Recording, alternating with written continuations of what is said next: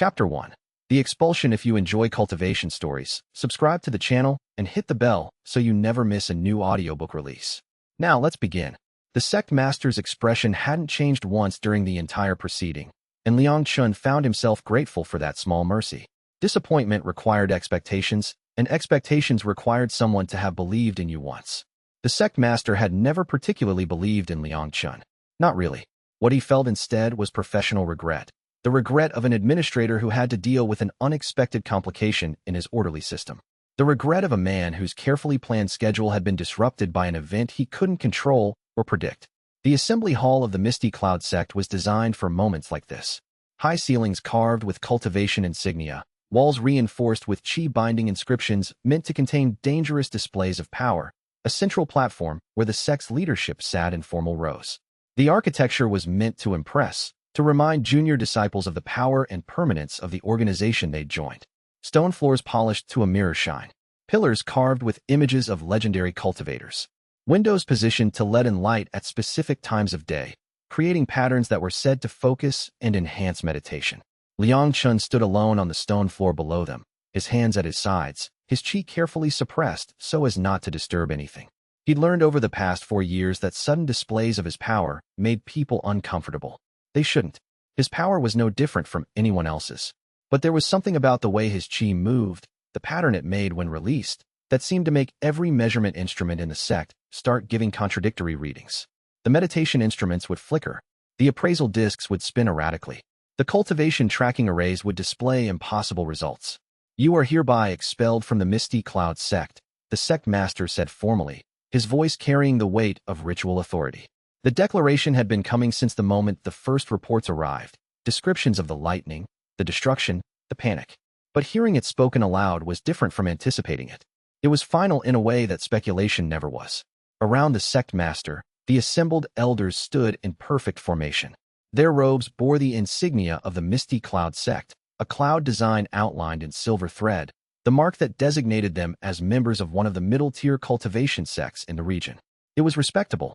Not prestigious enough to attract the attention of the truly powerful cultivators, but stable enough to maintain steady income from disciples and business investments. Liang Chen had worn those robes himself, had been proud to wear them, had believed for one shining moment that he might actually belong to something larger than himself. That belief, he now understood, had been profoundly naive. The tribulation that struck during your breakthrough attempt, Elder Huang continued, stepping forward to elaborate on the charges with the precision of someone who had prosecuted many such proceedings, occurred at approximately 3 in the morning on the 23rd day of this month. Your meditation chamber was located in the Eastern Tower, as prescribed by the sect's assignment protocols. Witnesses report that you were performing the Misty Cloud Core Technique's 7-stage cultivation form, a standard progression for a disciple at your advancement level. The elder paused, consulting a scroll. His tone remained clinical, untouched by any emotional content. This was not personal. It was merely administration. At the commencement of your breakthrough attempt, the sky above the meditation pavilion showed signs of tribulation formation. This is not itself unusual. However, the intensity and duration of the tribulation exceeded normal parameters by a significant margin. Furthermore, the tribulation's effect radius extended beyond the meditation pavilion, destroying the Eastern Library wing, damaging 3 adjacent dormitories, and affecting an area of approximately 200 square meters. 200 square meters. That was a careful way of describing it. The actual destruction had been worse. The Eastern Library wing housed centuries of accumulated knowledge, text on cultivation theory, historical records, botanical guides for identifying medicinal herbs. All of it ash now. 3 senior disciples had been hospitalized with severe burns. The pagoda that housed the meditation chambers had cracks running through its foundation deep enough that the sect's structural inspectors weren't sure if it could be safely rebuilt or needed to be demolished entirely. Furthermore, Elder Huang continued, 2 cultivators who were outside the pavilion at the time reported that they observed lightning strikes following what appeared to be a human figure. The strikes were not random. They demonstrated targeting behavior consistent with deliberate pursuit. Liang Chen opened his mouth. There was an explanation. The tribulation had targeted him. Yes, but that wasn't his fault. That was exactly why the sect should have been protecting him rather than expelling him. That was the whole point of belonging to a sect. Mutual protection, communal advancement, a united defense against the tribulations that came to test your cultivation. But the sect master's eye twitched. Just a tiny movement. barely noticeable, but Liang Chen had learned to read those small signals. In his 4 years here, he'd learned to identify the precise moment when someone had stopped listening to whatever you were about to say, had already moved on to the next part of their predetermined script. He closed his mouth. The reasoning was sound, he had to admit. It was sound in the way that a perfectly logical argument could still lead to conclusions that felt fundamentally unjust. Tribulations were dangerous. They always had been. But most tribulations were dangerous to the cultivator undergoing them, not to everyone standing in the vicinity. Most tribulations could be contained, controlled, managed. They happened on predictable schedules, at predictable intensities, during predictable stages of advancement. Liang Chen's tribulations, on the other hand, were different. Liang Chen's tribulations seemed to operate on an entirely separate set of rules, one that nobody seemed to understand and everyone seemed to agree was probably bad. It was a curious asymmetry, that the tribulations came specifically for him, that they seemed intent on his destruction specifically, rather than being satisfied by the general danger they posed to his surroundings. You'll be escorted to the outer gate with provisions sufficient for 1 month, the sect master continued. He was moving through the formal conclusion now, following the script exactly as it had been written by whoever had spent all night crafting this ceremony. Any attempt to maintain contact with the sect, any attempt to utilize the sect's name in the outside world for your personal advancement, any attempt to suggest an affiliation that is no longer valid, will result in official denunciation before the Cultivators Guild and notification to all affiliated sects of your status as a security risk. I understand, Liang Chen said quietly. His voice sounded strange to his own ears, too small, too young. He was 18, not particularly young for a cultivator, but young enough that most people still treated him as having potential. Not young enough that his expulsion would be excused. Not young enough that anyone would advocate for him on the basis of future promise. Elder Huang blinked. The sect master finally showed something on his composed face. Mild surprise, the expression of someone who had expected more protest, more argument, more of the desperation that typically accompanied expulsion. I don't blame you, Liang Chen continued, and he meant it with a clarity that surprised himself. I would expel me too. A disciple whose presence puts others at risk is worse than useless. I'm a liability. I'm more trouble than any benefit I might bring through advancement could possibly compensate for. You're being pragmatic. I respect that. The sect master studied him for a long moment. No one had ever accused the sect master of being kind, but there was something almost gentle in the way he looked at Liang Chen now. It was the gentleness of recognition, the acknowledgement that the boy understood the logic of his own ejection, that he wasn't going to waste anyone's time with pointless pleading or elaborate excuses. Pack your things, the sect master said finally. You leave at sunset. You'll be provided with the month's provisions and a travel pass that permits you to cross misty cloud-affiliated territories without harassment. After that, you're responsible for your own safety and survival. Sunset came early to the mountain. Winter was settling in over the cultivation regions, and Liang Chen noticed this detail with the kind of crystalline clarity that only came when you were systematically erasing yourself from a place. The autumn leaves, which had been brilliant shades of gold and crimson just weeks earlier, had turned brown and brittle. The servants were already closing off the northern halls against the cold, boarding up windows and stacking firewood in protected alcoves. The disciples who had nodded to him in the morning light, who had partnered with him in the morning's training sessions, had begun, almost unconsciously, in ways so subtle that they probably didn't notice themselves doing it, to nod slightly past him when they passed in the halls. It was a small thing, the kind of thing that could be dismissed as accident or coincidence. But it was the beginning of erasure. The way a community protected itself from association with the unlucky, the way people made distance between themselves and those who were falling. His room in the junior disciples' dormitory was small, narrow enough that if you stretched out your arms you could touch both walls, high enough that the ceiling was just above your reach, lit by a single window that faced the eastern mountain slope. He'd spent 4 years in this room, for years accumulating a life that was now going to be erased in the course of a single afternoon. He owned almost nothing. A fresh set of robes, folded carefully and stored in a small wooden trunk. A shelf of books, most of them texts on cultivation theory that the sect had provided for his study. His personal journal, filled with entries documenting his attempts to understand the mechanics of the Misty Cloud Core technique, filled with carefully sketched diagrams of chi pathways and meditation notes. 2 writing brushes, worn down from consistent use. A small bundle of letters from his family, sent before they'd learned not to contact him, before his mother had stopped writing after the second letter received no response. The servants who helped him pack, a rotation of them, so that no single person had to spend too much time in his presence, refused to meet his eyes. He didn't blame them. Cultivation sects ran on hierarchies of favor and advancement and social currency.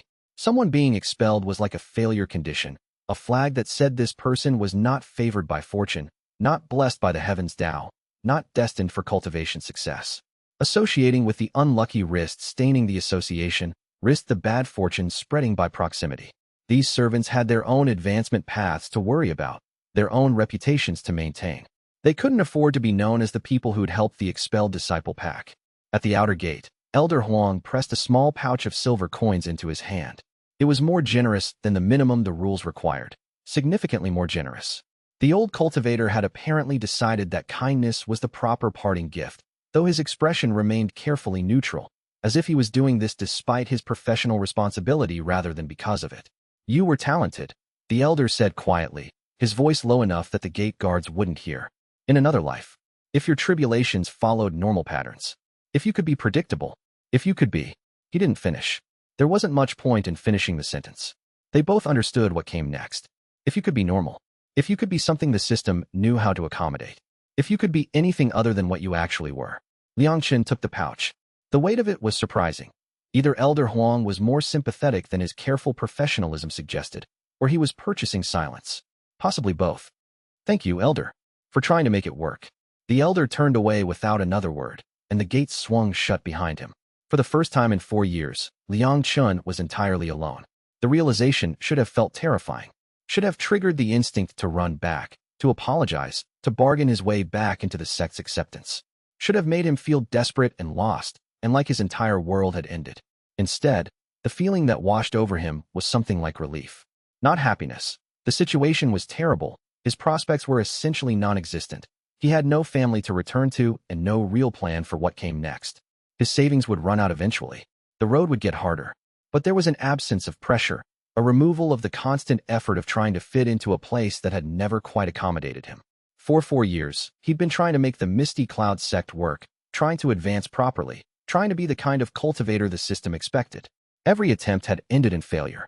Every technique had triggered some kind of resistance. And he blamed himself. Now, walking away, he wondered if maybe the problem wasn't him. Maybe it was the system. Maybe the system was so rigid, so committed to its rules, that it couldn't accommodate anything different. And maybe that wasn't his failure. Maybe that was the system's limitation. He looked down at his hands. His palms were calloused from cultivation training, marked with thin white scars from multiple minor cultivation accidents and medical treatments. His fingers bore the pattern of constant qi flow, faint marks where the meridians ran close to the skin, lines where the energy liked to move. His qi was supposed to be flowing freely now, at the 4th level of qi gathering. He should have been progressing steadily toward the 5th level, toward foundation building, toward the immortal ascension path that all proper cultivators were supposed to follow. Instead, his qi felt like a question without a coherent answer, a puzzle piece that didn't fit any of the slots available to it. He took a deep breath of the mountain air and started walking down the path toward the base of the mountain. Behind him, the sect walls loomed, already starting to feel like a dream, like something that had happened to someone else in a story he'd once read. The disciples he'd trained with were already learning not to see him. The elders were already moving on to the next problem. The gates were closing, both physically and metaphorically, shutting him out from a place that had never really been his home. He didn't look back. Looking back was the kind of gesture that acknowledged loss, that accepted the finality of expulsion. It was the kind of gesture that said goodbye. And he wasn't saying goodbye to anything. He was walking towards something new, something he couldn't yet see or understand, but that felt more real than anything the sect had offered him. He simply walked forward, one step after another, his feet carrying him down the mountain path, toward the village below, toward the world that existed beyond the sect's walls, toward a destiny that he was finally beginning to suspect might actually belong to him. Chapter 2. The scanner doesn't lie. The nearest town was called Greywood, a place big enough for markets and administrative offices, but too small for any real cultivation presence. There were no sect branches here, no cultivation academies, no major schools maintaining outposts for recruitment and training. The people who lived in Greywood and the surrounding region were merchants, farmers, craftspeople, the kind of people who understood the world through labor and trade and seasonal cycles rather than through the complex layers of qi that cultivators perceived as fundamental to existence. Liang Chen found a small inn on the main street, paid for a room with some of Elder Huang's silver, enough for a month, the innkeeper assured him. and spent his first night of freedom lying awake on an unfamiliar bed, listening to the sounds of strangers moving through the hallways. It was a strange kind of solitude. Not alone, exactly, since the inn was clearly full of other people, but isolated in a way that the sect, with its constant communal presence, had never been. In the sect, you were never truly alone. There were always other disciples, other elders, always someone present. Here, surrounded by strangers in an inn, the solitude was more profound. His expulsion had been quiet enough, a private proceeding, no dramatic public ceremony, no shaming ritual designed to warn other sects about his nature. But in the cultivation world, information traveled through channels that no formal announcement needed to cross. Sect masters corresponded. Traveling cultivators carried gossip. Information about dangerous or deficient disciples spread the same way that any relevant intelligence spread in professional networks. Within a month, probably less, the Misty Cloud sect would have sent out careful notifications to their affiliated sects and business partners. There would be official records noting that Liang Chen had been expelled for creating a dangerous cultivation environment, or some similar euphemism. Other sects would check their databases and find his name flagged. And there would be a careful notation in whatever system kept track of cultivators with problematic tribulation responses. Not recommended. Dangerous. May cause unexpected destruction. Keep at distance. The next morning, while it was still relatively early, Liang Chen went to find a cultivation appraisal house. The sign hanging above the door was faded but still clear. Chi readings, talent assessment, fortune guidance. The proprietor was a thin man with gray at his temples and the careful posture of someone who'd probably been a decent mid-level cultivator once, probably a disciple of some minor sect, probably had decided that making a living assessing other people's potential was less demanding than pursuing his own advancement. There were a lot of people like that in the world, cultivators who'd decided that the pursuit of power wasn't worth the effort, or who'd been ejected from their own sects, or who'd simply chosen a different path. First time? The man asked, gesturing Liang Chen toward a circular stone disc set into the floor. Intricate patterns covered its surface, elaborate inscriptions for measuring, for channeling, for reading the essence of another person's chi. The disc was the standard tool of the trade, something that Liang Chen had stood on before when he'd first arrived at the Misty Cloud sect, back when everything had felt new and possible. Fourth, Liang Chen said. He settled onto the disc, feeling the familiar coolness of stone under his feet. The Misty Cloud sect tested me when I arrived. 2 years into my advancement, they tested me again to verify my progress. The results were unclear. Unclear how? The shopkeeper asked, already moving into the prepared patter of someone who'd asked this question hundreds of times. Liang Chen shrugged. They said I was making progress, but my chi signature kept changing between readings. No two tests gave the same result. They eventually just stopped testing and worked with what I showed them in practical training. Unstable cultivation base, the shopkeeper said, nodding knowledgeably. That happens sometimes. Usually resolves after the 3rd or 4th level. Meditation discipline can help stabilize it.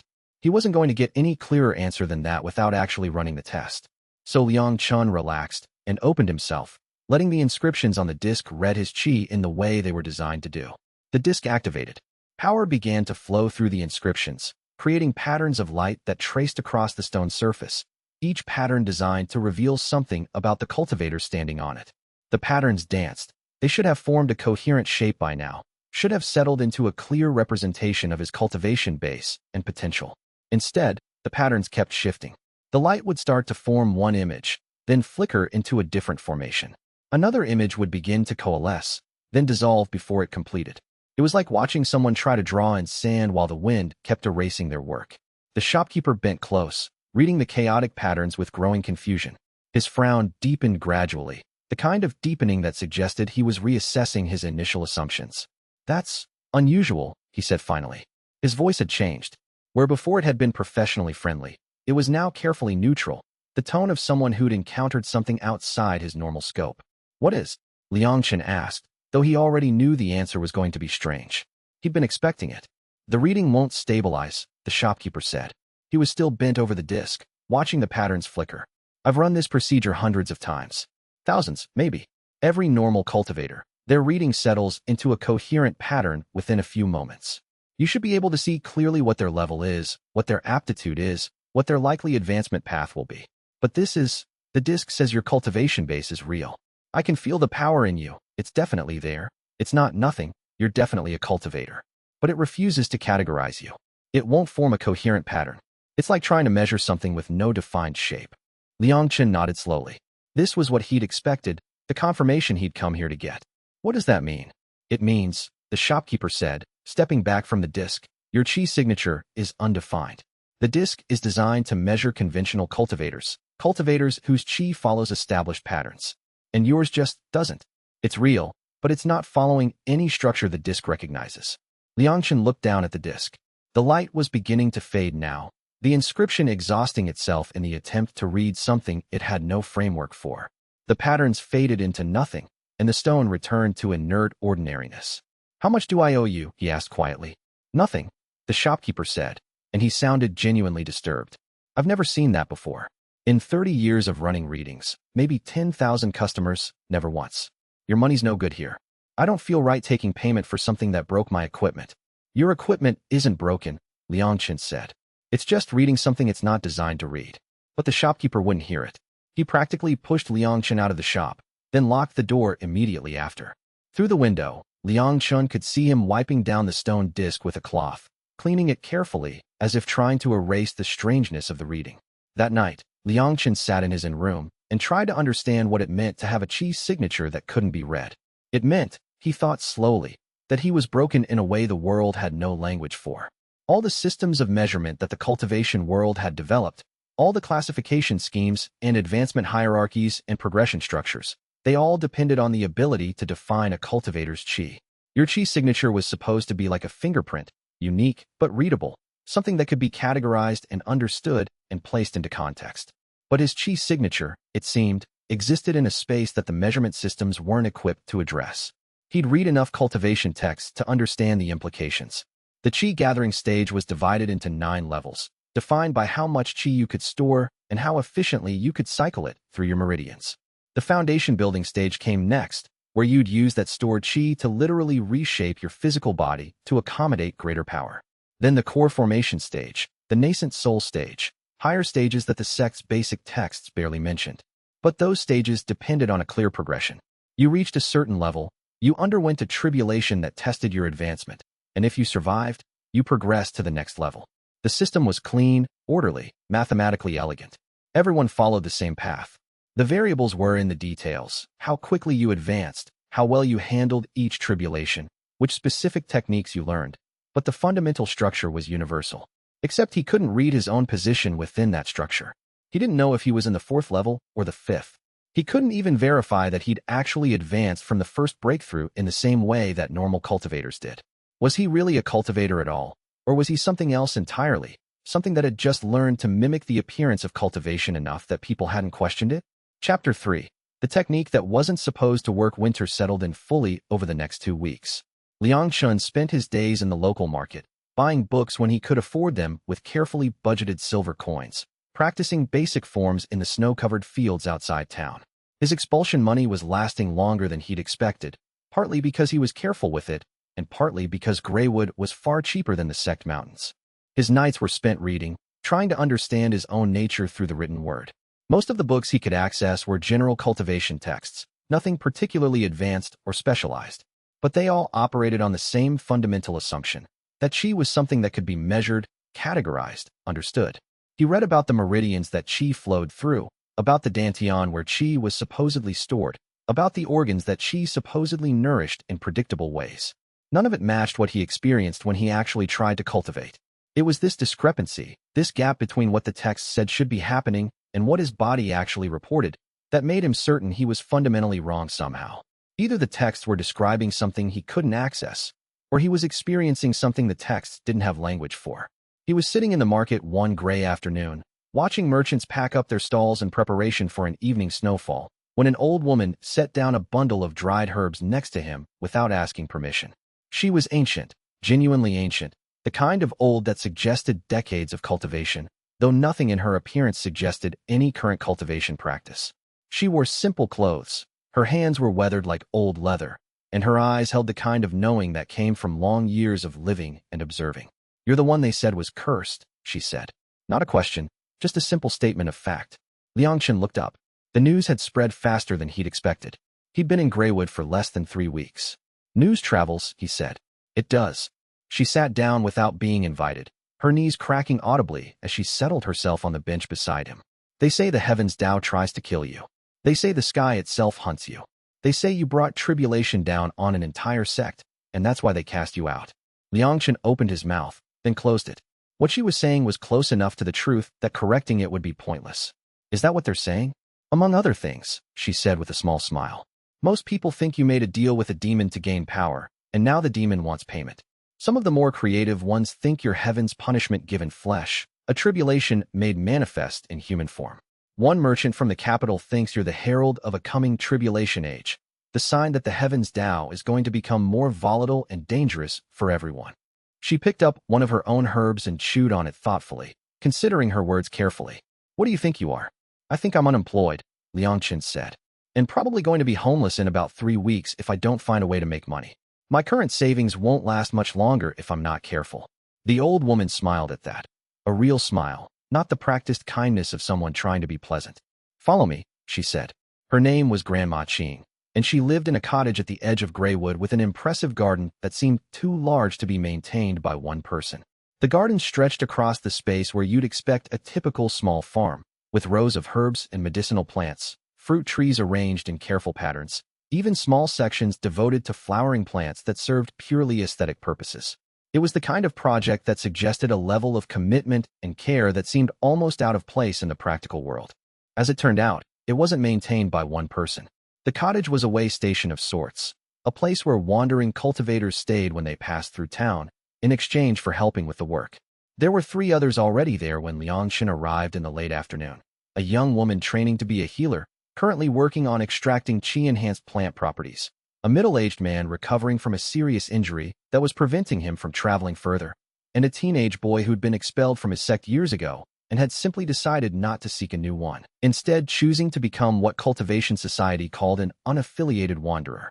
Not much, Grandma Qing said, showing Liang Chen to a small room off the kitchen, a space that was clearly meant for temporary residence. But it's warm and the food is decent. Help me run this place, and you can stay as long as you need. I ask only that you don't bring any serious tribulations down on the house. Minor ones are fine. Everyone here's used to it. But if the sky is going to split open and rain lightning for hours, you'll need to go out into the fields and lead it away from the structure. Fair. Liang Chen agreed to those terms, and that night, for the first time since his expulsion, he slept without the weight of impending homelessness pressing on his chest. Over the next month, he fell into a routine. He helped maintain the gardens, learned how to propagate medicinal herbs, prepared meals with Grandma Qing's careful guidance. In the evenings, after the day's work was done, he read. The cottage had a decent collection of books, nothing approaching what the sect library had maintained, but respectable. Texts on cultivation theory, books on the history of significant cultivators, several journals written by cultivators reflecting on their own advancement. At night, he read what he had, trying to understand the mechanics of his own cultivation. The Misty Cloud sect's materials had been written with the assumption of normal cultivators, those whose qi progressed predictably, whose tribulations came at expected intervals, whose advancement followed the established ladder as reliably as rain fell from clouds. Liang Chen was not a normal cultivator, and the texts had nothing to say about his situation. He decided, on an impulse born from desperation and curiosity in equal measure, to try something that definitely violated sect rules. He found one of Grandma Qing's books, a collection of techniques she'd gathered from various wandering cultivators over the years. Most were standard, useful for healers or farmers trying to improve their crops, nothing that would be forbidden by any legitimate sect. But near the back, he found something marked only as observation technique. Purpose unknown. Do not copy without permission. The instructions were vague, almost deliberately so, as if the original author had wanted to preserve some flexibility in how the technique was applied. Channel your qi through your fingertips while holding focus on a single small object. Watch what the object reveals. Don't force anything. Let your qi show you what it wants to show. Some users report seeing into the history of objects. Others report sensing the life force contained within living things. Expect to be surprised. The warning at the end was interesting. Results may be unpredictable. This technique interacts with qi in ways the author does not fully understand. Use at your own risk. If you damage yourself through careless practice, the author is not responsible. He tried it one evening while the others were sleeping, after everyone had retired to their rooms. He sat in the cottage's main room, which was warm from the day's fire and quiet except for the sound of settling wood. He picked a small stone from the garden. Nothing special, just a smooth gray pebble about the size of his thumb, the kind of thing you'd find in a riverbed after years of water and current had worn down all the rough edges. He sat cross-legged on the floor and held the stone in his palm, took a few deep breaths to center himself, and opened his chi. His chi flowed without resistance. That was the strange part. In formal cultivation training, you had to shape your chi, force it into predetermined patterns, maintain constant control through will and discipline. You were fighting your chi's natural tendency to dissipate, constantly reasserting your intention against its tendency toward entropy. But when he tried this technique, his chi moved like water finding its way downhill, following the path of least resistance, discovering its own patterns based on where it wanted to go rather than where he wanted to force it. The stone began to glow under his palm, not with any external light, but with something internal, like the pebble itself was remembering what it had once been before time and erosion had worn it into its current shape. Liang Chen saw, not with his eyes but with something deeper, something that worked with his chi instead of his physical senses, the immense pressure and heat deep underground that had formed the stone millions of years ago. He saw the slow accumulation of mineral fragments, the settling into a particular density and structure, the patient transformation from broken fragments into something whole and integrated. He saw something else too, a kind of knowing, not located in the stone but somehow emanating from it, a fundamental awareness of what it meant to be solid, to be grounded, to be resistant to sudden change. The stone had been compressed for so long that it had learned the value of compression. It had been worn by current and pressure for so long that it understood how to persist through erosion. He released the technique carefully, bringing his chi back under control, and found that he was sweating. The stone was warm in his hand, warmer than it should be after just a few minutes of contact. And something inside him felt different. Not stronger, exactly, but more present, more himself, more aware of the ways that his own chi wanted to move. He'd accomplished something the sect never would have taught him. He'd opened a technique that was probably old, probably forgotten by most cultivators, probably dangerous in ways that nobody currently alive fully understood. He should have felt fear. Instead, he felt exhilaration, the kind of pure happiness that came from discovering something real about yourself. He looked forward to seeing what would happen when he tried it again, which techniques he could develop from this base, where this path of exploration might eventually lead. What happened, as it turned out, was that the sky turned gray while he was in the garden 3 days later, practicing the observation technique with different materials. A leaf, a flower, the soil itself. Each object revealed different knowledge to his open chi. Chapter 4. The first real tribulation. The storm came without warning on the 4th day of practicing the technique. Well, not entirely without warning. Liang Chen had felt it building, had sensed the heavens DAO gathering its attention in his direction like a teacher focusing on a particularly problematic student. But when it actually arrived, the speed of its manifestation still caught him off guard. He was in the garden, helping Grandma Ching prepare beds for spring planting, turning soil and mixing in enriched compost. The work was meditative, the kind of labor that required attention but not intense focus, leaving his mind space to wander. He'd been thinking about the observation technique, considering whether there might be other techniques in Grandma Ching's collection that worked on similar principles, techniques that encouraged observation rather than domination. One moment the afternoon was gray but ordinary, the kind of late winter gray that came from dense cloud cover and shorter daylight hours. The next moment the entire sky was the color of a bruise, heavy and swollen with what felt like intent. The transformation wasn't gradual. There was no slow build from clear skies to storm. It was instantaneous, as if someone had reached down and simply changed the sky's color through raw force of will. Go inside, Grandma Ching said, not looking up from her work. You don't have to. Inside, she said firmly. And close the shutters. Tell the others to do the same. Now, he did what she asked. The others didn't ask questions. They apparently had enough experience with cultivation emergencies to understand that Liang Chen coming with an urgent warning meant taking shelter immediately. By the time he'd secured the last shutter, hearing the wood scrape closed over the window, the wind was picking up, and he could hear the first distant rumble of thunder like a predator's growl in the distance. He tried to meditate while everyone else huddled inside. That was what the cultivation manuals always recommended. Stay calm, center yourself. Don't resist the tribulation's power. The tribulation would pass. All tribulations eventually passed, once they'd run their course. Time and patience were the primary defenses against celestial punishment. But even as he sat cross-legged on his cot, his palms pressed together in the proper meditation pose, his back straight, his breathing slow and deep, he could feel it. The tribulation wasn't just weather. It was intent. It was the sky itself, reaching down with purpose, searching for him the way a hunter searches for prey, with patience and determination and an absolute certainty that it would eventually find what it was looking for. The first lightning strike hit the cottage's roof with an impact that felt like a physical blow. Liang Chen felt it in his bones, in his teeth, in the very core of his being. The sound came a moment later, so loud it seemed to splinter the air itself, so loud it seemed to split his consciousness in half. His room went bright white for one eternal moment that lasted forever and no time at all, and he smelled burning thatch and ozone and something else, something like the smell when you strike a flint stone repeatedly, that sharp metallic scent of creation and destruction happening simultaneously. He ran into the main room without consciously deciding to move. The others were staring upward at a crack in the ceiling where the lightning had torn through, a jagged line of destruction that ran from corner toward center. Grandma Qing was already moving, calmly collecting buckets, apparently unconcerned about the crack that could widen into a collapse. "It wants you," she said, not accusingly, just as a fact, the way one might observe that it was raining or that the sun was setting. "So you need to go? Now, get out of the cottage and lead it away." "I can't."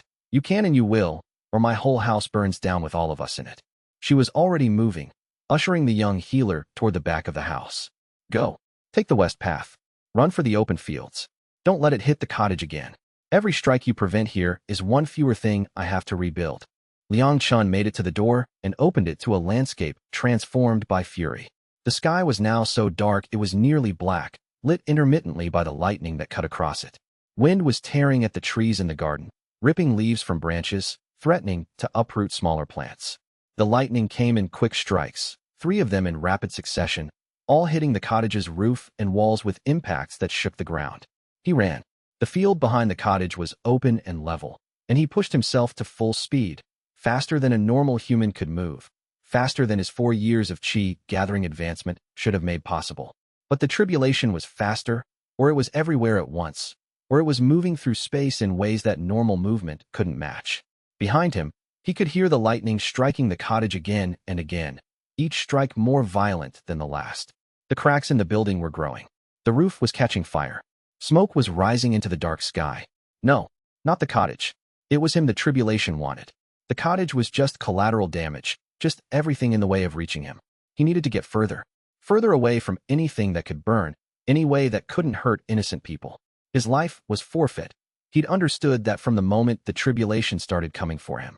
But the others, the people who'd given him shelter and work and the basic dignity of treating him like a human being, they shouldn't die because of what he was. The tribulation followed him across the field. Lightning struck around him in patterns that almost seemed intelligent, cutting off the route back toward the cottage, driving him toward the open center of the field, herding him the way a shepherd herded sheep. The wind howled with something that sounded almost like intention, and the rain, when it came, seemed to rain harder on him specifically, as if the water itself was trying to drown him, trying to weigh him down, trying to stop him from moving. He kept running. His legs burned. His lungs burned. His entire body was burning from exertion, and the tribulation was still hunting him, still cutting the air with electricity, still trying to find ways to reach him that his movement couldn't escape. At some point during the chaos, Liang Chen stopped being afraid and started being fascinated. The tribulation was trying to kill him, yes, but it was also trying to communicate something. The lightning followed certain patterns. The wind pushed him towards certain directions. It was almost as if the sky was trying to speak to him in the only language it had, the language of force and power and celestial judgment. It was like trying to have a conversation with an avalanche or a tsunami, trying to understand the intent behind something that was fundamentally not designed for communication. He turned, instead of running. He slowed his pace, instead of accelerating. He faced the storm. Lightning struck him directly. The pain was impossible. It was the most agony he'd ever experienced, worse than breaking bones, worse than disease, worse than any sensation he'd imagined the body could contain. His nerves burned like they were being replaced with fire. His muscles seized until he couldn't breathe. His vision went white, and then black, and then filled with colors that had no names, with sensations that had no language. But he was still alive. The lightning was trying to kill him. That much was clear. The intent behind the strike was absolute, the force behind it devastating. That meant he could die. That meant the tribulation was real and dangerous and truly meant to end him. But he wasn't ending. His body was holding together. His qi, that undefined signature that no scanner could read, was wrapping around him, protecting him, holding him in cohesion through pure refusal to let the lightning tear him apart. He laughed, and the sound was lost in the thunder. But he felt it happen, felt the vibration of laughter moving through his chest, felt the impossibility of it, felt the pure joy of being alive when he should have been ash. When it was over, Liang Chen was standing in the middle of a blackened field, smoking slightly from a dozen burning points on his clothes and skin. His hair was singed. His robes were charred. There was the taste of ash and copper in his mouth. The storm had exhausted itself. The sky was clearing, moving on to find other parts of the world to torment. He walked back to the cottage slowly, dragging his feet because his legs no longer wanted to obey his commands properly. Chapter 5. The wandering elder Grandma Qing was standing outside her house when he returned, covered in ash and soot, dragging his feet like someone twice his age. The roof was smoking in 3 places. One wall had a crack running from foundation to eaves, a fissure that would require professional attention and probably rebuilding if it had gone too deep. But the cottage was still standing. The main structure was intact. And when the young healer appeared in the doorway behind Grandma Qing, she looked unharmed. "You need to leave," Grandma Qing said. And before Liang Chen could protest, before he could offer to help rebuild or work extra in exchange for staying, she continued. "Not because I'm angry. Because the next one will be worse. They escalate, don't they? Each tribulation stronger than the last." He nodded. She was right. The second tribulation, the one that had gotten him expelled, had been far worse than the first. This one had been worse still. If the pattern held, the next one would be worse again. The tribulations seemed to be escalating not just in power, but in intent, as if the heavens DAO was learning how to hunt him more effectively with each attempt. "Then you need to find someone who knows what you are," she said. She pressed a small bundle of dried meat and bread into his hands, along with a small pouch of additional coins. More money than he'd received for a month's work. "And you need to go. Now. Every moment you stay here is a moment the next one could strike. And I don't think I can repair the cottage if it's hit again." He wanted to argue. He wanted to thank her properly, to pay her back somehow, to promise to send word when he'd figured things out. But she was right. The tribulations didn't come at fixed intervals, but they came with a predictability that suggested something was hunting him. Staying in one place made him predictable. Staying in Greywood made him a target. Every day he spent here increased the chance that the next tribulation would strike during the daylight hours, when other people were in the fields. He left at sunset, walking west along the road away from Greywood. For 3 weeks, Liang Chen wandered. He slept in fields when the weather was favorable. He slept beneath trees when rain threatened. He once spent a night in a cave system that smelled like old animal droppings and mysterious dampness. He practiced the observation technique with different objects, stones, leaves, small insects, even the soil itself, and each time, his chi showed him new things, revealed connections between living and not living, showed him the way that everything in existence was made of the same fundamental stuff but arranged in wildly different patterns. He began to understand something that the cultivation texts had never clearly expressed. Chi wasn't separate from physical matter. It was intimately connected to it, flowing through it, constituting it, animating it. The way a stone formed, the way a plant grew, the way an animal's body functioned. All of it was chi expressing itself in physical form. The second tribulation came on day 18 of his wandering, when he was in a hilly region, moving through a forest of old trees. He could feel it building the way he'd come to recognize, a pressure in the air, a sense that the world was paying attention to him, the feeling of being under observation by something vast and ancient. He was in a clearing when the sky turned gray again. This time he didn't run. He found the center of the clearing and stood in it, watching the clouds gather, watching the pressure build. He'd learned something from the first tribulation, that running only prolonged the agony, that the tribulation would simply follow him, adapting to his movements. And so this time, he made the choice to face it directly. When the lightning came, it came in sheets instead of bolts. Whole sections of sky lit up at once, turning the world into something bright enough to blind. Trees around the clearing were splintered and burned, their trunks cracked from the sudden heat. The ground itself cracked from the intensity of the power being expended, and Liang Chen, standing in the center of it, felt every bit of it, the burning, the searing pain, the sense that his body was being unmade at a cellular level. But he also felt something else. As his body took the punishment, as his chi responded and protected him in all the ways it could manage, he felt the tribulation itself, not as an external force but as something trying to reach him, to touch him, to understand what he was. The lightning that struck him wasn't just trying to destroy. It was also trying to integrate. It was trying to absorb something from him, to pull something out of him and carry it back into the sky. He resisted on instinct, pulling his chi inward, protecting whatever the tribulation was trying to steal. When it was over, he was gasping for air, his body streaming with blood from 100 small injuries. The burns were worse this time. His robes were torn. His hair was mostly burned away. But he was alive and whole, and still himself, still Liang Chen, still undefined, still whatever it was that the heavens DAO couldn't categorize. He was also dying of thirst, his throat burned raw, his entire body screaming for water. He made it to a small stream half an hour later and collapsed beside it, drinking until his stomach hurt, then lying in the cold water for an hour just to ease the burns across his skin. It was healing water, he noticed, flowing over rocks, probably filtered through earth, probably carrying chi from the natural world around it.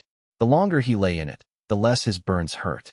That night, as the stars appeared overhead and the world settled into quiet darkness, a man found him. Chapter 6. The recognition. The man was old, maybe 50 or maybe 200. Cultivation made age difficult to assess. Cultivators aged differently from normal people. Some looked young and vibrant well into their centuries, their skin supple and eyes bright with the vitality that comes from centuries of chi refinement. Others aged rapidly as the cultivation process took its toll, their bodies consumed by the constant effort of advancing through the ranks, each breakthrough leaving its mark. Without knowing this man's actual cultivation level, it was impossible to determine his true age. Age became meaningless in the cultivation world, a measure that spoke to nothing important. He was dressed simply, in robes that had been excellent once, woven from quality silk and dyed with expensive pigments, but were now faded and well-repaired, patched in multiple places with careful stitching. The repairs had been done with attention to detail, suggesting someone who cared for the things they owned, who understood that possessions carried stories and memories. The fabric bore the dust of countless roads, the marks of years spent wandering.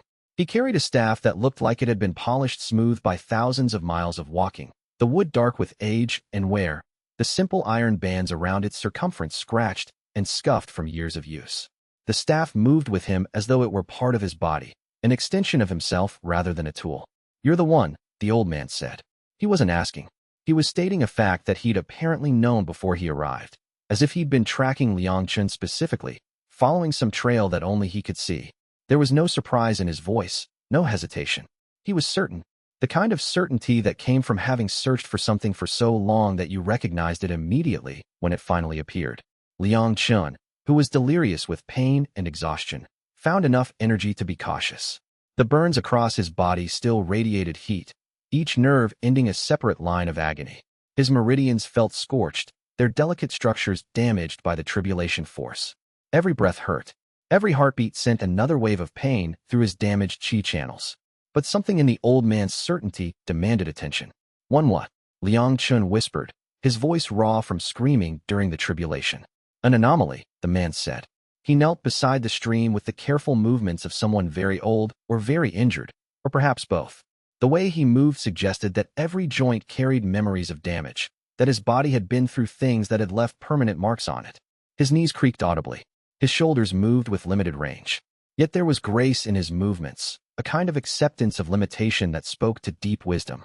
Heaven's DAO doesn't know what to do with you, so it keeps trying to correct you, the way a system corrects a bug. It recognizes that you don't fit the expected pattern, and it tries to force you back into conformity. But you won't conform. And every time it tries, you get stronger. Or you get different. Or both. The old man looked directly at Liang Chen, and there was something in his eyes that suggested this wasn't theoretical speculation or educated guessing. This was recognition, the way a person who'd seen something specific recognizes it again.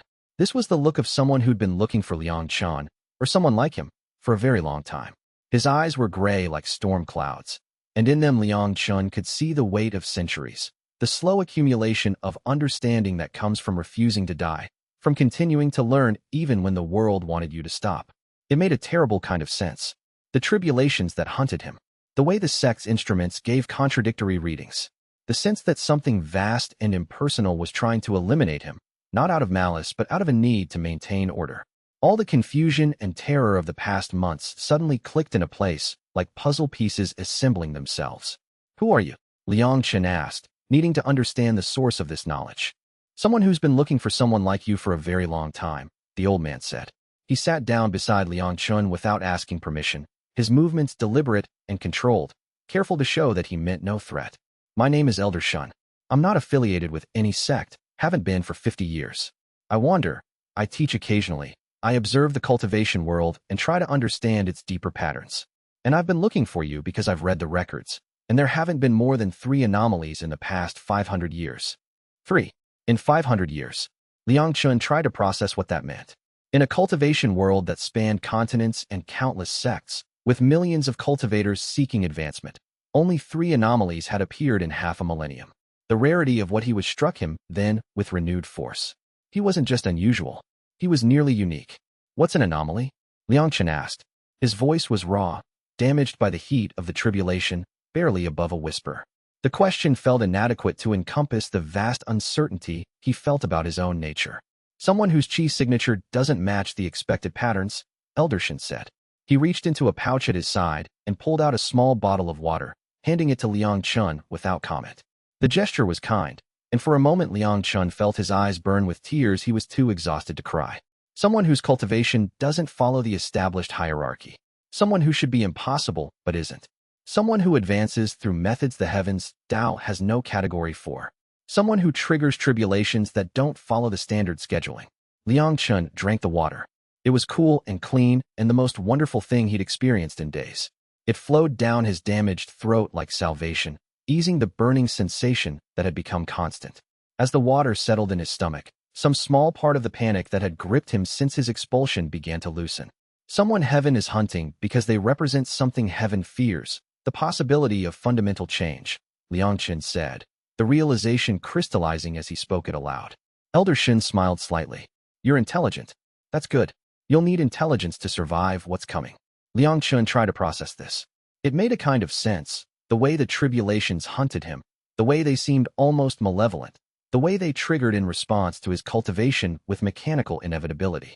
But it didn't make sense that a whole system would hunt one person. That was paranoia.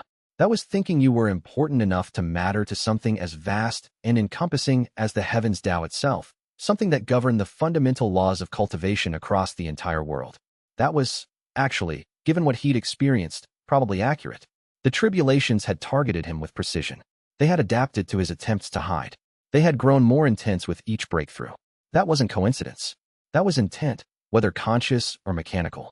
What happens now? He asked, not sure if he wanted to know the answer. That depends, Eldershin said. Do you want to understand what you are? Do you want to know why your chi doesn't match what the sects taught you? Do you want to survive the hunting that will come? He paused, letting the weight of the decision settle. Or do you want to die, as heaven seems determined to ensure you will? There was no easy answer.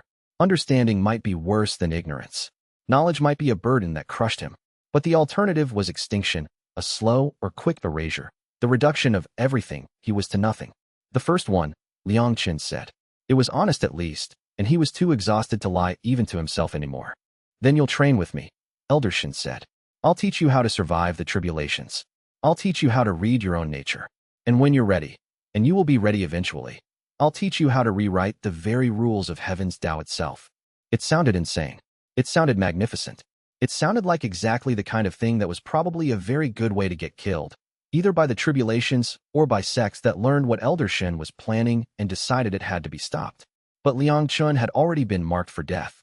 What difference did it make to die doing something that mattered, to die reaching for understanding rather than dying in confusion? Okay, Liang Chen said.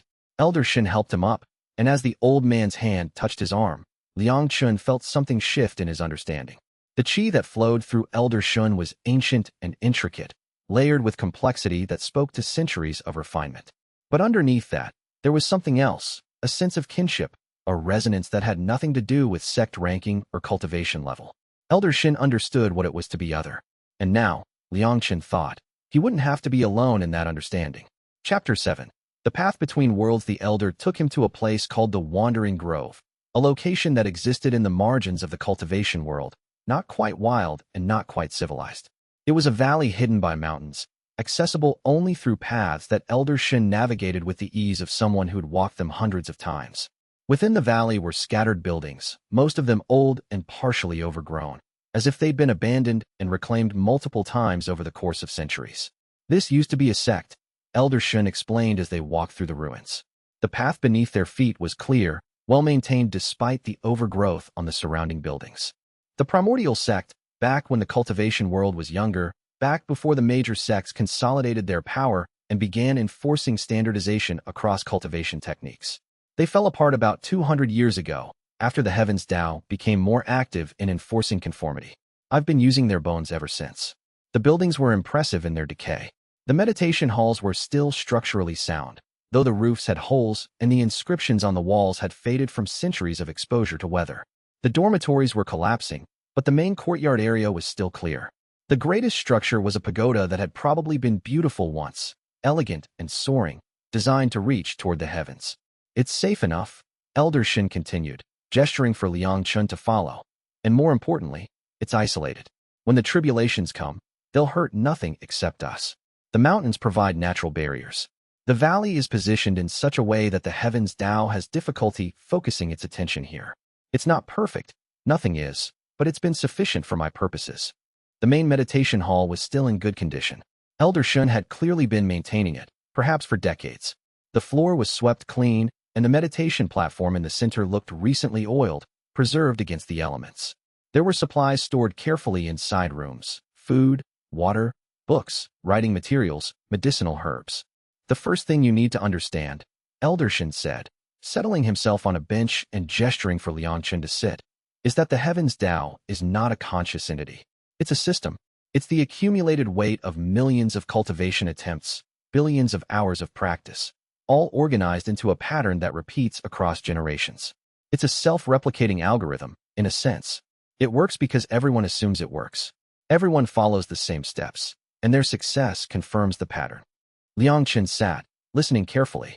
The sun was beginning to set outside, turning the sky orange and red through the meditation hall's windows. And I'm breaking the pattern, Liang Chen said. You're a flaw in the pattern, Elder Shin said. Or a feature, depending on your perspective. The system is designed to handle defined types of qi, established forms of advancement, tribulations that occur at measured intervals. When it encounters something undefined, something that advances through methods the system has no category for, something that triggers tribulations the system isn't sure how to explain, it fails. And when systems fail, they try to correct. They try to purge the error. So the tribulations will keep coming, Liang Chen said. Yes, Elder Shin said without hesitation. And they'll keep getting stronger. But here's what most people don't understand about the Heavens DAO. It's not infallible. It's just insistent. And if you can survive long enough, if you can understand your own nature well enough, you might find that the tribulations aren't hunting you. They're trying to communicate. Over the next months, Elder Shun began his training. The first part was physical. The tribulations had burned Liang Chen repeatedly, had damaged his body in ways that cultivation alone couldn't repair. His body needed to recover and strengthen in ways that normal cultivation wouldn't achieve, because he needed to be able to survive the tribulations not just spiritually, but physically as well. Elder Shun had him exercise, building his muscles and his endurance, not to make him stronger in the cultivation sense, but to make him more resilient to trauma, more capable of surviving the damage that existed outside the normal cultivation framework. The second part was philosophical. Every evening, Elder Shin would sit with him and talk about the nature of cultivation, about the way that qi could flow through a body, about the patterns that defined human advancement. They would sit in the meditation hall after evening prayers, and Elder Shin would explain the deeper mechanics of the cultivation world. Most cultivators are trying to fit themselves into an existing shape, Elder Shun explained one evening. They mold their qi into the forms they're taught. They accept the tribulations that come at the predicted times. They advance through the predicted realms. They're like water being poured into a vessel. The vessel determines their shape. And I'm not. Liang Chen asked. You're water that isn't following the shape of the vessel, Elder Shin said. You're finding your own way, regardless of what the vessel expects. The Heavens DAO doesn't know how to interpret that, so it keeps trying to correct you. But each time it tries, you become more yourself, not less. How is that possible? Liang Chen asked. How can I become more myself by resisting the rules of existence itself? Because the rules of existence were written by people, Elder Shin said. Ancient cultivators, yes, but people nonetheless. They wrote down what they thought was true about qi and cultivation and advancement. And everyone since has been copying their assumptions. But assumptions can be wrong. And wrong assumptions crumble when someone who doesn't believe them comes along. Chapter 8. The technique that almost worked. 3 months into his training, Liang Chen felt ready to try something new. His burns had healed completely, the new skin underneath unblemished and sensitive to the touch. His body was stronger than it had ever been, rebuilt through careful cultivation and the guidance of Elder Shun's teachings. His muscles carried a new kind of resilience, developed not just through physical training, but through the slow refinement of his qi channels. And more importantly, his understanding of his own qi had changed fundamentally. He could feel it now, the way it moved through his meridians in those moments before sleep and those moments after waking, and it didn't feel broken. It didn't feel like something flawed or diseased. It felt just different, as if it was using a completely different language than the language most cultivators spoke, one that was just as valid but that nobody else seemed to understand. Most cultivators learn to view their qi as a tool to be controlled, a force to be shaped and directed according to the established forms. They learned meditation postures that forced their qi into geometric patterns. They learned breathing techniques that synchronized with specific circulation rhythms. They learned to think of cultivation as a process of imposing order on chaos, of wresting control from the natural tendency of their own bodies to want to relax and settle. Liang Chen's qi did none of those things. It resisted the imposition of order. It wanted to find its own patterns. And the more time he spent simply observing his qi without trying to control it, the more he understood that this wasn't a flaw. This was how his qi actually wanted to be. "I want to try a full cultivation session," he said to Elder Shen one afternoon, after weeks of observation and contemplation. They were sitting in the garden where Elder Shen had first tended his wounds, and the sun was warm on Liang Chen's face. "I want to see if I can advance on my own, without following the standard forms. I want to let my qi move the way it actually wants to move, instead of forcing it into the shapes the sect taught me." The elder considered this carefully, his gray eyes distant with thought, his weathered fingers tracing the rim of his teacup. The silence stretched between them, comfortable and unhurried. When he finally spoke, his voice carried the weight of years of consideration. "The meditation hall. Tonight. I'll be present in case something goes wrong, but the meditation must be entirely your own. Don't let me influence it. Don't let my presence change what your qi is trying to do. This has to be pure, Liang Chen. This has to be completely, authentically you." That evening, Liang Chen sat on the meditation platform and closed his eyes. He didn't use any of the forms he'd been taught at the Misty Cloud sect, the ones that had never felt right even before his expulsion. Instead, he simply allowed his qi to move naturally, to follow its own logic, to express itself according to its own nature. He'd been studying it for months now, watching it with careful attention, feeling its patterns, understanding its preferences. He'd come to understand that his qi was fundamentally different from what the sect had tried to train him to do. His qi didn't want to be forced into geometric patterns. It wanted to flow, to spiral, to branch and reform like water finding its own path through a landscape. It wanted to respond to the world around him instead of shutting the world out in pursuit of internal cultivation. It wanted to grow, to learn, to adapt to new circumstances instead of following a predetermined script. It was alive in a way that he was only now beginning to understand, animated by something more than just the impersonal mechanics of spiritual energy. So he let it do those things. He opened his meridians fully and allowed his qi to move without constraint, without the tight control that had been beaten into him through years of formal training. For the first time in his life, his cultivation felt effortless. It didn't feel like he was forcing something into an unwilling form. It felt like he was finally not fighting something that had been fighting him all along. Hours passed. His sense of time dissolved into the vast, slow expansion of his awareness. Liang Chen's consciousness expanded gradually, until he could feel his qi not just inside his body, but radiating outward, touching the meditation hall, touching the earth beneath it, touching the mountains beyond. He could feel the forest outside, millions of living things, each one a small point of light in a larger pattern of existence. Each blade of grass had its own tiny spark of vitality. Each animal, each insect, each bird contributed to a vast, intricate dance of energy exchange. He could feel the very structure of the world itself, the way that qi flowed through everything, the way that existence was fundamentally unified even when it appeared to be divided into separate forms. The sensation was beyond anything he'd experienced before. It was as if he'd spent his entire life in darkness and had suddenly been granted sight. The world was so much bigger, so much more interconnected, so much more alive than any sect teaching had suggested. Every boundary was permeable. Every separation was illusory. And he could feel something else, the structure of the heavens Tao itself. It wasn't a consciousness, but it was aware in its way. It was aware of him, and it didn't like what he was doing. It was trying to push back, trying to redirect his qi into the established forms, trying to correct his behavior the way a system corrects an error.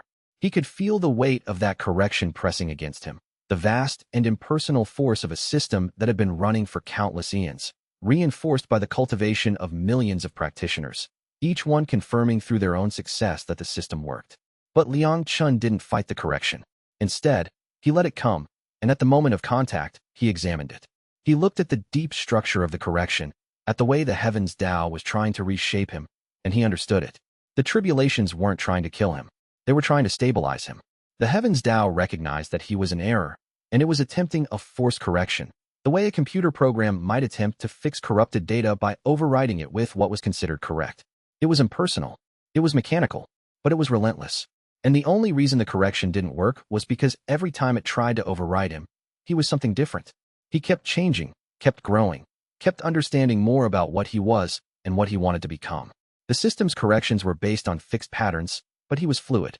The more the system tried to force him into a predetermined shape, the more he learned to be something else instead. He opened his eyes slowly, bringing his consciousness back down to normal levels gradually, allowing his chi to settle back into his body in a slow, deliberate process that took several minutes. The meditation hall swam into focus around him, and for a moment, everything felt strange, as if he'd been away for years rather than hours. Elder Shun was standing in front of him, and for the first time since Liang Chen had met him, the old cultivator looked genuinely shocked. His carefully maintained composure had cracked entirely. His eyes were wide with something that might have been fear or might have been wonder. His hands were trembling slightly, the staff that was always with him gripped so tightly that his knuckles had gone white. "You're changing," Elder Shin said, his voice carrying an edge of awe. "Your chi signature. It was undefined before. It's still undefined, but it's not the same undefined. It's becoming something else. It's becoming something that I don't have the language to describe. It's like you're not a bug in the system anymore. You're a new kind of software entirely. You're a new category of existence." "I don't understand," Liang Chen said. His voice was different too, he realized. It had a resonance to it that hadn't been there before, as if his vocal cords had been rewoven by the chi that now moved through him. When he spoke, there was an echo to his words that seemed to come from somewhere deep inside, from that place where his chi moved in patterns nobody else understood. "Neither do I, not yet," Elder Shin admitted, and Liang Chen could see the old man's mind working, trying to fit this new information into existing frameworks. "But I suspect the heavens DAO is starting to understand too. And that's going to make the next tribulation very, very serious. It will have to be. You've fundamentally changed the rules of what you are." He was right. Liang Chen could feel it himself, could sense the shift in the attention that the heavens DAO paid to him. It was no longer the casual, omnipresent scrutiny it had been before. It was focused, intense, almost desperate. The system had noticed his change, and it was beginning to understand that its previous methods of correction might no longer be effective. Chapter 9. The tribulation that nearly consumed everything. The sky turned gray 2 days later, and this time there was no gradual build, no opportunity to prepare mentally or spiritually. There was no warning. There was only the instant transformation from a normal afternoon to a sky the color of rage, and then the tribulation was upon them with a force that shook the valley itself. Liang Chen and Elder Shun were in the meditation hall when it struck. The old cultivator had been teaching him about the history of anomalies, about how the last one, 500 years ago, had supposedly tried to fundamentally alter the nature of cultivation itself, to rewrite the rules that the heavens DAO operated under, and how the tribulation of that age had been so severe that mountains had crumbled beneath its power, that entire regions had been rendered uninhabitable, that the death toll had been catastrophic. But she got close, Elder Shin was saying, closer than any anomaly before her. She actually rewrote portions of the heavens DAO, changed some of the fundamental rules. For about 3 months, cultivation worked differently. Different techniques were possible. Different paths of advancement opened up. "What happened?" Liang Chen asked. "The heavens DAO corrected itself," Elder Shin said. "Or maybe she was just killed before she could finalize her changes. Either way, the correction was worse than the original error. The tribulation that came to stop her, it wasn't just lightning anymore. It was a tribulation that warped reality itself, that broke the laws of physics, that was when the sky opened." "Get outside," Elder Shin said immediately, his voice cutting through the sudden silence before the real storm began. "Now, let it away from the structures." But this tribulation wasn't interested in structures. It was interested in Liang Chen specifically, and it wasn't satisfied with lightning anymore. The sky opened, and tribulation rained down. Not just lightning, but actual power, celestial force in its pure form, trying to tear him apart on a level deeper than flesh, trying to unmake him at the most fundamental level of his existence. Liang Chen ran into the forest, and the tribulation followed, destroying everything in its wake. Trees that had stood for centuries were blasted into ash. The earth cracked open, revealing rifts that went deep into the ground. A small stream was boiled dry instantly, its water turning to steam in a moment of intense heat. Everything in the tribulation's path was obliterated, all of it because it was in the way of reaching him. He was screaming, though he wasn't sure when he'd started. Maybe he'd always been screaming. Maybe the screaming was the only thing keeping him from falling apart completely. His chi was wrapped around him like armor, like a shield, like everything it could become to protect him. But the tribulation's power was immense, far greater than anything he'd experienced before. It was as if the heavens Tao itself had decided to invest real effort into ending this one particular cultivator, had committed resources that it normally kept in reserve for existential threats. In desperation, in a moment where he could no longer maintain his defenses, Liang Chen did something that every cultivation manual would have forbidden. Instead of resisting the tribulation's power, instead of defending himself against it, he opened himself to it. He stopped defending and instead invited the tribulation's force into him, let it pour through him, tried to accept it rather than refuse it. It nearly killed him. The tribulation force flooded into him like the breaking of a dam, like all the water in the world pressing down on him at once. He felt it tearing through his meridians, burning through his dantian, trying to reshape his chi from the inside out. It was agony beyond anything he'd experienced before, beyond anything he'd imagined pain could be. But in that moment of nearly death, something changed. The tribulation's power, instead of destroying him, began to integrate with his own chi. He wasn't being overwritten, but he was being fundamentally altered, transformed by the contact with forces that existed beyond the normal cultivation world. His chi began to accept the tribulation force, began to incorporate it, began to work with it instead of against it. It was like two pieces of a puzzle that nobody had realized could fit together, suddenly discovering they'd been designed for the same space.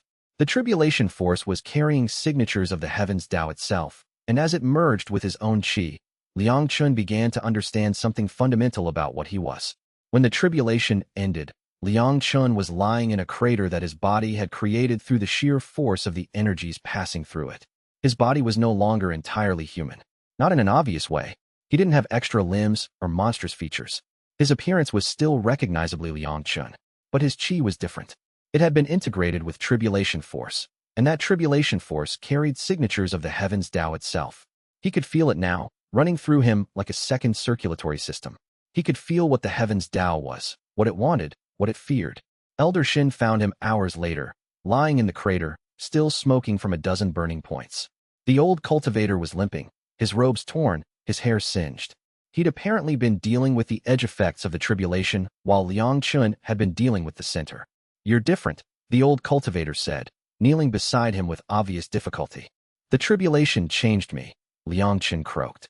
His throat was burned raw, and his voice sounded like stone scraping against stone, like something that had been damaged in fundamental ways.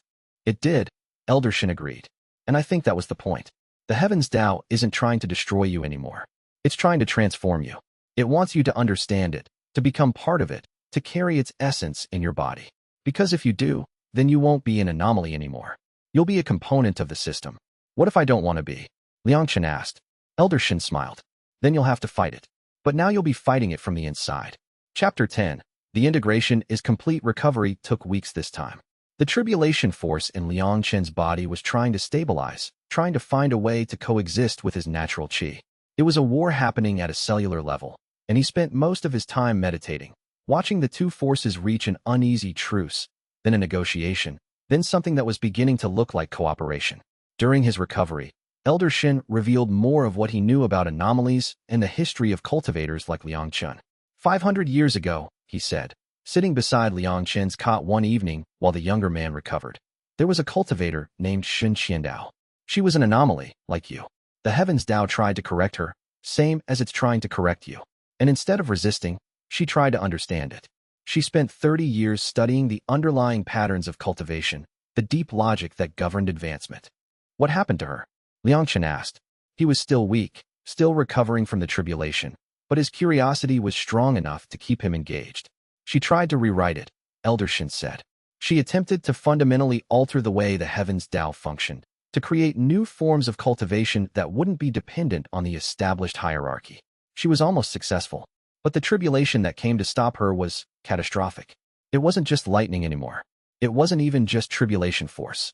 It was a tribulation that warped reality itself, that broke the laws of physics, that created paradoxes in the fabric of existence.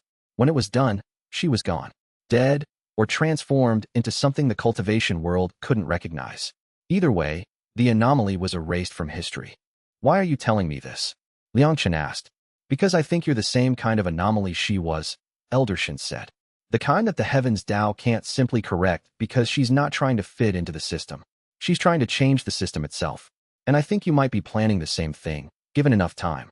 I don't want to rewrite the heavens DAO, Liang Chen said. I just want to be left alone. The heavens DAO will never leave you alone, Elder Shen said gently. You're a threat to it, whether you want to be or not. Your very existence, your undefined qi, the way you advance without following the established forms. All of it challenges the assumption that the system is the only way. So the system will keep trying until either you're dead or you're powerful enough that it has to acknowledge you as something new. Then I'll become strong enough, Liang Chen said. The tribulation force in his body was still integrating, still changing him. But he could feel it, feel the power that came with it. He could feel himself becoming something that the heavens DAO had never intended, something that the system hadn't planned for, something that might eventually be powerful enough to change things. That's what I thought you'd say, Elder Shen smiled. By the time spring arrived fully, Liang Chen had fully integrated the tribulation force. It wasn't a violent coexistence anymore. The two types of qi, his natural, undefined essence, and the heavens DAO force that the tribulation had given him, had learned to work together, had found a way to exist in the same body without warring. They complemented each other, strengthened each other, created combinations that neither could achieve alone. The result was strange. When he meditated now, he could feel the structure of the heavens DAO directly. He could sense the patterns it wanted to impose, the hierarchy it was trying to enforce, the deep certainty that there was a right way and a wrong way to cultivate. But he could also choose to ignore those patterns, to move his qi in ways that contradicted them, and the patterns wouldn't collapse. They just adapted, acknowledged the exception, and moved on. You're becoming something new, Elder Shen said, watching him meditate one evening. The old cultivator seemed to have stopped aging since they'd met. He moved with more ease, cultivated with more focus. Having someone like Liang Chen to teach was apparently giving him new purpose. The tribulations have changed you, but you've changed them too. You've integrated tribulation force in a way no other anomaly has, as far as I know. Most of them resist it, and it destroys them. Others are destroyed before they can integrate. But you're using it as a tool for understanding. What happens now? Liang Chen asked. The third tribulation was coming. He could feel it building in the distance, the heavens DAO gathering its will for another attempt at correction. This one felt different too. The earlier tribulations had been trying to destroy or transform. This one felt like it was trying to negotiate or test. He wasn't sure yet. Now you choose, Elder Shen said. You can stay here and continue training, becoming stronger, preparing for the inevitable escalations ahead. Or you can go back out into the world. The heavens DAO will hunt you either way, but there are places it hunts less aggressively. Places where other anomalies have hidden, where there are communities of cultivators who've rejected the established hierarchy. I could find other anomalies? Liang Chen asked. Possibly. I have records of maybe a dozen sightings over the past few decades.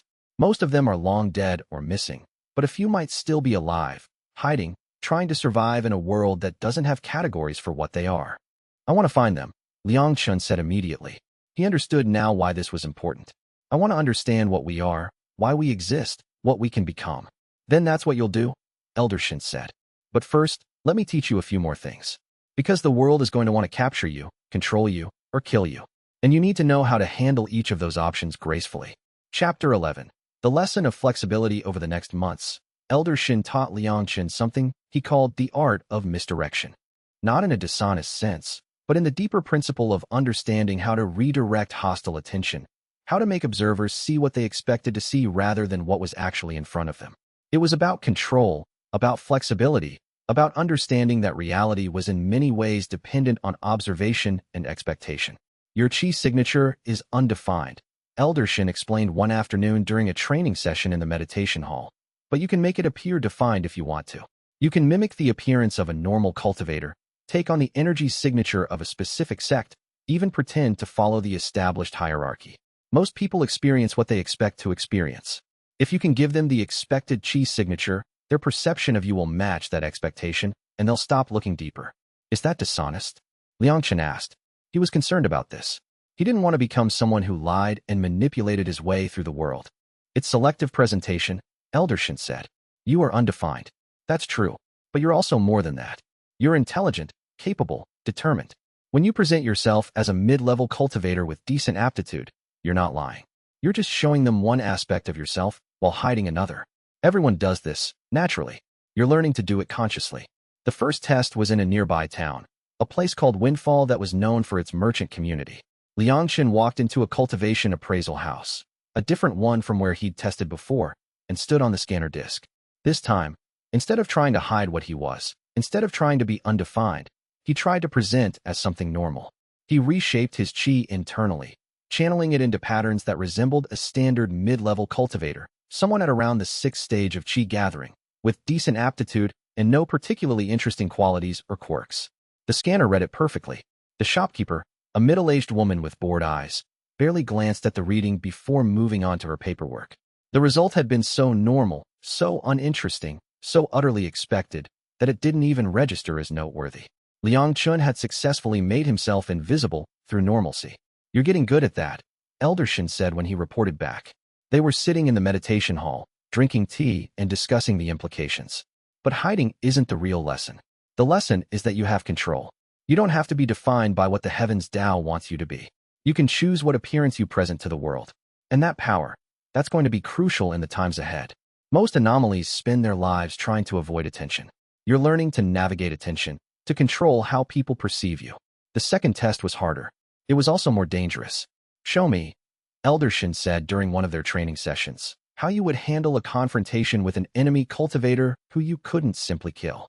They sparred, and for the first time since meeting Elder Chen, Liang Chen fought him in earnest.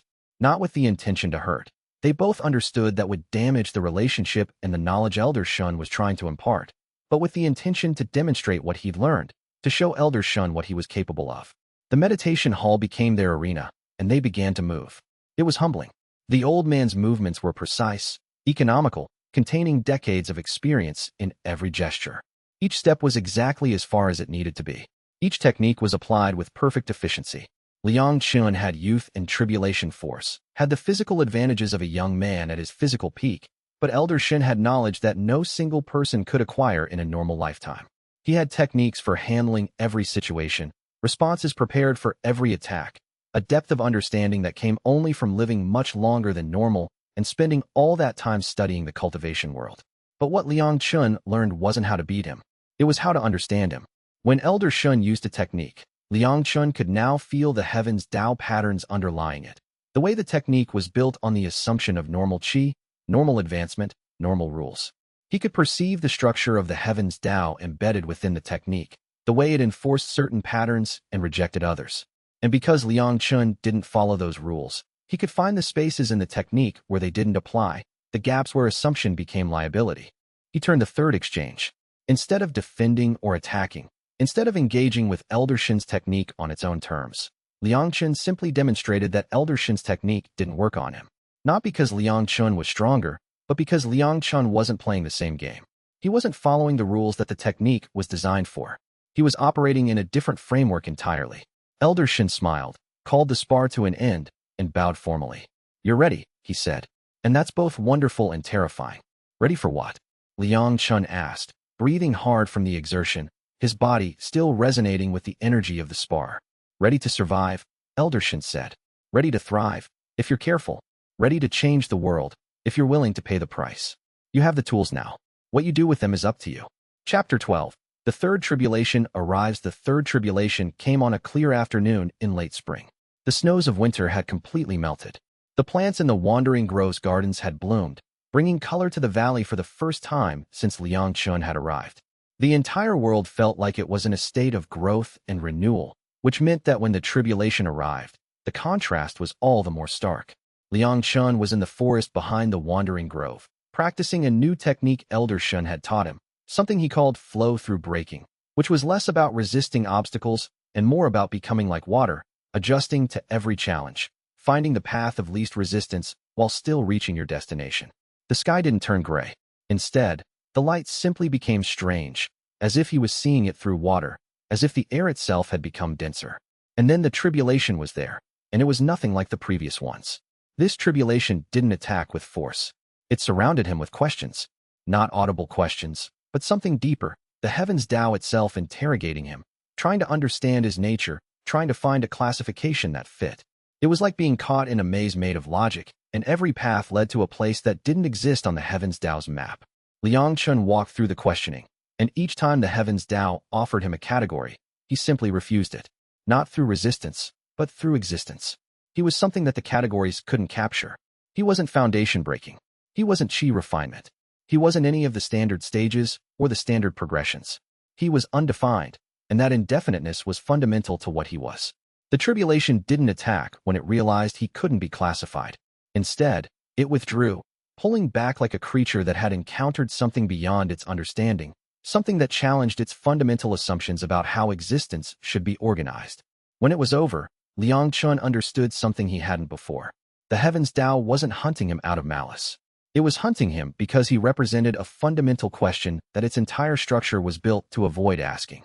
If he was real, if he could exist and thrive, then all the assumptions it had built itself on might be wrong. He walked back to the wandering grove slowly, his mind still processing what had just happened. The third tribulation had been fundamentally different from the first two. There had been no violence in it, or at least, the violence had been more intellectual than physical. The tribulation had attacked his assumptions, his certainties, his understanding of what he was. He found Elder Shen waiting at the entrance to the meditation hall, the old cultivator sitting on a bench with tea already prepared. The tribulation changed, the old cultivator said. He said it not as a question but as an observation, the way someone might note that the weather had shifted. It was trying to understand me, Liang Chen said. He sat down and accepted the tea. It was warm and soothing, with a flavor he didn't recognize but that somehow seemed perfect for the moment. Not kill me. Not even really harm me. Understand. Yes, Elder Shen said. He poured his own tea carefully. And now it's starting to fear you. Fear that you might be something it has to accommodate. Fear that you might reveal the possibility of change to other cultivators. Fear that your existence might crack the foundation of its entire existence. Liang Chen considered this. Fear was interesting. The heavens Tao was afraid of him. A vast system, encompassing all of existence, was experiencing something like fear in response to what he was. What do I do with that fear? Liang Chen asked. That, Elder Shen said, is a question you have to answer yourself. The old cultivator was right. It was Liang Chen's question to answer, not Elder Shen's to answer for him.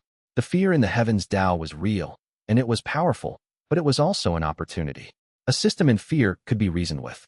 A system in fear might be willing to negotiate, to listen, to consider possibilities it might otherwise have rejected. But Elder Shen continued, almost as if reading his mind. The tribulations will escalate again. Now that the heavens Tao understands what you are, now that it recognizes you as a genuine threat, it will commit more resources to dealing with you. The next tribulation will be even more intense than the third. Then I need to find others, Liang Chen said. People like me. Anomalies. If I'm alone, eventually a tribulation will come that's strong enough to kill me. But if there are multiple of us, all working together, the tribulations might not be strong enough. That's intelligent, Elder Shen said. Yes, go find them. Gather them. Learn what you can from each other. But be careful. The sects are also aware now that anomalies exist. They'll be hunting you with increasing intensity. Where do I start? Liang Chen asked. You start by traveling, Elder Shen said. You travel, and you listen for rumors. You look for places where cultivation techniques don't work the way they're supposed to. You listen for stories of expulsions that don't quite make sense. You find the gaps in the world where the heavens Tao's rules don't quite apply. And so Liang Chen made his decision. He would leave the wandering grove. He would seek out others like him. And he would begin the work of understanding what they all truly were. Chapter 13.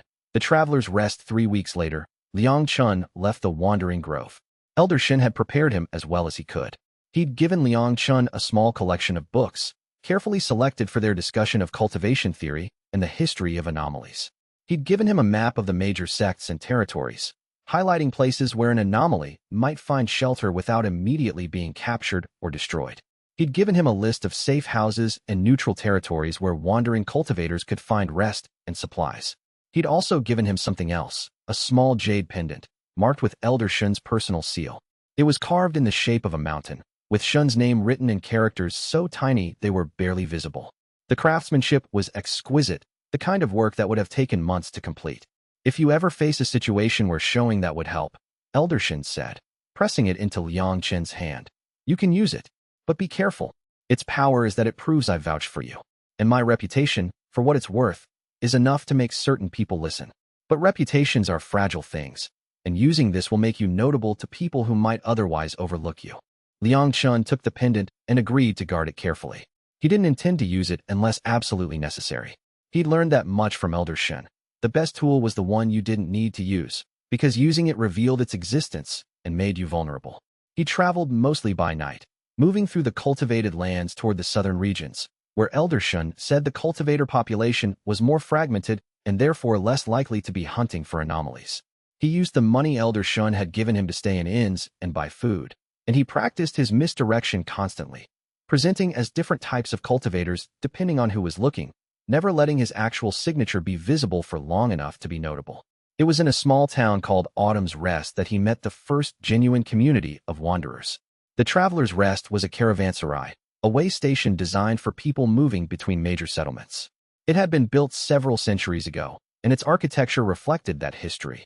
Additions and renovations layered on top of the original structure, creating something that was both functional and inefficient, but that had been maintained well enough to remain hospitable.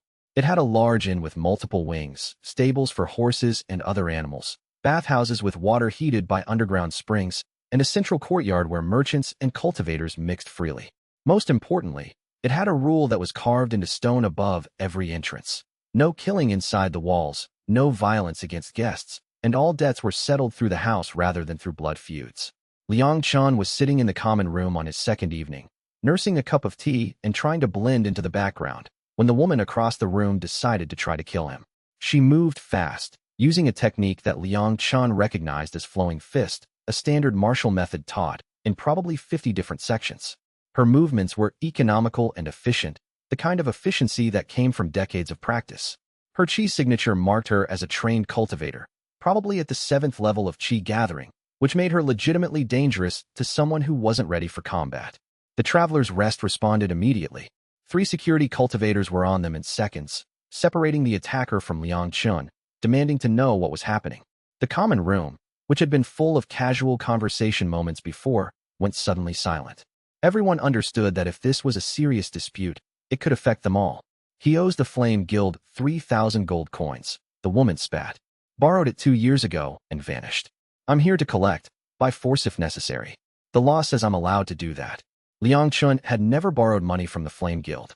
He'd been expelled from his sect 2 years ago, yes, but he'd never been to the capital or any place large enough to have a major financial organization like the Flame Guild. This was obviously a case of mistaken identity, a confusion of names. "He's not the man you're looking for," one of the security cultivators said, addressing the woman with the tone of someone who'd handled similar situations before. The debtor's name was Lei Chun, not Liang Chen, and he was taller, built differently, traveled with a group of merchants. "You're looking at a man maybe half his age." The woman snarled but lowered her weapon. Mistaken identity. A simple mistake that had nearly resulted in violence. She glared at Liang Chen as if it was his fault for having a similar name, then turned to leave. But Liang Chen didn't let her leave like that. "I'll pay the debt," he said. Everyone in the common room stopped moving. The security cultivators looked at him in surprise. The woman turned back slowly. The merchant in the corner who'd been reading a ledger looked up from his papers. "Why would you do that?" the woman asked. Her name badge said her name was Lu Mei, and she worked for the Flame Guild's collections department. She was staring at him with deep suspicion, as if wondering if this was a trick or a trap. "Because someone who looks like me caused someone else trouble," Liang Chen said calmly. "And because I can afford it, and that person probably can't. And because it's the easiest solution to the problem.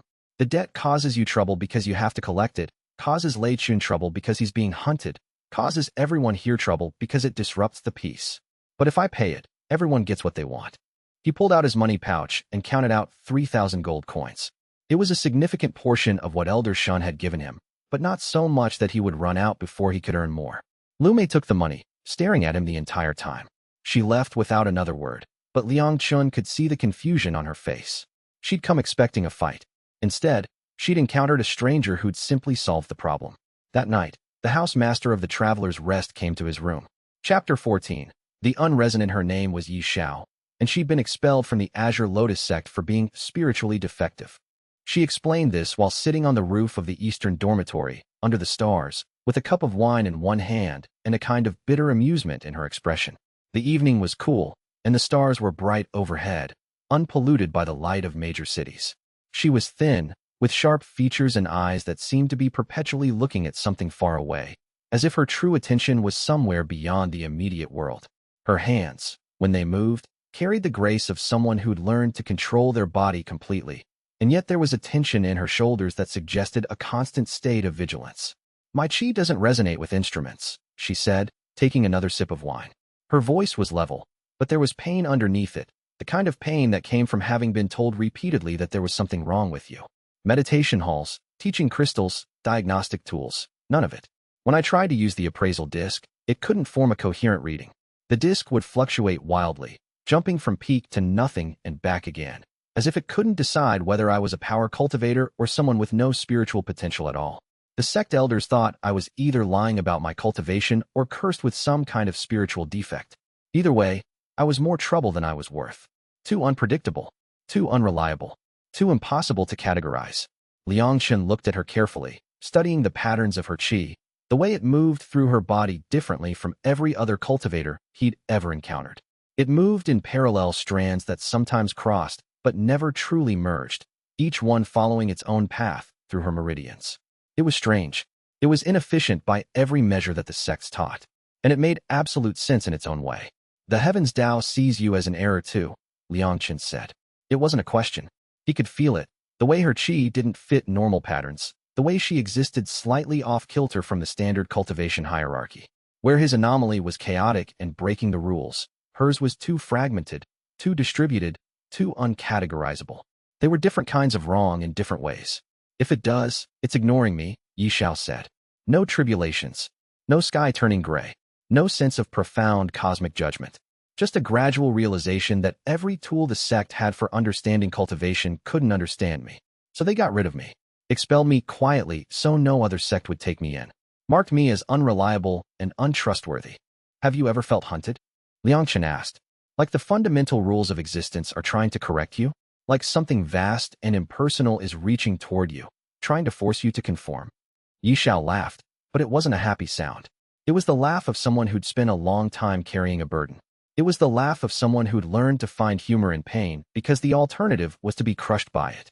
"Every second of every day," she said. "Not by anything external. Not by tribulations or sky judgment. But by myself. I'm constantly checking to make sure I'm real. Constantly wondering if I'm the error they said I was. Constantly afraid that I'm just broken in ways I don't understand. Every time I try to cultivate, I wonder if it's working at all. Every time I feel my chi move, I wonder if I'm just deluding myself." The sect's rejection didn't hurt as much as that constant internal questioning. Liang Chen understood that fear deeply. It was the fear that came with being undefined, with not fitting into any category, with being the exception to every rule. It was the fear that maybe you were wrong about yourself. Maybe the world was right, and you were fundamentally flawed in ways so deep that even you couldn't perceive them. Maybe accepting yourself was just a form of delusion, a refusal to acknowledge the truth about your own defectiveness. But looking at Yi Xiao, at the way her chi actually did work, at the way her fragmented cultivation actually did produce results that were just different rather than inferior, he knew the sect had been wrong. She wasn't broken. She was just a different shape, a different category of cultivator that the existing systems didn't have a box for.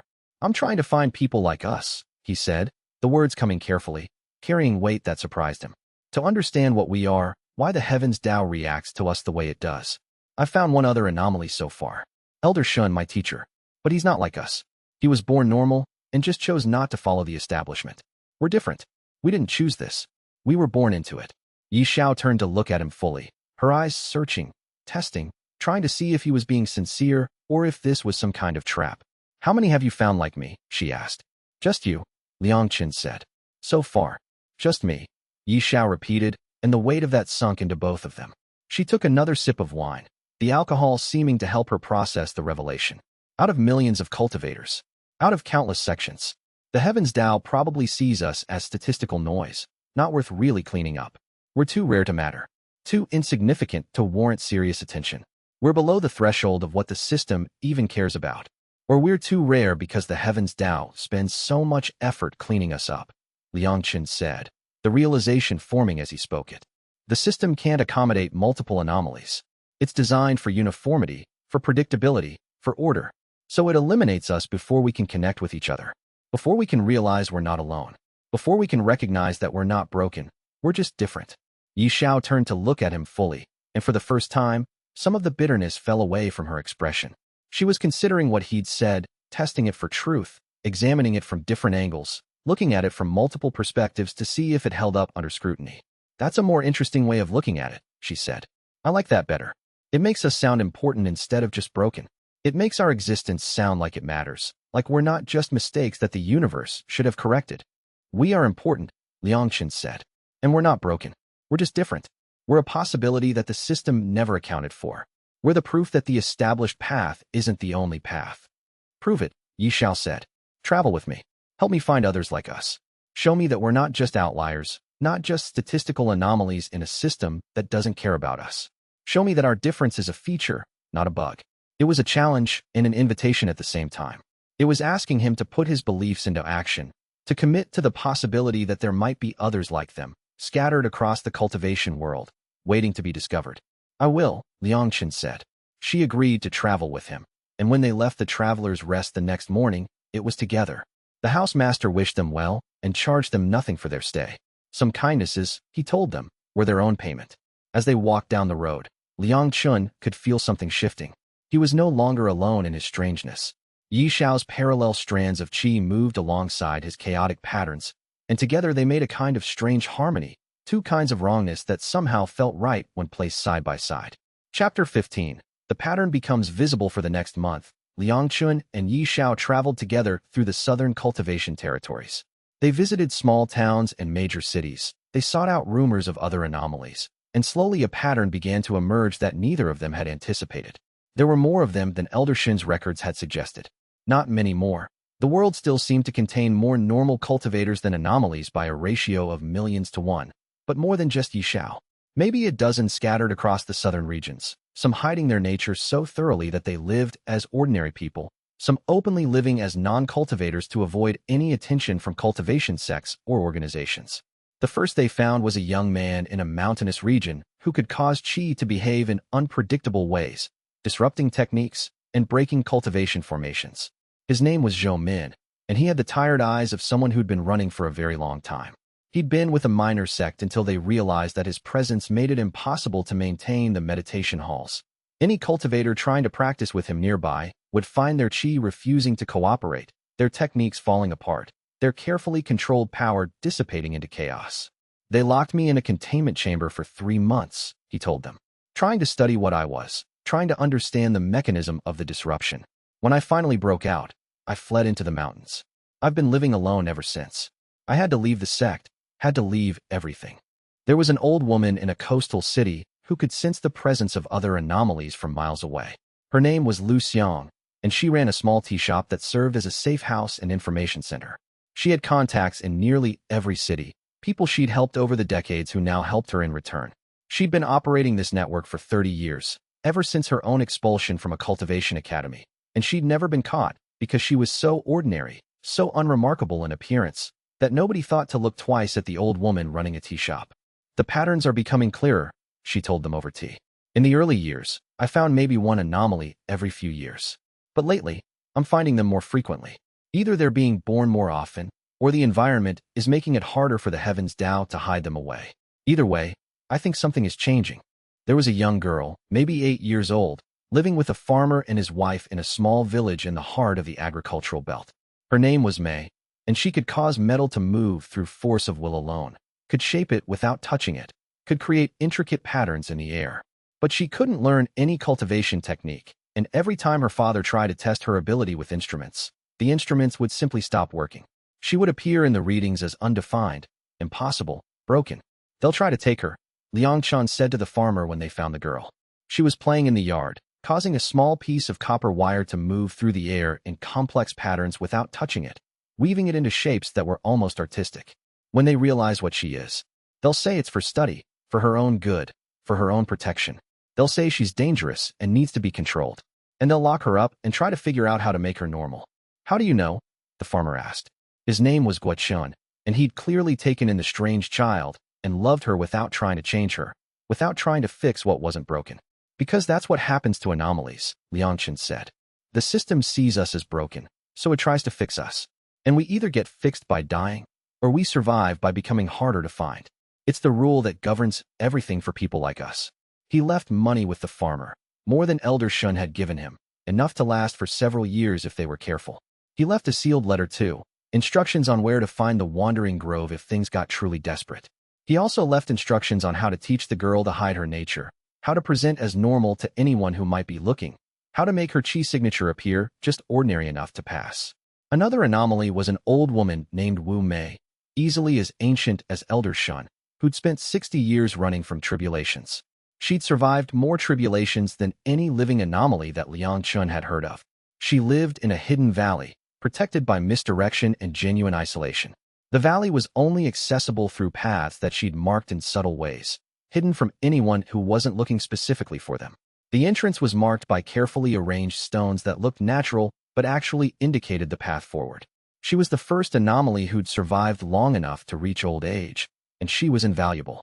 Her name was Grandmother Wu, and she'd pioneered most of the techniques that Elder Shun had been teaching Liang Chen. The tribulations change over time, she told him. They were sitting in her tea room, drinking tea that she'd made from herbs grown in her own garden, tea that seemed to ease the persistent aches that came from surviving so many tribulations. The tea had a flavor that was both bitter and sweet, and it left a tingling sensation in the mouth that suggested it was enhanced with qi. In my youth, they were mindless force, just pure power trying to break whatever was in its way. The strikes came randomly, and there was no pattern to their behavior except that they kept coming until you were dead or they ran out of energy. And now? Liang Chen asked. Now they're starting to think, Grandmother Wu said. They're developing patterns. The tribulations that come for you these days follow logic. They test you. They try different approaches. They learn from failures.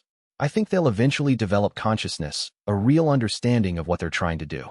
And at that point, we'll have to negotiate with them instead of just survive them. Can you negotiate with the heavens DAO? Liang Chen asked. I don't know, Grandmother Wu said. But you're going to find out, one way or another.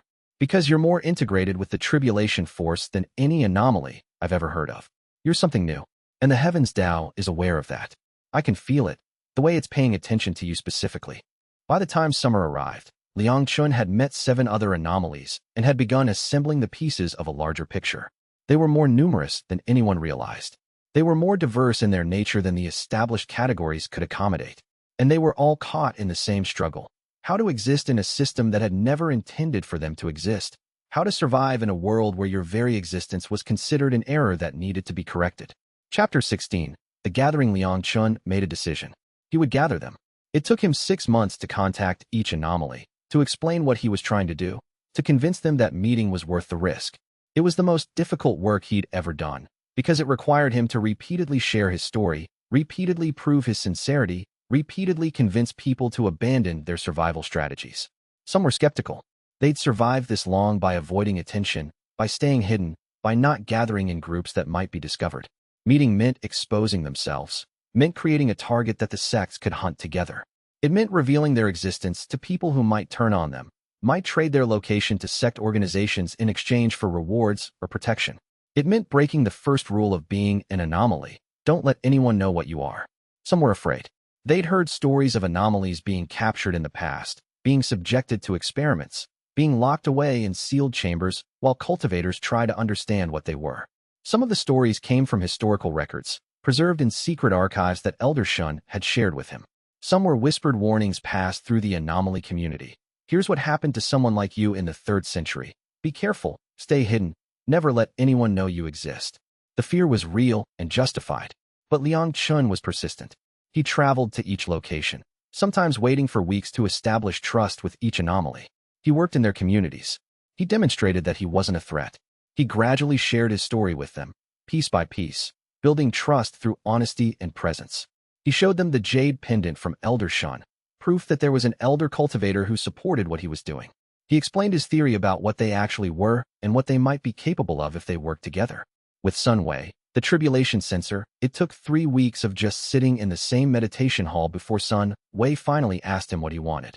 Liang Chen had simply been present, meditating, not pushing, not demanding. And gradually, Sun Wei had become curious enough to reach out. With Su Lin, the technique absorber, it had taken a demonstration. She was working as a servant in a minor sect, hiding her nature completely.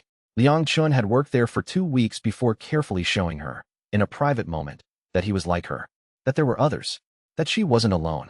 With Grandmother Wu, who was old enough to remember the last great anomaly from 500 years ago, it had simply required respect. He'd come to her home, learned from her, treated her wisdom with reverence. And she'd seen in him something worth taking a chance on. By the time autumn arrived, Liang Chen had managed to assemble 12 of them in a neutral location, a cave system in a mountain range far from any settled land, far from cultivator settlements and sect outposts. Grandmother Wu maintained a safe house here for exactly this kind of gathering, a place where people like them could exist without constant fear of discovery. The caves had been prepared over years, with supplies stored in protected alcoves, fresh water flowing from an underground spring, and defensive formations engraved into the stone itself. Not aggressive formations designed to harm intruders, but protections that would make it harder for sects to attack even if they somehow found the location. Anti-tracking inscriptions, detection barriers, spaces designed to be hard to map, hard to navigate, hard to fully understand. The 12 anomalies gathered slowly over the course of a week, each arriving separately, each traveling through different routes to avoid leaving patterns that could be followed. Yi Xiao, the unresonant woman who couldn't resonate with any cultivation instrument, arrived first, moving through the mountains with the efficiency of someone who'd been running for a very long time. Grandmother Wu herself presided over the gathering, ancient and wise, her presence helping to anchor everyone in the reality of what was happening. There was a young man named Li Chun whose chi could split into multiple strands and attack different targets simultaneously, which made him dangerous in fights, but also deeply alienated from most people, since his presence made normal cultivators deeply uncomfortable. A woman named Su Lin who could absorb techniques and replicate them without practice, which made every sect want to capture her and lock her away, studying her, trying to understand how her ability worked. A cultivator named Sun Wei who could sense tribulations before they arrived, who had saved countless other anomalies by warning them of coming danger and helping them escape before the attacks came. The metal-controlling child Mei, whose parents had agreed to let her travel with the group temporarily, traveled with her parents initially, who stayed in a different cave network to ensure that if Mei was discovered, her parents wouldn't be implicated. A scholar named Huang Jian who could read the underlying patterns of qi in ways that nobody else could, who understood cultivation theory deeply enough to explain what was happening at a fundamental level. A healer named Do Ling who could sense the presence of injuries and illnesses from a distance, who understood health and balance in ways that official cultivator medicine couldn't match. There was a young man named Wan Hao who could make himself invisible to normal perception without actively hiding, not through techniques, but simply through existing in a way that other people's minds didn't register. An older woman named Tang Mei who could accelerate or decelerate the passage of time around specific objects, which meant she could age things rapidly or preserve things indefinitely. And finally, there was one more, a mysterious figure who refused to give their name, who'd simply appeared when Liang Chen called for a gathering, whose presence somehow calmed tribulations in their vicinity. No one knew exactly what this person's ability was, or even if they'd experienced tribulations, but everyone could feel the peace that emanated from them. They sat in a circle around a central fire, and Liang Chen spoke. "The heavens DAO sees us as errors," he said. His voice was calm, but carried weight. "It's trying to correct us. It sends tribulations. It tries to classify us and fails. It tries to integrate us, and we resist. But what if we're not errors? What if we're the next step in human cultivation? What if the established system of cultivation isn't the end state of human development, but just the current state? What if we're what comes after the current system?" "That's philosophy," one of the other anomalies said, a sharp-featured woman named Lu Wei, who could see the future but only in fragmented, unpredictable visions. She had a gift for seeing probabilities, for understanding which futures were likely and which were impossible. "It doesn't change the fact that tribulations are hunting us." "I know," Liang Chen said. "I know that our situation is dire. I know that most of us will die if we continue as we are, hunted and isolated, unable to advance because advancement attracts the tribulation's attention. I have an idea for that. I want to know what the tribulations are really trying to do. I want to understand them so thoroughly that I can communicate with them. And I think the only way to do that is to let one capture me." The silence that followed was absolute. The sound of the fire crackling seemed impossibly loud. Each pop of burning was a judgment, each glow of the flames a reminder of the power they were talking about facing. "Absolutely not," Grandmother Wu said firmly. She had seniority here, and her voice carried the weight of 60 years of experience. "That's suicide." "Not if I'm prepared," Liang Chen said. And not if all of you are here to pull me back if something goes wrong. How would we do that? Yixiao asked. The tribulations don't have physical form. You can't fight them off. They're not creatures you can combat. But you can interrupt them, Liang Chen said. You can disrupt their pattern. I need all of you, with all your strange gifts, applying pressure simultaneously. It might be enough to crack the tribulation open, to create a moment of communication. Your chi signatures are all different. The tribulation isn't designed to handle multiple simultaneous attacks from sources that don't follow its expected patterns. Think of it like breaking an encryption that depends on a single algorithm. If you throw multiple different algorithms at it simultaneously, the encryption breaks down. And what if it's not enough? Lu Wei asked. She had seen the future where this went wrong, had seen multiple versions of futures where the plan failed catastrophically. The weight of that knowledge was written on her face. I've looked ahead. There are probabilities where this works. But there are stronger probabilities where it fails. Then you'll know I tried, Liang Chen said simply. And you'll have time to run. I'll make sure of it. If things go wrong, I'll make sure the tribulation's attention stays focused on me. I'll do everything I can to keep it from hurting any of you. You'll likely die, Li Chen said. He'd been quiet until now, but his multiple strands of consciousness all agreed on this assessment. Probably, Liang Chen said. But I'm going to die anyway. That's what happens to anomalies. Eventually, a tribulation comes that's strong enough, and we can't survive it. At least this way, I get to choose when, and my death means something. It means you all know what I learned. It means my understanding doesn't die with me. That's not very comforting, Grandmother Wu said. But it's the most honest thing I've heard anyone say in decades. Chapter 17. The preparation. They spent a month preparing for the tribulation. Liang Chen refined his understanding of his own qi and the tribulation force he'd integrated. He meditated daily, reaching deeper into his consciousness, exploring the boundaries between his own nature and the celestial force that now flowed through him. The more he understood the tribulation force, the more he understood what the heavens DAO actually was. Not a malevolent consciousness, but a vast organizational system that had become so rigid, so committed to its own rules, that it couldn't adapt to anything new. The other anomalies studied each other's techniques with intense focus, learning how to work together, how to combine their strange gifts into something greater than the sum of their parts. Li Chen taught the others how his multiple strand technique worked, how it required a kind of conceptual flexibility that most cultivators didn't possess. Su Lin demonstrated how she absorbed techniques, not through force, but through a kind of spiritual listening, allowing the technique to reveal itself to her, and then replicating it from that understanding.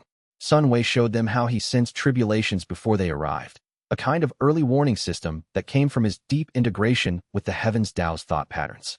Grandmother Wu taught them meditation and centering techniques that might help them maintain focus through the chaos of a real tribulation. These weren't standard meditation forms. These were techniques she developed over 60 years of surviving tribulations, techniques designed to keep a person's consciousness anchored even while their body was being subjected to forces that wanted to unmake them. Yixiao helped Liang Chen understand the moment of maximum vulnerability, the instant when he would be most susceptible to transformation, when they would need to strike. She walked through theoretical scenarios with him, imagining how the tribulation might approach him, how he might respond, where the critical moment would come. And slowly, something new began to emerge.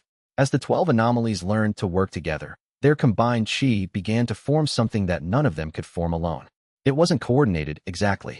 It was more like a resonance, a harmony created by forces that had been trained by the heavens DAO to be discordant, suddenly discovering that they could align in ways that created entirely new patterns. The healer Do Ling noticed it first. Can you feel that? She asked one evening during a joint meditation session. All 12 of them were sitting in a circle in the cave's largest chamber, their qi slowly rising as they synchronized their breathing. Our qi signatures are beginning to resonate together. It's not forcing, not controlling. It's like we're all just being ourselves, but ourselves are beginning to match in frequency.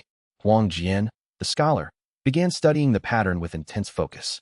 He would sit in meditation, opening his perception as far as he could, trying to understand the underlying structure of what was happening. It's not a formation, he said one morning, after spending the entire night in meditation. Not in the traditional sense. Formations require strict structure, strict organization, pre-planned patterns that dictate exactly how qi should move. This is more organic. It's more like we're becoming a single distributed system. Our individual anomalies, the things that make each of us impossible, are combining to create something that the heavens DAO has never encountered before. What happens if we keep doing this? Wanhao asked. He was the young man who could make himself invisible to perception, and he was concerned about whether maintaining this resonance might lock him into a permanent state where he couldn't hide. I don't know, Huang Jin admitted. This is unprecedented. There's no recorded instance of multiple anomalies working together like this. We're navigating by intuition and theory. When Liang Chen opened his perception to it fully, he was awed. The combined qi of 12 anomalies created something beautiful and terrifying in equal measure. It was like a new color that had never existed before, a frequency that the heavens DAO had never encountered in all its existence. It was the sound of change trying to manifest in a world that was built to prevent change. It was the vibration of possibility, of futures that hadn't existed a moment before and might not exist a moment later. When all 12 of them opened their qi simultaneously, the very air around them seemed to shimmer, as if reality itself was struggling to accommodate something it had no framework for. The stone of the cave seemed to hum with the resonance. The light coming through the entrance seemed to bend slightly, as if the world itself was trying to process what was happening. We've created a new pattern, Grandmother Wu said, watching them with ancient eyes that had seen 60 years of tribulations and survival. Something the heavens DAO doesn't have a response for. That's our strength. And our vulnerability, the mysterious Anomaly said quietly. The heavens DAO will adapt. Once it understands what we're doing, it will find a way to respond. Then we use the time we have, Liang Chen said. We practice this until it becomes second nature, until we can form this resonance even in the chaos of an actual tribulation. On the night before the tribulation was scheduled, Liang Chen sat with Elder Shun via Sending Stone, a magical artifact that allowed communication across distance. The Sending Stone was a pair of polished jade pieces, inscribed with communication inscriptions, that allowed two people to talk regardless of how far apart they were. The connection was limited, you couldn't send detailed information, and the artifacts were expensive, but for a simple voice conversation, they were invaluable. The old cultivator had insisted on being able to monitor the situation, had refused to let Liang Chen face this moment without someone watching. He'd left the wandering grove briefly and traveled to a position where he could watch the cave system, could intervene if things went truly catastrophically wrong. Elder Shin was positioned on a mountain peak about 10 miles away, far enough to be safe, but close enough to act if necessary. You're certain about this? Elder Shin asked through the stone. His voice was small, distorted by the limitations of the artifact, but unmistakably concerned. The old cultivator had grown attached to him, Liang Chen realized. This wasn't just a teaching relationship anymore. It was something deeper. No, Liang Chen said honestly. He was sitting alone in a chamber deep within the cave system, away from the others, trying to center himself for what was coming.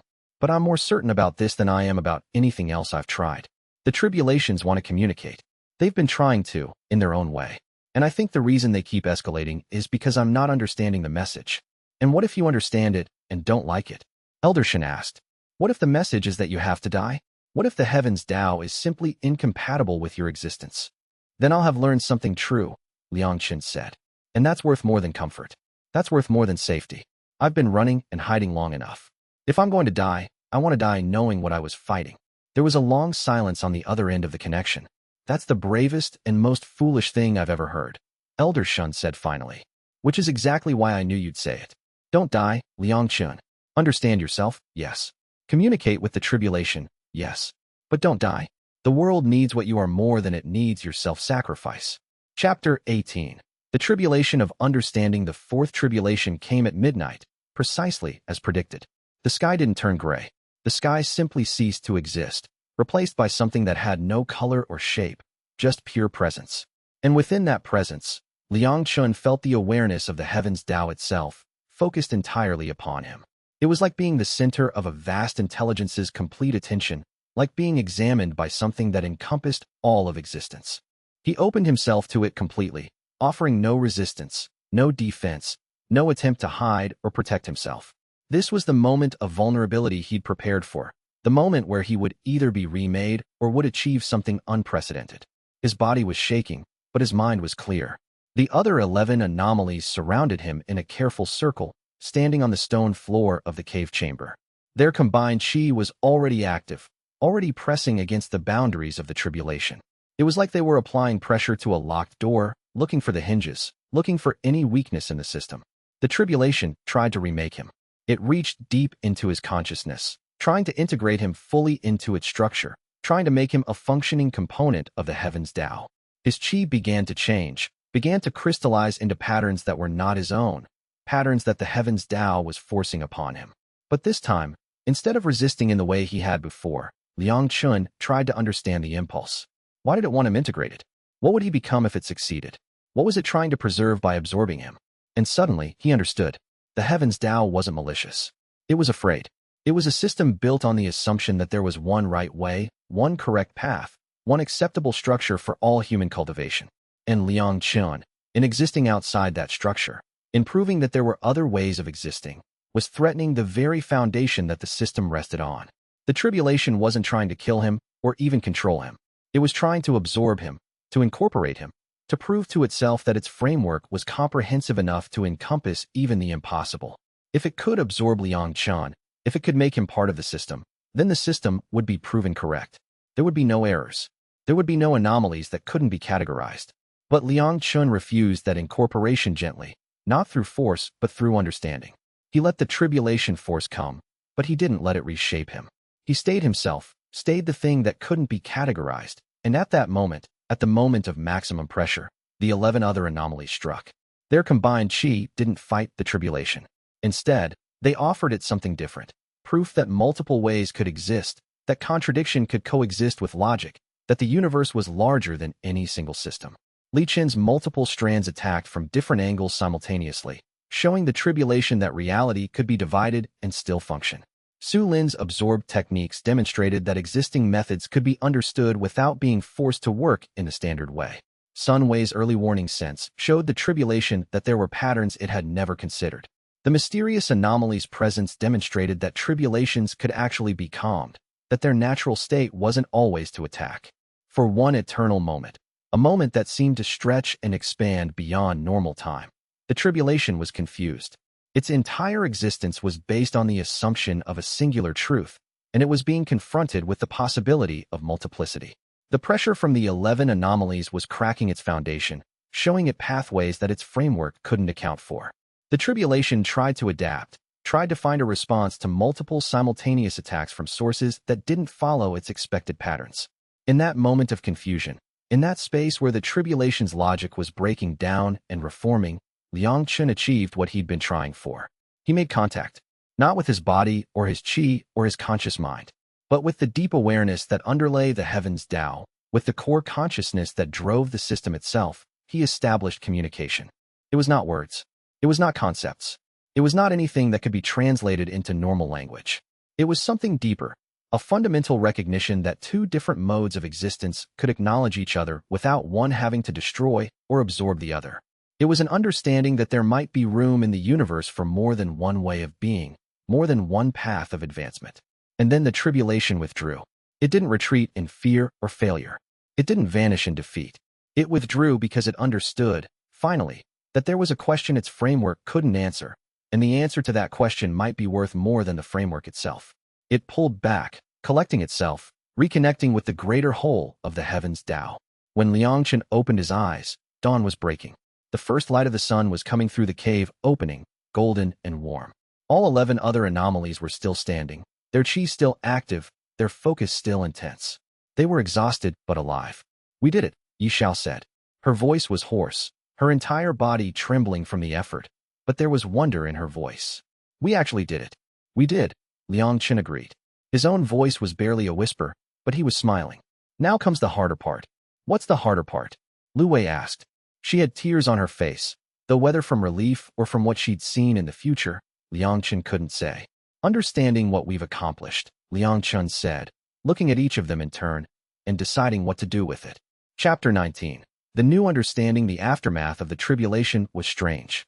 The cave was suddenly quiet, the kind of profound quiet that comes after intense activity, when the world is still settling back into normal operation. Liang Chen could feel his body recovering from the ordeal, his chi slowly returning to balance, the tribulation force within him integrating more deeply with his natural essence. His skin was burned in places where the tribulation had touched him directly, the lightning scars marking him like spiritual tattoos, but the injuries were already beginning to heal, assisted by the combined chi of the other anomalies, who were taking turns applying their healing and restoration abilities. Each one worked with their own unique method, Yixiao's parallel strands weaving in and out, Huang Jian's precise qi finding exactly where damage needed repair. Li Chen's multiple-strand consciousness somehow able to be in many places at once, offering relief everywhere at once. But more importantly, he could feel something else. A new understanding, a new perception, a new way of seeing the world. It was as if a veil had been lifted, and the true nature of reality had been revealed underneath it. He could now perceive the heavens Tao directly, in a way that no normal cultivator could. Not as an external force imposing rules from outside, but as a vast, complex system that permeated all of existence. It was like suddenly learning to see ultraviolet light, discovering that there was an entire spectrum of reality that had been invisible before. Every living thing glowed with the patterns of the heavens Tao. Every plant, every animal, every cultivator, every rock and stream and mountain. All of them were part of a vast, interconnected system that governed their growth and development. The system was designed to enforce certain patterns, certain progressions, certain ways of being. It had been built over countless eons, refined by billions of cultivators who'd all followed the same path, each one reinforcing the established structures. But it was not malicious. It was not cruel. It was simply mechanical, following its own logic without consciousness or intent. It was the accumulated weight of millions of successful cultivators, each one confirming through their own success that the system worked, that the way was true. And he could also perceive the spaces in that system, the places where the rules didn't apply, the gaps where something new could grow. These spaces had always existed. They were the reason that anomalies could exist at all, the foundation that allowed for deviation from the expected path. But most anomalies never recognized them. They just kept trying to fit into the system, kept trying to succeed within the established framework, kept hurting themselves by banging against walls that would never yield. They thought their failure to conform was a personal defect rather than a sign that they needed to find a completely different way. Grandmother Wu brought him tea as he sat recovering, moving slowly to avoid disturbing the delicate healing work still being performed by the others. The old woman's hands were still trembling slightly from the effort of maintaining her part of the interference pattern, the subtle manipulation of qi that had allowed them to resist the tribulation's full force, but her eyes were bright with understanding. She'd waited 60 years for someone to do what Liang Chen had just done, to reach out to the heavens Tao not with defiance, but with curiosity. Not with anger at being rejected, but with genuine interest in understanding the system that had rejected them. "You've changed," she said. "I can feel it. You're not just an anomaly anymore. You're something else entirely. You've become a bridge." "I'm not sure what I am," Liang Chen said honestly, accepting the tea with gratitude. He drank it slowly. It was bitter and warm, and it seemed to ease the burning sensation in his throat that came from calling out qi patterns at volumes that the human throat wasn't designed for. "You're a bridge," Grandmother Wu repeated with certainty. "A bridge between two ways of being. The system and the anomaly, working together." The tribulation recognized that. That's why it withdrew. It understood that you weren't trying to destroy the heavens Tao. You were trying to make it bigger. You were offering it a chance to expand, to accommodate variations that it had never accounted for. Over the following days, the anomalies discussed what had happened and what it meant, sitting in circles in the cave, their strange and varied forms of qi creating harmonies that would have been impossible for normal cultivators. Huang Jian, the scholar, filled pages with notes about the nature of the communication, the way that the tribulation had reorganized its approach, the subtle shifts in the heavens Tao's response to anomalies. "The system is learning," he said, his multiple voices speaking in harmony, even though there was only one of him. Before, it saw anomalies as errors. Now, I think it's starting to see them as variations, like a plant that produces an unexpected mutation. The mutation might not be what was planned, but it's not necessarily a failure either. It's another way of being alive, another way of growing, another way of existing within the system. "That sounds optimistic," Liang Chen said. His multiple-strand qi was still slightly scattered from the effort of maintaining the interference pattern, and he was struggling to keep his consciousness unified across all of them. It was like trying to hold 10 conversations simultaneously and make sure they were all saying the same thing. "It is optimistic," Huang Jian agreed. "But don't mistake understanding for acceptance. The heavens Tao is going to try to understand anomalies better, but that understanding might lead to better ways of controlling us, not better ways of accepting us. Knowledge can be a tool of oppression as easily as it can be a tool of liberation."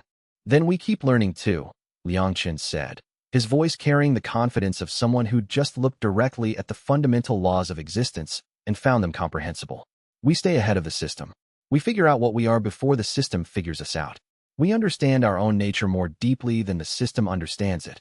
and we use that advantage to shape the conversation about what we are and what we should be allowed to become. The mysterious anomaly, the one who'd never given a name, spoke for only the second time since the gathering began. Their form was too strange to really look at directly. Something about the way their chi was organized made the mind slide off them if you tried to focus too hard. The system will never fully accept us, they said, their voice like whined through a canyon, coming from multiple directions at once. But it might accept that we exist. And that's enough. That's more than we had before. That's a place from which change can grow. Liang Chen understood then that the true victory wasn't in defeating the heavens DAO or in forcing the system to change. The victory was in making the system aware that it needed to expand its categories, that it needed to make space for things it had never accounted for, that the unified path it had maintained for countless eons might be only one of many valid ways to cultivate and grow. That awareness was the seed from which a new future would grow. Chapter 20. The path forward. Over the next week, as everyone recovered from the tribulation, Liang Chen spent time with each of the anomalies, understanding more about what they were, what they could become. Yi Xiao spent hours telling him about her life before her expulsion, about the fear of being alone with her nature, about the desperate hope she'd felt when she first realized there were others like her. I thought I was the only one, she said.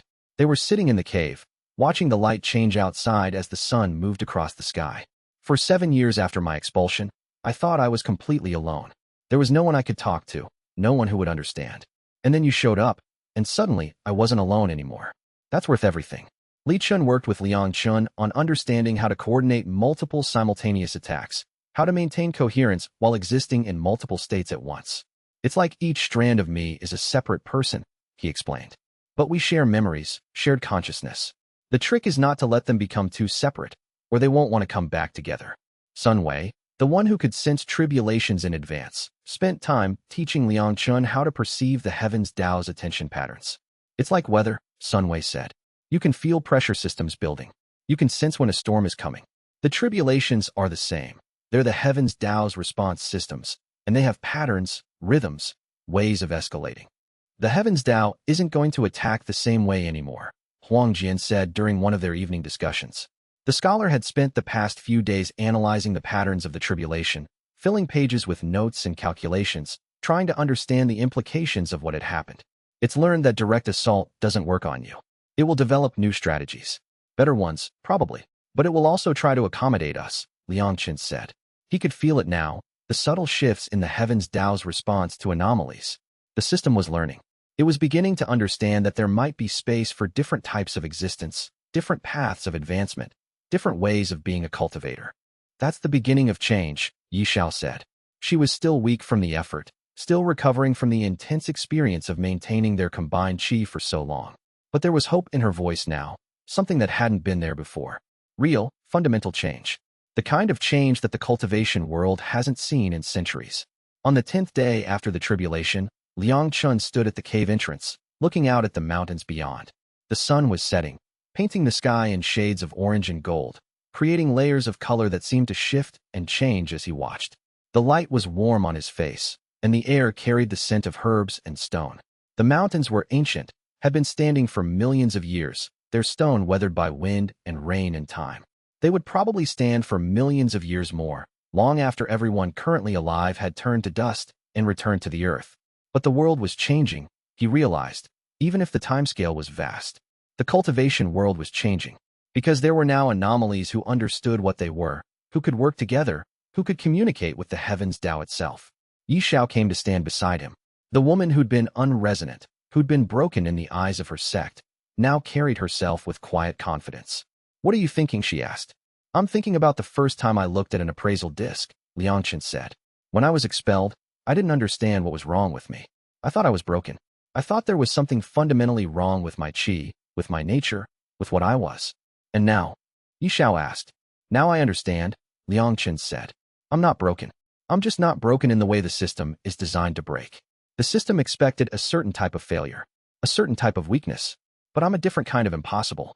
And that means I might be a different kind of powerful.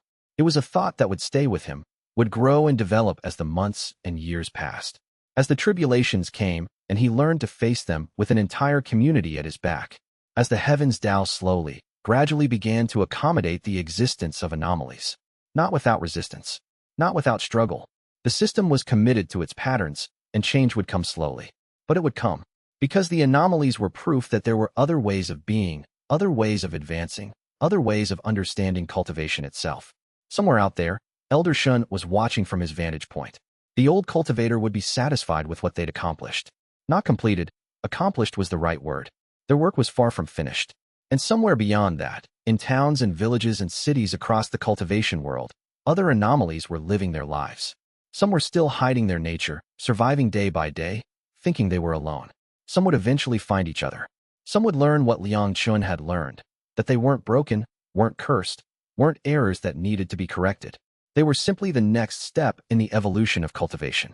And the Heavens DAO, vast and ancient and powerful as it was beginning to learn how to accommodate them. Maybe it would take centuries. Maybe it would never fully accept them. But understanding was a beginning. Recognition was a beginning.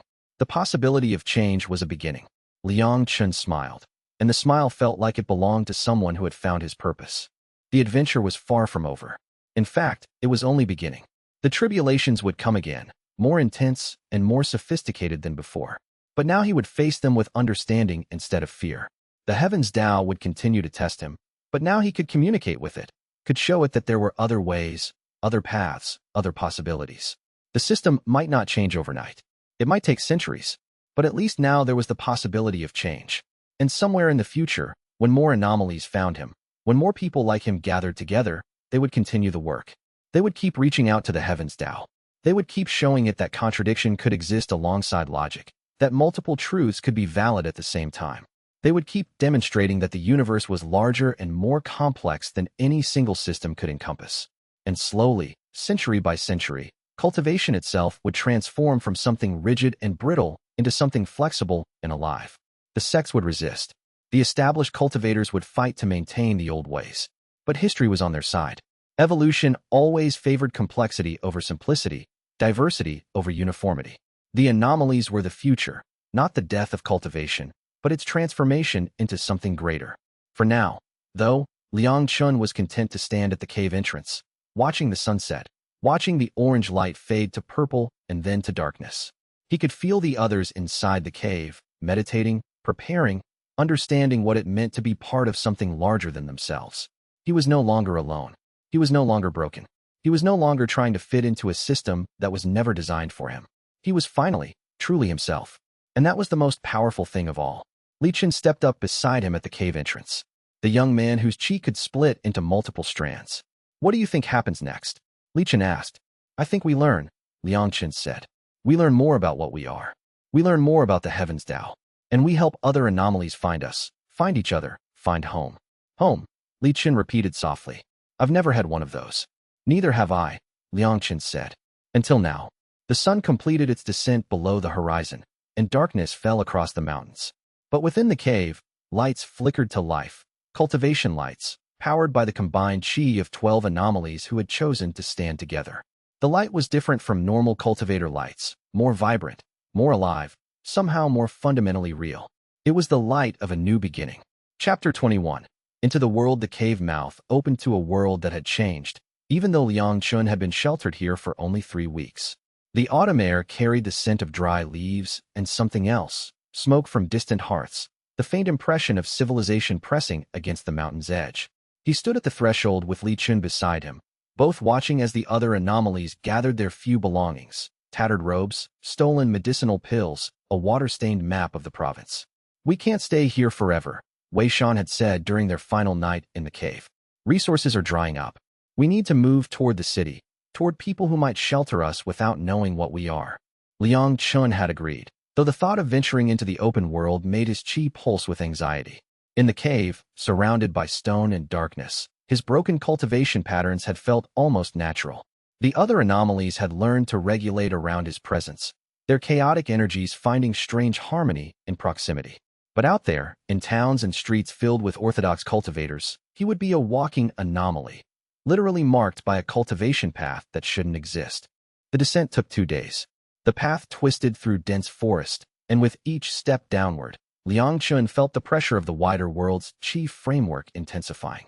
The Heavens DAO here was less refined than in the protected peaks, but more present, a constant invisible hand that expected conformity. His chi resisted it instinctively, and the resistance created friction that made his skin tingle. By the second evening, they reached the foothills and the first sign of human habitation, a small hamlet of wood frame houses clustered around a shallow river. Fields stretched beyond, worked by laborers whose chi was barely cultivated at all. Mundane farmers. The orthodox would call them beneath notice. We should avoid it. One of the newer anomalies, a woman named Hui who had been missing her left arm until her chaotic chi had somehow grown it back, pointed toward the smoke rising from the hamlet's center. But Liang Chen shook his head. We need supplies. And more importantly, we need information.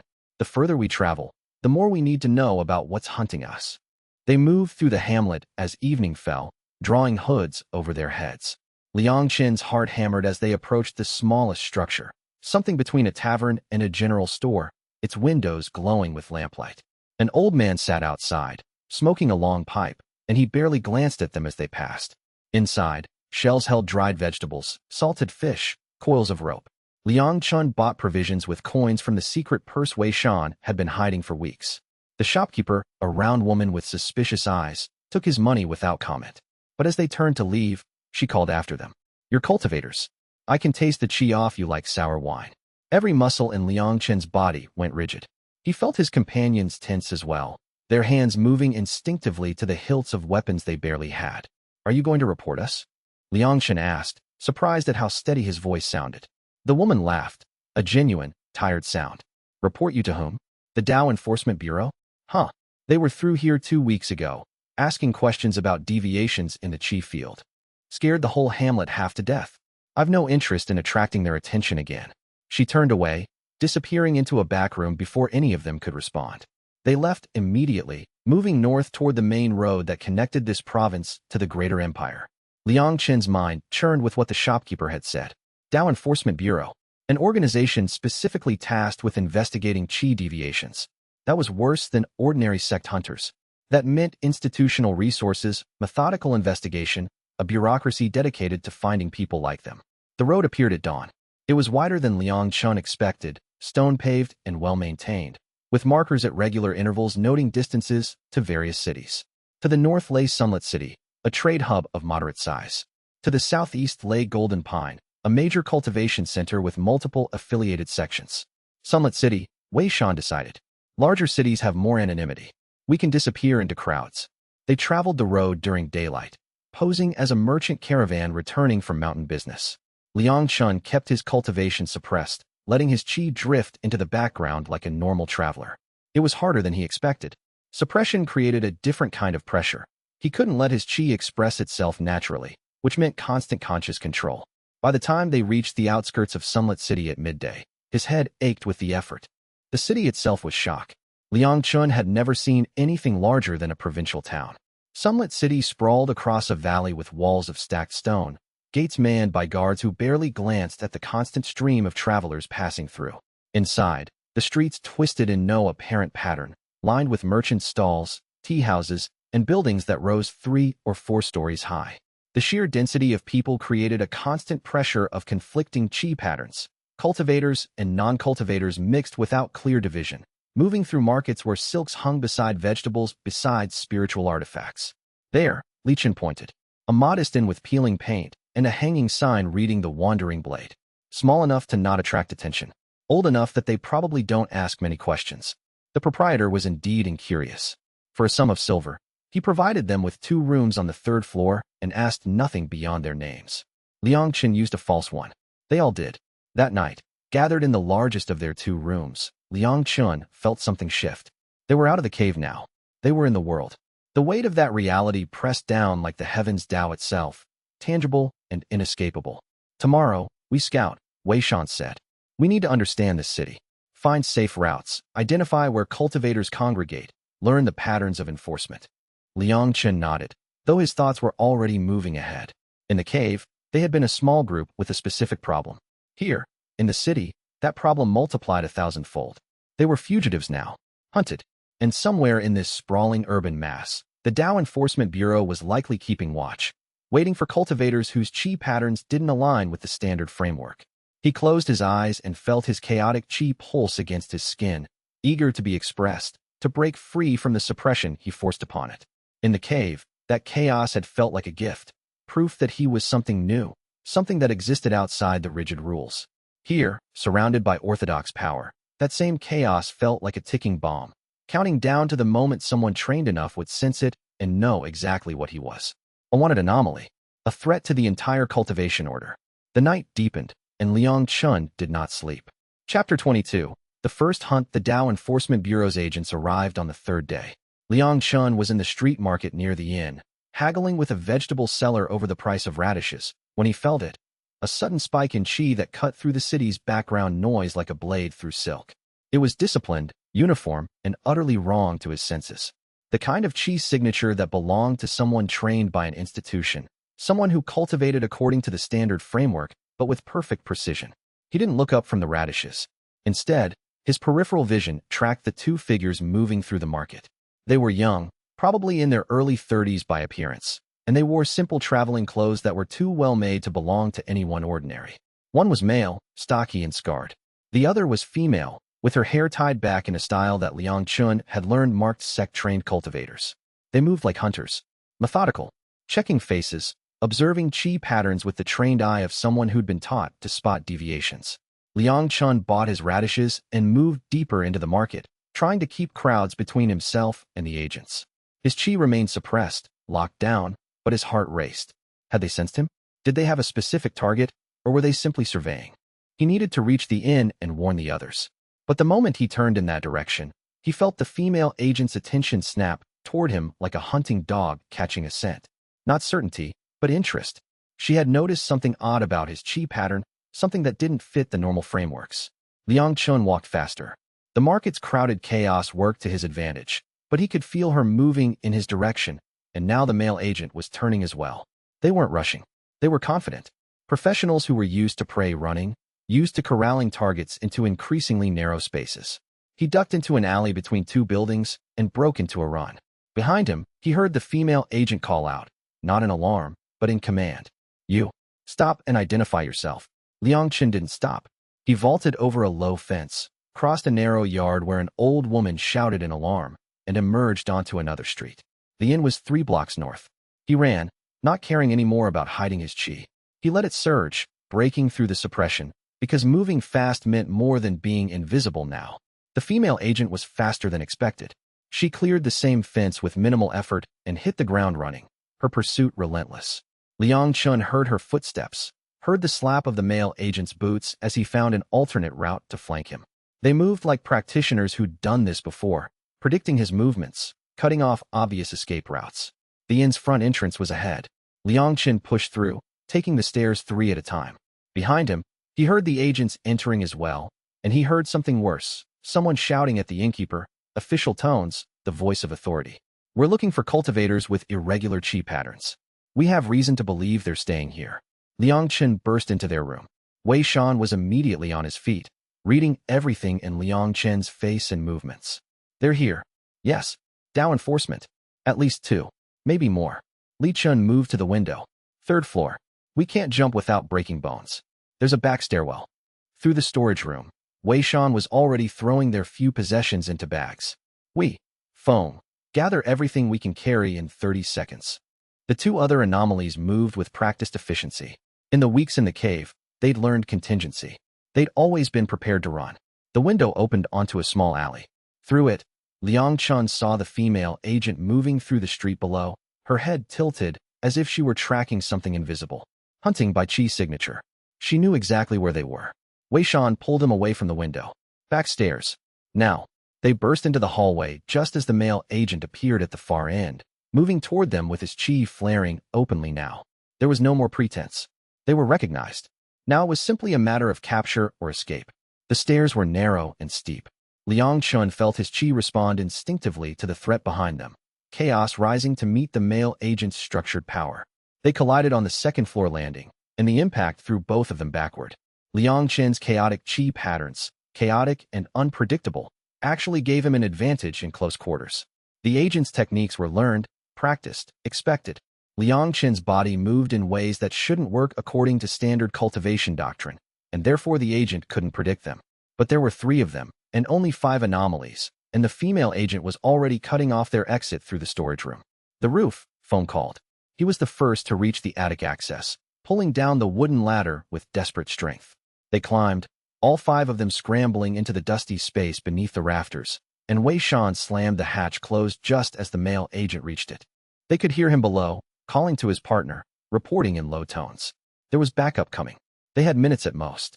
The roof access was locked from the inside, but Liang Chen's chaotic chi power made short work of the wood.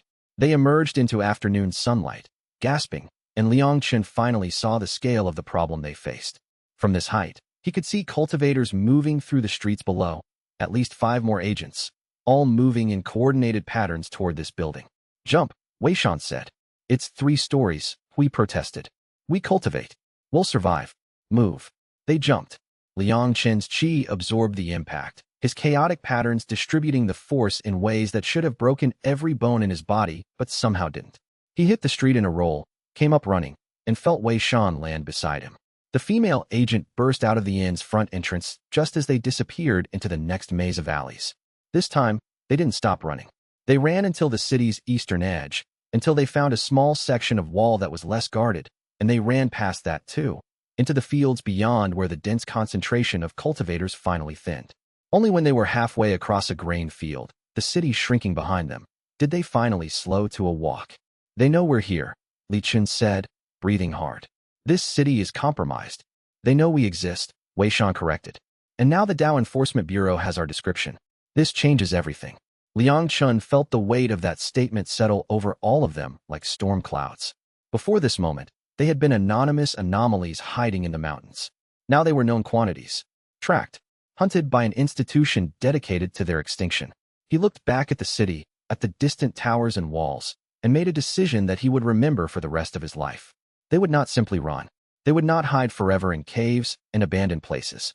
Somewhere in this world were other anomalies, people like him with cultivation paths that didn't fit the standardized framework. And he would find them, not to recruit them into some grand rebellion, but because they deserved to know that they weren't alone, that their so-called brokenness was actually a sign of something new emerging in the world. The Heavens DAO could hunt them all it wanted. It could send armies of DAO enforcement agents. But the truth was already spreading, and nothing could stop it now. Chapter 23. The Hunters and the Hunted. They traveled north for 3 days, moving through villages too small to have any official cultivation presence. The landscape grew rougher, more mountainous, and Liang Chen found that his body was responding to the constant exercise and danger in unexpected ways. His chi, no longer constrained by the cave's limitations, was growing more refined despite, or perhaps because of, its fundamental chaos. The constant threat seemed to accelerate the evolution of his cultivation, pushing him toward greater understanding of his own power. On the 3rd night, they sheltered in an abandoned temple dedicated to some minor deity. The walls were crumbling, the altar long since stripped of valuables, but the roof held and the location was defensible. Wei Shan posted watches while the others rested. Liang Chen couldn't sleep. He sat by the broken altar and examined his hands, turning them over as if they belonged to someone else. His chi was now visibly chaotic, even in suppression. Sometimes his skin would shimmer with patterns that didn't follow normal cultivation law. It was as if his body was becoming a physical representation of the impossibility he embodied. Thinking about what we saw, Liang Chen appeared from the shadows, moving with the silent grace of someone who'd learned to move through chaos. His own chi was visible in the darkness, multiple strands of power that sometimes separated and sometimes braided together, creating a pattern that would have driven an orthodox cultivator mad to look at. I'm thinking about what comes next, Liang Chen admitted. The Bureau knows we're in this province. They'll be methodical about hunting us. They'll post descriptions in every town, train locals to watch for chi deviations. And we have nowhere to go that's truly safe. Liang Chen settled beside him, his separated chi strands circling each other like water around stones. The mountains are too obvious. The cities are too dangerous. The wilderness leaves us exposed. What if we stopped running toward safety and started moving toward something else? Liang Chen's thoughts crystallized as he spoke them. What if we're not trying to escape? What if we're trying to reach other anomalies before the Bureau does? Liang Chen was quiet for a long moment. You want to recruit. I want to build. To gather others like us. The Bureau's hunting us because they see us as a threat to the established order. But what if we actually became that threat, not through violence, but through existence? What if every anomaly in this region knew they weren't alone? What if the Heavens DAO had to acknowledge that we're not errors to be corrected, but evolution to be reckoned with? That's dangerous, Liang Chen said, and there was something like respect in his voice. Much more dangerous than hiding. Everything about us is dangerous, Liang Chen replied. At least this way, we're choosing how to be dangerous. Over the next week, they developed a strategy. Using information gleaned from servants in villages, from travelers on the road, from careful interrogation of anyone willing to talk, Wei Shan and Liang Chen began to map out anomalous qi patterns across the region. There was a town to the southwest where merchants reported strange cultivation signatures. A monastery in the eastern mountains where the abbot's qi supposedly didn't match any known sect affiliation. A hermit near the river who supposedly could heal any disease, but whose power left no proper cultivation signature. The DAO Enforcement Bureau was looking for them. But Liang Chen realized that in looking for one specific group of anomalies, they had created records. They had left breadcrumbs. And if Liang Chen could follow those breadcrumbs backward, he could find other anomalies they had already identified and marked. The first one was a man named Qin, living as a merchant in a town called Bright Vale. According to the local records that Wei Shan managed to steal from a temple office, Qin had been flagged as a potential anomaly 3 months ago when his cultivation signature showed unusual harmonic patterns. The Bureau had classified him as low threat, inactive deviation, and left him monitored but not captured. Liang Chen approached him alone. Li Chen objected strenuously, but Liang Chen insisted. A group of 5 arriving at Qin's warehouse would be more suspicious than a single traveler seeking directions. Qin was working with bolts of silk when Liang Chen entered, a thin man in his 50s with the bearing of someone who had once belonged to a sect, but had long since made peace with exile. The moment their qi touched in the narrow space of the warehouse, Qin's entire body went rigid. "You," he said, and his voice shook. "You're one of them. One of the flagged ones. The DAO Enforcement Bureau is hunting us," Liang Chen said without preamble. "Not because we're truly dangerous, but because we exist. Because we refuse to fit into their framework. I'm here to offer you a choice. You can continue hiding, pretending your cultivation is something other than what it is. Or you can join us. Help us find the others. Build something that the heavens DAO itself will have to acknowledge." Qin's qi pulsed, a chaotic pattern that spiraled like a whirlwind, completely different from Liang Chen's broken meridian chains, but equally impossible by orthodox standards. "I've been hiding for 30 years, Qin said softly. "I've taken no disciples. I've cultivated alone, terrified that someone would notice. You're asking me to openly exist. I'm asking you to stop apologizing for what you are." Something broke in Qin's expression. He sank onto a crate and put his face in his hands, and his shoulders shook with what might have been tears or might have been the release of suppressed terror finally breaking free. When he looked up, his eyes were clear. "Show me," he said. "Show me your group." Liang Chen brought him to the others. Qin's reaction when he saw their combined presence. 5 broken cultivation patterns in proximity, creating harmonics that should have been impossible, was to laugh. A real, genuine laugh that seemed to come from somewhere deep in his soul. "I'm not alone," he kept saying. "I'm not alone. I'm not broken." By the time they left Bright Vale 2 days later, Qin had closed his warehouse and left instructions with the landlord that he would not be returning. He carried a simple pack and wore traveling clothes, and his qi was no longer suppressed. It flowed openly now, that chaotic whirlwind pattern visible to anyone with the eyes to see it. The news of what they were doing spread slowly through the region, carried by traders and monks and local cultivators who gossiped about the strange group traveling north, gathering other strange ones. The DAO Enforcement Bureau heard the rumors, but their response was slow, bureaucratic. They were still operating under the assumption that anomalies were isolated errors, not parts of a larger pattern. By the time they had gathered 8 anomalies into their growing group, by the time they had established a network of safe houses and sympathetic merchants willing to provide supplies, the Bureau finally understood what they were facing. A new type of threat. Not a rebellion, not yet, but something far more dangerous. A living network of proof that the Heavens DAO's classification system was fundamentally incomplete. Chapter 24. Library of Erasures in the Grand City of Yinyang. There existed a library that officially did not exist, at least not in the sense that orthodox cultivators acknowledged it. It was registered as a merchant's warehouse, its true nature known only to a careful few. Inside, in shelves that stretched from floor to vaulted ceiling, lay centuries of cultivation records, histories, and texts that had been quietly removed from the public record.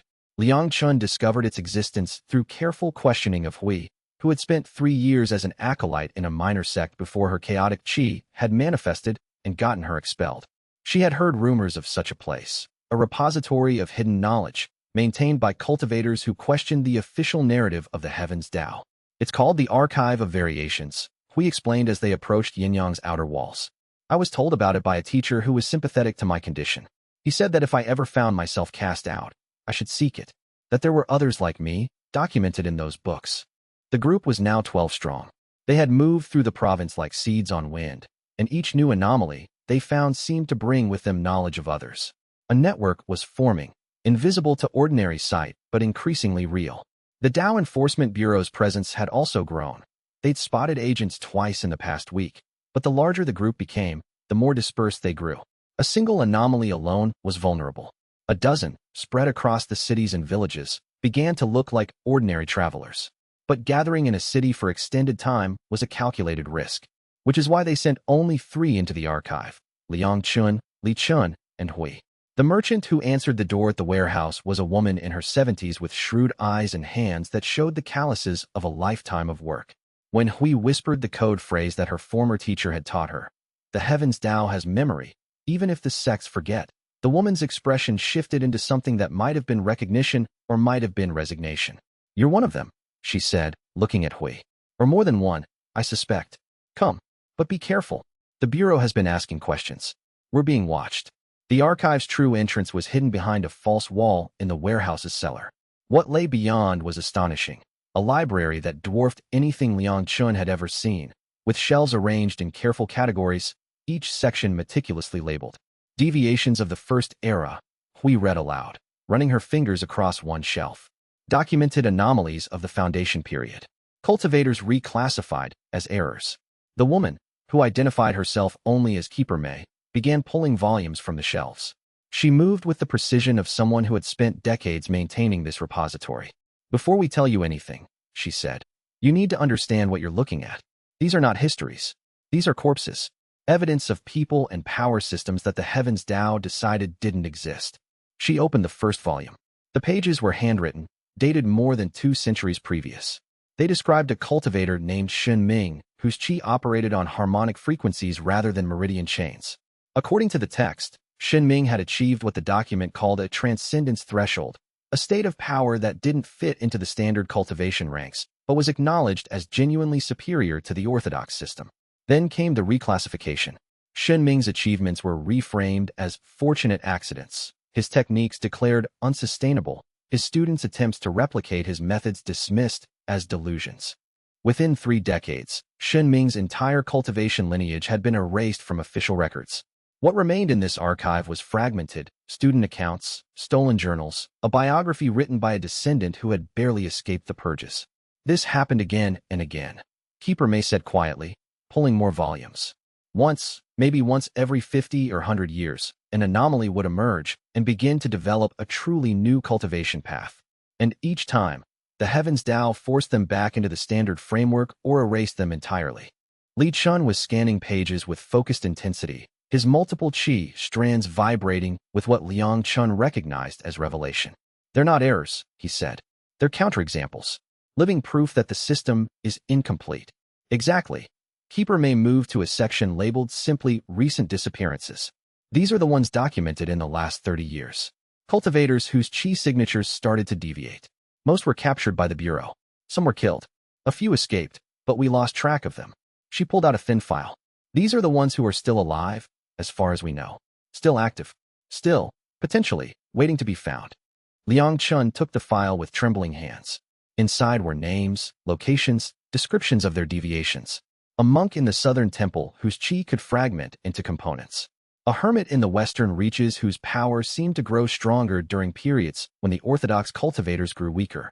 A woman in the mountains who could sense other anomalies from impossible distances. This was more than proof that they weren't alone. This was a map. A guide to everyone like him who had managed to survive, to hide, to persist despite centuries of systematic erasure. "The Bureau doesn't know about us," Keeper May continued, "because they don't acknowledge that we can exist. The archive predates their organization by decades. We've maintained secrecy through obscurity and deliberate misinformation. But now the situation is changing," Liang Chen finished. He looked at Hui and Li Chun, then back at the Keeper. "We have a group. Anomalies, gathered together. And we're growing. The Bureau will know eventually that we're not isolated errors. They're beginning to suspect that now. But if we can reach enough of the others before they do, if we can build a network large enough and coherent enough, Then the heavens Tao will have to acknowledge you, Keeper May said softly. Not because you're powerful, though you may become that, but because you'll exist too obviously to ignore, too visibly, too real to erase. She spent the next 3 days teaching them everything the archive contained about past anomalies and their techniques. Liang Chen filled an entire journal with notes about harmonic cultivation frequencies. We discovered that the woman she'd been named after, Hui the Fragmentist, who had lived a century and a half ago, had apparently solved the problem of maintaining her chi strands in separation without losing coherence. And Liang Chen found something else. Buried in Keeper May's personal notes was a reference to someone called the progenitor, an anomaly so old that most people thought he was mythical, but whom Keeper May believed had actually lived. Someone whose cultivation path was so fundamental, so basic to the new way of being, that if they could find him or his direct students, everything might change. Do you know where he is? Liang Chen asked. No, Keeper May admitted. He disappeared more than 300 years ago. The sects claim he never existed. But the way he's referenced in these oldest texts, I believe he did. I believe he might even still be alive, if he achieved high enough cultivation. And if he is, finding him would mean everything, Liang Chen finished. It would mean proof. Living, breathing proof that the heavens Tao system can be transcended. When they finally left the archive, they carried copies of the most important documents, the maps of other anomalies, and something more valuable than either, certainty. They were not unique. They were not errors. They were the latest iteration of something that had been evolving throughout human history, something that the heavens Tao itself hadn't been able to completely suppress. As Liang Chen emerged into the streets of Yanyang, feeling the city's chi pressing against him, he made a silent vow to the memory of all the anomalies who had been erased, all the alternative paths that had been suppressed. They would not be forgotten again. And the next time the heavens Tao tried to force conformity, it would find that the world had changed. Chapter 25. The Hidden Society. By the end of autumn, their network had grown to encompass 43 documented anomalies across the province, with confirmed reports of dozens more in neighboring regions. They had established safe houses in 6 major cities, created a system of coded messages using merchant networks, and begun the dangerous work of building something that looked like infrastructure. Liang Chen found himself transformed from a hunted exile into something approaching a leader, not because he wanted the role, but because he was the first among them who had articulated the vision that anomalies weren't freaks or errors, but the vanguard of a new evolutionary stage in cultivation. The first formal gathering took place in an abandoned monastery in the mountains north of Yanyang. 58 anomalies attended, with Liang Chen helping to manage the logistics of moving so many people without attracting bureau attention. It was in this monastery, under autumn moonlight that seemed to acknowledge no orthodox cultivation framework, that Liang Chen stood before his people and spoke. The sects that expelled us, he said, his voice carrying through the great hall. They were right to fear us. Not because we're corrupted or broken, but because we represent something they cannot control. Everything about their system is designed around rigid classifications, standardized paths, uniform results. And we are evidence that the universe is more complex than their framework allows. He gestured around at the gathered anomalies. Their chi was visible even without deliberate manifestation, a chaos of colors and patterns that would have made any orthodox sect master's eyes burn. But in this gathering, that chaos was almost beautiful. It was the physical manifestation of infinite possibility. The Tao Enforcement Bureau is hunting us, Liang Chen continued. But they still don't understand what we are. They see us as threats to be eliminated, not as a sign that their entire worldview is incomplete. But eventually, they will understand. And when they do, the only thing that will protect us is numbers and organization.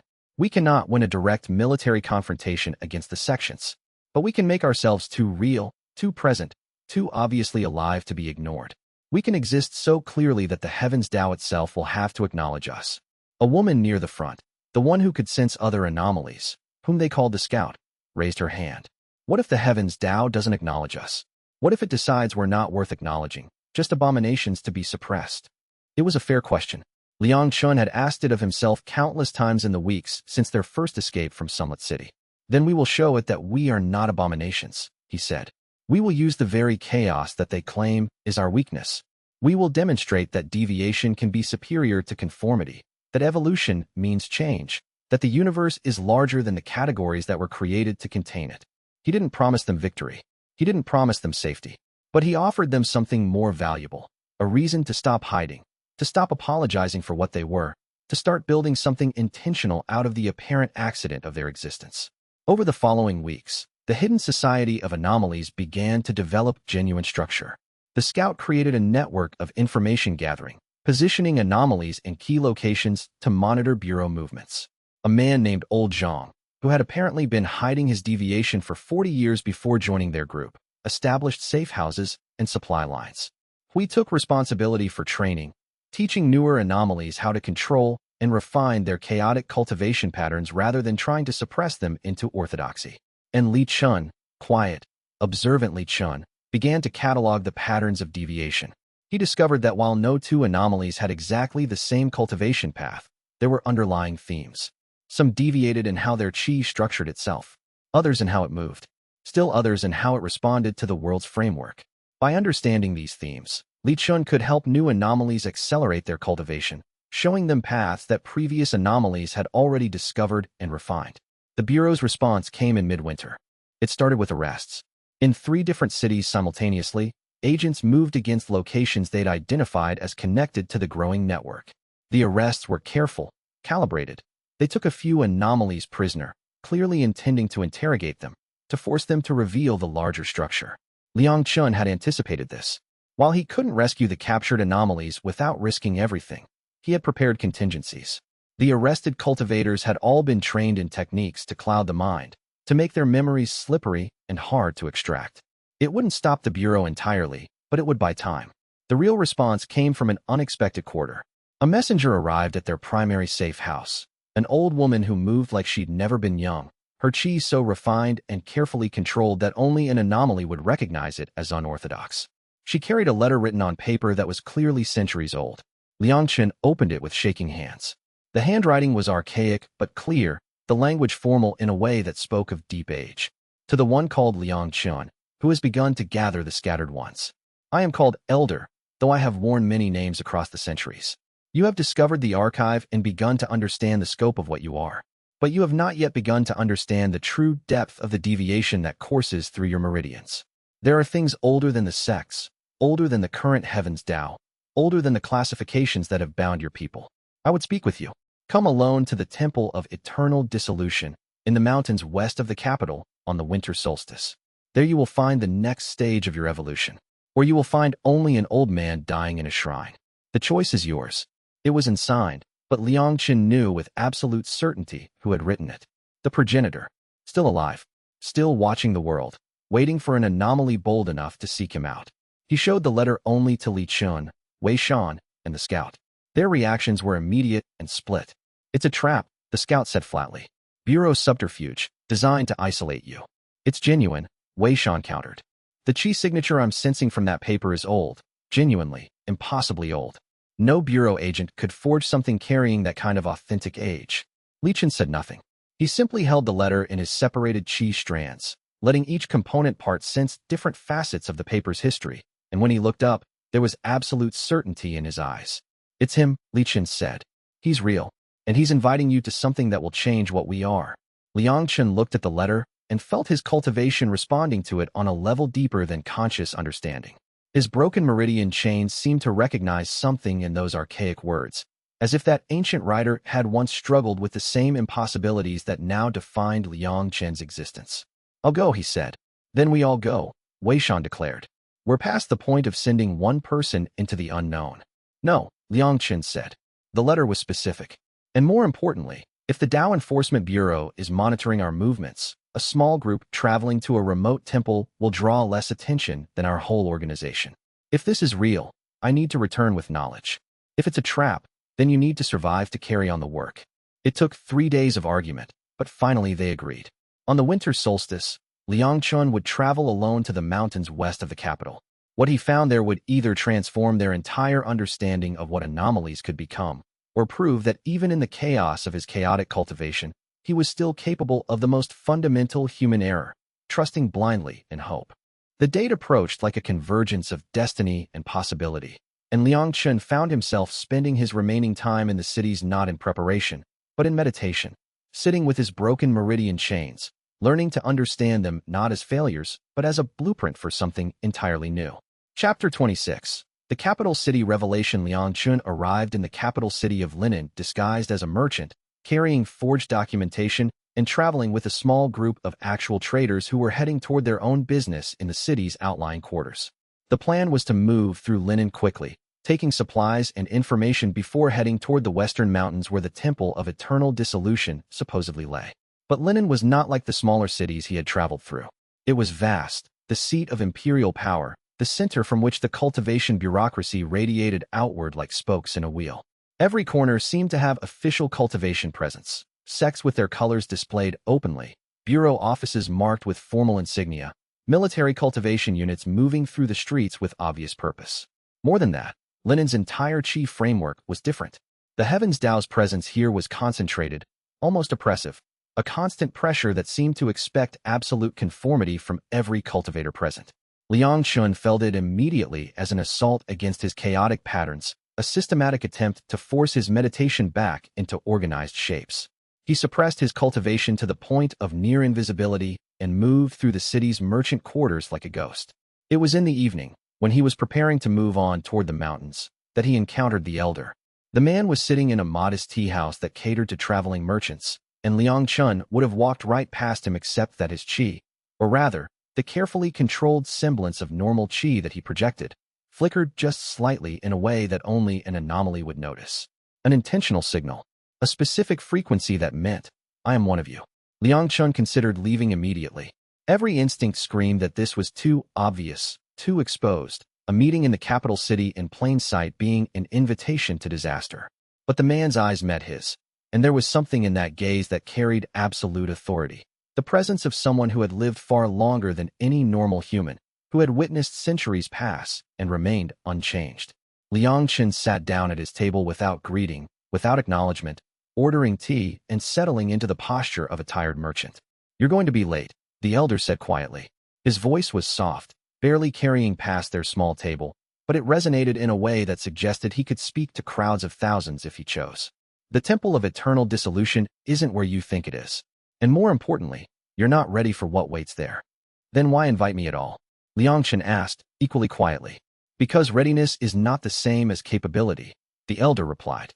He was drinking tea from a chipped cup, moving with the ease of someone who had spent centuries learning not to care about such trivialities. "You are capable. You were born into capability, in a sense. Your deviation comes from something far older than the current cycle of sects and bureaucracies. But you don't yet understand that." He stood, leaving coins on the table. "The temple is not in the western mountains. It is underneath Linen itself. The capital city was built on top of far older structures, and if you know where to look, you can find the remnants of what existed before the Heavens DAO system was formalized into its current shape." "How do I find it?" Liang Chen asked. "By not trying to hide," the elder said. "The Bureau is watching for fugitives, for those who suppress their cultivation and move in darkness. They're not expecting anomalies to walk openly. They don't have a framework for recognizing what you are even if it's standing directly in front of them." Then he was gone, dissolving into the tea house crowd with the ease of long practice. That night, Liang Chen made a decision that terrified him. He stopped suppressing his cultivation. Not entirely. He couldn't fully manifest his chaotic patterns without immediately attracting bureau attention. But he stopped pretending to be what he wasn't. He let his chi have its natural form, that broken, impossible pattern that no orthodox cultivator would claim to possess. And then he walked through Linen like he belonged there. The shift in his perception was immediate and disorienting. With suppression removed, he could suddenly sense the city's vast network of cultivation presences, thousands of them, distributed through palaces and offices and training grounds. The Bureau's agents stood out like brilliant beacons, their uniform chi patterns making them obvious to someone with Liang Chen's chaotic sensitivity. But something else became apparent as well. The Bureau agents weren't looking at him. They saw him move through their perimeter. They noted his presence in their careful way, but they didn't recognize him as a fugitive.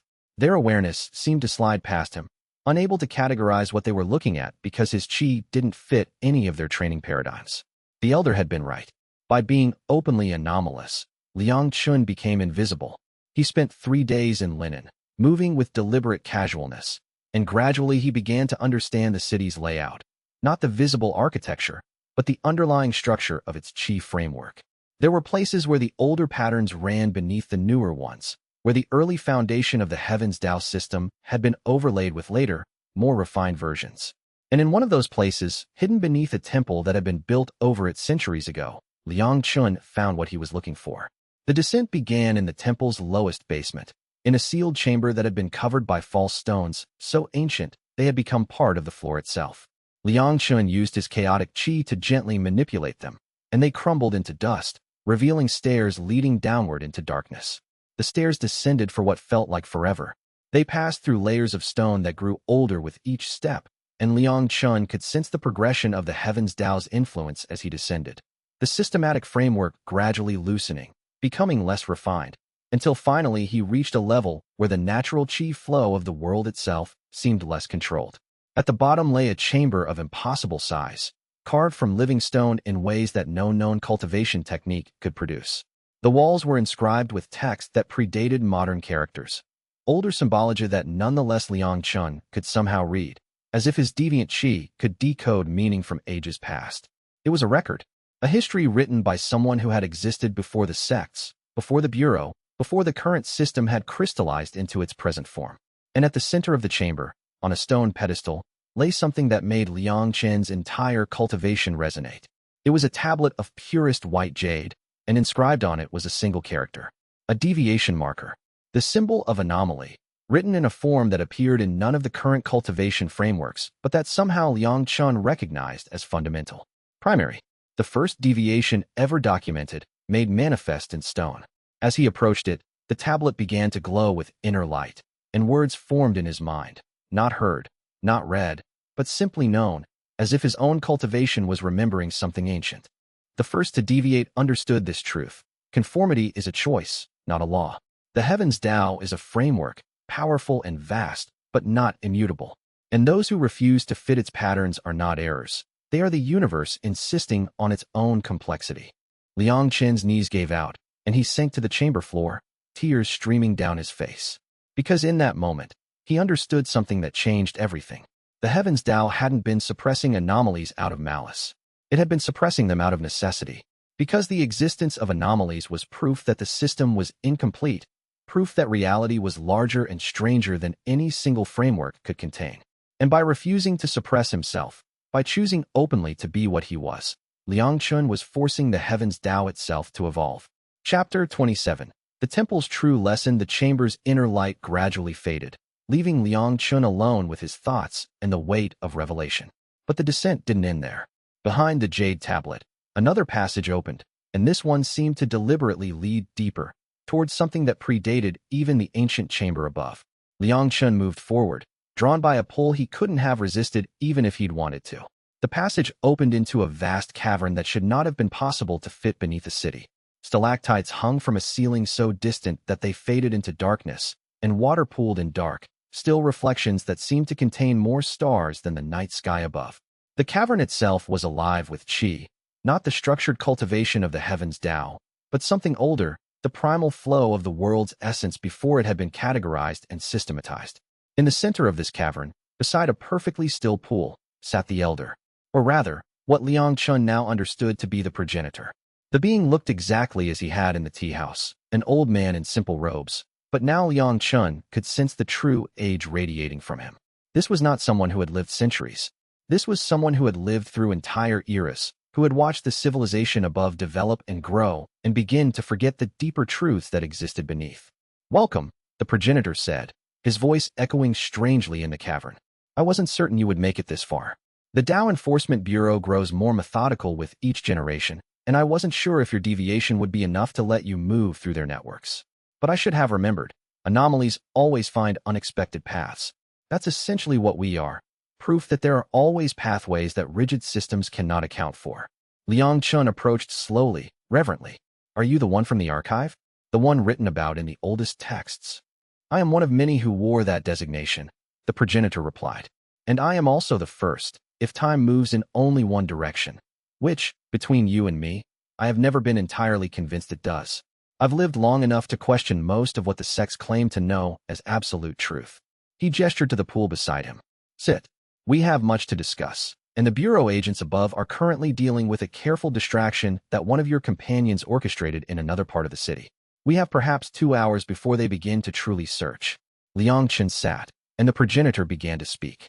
He told the story of the first anomaly, though it was unclear whether he was speaking of someone else or of himself. In the time before the Heavens DAO had formalized its structure, there had been cultivators who discovered that power could be achieved through paths that didn't follow the standard meridian patterns. They discovered methods that worked beautifully for them, but that couldn't be systematized or taught to large groups.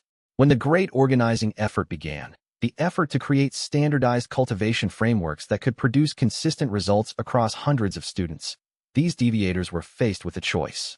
They could suppress their own paths and conform to the new system, or they could resist and face suppression. Most conformed, the progenitors said. Their contributions were absorbed into the framework, and in the process, they lost their essence. But some of us refused. We learned to hide. We learned to move within the system without being consumed by it. And we learned something crucial. Deviation isn't a failure of the system. It's the proof that the system is incomplete. He explained how the Heavens DAO worked, not as a mystical entity imposing its will, but as a massive, collective consciousness arising from the cultivation practices of billions of human beings.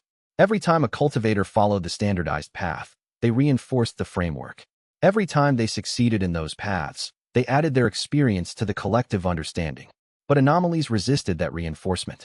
They created contradictions in the system, points where the framework didn't work, places where reality refused to conform to the expected patterns. And that created pressure. The Heavens DAO was forced to either suppress anomalies or evolve to encompass them. For centuries, it chose suppression, the progenitor said. But now, with you, something is changing. You're not hiding completely. You're gathering. You're building a network that's too large to suppress through traditional means. And more importantly, you're doing it openly. You're forcing the Heavens DAO to confront the fact that deviation is real, that it's persistent, that it might even be evolution. What happens when it fully understands? Liang Chen asked. What happens if the Heavens DAO decides to suppress us completely, to destroy every anomaly it can find? Then we survive anyway, the progenitor said with a certainty that seemed absolute. Because we're not trying to destroy the Heavens DAO. We're trying to expand it, to make it more complex, more capable of dealing with the full range of what reality actually is. Even if every anomaly in the world were killed tomorrow, the framework would have to change to account for our existence. We've made our mark on reality itself. The progenitor spent the next hours teaching Liang Chen things that no orthodox sect would ever teach. He showed him how to read the patterns of the Heavens DAO itself, how to sense its pressure and understand where it was most rigid, where it might be flexible. He taught him cultivation techniques that had been developed through trial and error over centuries, methods of working with chaotic qi that made it not despite, but because of its deviation. Most importantly, he taught Liang Chen about the future. There are others like us coming, the progenitor said. Not metaphorically, literally. As the deviation pattern becomes more established in reality, more cultivators will be born into it naturally. In a generation or two, anomalies won't be rare errors. They'll be a normal part of the spectrum of cultivation. The sects won't recognize them at first, just as they don't recognize you now. But eventually, the Heavens DAO will stabilize into a new configuration that includes room for deviation. That's what we're working toward. Not victory over the system, but transformation of the system itself. When Liang Chen finally left the cavern, an hour before the Bureau's search began to intensify, he carried more than just knowledge. He carried certainty. The understanding that what he and his anomalies were doing mattered on a cosmic scale, that they were participating in the universe's evolution, that their deviation was not a mistake, but a necessity. The path back to the surface seemed shorter than the descent, as if space itself was somehow cooperating with his return. By the time he reached the temple above, the progenitor's distraction had already ended, and Bureau agents were indeed beginning to move through the city's quarters more systematically. But Liang Chen moved through them like a ghost, his openly anomalous qi somehow rendering him invisible to their training.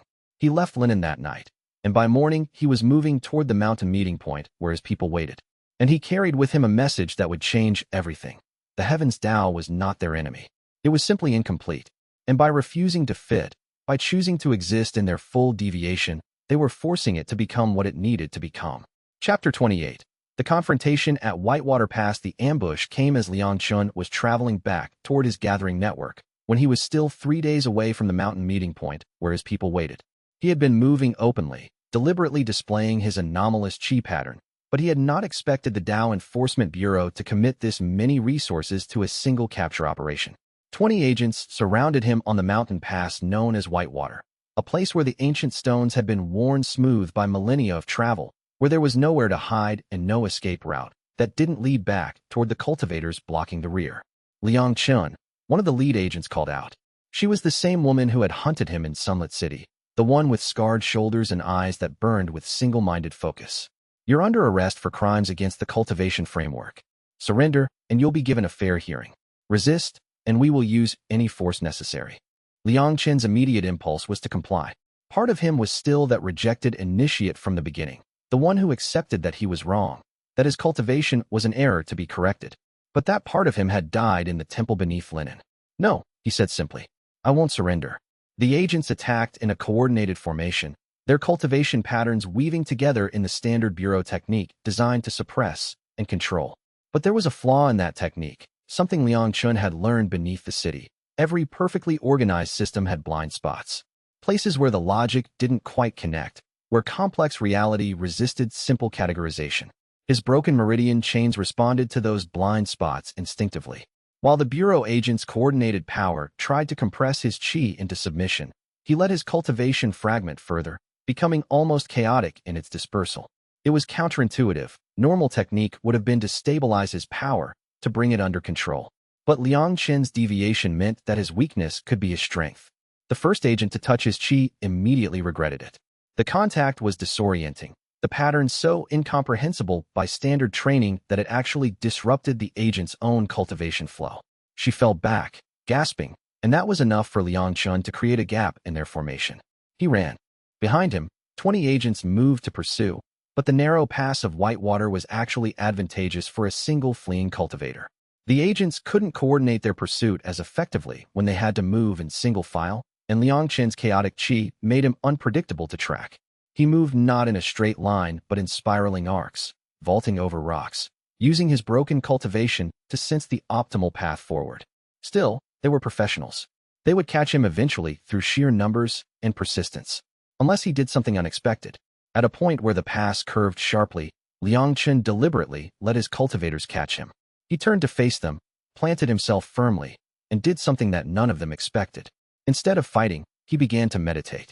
His chi expanded outward in a wave of such concentrated deviation that 3 agents collapsed immediately, their cultivation patterns disrupted by the simple fact of confronting something so fundamentally incomprehensible by their training. The expansion wasn't violent, it wasn't attacking them.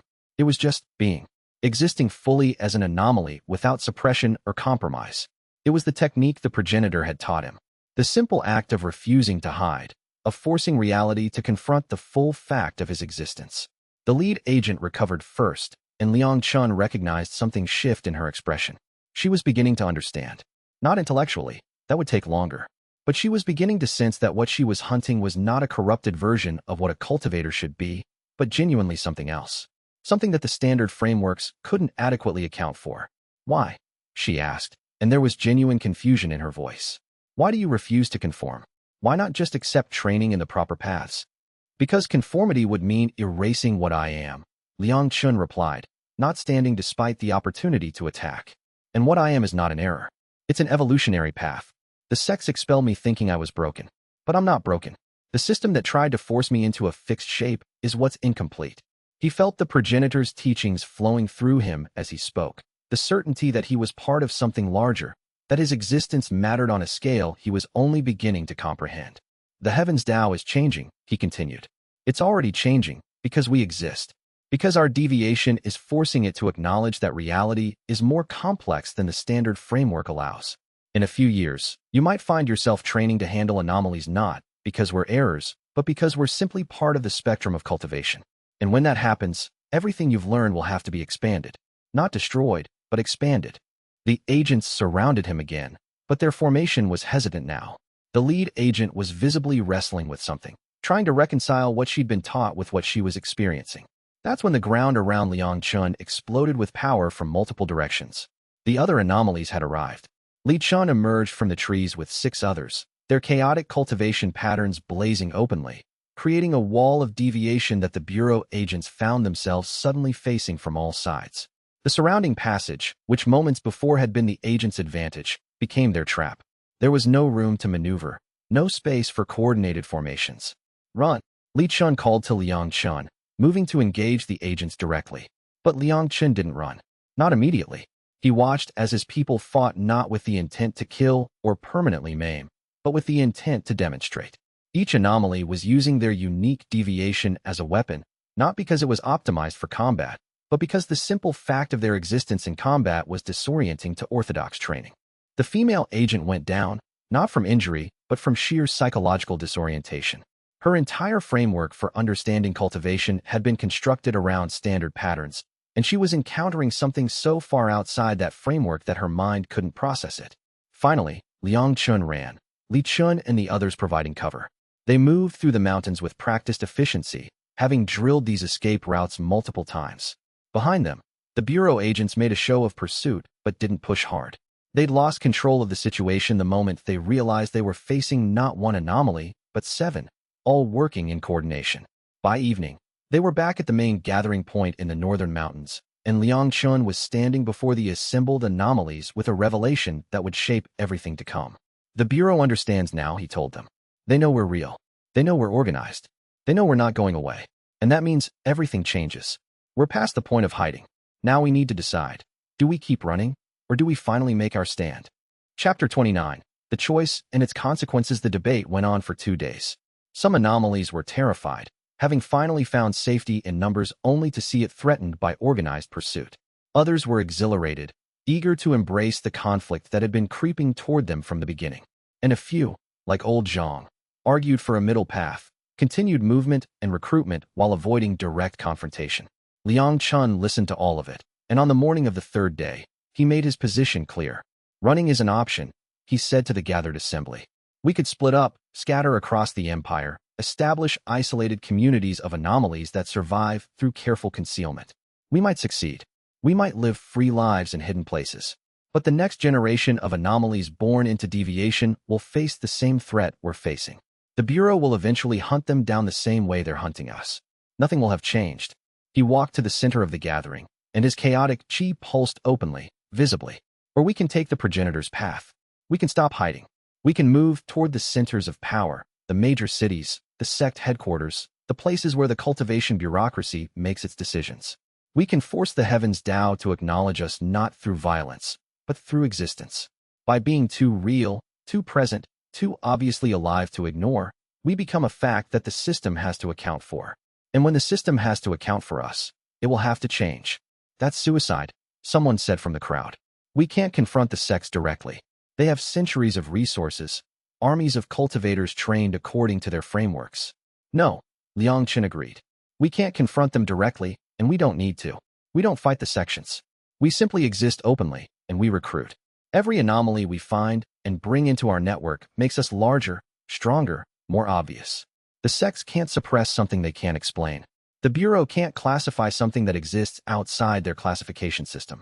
And the Heavens DAO itself can't suppress a pattern that's too large, too distributed, too real to erase. Wei Shan stepped forward. I'm with Liang Chen. We didn't come this far just to hide better. We came this far to prove that deviation is real and valid. Let's finish what we've started. One by one, the other anomalies added their agreement. Not all. Some chose to leave, to seek isolated existence elsewhere. But the majority, roughly 80 anomalies, committed to the new strategy. They moved toward the capital city with deliberate visibility. This was the real test of the progenitor's teaching. By the old logic, Liang Chen's group would have been quickly identified and captured. But by moving openly, by not suppressing their cultivation, by existing as anomalies without shame or concealment, they became something that the standard detection systems couldn't classify.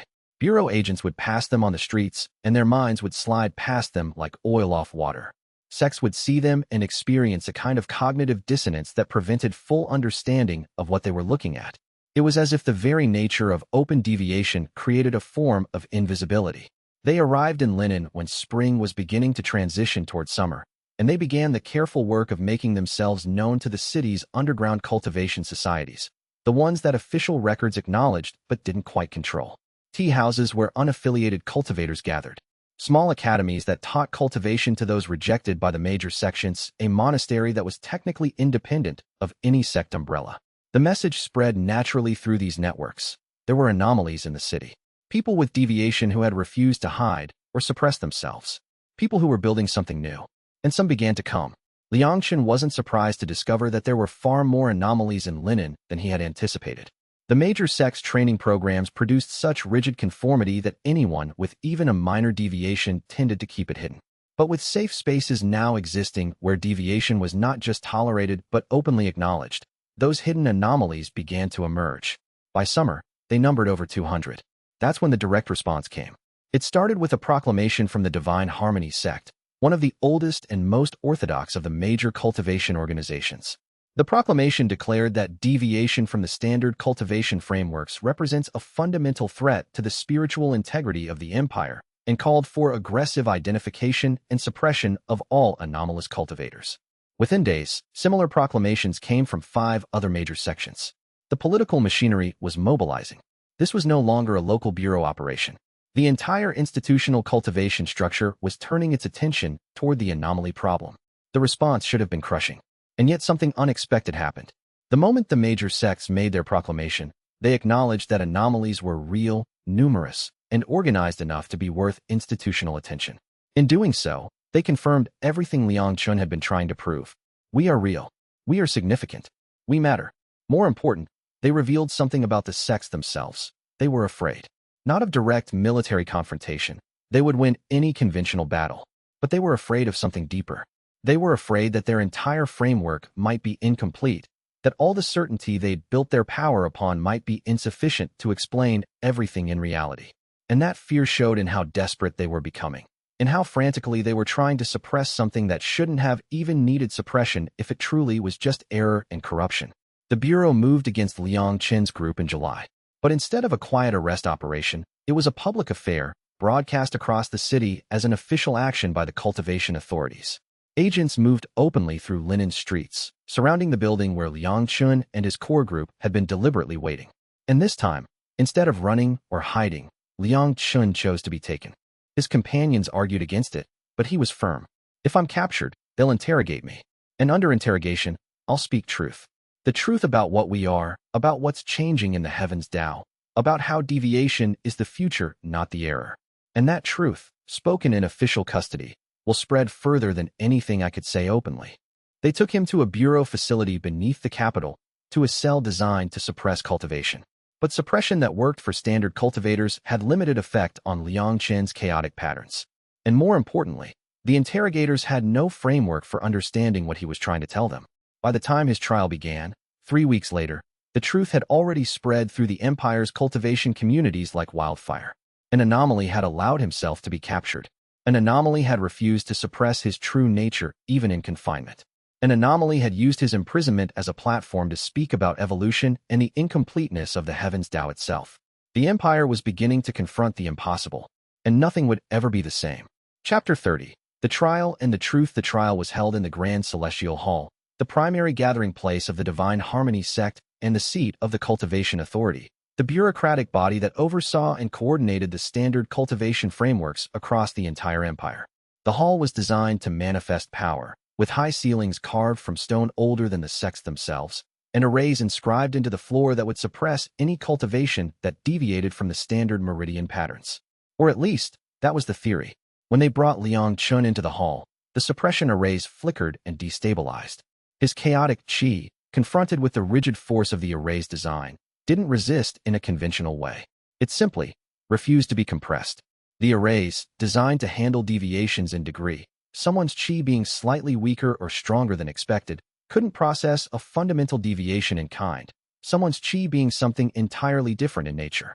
The judges, a council of 7 senior cultivators representing the major sects, exchanged glances that were part confusion, part fear. The trial lasted for 3 days, and it was less a legal proceeding than a public confrontation between 2 fundamentally incompatible worldviews. The prosecution presented evidence. Liang Chen had been expelled from his sect for failing to conform to standard cultivation paths. He had hidden among mountains and evaded bureau investigation. He had deliberately gathered other non-conforming cultivators and created an organized network to spread his deviant practices. He had willfully violated the Harmonious Path Acts, which forbade the practice of cultivation techniques that deviated from approved frameworks. When it was Liang Chen's turn to speak, the judges expected him to either deny the charges or make some kind of case for mercy. Instead, he did something far more dangerous. He told the truth. Everything they've said is factually accurate, Liang Chen began, his voice carrying through the hall with a clarity that seemed to amplify naturally through the stone. I was expelled because my cultivation doesn't match their expectations. I gathered with others like me. I established networks. And I have no regret about any of it. Because being what I am is not a crime against the heavens DAO. It's a revelation of the heavens DAO's true nature. He walked forward, ignoring the guard's gesture to stay at the defendant's position. His chains were designed to suppress cultivation, but they hung loose and ineffective against his chaotic patterns. The heavens DAO is not a fixed law decreed by heaven itself, he said. It's the sum total of every cultivator's practice, every assumption, every technique that's been validated and reinforced through repetition. And that means it can change. It has changed throughout history. The sects presented as eternal truth were actually innovations at one point. The frameworks you consider immutable were once new and dangerous and threatening to established power. He gestured toward the judges. You're terrified because I represent something you can't control through your standard mechanisms. I can't be suppressed by arrays designed to contain standard deviations. I can't be intimidated by threats to my cultivation. And I can't be convinced that my existence is an error, because I've met other anomalies who have thrived, who have cultivated paths that are not just different, but demonstrably superior in certain ways. The judges were staring at him with expressions that cycled through anger, fear, and something that might have been dawning recognition. The evidence of other anomalies in history has been erased, Liang Chen continued. Hidden in archives, removed from sect records, mentioned only in documents marked forbidden. You did that because acknowledging them would require you to acknowledge that your framework is incomplete. But I'm here to tell you that incompleteness is not a failure. It's a sign of life. A healthy system, a living system, must be capable of containing more than it currently contains. And the fact that you can't suppress me, can't explain me, can't fit me into your categories, that's not my failure. It's proof that I'm describing the universe more accurately than your frameworks do. He sat down, and for a moment there was absolute silence in the hall. Then the eldest judge, a man whose cultivation was refined to the point of near invisibility, spoke. What you're describing would require a fundamental reorganization of everything we understand about cultivation. You're asking us to accept that our entire system is incomplete. I'm not asking, Liang Chen replied. I'm showing. The incompleteness is already here. I'm living proof of it. The trial ended, technically, with a conviction.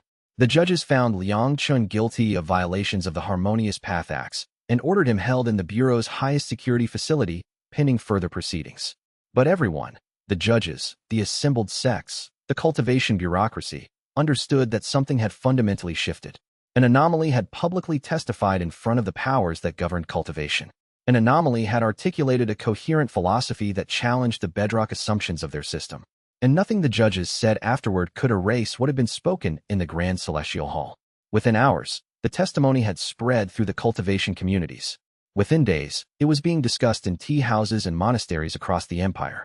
Within weeks, minor tremors began in the cultivation framework itself, places where the heavens DAO's pressure seemed to loosen slightly, where new patterns of practice suddenly became possible without the kind of suppression they would have encountered before. Liang Chen, imprisoned in a cell that couldn't suppress him, spent his time meditating on what the progenitor had taught him. And he understood that his capture had been not a defeat, but perhaps the most important victory his people could have achieved. The sects hadn't destroyed him. They had given him a platform.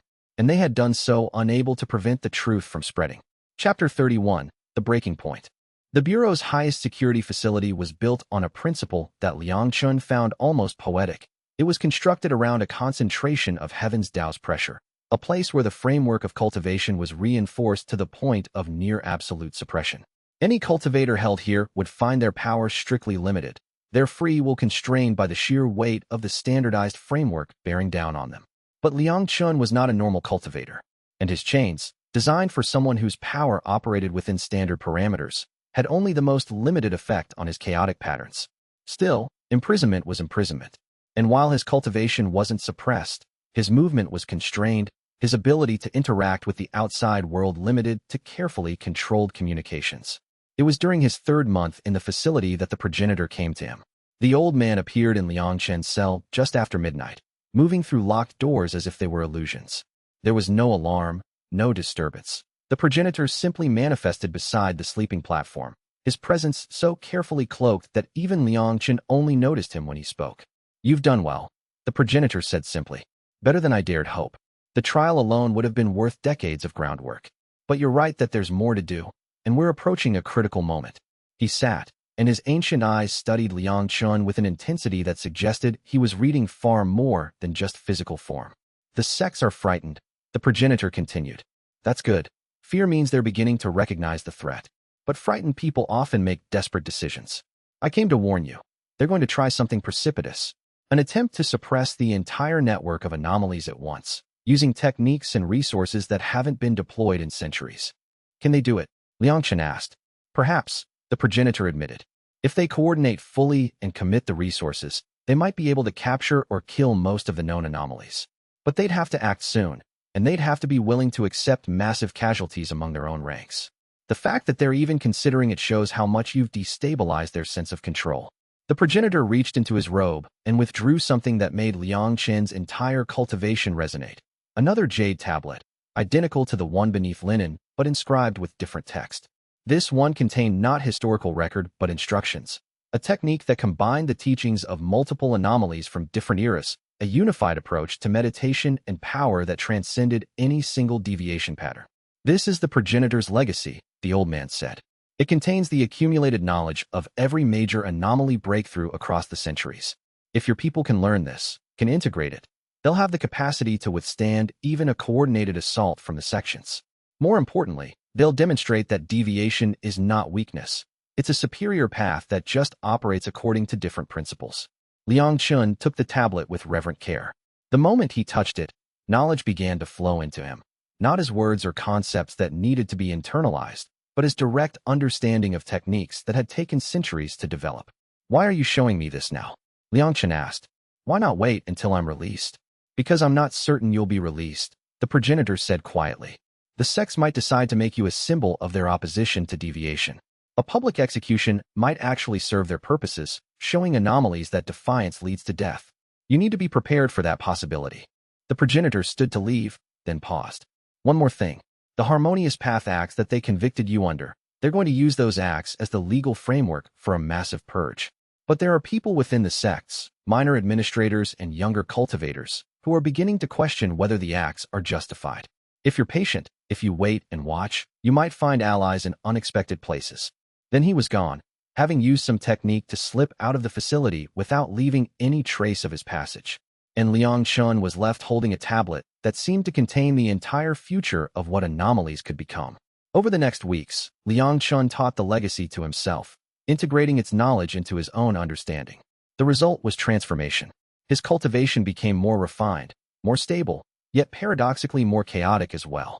The contradiction resolved itself into something beautiful, perfect chaos, contradiction that was internally coherent. And then the news came through the prison's communication channels. The sects had announced a coordinated operation against all identified anomalies and sympathizers. Arrests were being made. Locations were being raided. The conflict that had been escalating was about to enter a new, more brutal phase. Liang Chen's trial reconvened, but this time the verdict was predetermined. The judges found him guilty not just of violating the harmonious path acts, but of conspiracy to undermine the entire cultivation framework, of attempted corruption of the heavens DAO itself. The sentence was death, to be executed in public, in the Grand Celestial Hall, so that all cultivators could witness what happened to those who refused to conform. It was, Liang Chen reflected, exactly what the progenitor had warned him about. And it was also, he suspected, the final move that would force the heavens DAO to truly acknowledge what anomalies were. Sometimes evolution required sacrifice, and sometimes the most powerful statement a person could make was the refusal to renounce their own truth, even when faced with termination. Liang Chen spent his last night in the facility in deep meditation, preparing his chi for what would come next. And he held absolute certainty in one truth. Death would not be the end of his work. It would only be the beginning. Chapter 32. The execution that changed everything. The Grand Celestial Hall was filled to capacity for Liang Chen's execution. The sects had made it a public spectacle. Thousands of cultivators gathered to watch as the anomaly, who had challenged their entire framework, was finally suppressed. The message was clear. This is what happens when you refuse the harmonious path. This is the fate of those who try to expand beyond the frameworks that we have established as absolute truth. But the sects had made a critical error. By making the execution public, they had created an audience. Liang Chen walked toward the execution platform with his head held high, and his cultivation, no longer suppressed by chains he had learned to partially circumvent. pulsed openly with the chaotic patterns that defied all attempt at categorization. He could feel the entire hall's attention on him, could sense the fear and confusion radiating from the gathered cultivators as they tried to process what they were looking at. The execution was to be carried out through what the sects called harmonic dissipation, a technique where cultivators would synchronize their power to suppress and scatter an opponent's chi across every direction, leaving them unable to gather the energy necessary to continue living. For a normal cultivator, it would be a clean death, relatively painless. For an anomaly, they suspected it would be something far worse. The 7 judges had taken their positions on elevated platforms, their cultivations flaring openly. Around them, supporting cultivators had arranged themselves in a pattern designed to reinforce the harmonic dissipation array. It was the kind of coordinated effort that required perfect unity, perfect synchronization of cultivators, all working according to the same framework. And that, Liang Chen realized, was their ultimate vulnerability. As the judges began to pour their power into the harmonic dissipation technique, Liang Chen did something that no one expected. He opened himself completely. He didn't fight the technique. He didn't try to suppress it or resist it. Instead, he let it flow into him, let it encounter his chaotic patterns directly, and let his deviation do what deviation did. It refused to be contained by frameworks not designed to hold it. The effect was immediate and catastrophic. The harmonic dissipation technique worked by creating perfectly synchronized patterns of suppression. But when those patterns encountered Liang Chen's chaotic chi, which existed in contradiction to every standard assumption the technique was built upon, the entire construct collapsed. The judges screamed as their own power rebounded through their systems, creating feedback loops that disrupted their cultivation. 3 of them fell from their platforms, their chi in chaos, unable to restore coherent patterns. 2 others managed to break the connection and staggered backward, bleeding from eyes and mouths. Their cultivations disrupted by the simple fact of confronting something their training had left them utterly unprepared to handle. The supporting cultivators scattered in panic as the array that had seemed so carefully constructed revealed itself to be fundamentally fragile when confronted with genuine deviation. And Liang Chen stood in the center of all this destruction, still alive, his chaotic patterns blazing openly for every cultivator in the hall to witness. "I came here expecting to die," he called out, his voice carrying through the stunned silence. "But the sects are incapable of executing me through their standard techniques. Do you understand what that means? It means I'm not an error that can be corrected through force. It means I'm evolution that your framework cannot contain. And the fact that this entire technique, coordinated by your greatest cultivators, has failed, that's the proof you need that deviation is not weakness. It's a superior path that operates on principles your training has left you unable to comprehend." Chaos erupted in the hall. Some cultivators moved to attack Liang Chen directly, a handful of them actually powerful enough to be dangerous. But before they could engage, the doors to the hall burst open. Li Chun entered at the head of 3 dozen anomalies, their chaotic patterns blazing openly. Behind them came Wei Shan with another 50 cultivators, not all anomalies, but sympathizers, people who had seen the sect's attempted execution and decided that their loyalty was to truth rather than hierarchy. The rescue was planned, Liang Chen realized. This entire execution had been anticipated and prepared for. The combat that ensued was brief but transformative. The anomalies didn't fight with the intent to kill or permanently injure. They fought with the intent to demonstrate. Each anomaly's unique deviation became visible in their fighting style. Chaotic patterns that couldn't be predicted, techniques that violated every principle of standard cultivation, powers that operated according to rules the orthodox cultivators had never been trained to recognize. It was, Liang Chen understood, a final proof. A public statement in the language that the sects could no longer deny. We are real. We are powerful. We are not going away. And your system cannot suppress us because your system is not equipped to process what we are. The sect's guards attempted to rally, but something had broken in them. 3 times they tried to form coordinated arrays to suppress the anomalies. 3 times, their arrays collapsed when confronted with genuine deviation. By the 4th attempt, many of them were simply standing aside, refusing to continue throwing their strength against something that violated their fundamental understanding of how power worked. Within an hour, Liang Chen and his people had walked out of the Grand Celestial Hall. Behind them, the hall erupted into recriminations and internal conflict as the sects realized they had created something they could not control. The attempted execution had become a public demonstration of anomaly superiority. The spectacle the sects had hoped would intimidate the population of anomalies had instead become the evidence of their vulnerability. And most crucially, The sect's failure had not been hidden in some quiet bureau facility. It had happened in front of thousands of cultivators, and within hours, those cultivators were spreading the story through the empire.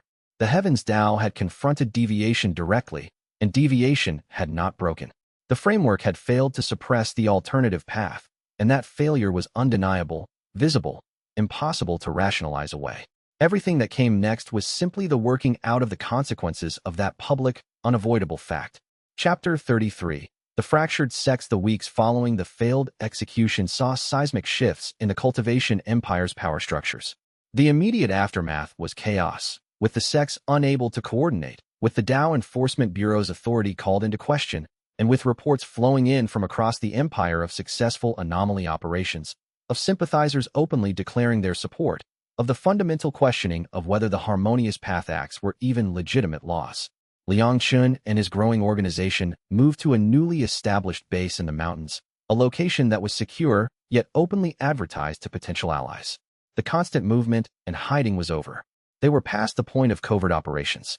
Instead, they were engaged in something more sophisticated. They were waiting for the sects to tear themselves apart. Because that's what was happening. Within each sect, younger cultivators were beginning to question whether the pursuit of anomalies was justified.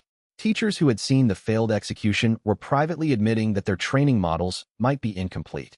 And most importantly, the sects were beginning to realize that suppressing anomalies was not just dangerous. It was counterproductive, because suppression created the very unity and determination that made anomalies truly threatening. By the middle of autumn, the first sect had formally broken with the coordinated suppression effort. The Temple of Infinite Possibilities, a smaller sect but with significant influence, issued a proclamation declaring that they were suspending their enforcement of the harmonious path acts and were instead opening formal dialogue with anomalies to understand their cultivation methods. The Divine Harmony sect, the most orthodox and powerful, responded by attempting to expel the Temple of Infinite Possibilities from the formal cultivation council. But in doing so, they revealed something crucial. The other sects were not actually in agreement. The Mountain Whispering Order said nothing, but their representatives stopped attending enforcement meetings. The Jade Purity sect split internally, with half its leadership supporting continued suppression and half arguing for accommodation.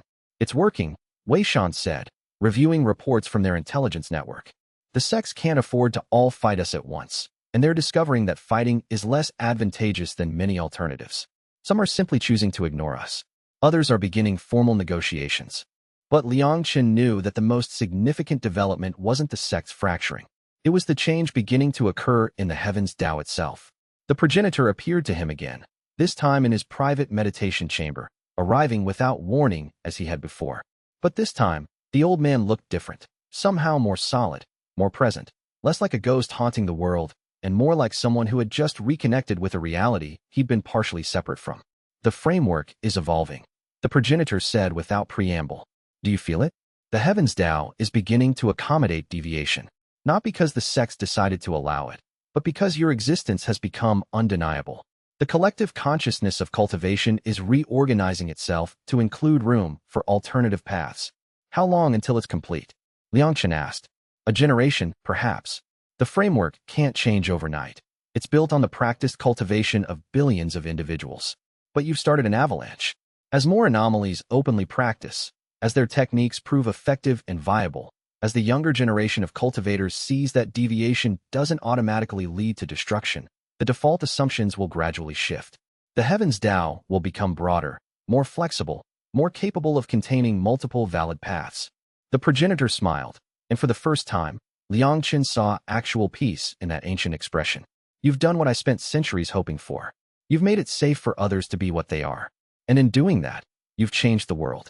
The old man faded. But this time Liang Chen understood it wasn't death or departure. It was integration.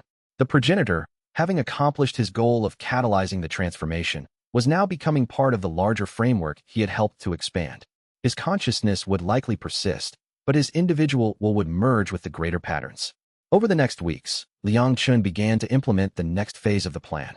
They established formal academies where anomalies could teach younger cultivators with deviation. They created records and documentation of successful anomaly techniques. And most importantly, they worked toward legitimacy, toward the day when cultivation authority recognized anomalies not as threats, but as a valid school of practice. It was the evening of the winter solstice when the first official recognition came.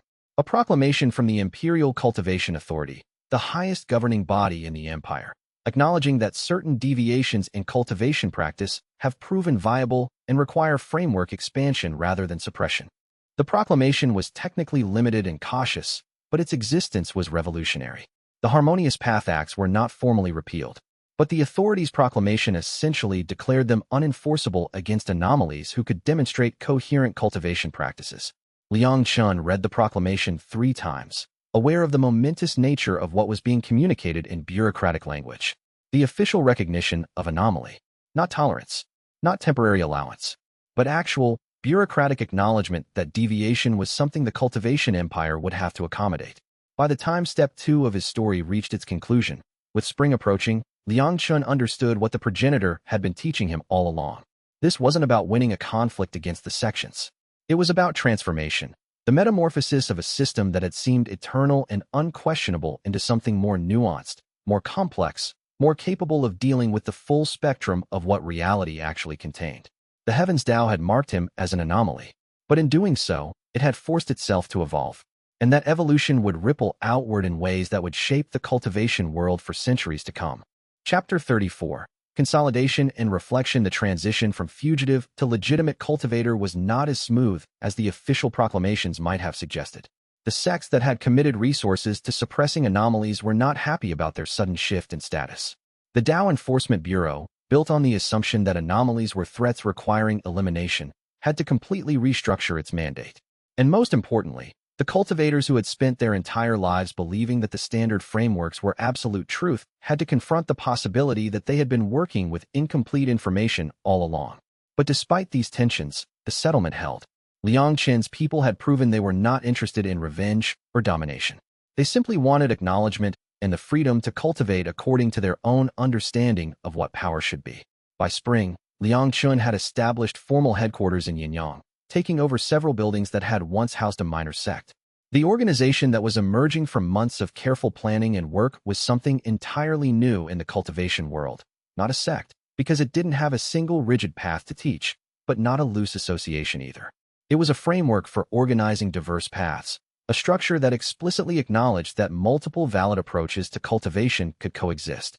We need a name, Liang Chen suggested during one of their planning sessions. Something that captures what we are. Liang Chen considered. Not the Anomaly sect. That's defining ourselves by what we're not. We're not a rebellion against the sections. We're not even purely anomalies anymore. Increasingly, we have cultivators who started standard and shifted toward deviation.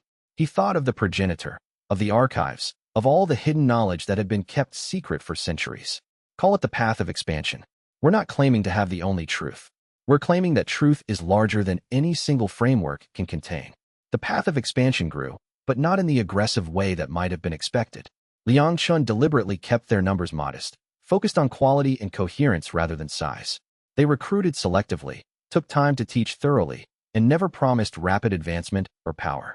What they offered instead was freedom, the freedom to cultivate according to one's own nature rather than forcing that nature to fit predetermined categories. The philosophical impact was significant. As the path of expansion's ideas spread through the cultivation communities, younger cultivators began to question their training more openly. The sects found themselves having to justify their rigidity, and in many cases, they couldn't. The old assumption that standardization was necessarily superior to variation began to crumble. But Liang Chen was aware that the deepest changes hadn't arrived yet. The official proclamations and the establishment of his organization were merely symptoms of transformation. The real change was happening at the level of the Heavens DAO itself, in how the collective consciousness of cultivation was reorganizing its understanding of what power could be. One evening, meditating in his private chamber in the Yinyang headquarters, Liang Chen felt something shift in his connection to the world's qi. It was subtle, but unmistakable. The framework that had seemed to resist and suppress his chaotic patterns was no longer quite so hostile. The resistance was still there. The standard cultivators were far more numerous, but it was now joined by acceptance. The Heavens DAO was learning to accommodate deviation. He emerged from that meditation with a clear understanding. What the progenitor had said was true. The work of transformation was no longer primarily his responsibility. It had been passed to the billion cultivators whose daily practice would gradually reshape the framework itself.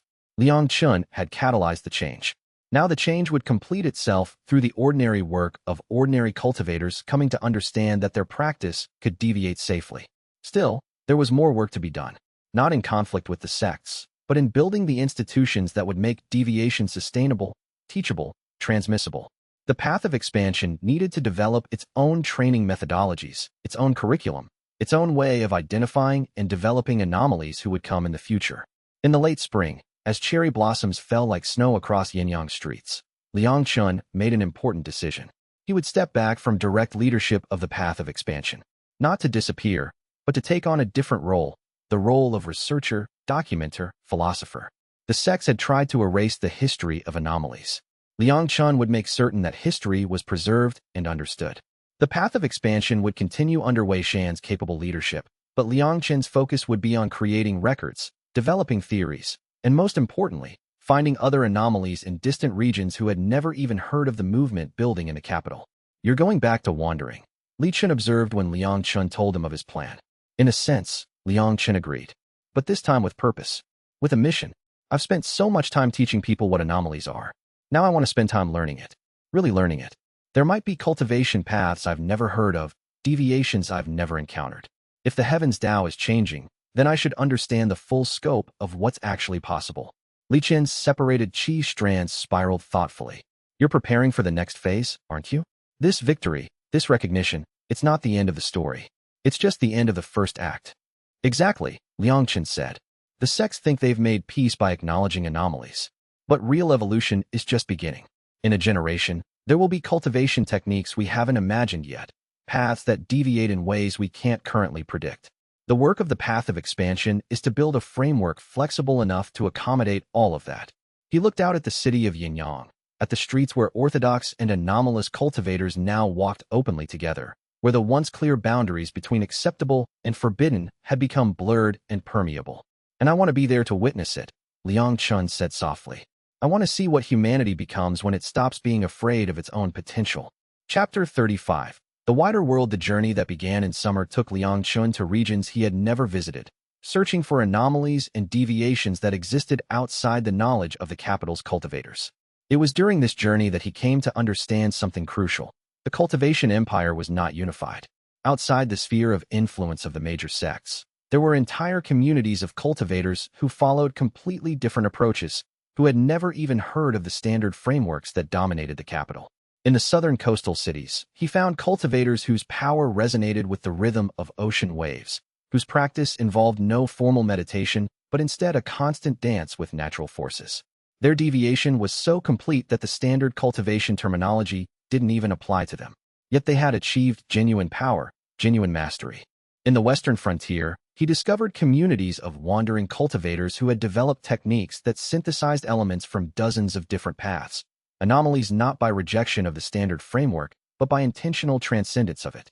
They welcomed Liang Chen and shared knowledge freely, understanding immediately that he represented something like legitimacy for paths they had been practicing in isolation for years.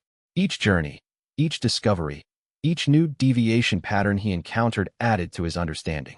The progenitor had been right. Reality contained far more valid paths than any single framework could account for. The sect standardization had been not a discovery of the one true way, but a choice to enforce homogeneity where nature had created diversity. By autumn, Liang Chen had traveled to 5 provinces and encountered over 100 previously undocumented anomaly cultivators. He documented their techniques, recorded their insights, and most importantly, made them aware that they were no longer isolated. The path of expansion existed.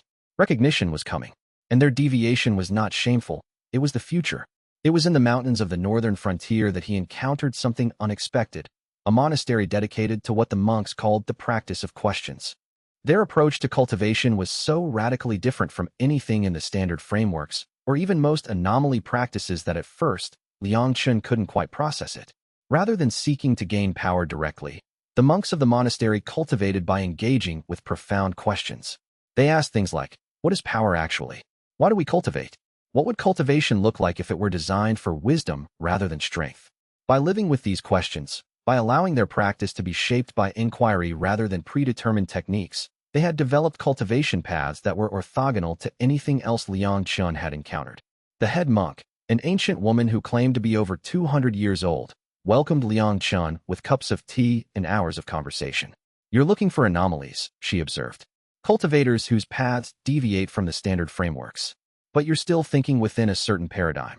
That power is the measure of validity. That cultivation success is determined by how much strength one achieves. Isn't it?" Liang Chen asked carefully. "Only if you accept that framework," the head monk replied. "But what if power were irrelevant?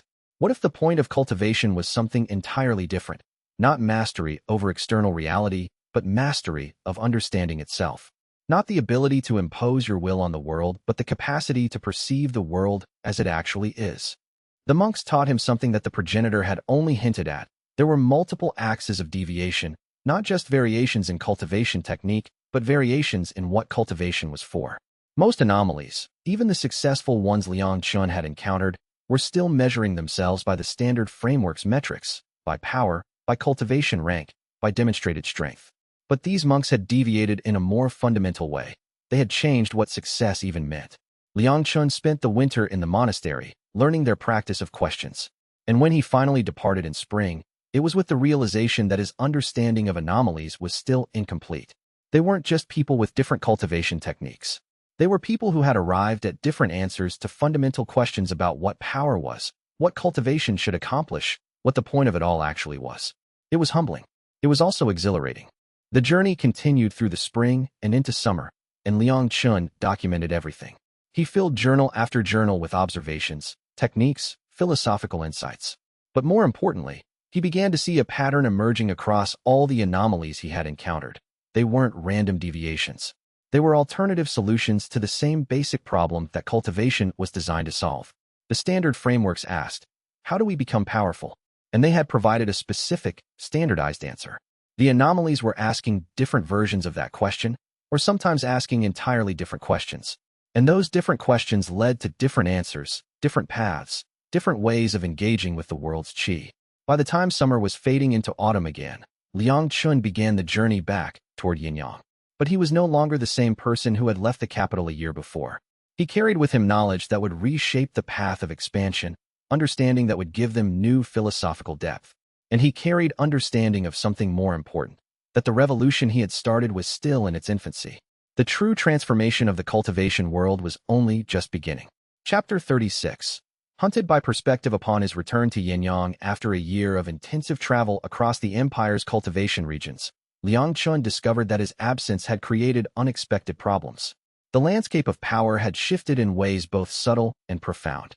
In his year away, the political situation among the sects had evolved through stages he hadn't anticipated. The initial shock and upheaval that had followed the public acknowledgement of anomaly cultivation had worn off like morning mist burned away by the sun. Now there was a growing movement, organized, patient, and far more dangerous than direct confrontation, within the major sects to actually reassert control and reverse the proclamations that had suspended enforcement of the Harmonious Path Acts. The academy itself had changed during his absence. The buildings were the same, the training grounds unchanged, but the energy was different. The cultivators who remained had grown sharper, more refined in their deviations. Those he had trained directly had begun to branch out, discovering subtle variations in the fundamental principles that unified anomaly practice. Some had found ways to blend their deviations with minor elements of orthodox technique without losing the purity of their alternative paths. Others had gone in the opposite direction, pushing their deviations to extremes, exploring the outer limits of what was theoretically possible. "It's more subtle than before," Wei Shan explained during their first meeting after Liang Chen's return, his expression grave as they sat in the academy's private council chamber. The autumn rain drummed against the paper windows, creating a rhythm that felt almost like the pulse of some vast, distant heartbeat. They're not trying to openly suppress anomalies anymore. Instead, they're working through bureaucratic channels, creating new regulations, reinterpreting the cultivation authority's proclamation in more restrictive ways. They're trying to accept anomalies in principle while making it functionally impossible for us to operate. Liang Chen listened, tracing the contours of the strategy with the precision of a cultivator reading the flow of qi through a meridian. The tactics were effective precisely because they were not dramatic. There was no grand gesture, no moment of confrontation that could be rallied against. The sects didn't need to defeat anomalies militarily or even spiritually. They just needed to make life sufficiently difficult for them, restricting where they could establish academies, limiting their access to cultivation resources and rare materials, making official recognition more difficult to maintain through endless procedural obstacles, creating new licensing requirements that were impossible to meet. And the DAO Enforcement Bureau is cooperating? Liang Chen asked, though he suspected he already knew the answer. Not officially. They maintain the appearance of neutrality, Wei Shan said, pausing to take a sip of tea. But the Bureau was created to enforce the Harmonious Path Acts. Now that those acts are officially suspended, the Bureau is in a philosophical crisis. It's losing its primary justification for existence. Some elements within it are using the uncertainty to quietly support sect efforts to restrict anomalies. It's deniable, it's subtle, and it's working. We've had 3 academy locations denied permit renewals in the eastern provinces. The reasons given are bureaucratic, fire codes, structural assessments, administrative irregularities. But the timing is consistent. The rejections started immediately after the Bureau's reorientation. Liang Chen rose and moved to the window, watching the rain streak down the paper with paths that seemed almost intentional, almost alive. He understood something that the progenitor might have warned him about during their strange conversations in the mountain. Victory in a conflict doesn't end the conflict. It only shifts its terms, transforms it, moves it into new territory where the rules are less clear and the victory itself becomes harder to recognize. They had won the right to exist publicly. They had forced the cultivation world's power structure to acknowledge that anomalies were real, that deviation was possible, that their chi patterns were not errors but alternative expressions of cultivating power. But that public acknowledgement, that hard-won pronouncement from the cultivation authority, now felt increasingly like a hollow victory. They had the letter of permission but were being systematically denied the spirit of it. But there was a difference in Liang Chen's response now, a shift in his perspective that surprised even him. A year before, in the immediate aftermath of his confrontation with the sects, he might have panicked at this subtle setback. He might have seen it as evidence that the sects would never truly accept deviation, that the entire framework of official recognition was meaningless. He might have called for renewed confrontation, for dramatic action that would force the sect's hand once more. But time had given him a different kind of clarity. He had traveled to 17 provinces during his year of wandering. He had seen anomalies thriving in communities where the sects had no power, cultivators who had discovered deviation through pure necessity, through the accidents of circumstance and the mysteries of their own chi. He had encountered an old woman in a mountain village whose cultivation method was based on the natural rhythms of the seasons, a deviation so subtle and so profound that it had taken Liang Chen hours of observation to fully understand it. He had met a young scholar in a provincial city who had developed a cultivation technique based entirely on the processing of written language, each character containing spiritual properties that could be manipulated through careful study. He had witnessed a group of street performers whose acrobatic practice had evolved, over generations, into a sophisticated cultivation method that developed power through the precise measurement of angles and gravity. This experience had taught him something deeper than any direct confrontation could. The sect's resistance was not the real issue. The real issue was that the Heavens DAO itself was still learning how to accommodate anomalies. The universe itself was recalibrating, adjusting its fundamental patterns to encompass these new possibilities. The framework change couldn't be rushed, couldn't be forced through confrontation alone. It had to happen through the slow, grinding, almost glacial process of millions of individual cultivators gradually accepting alternative approaches, discovering through personal experience that deviation worked, that it produced results, that it transformed people. And that meant that in the short term, there would be resistance, setbacks, apparently contradictory moves from different sectors of the power structure. The sects would resist. The Bureau would find ways to obstruct. But underneath it all, the Heavens DAO was shifting, slowly but inexorably, toward a new equilibrium. We're not going to win this by directly confronting the sects again, Liang Chen told Wei Shan, returning to sit across from him. His voice was quiet but carried an undertone of absolute certainty. We already won the direct confrontation. What we won was the right to exist and the public acknowledgement that deviation is real. The sects trying to restrict that now is actually good for us. It will force the cultivators who believe in genuine freedom to make a choice. They'll have to decide whether they want to remain within the sect's restrictive structures or whether they're willing to take the risk of joining US, of practicing deviation openly, of accepting the consequences that might follow. He rose and began to pace the chamber, his footsteps creating a steady rhythm. Consider the mathematics of this situation. When we confronted the sects directly, we were still asking for permission, still seeking validation from an external authority. We were saying, through our actions, that the sects had the right to judge us, and we were simply insisting they judge us fairly. But we've moved beyond that now. The key insight is that we no longer need their approval. We need their acceptance to be irrelevant. If they restrict our academies, but we continue to teach in homes and small groups. If they limit our access to official resources, but we develop our own cultivation materials. If they spread propaganda, but we simply continue to succeed, then their restrictions become nothing more than background noise. He paused at the window, watching the rain intensify. Think about a student's journey into deviation. They come to us broken, or confused, or simply dissatisfied with the path that was chosen for them by circumstance of birth or sect allegiance. What heals them is not our argument against the sections. It's the proof of our existence. It's seeing that someone with an anomalous chi signature can not just survive, but thrive. That's the propaganda we need to spread, not through words, but through the simple fact of our success. And if they choose the sect's restrictions? Weishan asked. There was something almost mournful in his question, the voice of someone who had hoped for more universal acceptance. Then we accept that choice. Not happily, but we accept it, Liang Chen said. Because real transformation can't be forced. It can only be offered. The sects are offering restriction, certainty, the comfort of following established patterns that have worked for generations. We're offering freedom, the responsibility of discovering one's own path, the uncertainty that comes with true deviation. If most cultivators prefer restriction, then maybe restriction is what the world actually needs right now. Maybe the universe is telling us something by their choices. Our job is not to force freedom on people. Our job is to make freedom available for those who want it, to demonstrate its validity through our own cultivation, and then to accept whatever choices the cultivators of this world make about their own paths. This perspective shift, from fighting for victory to simply offering an alternative, from trying to convince the power structure to accepting that the power structure might never be convinced, changed the fundamental nature of the path of expansion's work. Instead of trying to expand through direct recruitment and aggressive outreach, they focused on deepening the practice of those who had already chosen to join. Instead of trying to convince skeptics and win over the doubtful, they demonstrated through their own cultivation results and through the success of their students the validity of their approach. The difference was profound.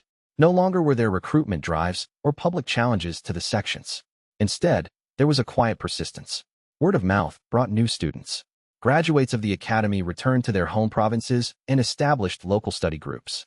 The path of expansion grew not as a unified organization, but as a network of loosely connected practitioners, all following different deviations, all united only by the principle that alternative paths were valid. And more importantly, Liang Chen began the work of creating what would become known throughout the empire as the Compendium of Deviations, a comprehensive documentation of every anomaly cultivation technique he had encountered in his travels and could gather through correspondence with other anomalies. It was organized by principle rather than by sect or region, a radical organizational scheme that suggested something almost heretical. Beneath the surface diversity of anomaly practice, beneath the apparent chaos of different approaches and techniques, there were underlying unities, mathematical structures, philosophical principles that united all these seemingly disparate paths. The work consumed him. Night after night, Liang Chen would sit at his desk with stacks of journals and scrolls surrounding him like the walls of a fortress. He would read accounts of how a wind cultivator in the southern provinces had discovered that her deviation could be described through the principles of fluid dynamics. Not the flowing of qi, but the flowing of air itself through a medium that offered resistance and created vortices. He would study detailed diagrams sent by a scholar in the East who had mapped out how the deviation patterns of various cultivators could be represented through geometric shapes, each shape corresponding to a different fundamental approach. He would receive letters from a hidden community deep in mountain valleys where cultivators had independently discovered that deviations could be encoded in the structure of traditional music, the interval between notes creating the harmonic framework for qi manipulation. What emerged was not just a catalog, but a revelation. Liang Chen began to see that the orthodox cultivation frameworks were not wrong, exactly. They were incomplete. They had been designed by cultivators who happened to follow certain patterns, and over generations they had been standardized and refined until they seemed like the only way to cultivate. But anomalies weren't violations of the natural order. They were evidence that the natural order was far richer and more complex than anyone had previously understood. The Heavens DAO had always accommodated multiple approaches. The sects had simply failed to recognize them, had labeled them errors rather than alternatives. The compendium was not written as propaganda or argument. It was not designed to convince anyone of anything. It was presented as pure documentation, observation, neutral description.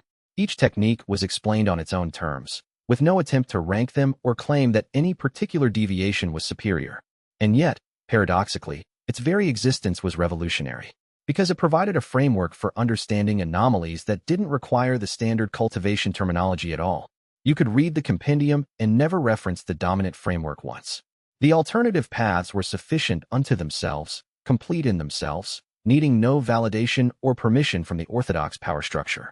As autumn turned to winter, and Liang Chen worked on the final sections of the compendium in his private chamber, surrounded by texts and journals and scrolls covered in his own careful notes, he realized that his actual role in the movement had shifted fundamentally. He was no longer the leader who had gathered anomalies and challenged the sects, no longer the figure whose chi signature represented some kind of power or authority that others rallied around. Now he was the philosopher, the recorder, the cartographer of possibility, the one who was articulating the theoretical foundations for why anomalies mattered and what they represented in the larger context of cultivating power. The shift happened gradually, almost without his noticing it.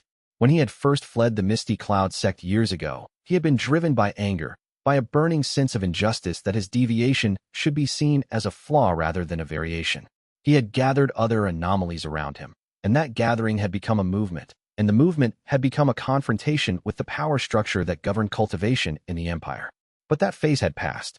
The confrontation had been won, not in the sense that all resistance had ceased, but in the sense that the fundamental question had been answered. Anomalies were real. Deviation was valid. The universe made room for multiple paths. But what did that victory mean? What would it actually look like for anomalies to truly flourish in a world still dominated by sects? These were questions that couldn't be answered by confrontation. They required understanding. They required documentation. They required a map of all the territories that had been previously unexplored, a catalog of all the ways that power could be cultivated when you refused to follow the established patterns. Liang Chen had become that cartographer without quite deciding to. It had simply seemed like the natural next step. And as he worked, he found that this role satisfied something in him that leadership never had. Leadership required making decisions that affected others, required taking responsibility for outcomes beyond your control, required constant awareness of political dynamics and strategic considerations. But documenting knowledge, articulating principles, refining understanding, that was work that could be done in solitude, work that produced something that would exist independent of his own choices or failures. It was a quieter role than the earlier work. There was no drama in it, no moment of confrontation or revelation. But in its own way, it was more powerful. Because ideas, once articulated clearly, once set down in a form that could be copied and distributed and studied, could spread in ways that confrontation never could. The sects could resist a movement. The Bureau could obstruct organizations. But they couldn't resist an idea that had already taken root in the hearts and minds of millions of cultivators. Young people who were beginning to question whether the standard frameworks really were the only valid approaches, whether the sect's restrictions served the cultivators or served only themselves. And Liang Chen, working in his chamber as the winter snow fell outside, was becoming the voice of that idea, not through dramatic pronouncements, but through careful work, through documentation, through the simple act of making knowledge accessible to those who wanted it. The sects could hunt him if they wished, but they couldn't hunt an idea. Ideas were already everywhere, carried in the minds of thousands, spreading like seeds on the wind. Chapter 37. The Academy's first graduates. The Path of Expansion's primary academy in Yinyang produced its first full graduating class in early spring, when the ice had finally melted and new growth was pushing through the softened earth. 37 cultivators completed their formal study, having been trained for a minimum of 2 years according to principles of deviation rather than standardized curriculum. They represented every type of background imaginable: merchants and soldiers, monks and scholars, the sons and daughters of farmers and officials, people who had found their way to the academy through different paths and different needs. The graduation ceremony was deliberately modest, deliberately subdued. There were no grand rituals, no public celebration that might provoke the sects or draw the attention of the DAO Enforcement Bureau. Just a simple acknowledgement of achievement in a private hall within the academy grounds, with only the Path of Expansion's core members and the graduates' immediate families present. To external observers, nothing remarkable occurred. Just a quiet gathering, a distribution of certificates, a few words of encouragement. But the significance was impossible to overstate, at least to those who understood what was actually happening. These were the first cultivators who had been trained from the beginning according to anomaly principles rather than starting with standard training and then deviating, correcting, adapting. They represented proof that deviation could be taught. could be systematized, could be transmitted to new generations without requiring the exceptional talent or the stroke of extraordinary luck that the earlier anomalies had needed. They were not geniuses marked by the heavens DAO. They were ordinary people who had been given the right conditions, the right guidance, the right permission to follow their own nature. Liang Chen attended the ceremony and was struck by something he hadn't anticipated, something that shifted his entire understanding of what the path of expansion was actually accomplishing. The graduates were not particularly exceptional in any obvious way. They were ordinary people, a merchant's daughter with sharp eyes and a methodical mind who had developed a cultivation technique based on the mathematics of commercial exchange, tracking value and balance with the precision of someone trained in accounting. A former soldier whose cultivation was built on the body's natural rhythms and the muscle memory of combat, creating power through movement patterns refined over 10,000 repetitions. A monk who had been disillusioned with his monasteries. Rigid adherence to the harmonious path acts, discovering that meditation could follow patterns that the traditional approach condemned. A scholar whose intellectual pursuits and profound skepticism about received wisdom had led her to question the assumptions that undergirded the standard frameworks. There was nothing about any of them that screamed genius or exceptional talent. They weren't the sort of people who drew attention when they walked into a room. And yet, they had successfully cultivated according to paths that the sects would have classified as impossible, that traditional cultivation theory said should not produce any results whatsoever. More than that, they had achieved genuine power. They could move in ways standard cultivators of their tier couldn't match. They understood their own chi in ways that made them extraordinarily efficient. They had developed techniques that were not just alternative, but in some ways superior to the standard approaches because they were built on principles that aligned with their individual nature rather than forcing them into a universal framework. After the ceremony, when the formal celebration had ended and most of the families had departed, one of the graduates, a young woman named May, perhaps 23 years old, with the kind of quiet intensity that came from deeply focused practice, approached Liang Chen privately in the courtyard.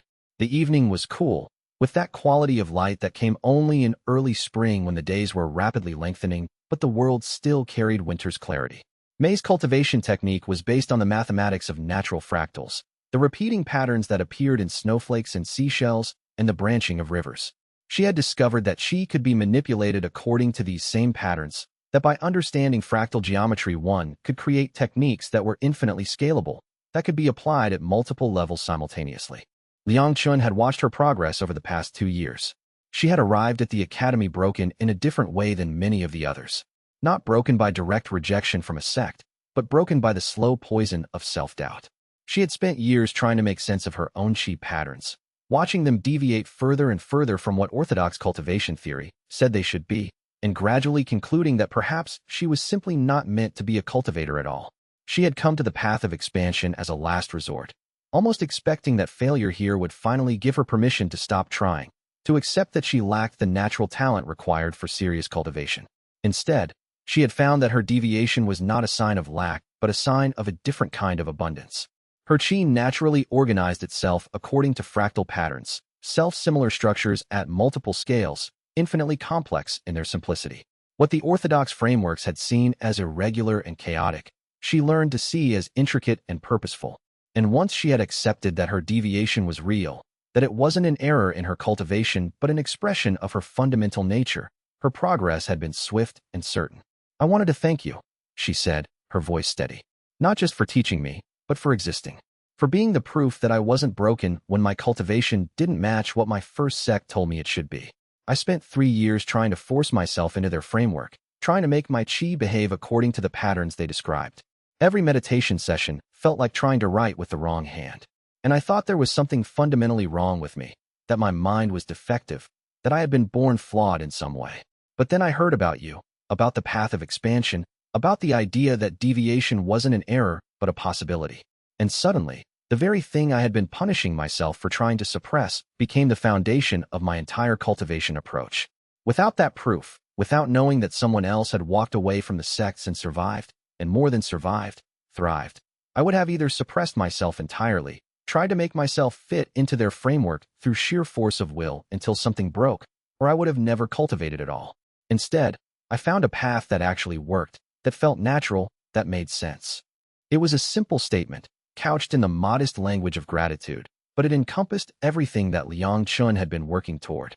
The point was never to make anomalies powerful in some absolute sense, never to prove that deviation was superior to the standard approach, never to claim some kind of ultimate victory for the path of expansion. The point was to make it safe for people to follow their own nature, their own path, their own understanding of what power meant. The point was to create a space where people didn't have to destroy themselves trying to fit into frameworks that had been designed without them in mind. Listening to Mei speak, Liang Chen thought about the cost of the path she had chosen. She would face suspicion and prejudice from many quarters. If she returned to her home province and established a small academy there, she would find the local sects resistant, the bureaucracy uncooperative, the population skeptical of her deviation. There might be times when she questioned whether she had been wise to reject the safety of orthodox cultivation, when the weight of establishing something new felt too heavy to bear alone. But at least she would not have to question whether she was broken. At least she would not have to spend her life in the exhausting, soul-destroying effort of forcing her qi to follow patterns that violated her fundamental nature. And that, Liang Chen had come to understand, was the victory they had actually won. Not power or status or recognition from the establishment. Simply the right to be oneself, the right to have one's own qi patterns validated as legitimate expressions of cultivating power rather than as errors to be corrected. The graduation ceremony became an annual tradition, and with each passing year, more cultivators completed their training under the path of expansion's teaching structure. But the growth was entirely different from how the sects grew. The sects expanded through centralization and standardization, through enforcing uniformity of practice and demanding adherence to established doctrine. The path of expansion, by contrast, encouraged dispersion. Graduates were not kept at the central academy, but were encouraged to leave, to establish satellite locations in their home provinces, to teach in small communities where the sect's grip was less absolute, to plant seeds of alternative practice in regions where people had never heard of anomalies. The sect's response was, as Liang Chen had anticipated, perfectly predictable. As the path of expansion's influence spread, not through any centralized campaign, but simply through the accumulated efforts of dozens of small groups of practitioners teaching their local communities, the restrictions tightened. Regional bureaucrats, responding to pressure from the sects or simply following incentive structures that favored conformity, created new rules forbidding anomaly cultivation in certain areas. The DAO Enforcement Bureau, though officially reoriented away from its traditional role of suppressing deviation, maintained surveillance on academy locations and continued to harass regional branches with surprise inspections and bureaucratic obstacles. And most powerfully, the sects began a quiet propaganda campaign, a campaign so systematic that it could only have been coordinated, to blame various disasters and problems on the influence of anomaly cultivation. When harvests failed in a province, sects would suggest that the spiritual disruption caused by anomaly deviations was interfering with the natural cycles of crop growth. When natural disasters struck, the narrative emerged that the heavens Tao itself was responding to the presence of unnatural cultivating practices. When unexpected conflicts broke out between communities, the sects would suggest that anomaly cultivators were disrupting the underlying harmony that had kept the empire stable for generations. It was crude propaganda, and on a rational level it didn't hold up to scrutiny. But it worked, and it worked precisely on populations that had been conditioned for centuries to see deviation as inherently dangerous, as a threat to the cosmic order. Fear is a powerful tool, more powerful than logic or evidence, and the sects knew how to deploy it with surgical precision. But something had changed in the cultivation world's fundamental orientation, something that happened so gradually that most people didn't even notice it. Even as people heard the sect's warnings about anomaly cultivation, they were also encountering anomalies directly in their daily lives. They were seeing cultivators who had deviated thriving, not just surviving on the margins, but actually achieving genuine results. They were reading the compendium of deviations and understanding that there were coherent, intelligent principles underlying the alternative approaches, that deviation wasn't just chaos but an alternative order. And most importantly, they were seeing the path of expansion's graduates succeeding in their communities, achieving genuine cultivation results, contributing to their provinces and regions, demonstrating through lived experience that deviation was not a path toward disaster, but toward genuine power. By the 5th year after the failed execution, after 5 years of quiet work and steady expansion, the situation had stabilized into something that Liang Chen had anticipated from the beginning. Not a complete victory for anomalies, but a complex coexistence. In some provinces, the sects maintained strict enforcement, and anomalies had to practice in secret, had to maintain the appearance of orthodox adherence while pursuing deviation in hidden spaces. In others, there was open acknowledgement, and even formal cooperation between sects and anomaly practitioners. In still others, the line had blurred entirely. Cultivators were simply practicing in whatever way worked for them, regardless of whether it technically conformed to the standard frameworks. The boundaries were becoming meaningless, melting away like snow beneath the spring sun. The Heavens DAO was evolving through all of this, changing not through any single revolutionary moment, but through the slow accumulation of millions of individual practitioners making choices, developing techniques, discovering through their own practice that alternative approaches worked, that deviation was not inherently inferior, that the universe was far more complex than any single framework could contain. And Liang Chen was no longer at the center of it all. His role had become something more subtle, more internal. He was the philosopher in residence, the keeper of records, the one who could articulate the underlying principles that connected all these different approaches, who could explain to new generations of cultivators why their deviations mattered and how they fit into something larger than themselves. He trained teachers, mentored younger anomalies who showed particular philosophical depth or leadership potential, and continued to expand and refine the compendium with new discoveries that arrived from across the empire, like reports from some vast network of underground explorers. In some ways, his work became even more complex as the movement matured. When the path of expansion had been small and unified, there had been a clarity to what they were doing. They were defending themselves against suppression, offering an alternative to those the sects had rejected, building a community based on the principle that deviation was valid. But as they grew, as anomalies developed in more diverse environments and more varied contexts, the simplicity of that original mission became harder to maintain. Some graduates came back to the academy questioning whether their deviation was truly valid, whether the pressures from their home communities might be correct to doubt the legitimacy of their approaches. Others developed deviations so extreme, so different from the orthodox frameworks, that even among anomalies they struggled to find acceptance or understanding. Still others discovered that they wanted to integrate elements of orthodox cultivation with their deviation, creating hybrid approaches that violated the purity of both systems simultaneously. Liang Chen found himself increasingly serving as a kind of counselor and philosopher to these troubled practitioners. He would sit with them, listen to their doubts and their struggles, and help them work through the complex question of what it meant to be truly committed to one's own nature. Some conversations lasted hours. Some required him to challenge deeply held assumptions about what power meant, what cultivation was supposed to accomplish, whether the goal was to become stronger or simply to become more fully oneself. It was satisfying work, though in a way very different from the intense, dangerous confrontations of the earlier days. This was the work of building something that would last, something solid and real that would survive the particular individuals who had started it, that would continue to grow long after Liang Chen himself was gone. And that, he had come to understand, was more important than any victory in the traditional sense. Because revolutions are won in moments. There is a flash of confrontation, a decision is made, a new leader rises to power, or an old system falls. But transformations, real and lasting changes to how a civilization understands itself, how it organizes its own power and possibility, those take generations. Those require the patient work of building institutions and spreading ideas and creating new frameworks slowly enough that they don't provoke massive resistance, systematically enough that they become the new default. And Liang Chen understood now that he was laying the groundwork for generations to come, that the real work of the path of expansion would not be accomplished in his lifetime, but would continue long after he was gone, carried forward by students he had taught and students they would teach. Chapter 38. The second generation rises 10 years after his initial journey with the first anomalies from the mountain cave. Liang Chen saw the first true evidence that his work was becoming something larger than himself. Cultivators who had never met him, who had only read his writings and learned from his students, were making breakthroughs in understanding deviation. They were asking questions he hadn't asked, following logical chains he hadn't pursued, discovering new deviations that even the compendium hadn't documented. The most significant of these breakthroughs came from a young cultivator named Zhou, who had entered the Path of Expansion's academy as a student but had rapidly become one of its most important teachers.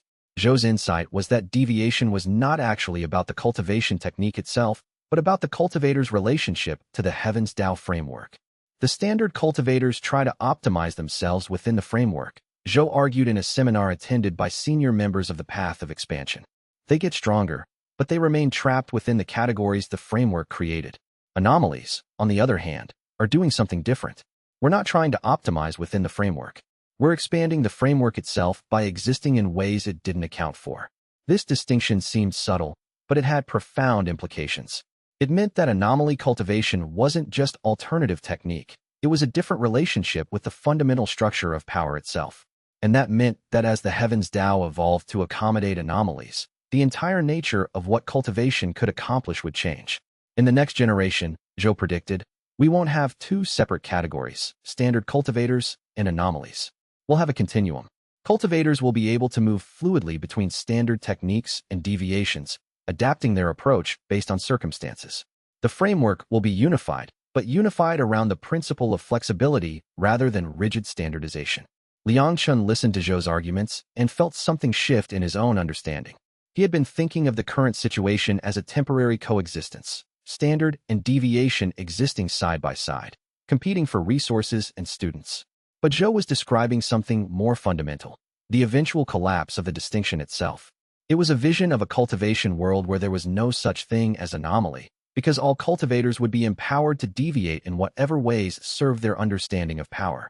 And once that vision was articulated clearly, it became inevitably true.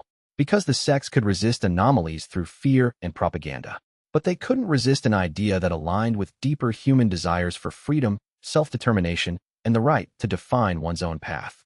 The work of the path of expansion entered a new phase, not recruitment or expansion, but integration. The organization began to actively work with sympathetic elements within the sects, helping them develop frameworks that could accommodate greater flexibility while maintaining coherence. They established joint research projects with innovative sects, shared techniques, and most importantly, began to shift the conversation from anomalies versus standard to how can cultivation become more comprehensive. It was subtle work, dull compared to the dramatic confrontations of the earlier days. But it was work that would ultimately matter far more. By the time Liang Chen reached 40 years of age, still young by the standards of advanced cultivators, who could live centuries, he had become something almost like a historical figure. There were young cultivators in the academy who knew of him primarily through his writings rather than through personal contact. The revolutionary had become an institution. It was in this context that the third major confrontation occurred, but it came from an unexpected direction. A delegation of younger cultivators from the Divine Harmony sect, the most orthodox and powerful sect in the empire, requested a formal meeting with Liang Chen. Their message was delivered respectfully, almost humbly. They wanted to discuss the philosophical foundations of anomaly practice. Liang Chen agreed to the meeting with a mixture of curiosity and caution. This was new. The sects had never before acknowledged anomaly practice as having philosophical foundations worth discussing. But he understood that this request was itself evidence of transformation. If the Divine Harmony sect was willing to have this conversation, it meant the institutionalization of anomaly practice was nearing a tipping point. The delegation arrived on a cool autumn evening, 5 young cultivators led by a senior scholar named Master Chen. There was no antagonism in their demeanor, none of the hostile tension of earlier years. Instead, they carried something Liang Chen had never seen from orthodox sect representatives, genuine curiosity. "We've read the compendium of deviations," Master Chen said, after the formal greetings were complete, "and we're forced to acknowledge that it presents a coherent worldview, a complete philosophy of cultivation that doesn't depend on the standard frameworks for validity." "I'm surprised it took so long to reach your order," Liang Chen replied. "We resisted," Master Chen admitted. "But resistance based on fear doesn't hold up forever. Eventually, you have to actually engage with the ideas. And once you do, once you really read carefully what you've written, it becomes hard to dismiss. Hard to maintain that the standard approach is the only valid approach." The conversation continued late into the night. Master Chen and his delegation asked questions about everything from basic meditation technique to the philosophical principles underlying deviation to the relationship between individual deviation and the larger evolution of the heavens DAO.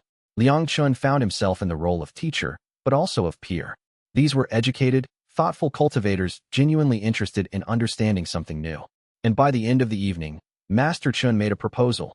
The Divine Harmony sect would like to establish a collaborative research program with the path of expansion. Not absorption. We're not suggesting that deviation become part of standard training, but genuine collaboration. Joint academies. Shared research. A formal acknowledgement that both approaches have validity and can learn from each other. It was a proposal that would have been unthinkable just 5 years earlier. And it represented something crucial, the institutionalization of anomaly practice. The idea was no longer radical or marginal. It was becoming part of the establishment. Liang Chen agreed to the proposal, and by spring, The first joint academy had opened, training cultivators in both standard and deviation approaches, helping them understand how to integrate insights from both paths. Chapter 39. The framework evolves. The collaborative academies multiplied across the empire like crystalline growth. Where once there had been clear boundaries between standard cultivation and deviation, now there were overlapping zones, hybrid approaches, cultivators moving fluidly between different methodologies. The change in the heavens DAO's pressure became palpable to sensitive cultivators. The framework that had once felt rigid and oppressive became more flexible, more adaptive. It was as if the universe's fundamental structure of cultivation was literally transforming, becoming more complex, more capable of handling the diversity that anomalies had forced it to acknowledge. By the time Liang Chen was in his mid-40s, the transformation was essentially complete at the institutional level. The major sects had all established deviation studies programs. The DAO Enforcement Bureau had been officially reorganized as the Cultivation Innovation Bureau, tasked with identifying and documenting new approaches rather than suppressing them. And most significantly, the Harmonious Path Acts had been formally repealed, replaced with new guidelines that acknowledged multiple valid approaches to cultivation. The world had changed. But the deepest change, Liang Chen understood, was one that statistics couldn't capture. It was the simple fact that no young cultivator growing up in this new world would ever feel ashamed of their deviation. They would never believe they were broken or wrong for following a unique path. The possibility of alternative ways of being was built into the fundamental assumptions of cultivation now. Still, Liang Chen found that completing the institutional transformation didn't bring the sense of triumph he might have expected. Instead, it brought a kind of weariness and a realization that the work was far from finished. The progenitor appeared to him once more, as the sun set on an autumn evening in Yinyang. The old man looked different now, not fading, but integrating, becoming harder to distinguish from the general flow of qi that permeated the city. "You've done well," the progenitor said. "Better than well. You've transformed a civilization. But you understand now that transformation is a never-ending process, yes?" "I do," Liang Chen replied. "We've solved the problem of anomaly recognition and institutional acceptance. But we've created new problems. Young cultivators with too much freedom sometimes choose paths that don't serve them well. Some sects are using deviation as an excuse to abandon all standards of training. And the Heavens DAO, now that it's more flexible, is somehow becoming harder to understand." "Exactly," the progenitor nodded. "This is why genuine transformation matters more than revolution. A revolution replaces one absolute with another. A transformation requires constant adaptation and reevaluation. The work never ends because reality never stops being complex." He stood to leave, and this time, Liang Chen understood that it would be the last time they would meet. The progenitor had accomplished his goal. The framework had evolved. And now the old man's consciousness was becoming part of the larger evolution, his individual identity dissolving into the greater transformation.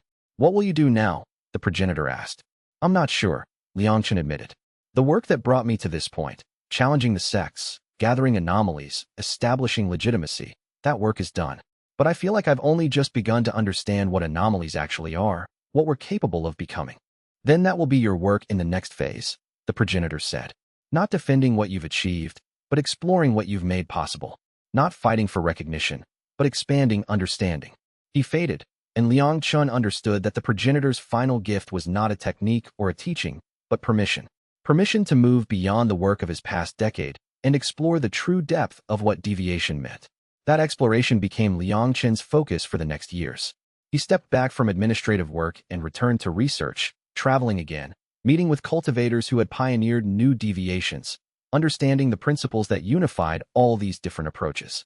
What he discovered was that anomalies weren't accidents or errors or even conscious choices in most cases.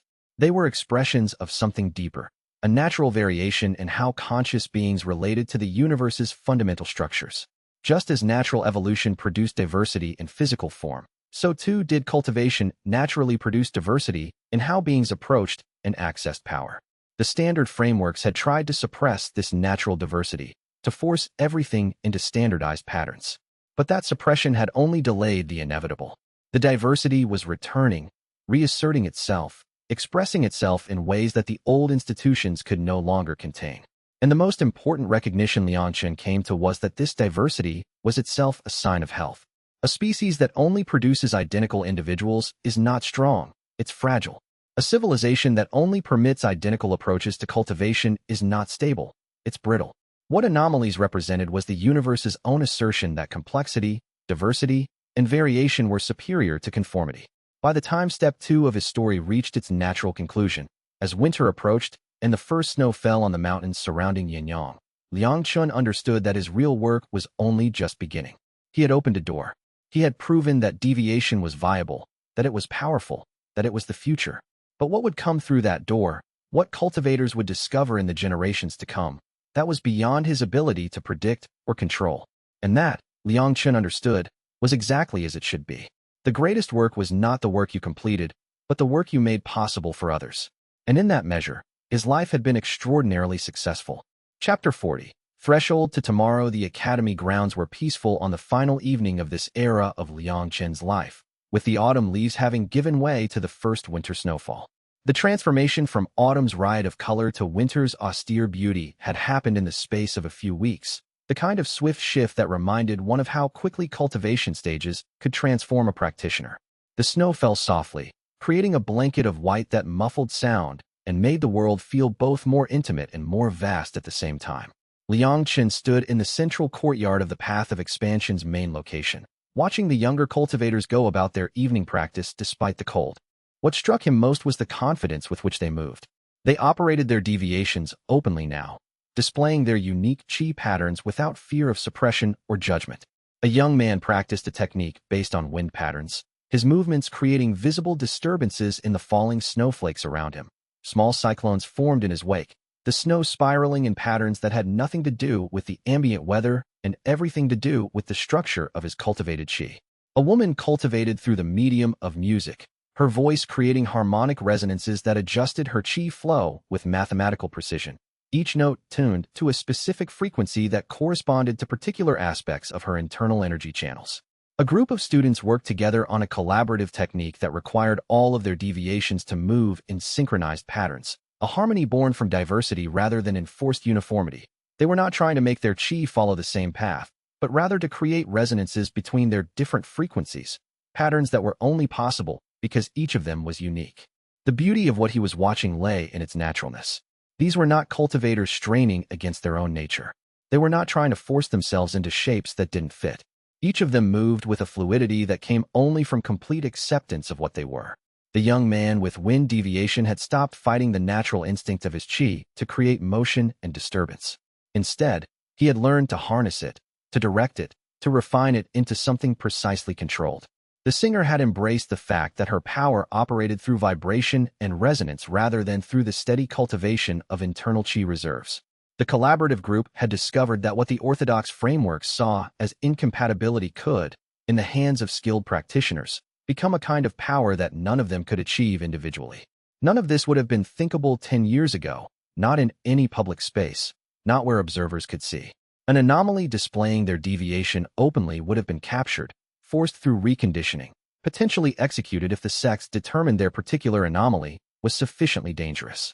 The mere act of openly practicing deviation had been a death sentence. Now it was simply evening practice, unremarkable, uncontroversial, the expected rhythm of an academy day. The change was so gradual that it was easy to forget how radical it actually represented. A messenger arrived from the capital on horseback, having ridden hard to reach the academy before nightfall. The young courier was frostbitten and exhausted, but he carried an official document sealed with the insignia of the Cultivation Innovation Bureau, a relatively new administrative body created to study and integrate the recent changes in the cultivation landscape. The Bureau had commissioned a new position, the Keeper of Deviations, a role designed specifically for the systematic study and documentation of new cultivation approaches as they emerged, for cataloging the ways that the Heavens DAO was reorganizing itself in response to the presence of alternative paths. They were offering the position to Liang Chen, with significant resources, official recognition, and the kind of institutional legitimacy that only the highest levels of the power structure could provide. He read the offer carefully, understanding precisely what it represented. It was not a trap. The Bureau was genuinely interested in his work, genuinely wanted to preserve and systematize the knowledge that anomalies had developed. In another lifetime, such recognition would have felt like complete vindication. The organization that had once hunted him, or at least tolerated his hunting, was now offering him a position of honor and authority. But that was exactly what made him hesitant. It was an opportunity to be absorbed into the system, to become part of the establishment, to lend his authority and credibility to an institution created by the very power structure he had spent years questioning. It would be comfortable. He would be given resources, access to rare materials, official channels to gather information from across the empire, funding to support the expansion of his research. It would provide him with security and status, the kind of official recognition that would make his work legitimate in the eyes of every cultivator who valued the approval of established authorities. But accepting the position would also mean compromising something fundamental. It would mean becoming a servant of the state, obligated to organize his discoveries and his documentation in ways that serve the state's interests. It would mean working within bureaucratic constraints, answering to administrators who might not understand the principles underlying anomaly practice, potentially seeing his life's work edited and filtered and repurposed for political goals he didn't control. He declined the position politely but firmly, sending word back with the messenger that while he honored the Bureau's recognition, his work was not suited to institutional constraints. The work of keeping records was important, certainly, but others could do it. His own path, he had come to understand through years of gradual realization, lay elsewhere. He was meant to be a bridge between the isolated anomalies in remote regions and the growing network of accepted practice in the empire's centers, a connector of knowledge, a seeker of understanding rather than an administrator of systems. The moment he accepted a position within the establishment, he would cease to be that bridge. He would become one or the other, either genuinely part of the establishment or genuinely isolated, but never truly between. Wei Shan found him in his private chamber later that evening, where Liang Chen was organizing his journals and preparing them for preservation in the Path of Expansion's archives. The papers covered every surface: scrolls, bound volumes, loose sheets written in careful script, years of observation and philosophy compressed into written form. This was the real work, the lasting work. Not power or position or recognition, but the careful documentation of understanding. "You're leaving again," Wei Shan said. Not a question, a statement of fact, the kind of observation that came from knowing someone deeply. "There are still corners of the empire we haven't fully documented," Liang Chen replied, his eyes moving across the pages before him.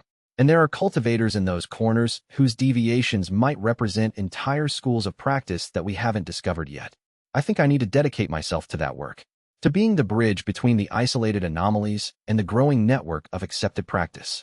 I can't build an empire or administer a system, but I can travel, and I can listen, and I can learn, and I can record." Wei Shan nodded, accepting this without argument. "You were always meant to be a wanderer. I'm surprised you stayed in one place this long." "It was necessary," Liang Chen said. "The work of establishing legitimacy required presence, required commitment to a specific location and community. It required me to be a leader, to make decisions, to represent something to the cultivators looking for an alternative path. But that work is essentially complete.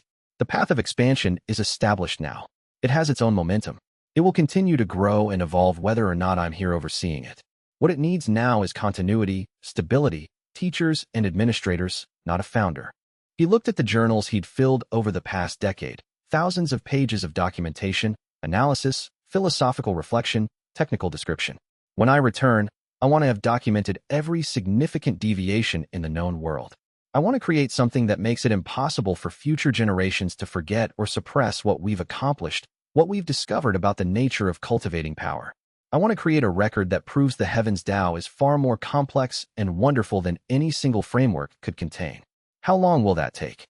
Wei Shan asked. "I don't know," Liang Chen admitted. "Perhaps a decade, perhaps longer. But I've learned that the measure of a life's work isn't how fast it's completed, but how thoroughly it transforms understanding. The sects measure success in terms of power, in terms of how many cultivators they control or how many territories they dominate. We measure success differently. Our success is in expanding what it means to cultivate, in opening up possibilities that were previously thought impossible. That's work that can't be rushed. It requires patience." He spent the next few days making careful arrangements to ensure the academy would continue to flourish in his absence. The process was more complex than he had anticipated.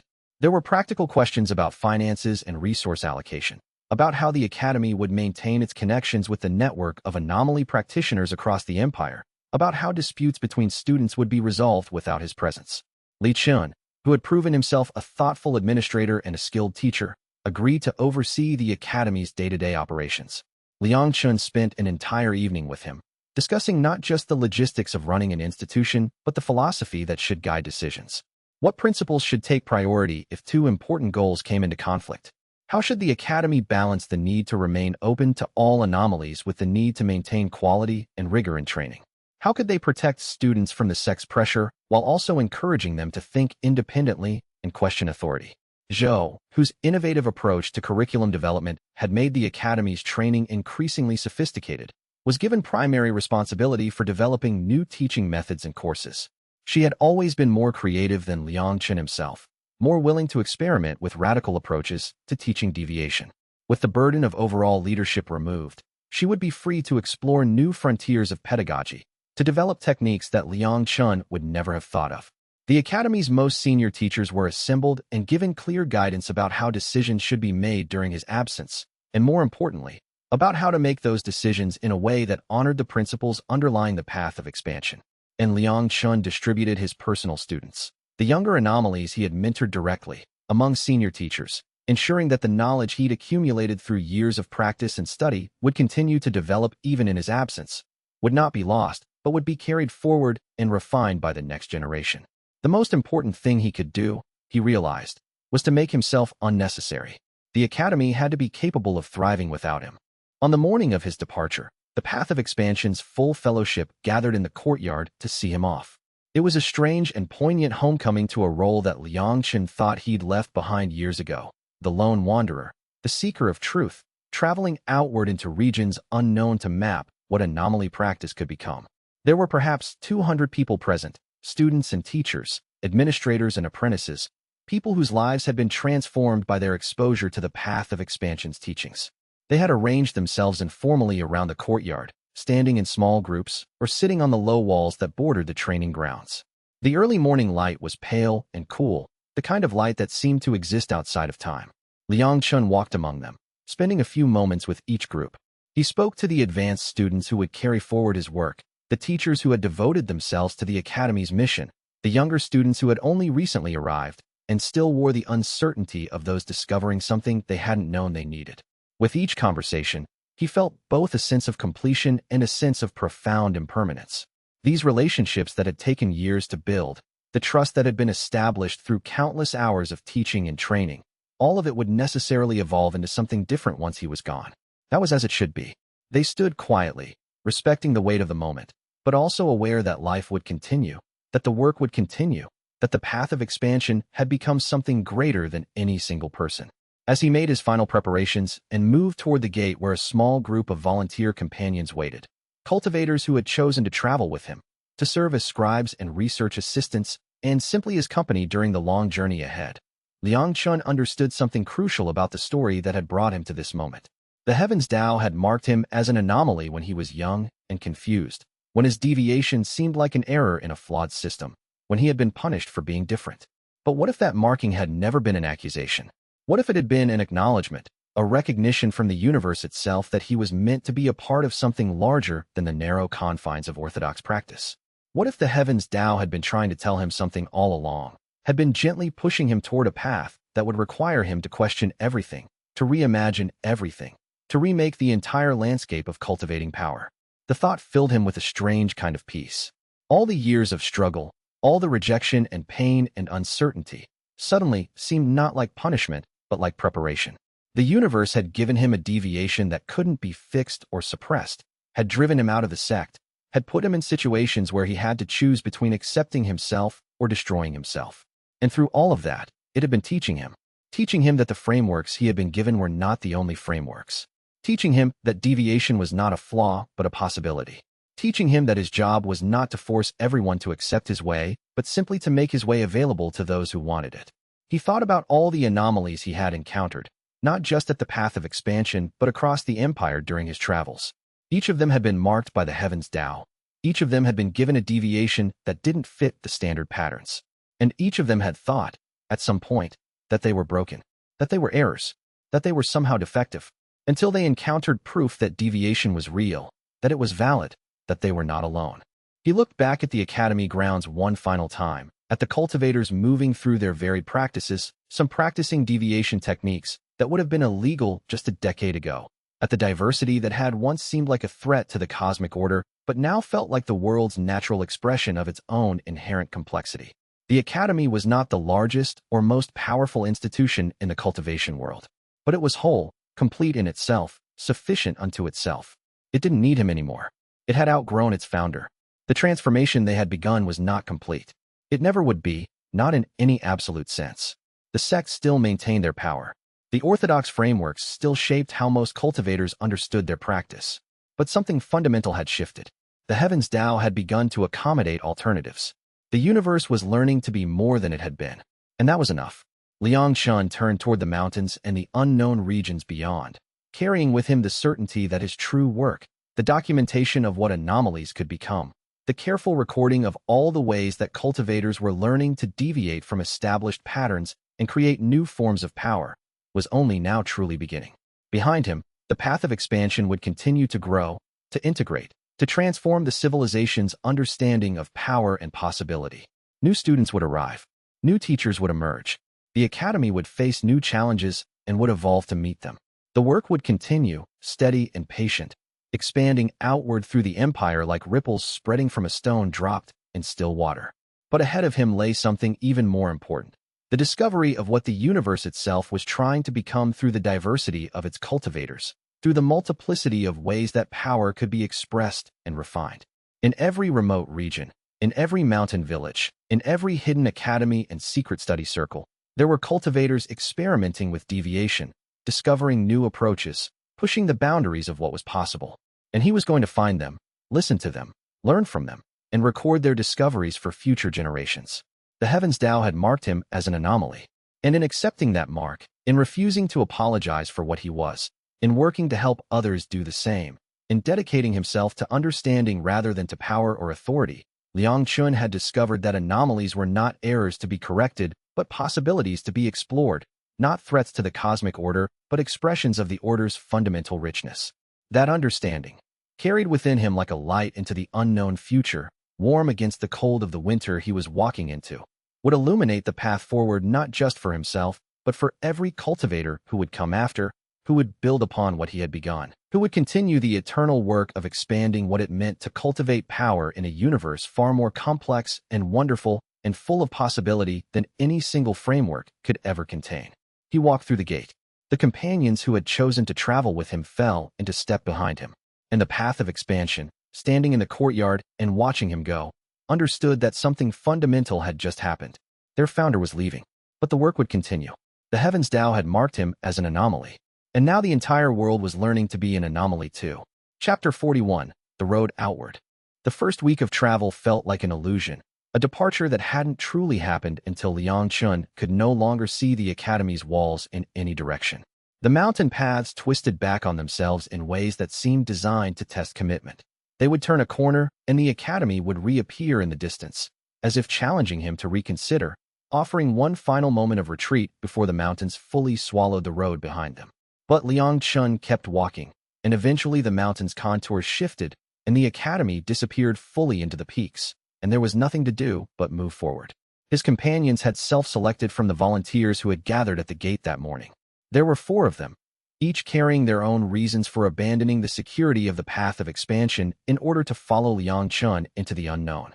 The first was Shun Mei, a woman in her late 30s whose deviation involved the ability to sense the age of any object by touching it.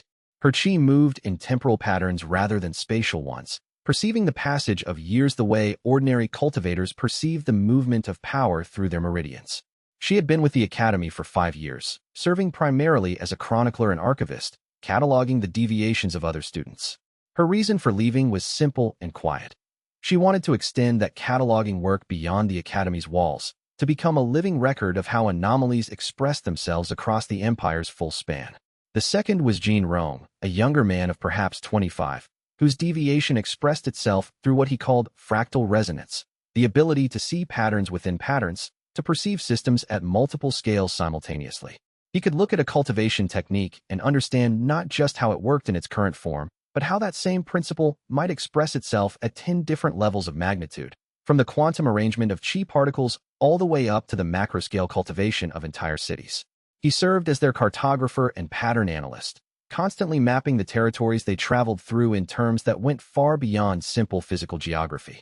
The third was Liu Chen, no relation to Liang Chen, though the shared surname had created some initial confusion, a taciturn older man whose deviation involved a mastery of silence, literally.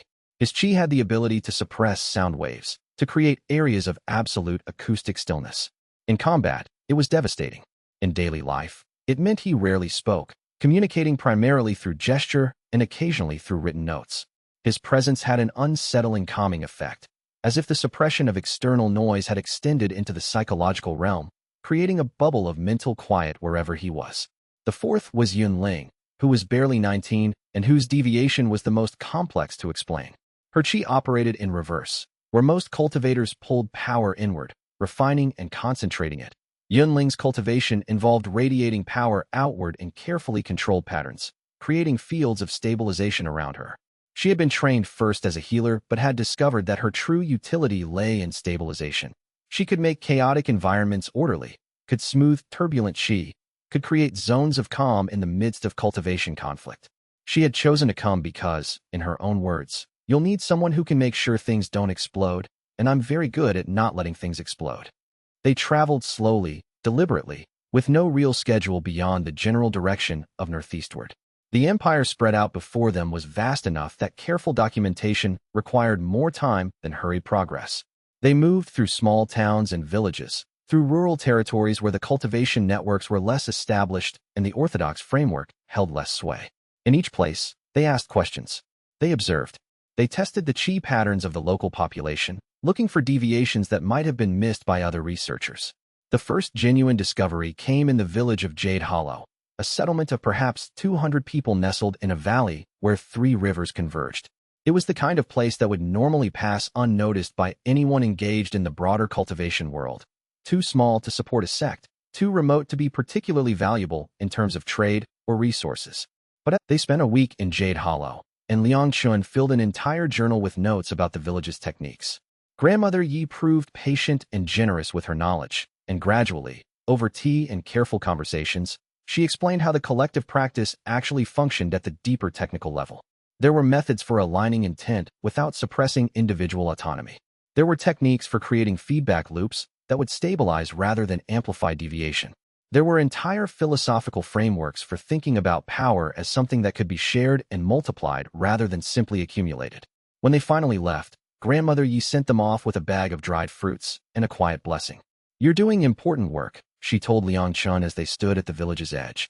"Recording what we've discovered here, making sure that other villages know they're not alone in figuring out how to cultivate when the traditional paths aren't available. The sects measure success in terms of power and dominance, but we measure success differently. If you can carry that different measure of success to the rest of the empire, if you can show other isolated groups that there are alternatives to either abandoning cultivation or contorting themselves to fit the standard frameworks, then you'll have accomplished something that matters more than any amount of individual power." That night, camped in the mountains above Jade Hollow, Liang Chen sat by the fire and read back through the notes he'd taken in the village. The collective cultivation techniques were complex but elegant, built on principles that he realized were entirely compatible with the path of expansion's underlying philosophy. The distinction between individual deviation and collective resonance wasn't actually a binary, it was a spectrum, and somewhere in the middle of that spectrum lay possibilities that the sects would never have considered because they operated from assumptions of hierarchical power and individual advancement. Yun Ling sat across from him, her eyes reflecting the firelight with an intensity that suggested she was thinking about something significant. "They're not afraid," she said suddenly. "The people in Jade Hollow, even though they know the sects would disapprove of them, even though their collective practice is technically deviation, they're not afraid. They live openly. They cultivate openly. They teach their children to cultivate in that way. Safety in numbers." Lu Chen's voice was quiet but clear. He rarely spoke, and when he did, it was usually important. A village united in a practice the sects disapprove of is harder to suppress than an individual anomaly in isolation. Sects can hunt down isolated deviators. They can't easily suppress an entire community without overwhelming force. But they could if they wanted to, Jean Rong added, his perspective taking in the fractal implications of the situation. That they don't is significant. It suggests that collective cultivation, as long as it remains small and isolated, is beneath their notice. Once it scales, once other villages start adopting similar practices, once the principle of collective resonance spreads, then the sects will see it as a threat. Which means our documentation is more important than we initially understood, Shinmei observed. She was holding her own notes. organized into the careful categories she had developed for tracking different types of deviations. If we can record these techniques clearly, if we can create a resource that other groups can learn from, then we're not just documenting what already exists. We're enabling its spread. Liang Chen nodded slowly. This was the work he had intuited but not fully articulated during his final days at the academy. Documentation wasn't neutral. The act of recording created possibility. By carefully preserving what Grandmother Yi and her village had developed, they were making it available to future generations, enabling replication and adaptation and evolution. They were not simply observing the universe's natural diversity of cultivation approaches. They were actively enabling that diversity to proliferate. The fire burned down to embers, and eventually they settled into sleep, their camp arranged in a configuration that Yunling had developed, each of them positioned so that her radiant stabilization field covered all of them, creating a zone of protection and calm around their sleeping forms. As Liang Chen drifted toward sleep, he felt something fundamental shifting in him. The weeks on the road had already transformed him in subtle ways. The constant exposure to new concepts, the perpetual challenge of understanding deviations he had never encountered before, the simple rhythm of walking and talking and observing and recording. All of it was gradually reshaping his sense of purpose. The academy had been about establishing legitimacy and creating a focal point for the scattered anomalies of the empire. This journey was about something different. This journey was about understanding the universe's infinite capacity to express power in ways that the standard frameworks had never anticipated. The Heavens DAO had marked him as Anomaly, and now, traveling outward to document that anomaly in all its manifold expressions, he was beginning to understand that the marking had never been a punishment at all. It had been an invitation. An invitation to recognize the universe not as a system with errors that needed correction, but as something fundamentally creative, fundamentally open to possibilities that no single framework could ever fully contain. Chapter 42. A child in the crops. The farming village of Greenstem was indistinguishable from 100 other farming villages that dotted the provincial landscape.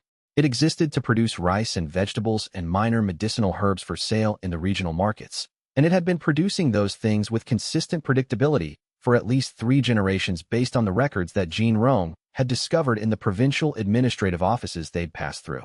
The mountains rose in the distance, forested and steep, and in between lay cultivated fields arranged in geometrically precise patterns that spoke of centuries of careful optimization.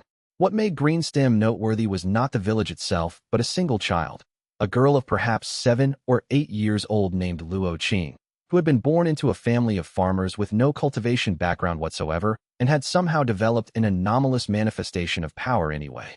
They learned about her from a traveler they encountered on the road, a merchant who had passed through the village and had observed something unusual in one of the fields near the settlement's eastern boundary. The merchant hadn't understood what he was seeing, but he'd been curious enough to mention it in passing to other travelers, and eventually the description had reached someone in a town who had contacts with the Path of Expansion's network, and that someone had sent word northward requesting investigation. By the time Liang Chen and his companions arrived in Greenstem, the child had already attracted attention from other quarters. There was a sect delegation in the village, 3 younger disciples of what appeared to be one of the minor sects from the eastern provinces, their robes bearing insignia that marked them as junior investigators rather than military enforcers. They were housed in the finest dwelling in the village, which was still quite modest, and they moved about the community with the kind of official authority that made most of the villagers nervous and cautious. The girl's parents, a couple named Luo and Chun, were in a state of visible anxiety when Liang Chen approached them in the evening at their modest farmhouse. The sect disciples had questioned them, had observed their daughter's cultivation, and had apparently expressed some uncertainty about how to classify her anomaly. This uncertainty was simultaneously protective, because the sect wasn't sure if the girl was dangerous. They weren't yet moving to capture or suppress her, and deeply frightening, because uncertainty often led to excessive caution and sometimes to destruction of what couldn't be understood. Liang Chen introduced himself carefully, explaining that he was conducting research into different types of cultivation deviations and that he had heard rumors of something unusual happening in their village. He didn't mention his previous position at the Path of Expansion, didn't mention that he had a detailed understanding of exactly how the sect system classified and responded to anomalies. Instead, he positioned himself as a curious scholar interested in documenting unusual chi phenomena. The girl herself was playing in the fields when he first saw her. What struck him immediately was not her cultivation power, but her joy. She was running through a planted field of young crops, and as she ran, the vegetation around her was responding, not in the violent, chaotic way that most deviators' power tended to express itself, but in something almost gentle. The rice stalks were bending toward her as she passed, and the motion seemed less like compulsion and more like attraction, as if the plants were being drawn to her the way flowers turn toward sunlight. Where her bare feet touched the soil, there was an immediate burst of growth. Plants grew denser, greener, more robust along the path she took, as if her presence was accelerating their development, giving them permission to grow more fully than they otherwise would. She doesn't understand yet, the girl's mother said quietly, watching from the field's edge with Liang Chen. We're farmers. No one in our family has ever cultivated. We don't know how to teach her, how to guide her, how to explain what's happening. And now the sect disciples are here, and they keep watching her, and we don't know if they're going to help her or take her away or destroy her or what. How long has she been manifesting this power? Liang Chen asked, his eyes still on the child in the field. Since she was 5, Chen replied. That was the father. It started small. Plants would grow better in the garden where she played. But as she's gotten older, it's gotten stronger. Last month, she was playing in a field, and the rice crop grew in that field matured 3 months early. The entire harvest was early. The neighboring farmers thought we'd poison their crops with some kind of enhancement technique. They were so angry about the difference in timing. Liang Chen nodded slowly, understanding the situation now. The child's deviation was symbiotic rather than dominating. She wasn't forcing the plants to grow faster, the way a cultivation technique might. Instead, she was in genuine relationship with the plants, and that relationship was naturally accelerating their growth.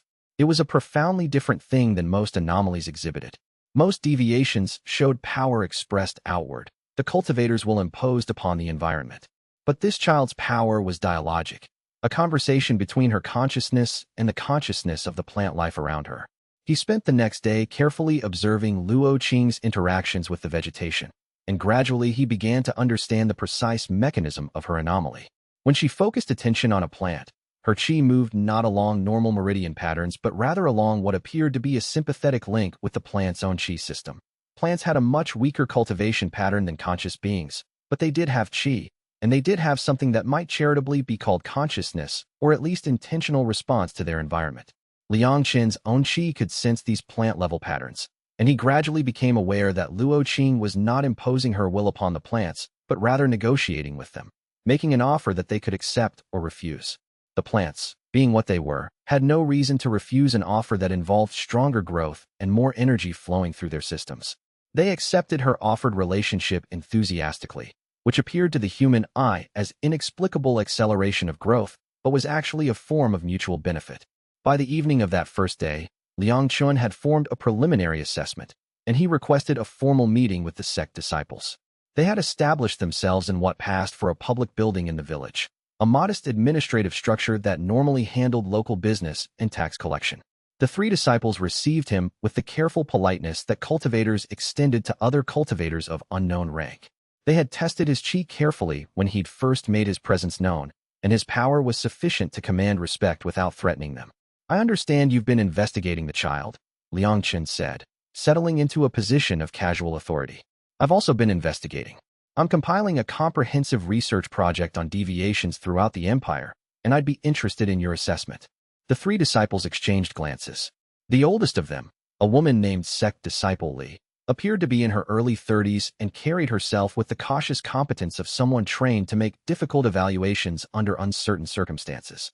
The child's power is genuine, Li said carefully.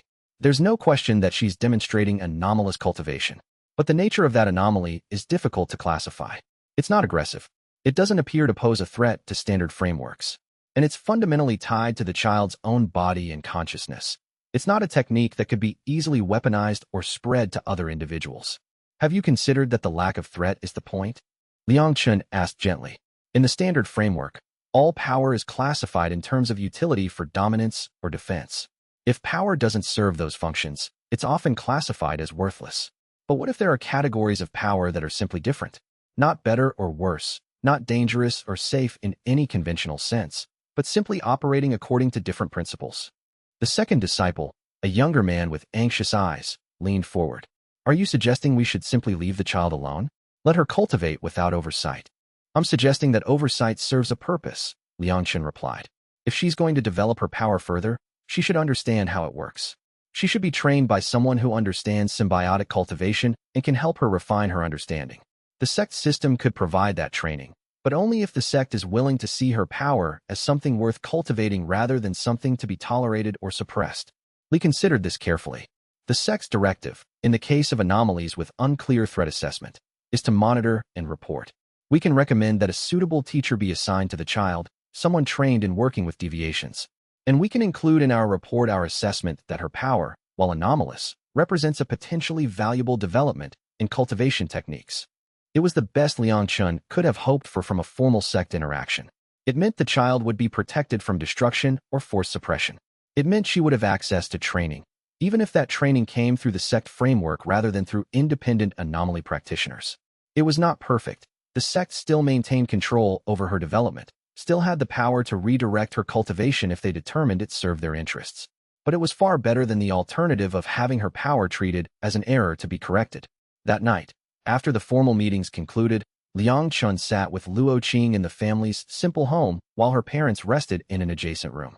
The child was small and curious, her eyes constantly moving, her chi vibrant and present in ways that spoke of someone for whom cultivation was as natural as breathing. "Your power is special," he told her, using the simple language he reserved for speaking with children. But special doesn't mean better. It means different. And different is something that the world doesn't have enough of. "The plants talk to me," Luo Qing said, articulating something that adult cultivators would have had difficulty expressing. "They don't use words like people do. But they have feelings, and they want things, and when I help them, they're happy. Is that bad?" "No," Liang Chen said firmly. "That's good. That's one of the most important things a cultivator can do. Understand that power is something you share with other beings. Most cultivators think their power is just theirs, that they control it and use it to do what they want. But the best cultivators, the ones who become truly great, they understand that power is a relationship. You have a relationship with the plants, and they have a relationship with you. That makes you not deficient but advanced." The child seemed satisfied with this explanation, and she curled up against her mother when the woman returned to check on them. Liang Chen moved outside to the fields where he could feel the presence of Luo Qing's power still resonating through the planet Earth, a warm, living sensation utterly unlike the sharp, demanding quality of orthodox cultivation power. Shenmei found him standing there in the darkness. "A new deviation classification," she said, consulting her notes. "Symbiotic cultivation. Power that operates through relationship and negotiation rather than through dominance and control. I'll need to create a whole new section of my documentation framework to properly account for this type of power." "It's not just about classification," Liang Chen replied. "It's about value. The sect will accept Luo Qing because she's not immediately dangerous. But they won't really understand the depth of what she's doing, won't recognize that symbiotic cultivation might represent an entire direction of power development that's been invisible to orthodox frameworks precisely because those frameworks don't have categories for thinking about shared consciousness or negotiated influence. So we document it," Shinmei said simply. "We record the principles as clearly as we can. We explain the mechanisms. We demonstrate that this type of cultivation is coherent, teachable, and reproducible. And we make it available to anyone who's curious enough to seek it out. That's what we're doing out here, isn't it? We're not changing the world through direct force. We're changing it through the slow, patient work of making alternatives available. The heavens Tao taught me that," Liang Chen said, and there was something almost like gratitude in his voice despite the irony of the phrase. "It marked me as anomaly, forced me to question everything, and in doing so, it gave me the gift of understanding that the frameworks I'd been given weren't universal truths, but merely one way of organizing reality among infinite possible ways." They left Green Stem the next morning, with Liang Chen leaving behind careful notes for the sect disciples about how to properly supervise Luo Qing's continued development. The child watched them from the field, and as they walked away, the rice stalks bent toward her again in that gesture of attraction and relationship that characterized her particular anomaly. Chapter 43.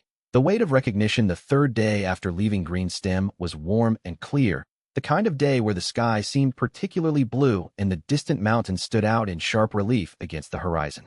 They had reached a point where the provinces began to transition from agricultural to more varied terrain, where the mountains grew closer and higher, where the network of townships and villages that characterized the lowlands gave way to smaller settlements and more independent communities.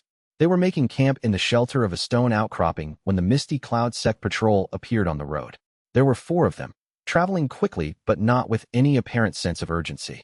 Liang Chen recognized their robes immediately. The silver-threaded cloud insignia that had once been his own mark, the clothing that had meant safety and belonging when he wore it, now a symbol of exile and otherness.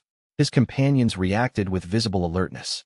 Encounters with sect patrols could go many ways depending on the patrol's composition and the cultivators they encountered. A routine patrol might simply nod and move on. A patrol specifically tasked with hunting anomalies would engage immediately and without mercy. "Let's get back into the rocks," Liang Chen suggested, his voice quiet in the way that suggested he'd been considering this outcome since they spotted the patrol. "They may not be looking for us specifically. Better not to be visible." But Liang Chen made a decision that surprised himself with its boldness. "No, we don't hide. If we start hiding from every sect patrol we encounter, that becomes a pattern.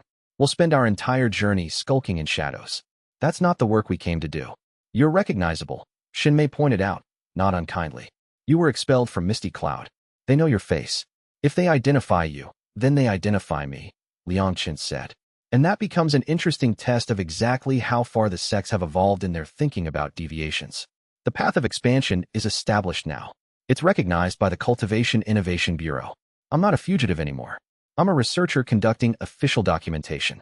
If they want to confront me, they can, and I'll answer." There was a moment of heavy silence.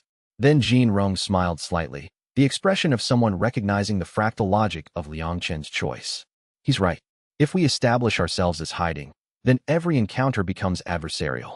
But if we establish ourselves as simply moving through the world conducting research, then the default assumption becomes neutrality until proven otherwise." They remained visible and continued their camp preparations. The sect patrol noticed them after perhaps 15 minutes. One of the disciples spotted their fire and pointed, and the group changed direction to investigate. The patrol leader was an older man in his 60s, his bearing marked by the kind of settled authority that came from decades of sect work.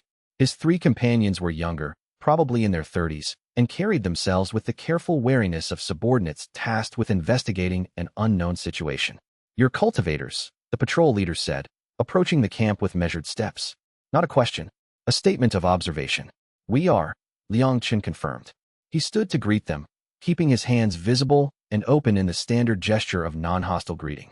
"We're conducting research into cultivation deviations across the empire. Documentation and cataloging work, primarily." The patrol leader's eyes narrowed.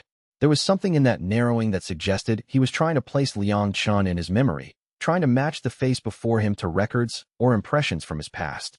When recognition clicked, it happened visibly. His entire body went slightly tense. "You're Chen," the man said. "Not Liu Chen. Just Chen. Just the name," as if full identification might somehow make the situation more complicated than it needed to be. "You were Misty Cloud once. Before the expulsion." "I was," Liang Chen agreed calmly. "I'm Liang Chen. The expulsion was a decade ago. I've been working since then with the path of expansion and more recently conducting independent research on anomaly cultivation patterns." There was a careful moment of assessment. The patrol leader, whose name badge identified him as Senior Disciple Marcus, was clearly running through some kind of internal calculation about how this encounter should be handled. The possibility of direct confrontation hung in the air like humidity before a storm. "The path of expansion," Marcus said finally, "is a controversial institution. Some sects see it as dangerous. Some see it as a necessary accommodation to new realities. But it's officially recognized by the Cultivation Innovation Bureau. That complicates things." "Yes," Liang Chen agreed. He understood exactly what Marcus was considering. Attacking Liang Chen now would create a diplomatic incident, would trigger responses from the Bureau, would potentially create official complications for the sect. But allowing him to continue freely also sent a message. It said that the sect was willing to allow research and documentation of deviations, which might be interpreted as tacit acceptance of deviations themselves. "We're not hunting," Liang Chen said gently, trying to help Marcus navigate the situation. "We're not trying to expand the path of expansion's influence or recruit disciples. We're simply documenting what already exists in the world, making a record for future generations. What we do with that record will be the choice of those future generations. Our job is just to make sure the record exists." Marcus studied him for a long moment. Then, slowly, he nodded. "I remember you," he said. "You were always the thoughtful one. Even when the sect was expelling you, you understood the logic of it. I respect that kind of clarity. It's rare among cultivators." "Thank you," Liang Chen said. "I'm not going to attempt to detain you," Marcus continued. "That would create too many complications. But understand, the sects are watching.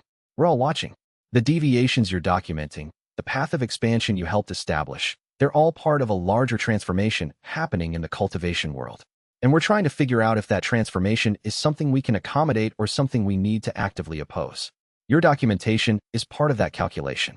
If it's done honestly and carefully, it might help us believe that accommodation is possible. He turned to leave, then paused and looked back. The Heavens DAO marked you as Anomaly when you were young and confused. But you've become something that the system has to reckon with.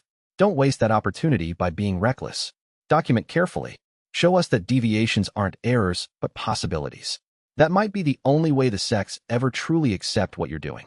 After the patrol left, moving onward down the road with their original agenda apparently forgotten, Liang Chen found himself sitting by the fire and thinking about the weight of recognition.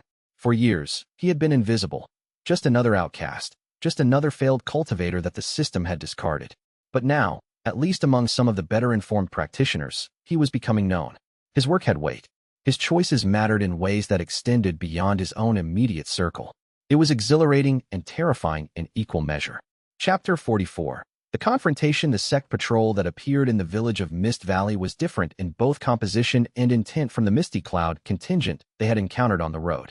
These disciples wore the insignia of one of the more aggressive sects, the Golden Dagger School, known throughout the empire for their strict interpretations of cultivation doctrine and their intolerance of deviation. Liang Chen had not planned to spend more than a single night in Mist Valley. The village was small and relatively isolated, with no apparent anomaly cultivators among its population. They had intended to simply pass through, gather a few notes about local chi patterns for Jean Rong's cartographic work, and continue northward toward the mountain regions where isolated anomaly communities were more likely to be established. But the presence of the Golden Dagger Patrol changed that calculation. When Liang Chen felt their chi signature entering the village, when he understood that they were moving with the focused intensity of someone searching for something specific, he made the decision to understand what they were looking for. The answer came from a young woman named Teng Hui, who worked in the village's small inn and who recognized Liang Chen and his companions as cultivators. In low tones, she explained that the Golden Dagger disciples had arrived 3 days earlier asking about anyone whose cultivation patterns were unusual, anyone whose power didn't match the standard framework, anyone engaging in what the disciples called unsanctioned deviations. They took someone, Teng Hui whispered, her voice shaking. A boy, maybe 17, who had an unusual way of channeling qi. His power was supposed to be a metal element technique, but it wasn't behaving correctly, wasn't following proper progression. The disciples said he was corrupted by deviation influence, and they needed to take him to their sect for reconditioning. Liang Chen felt his companions go rigid beside him.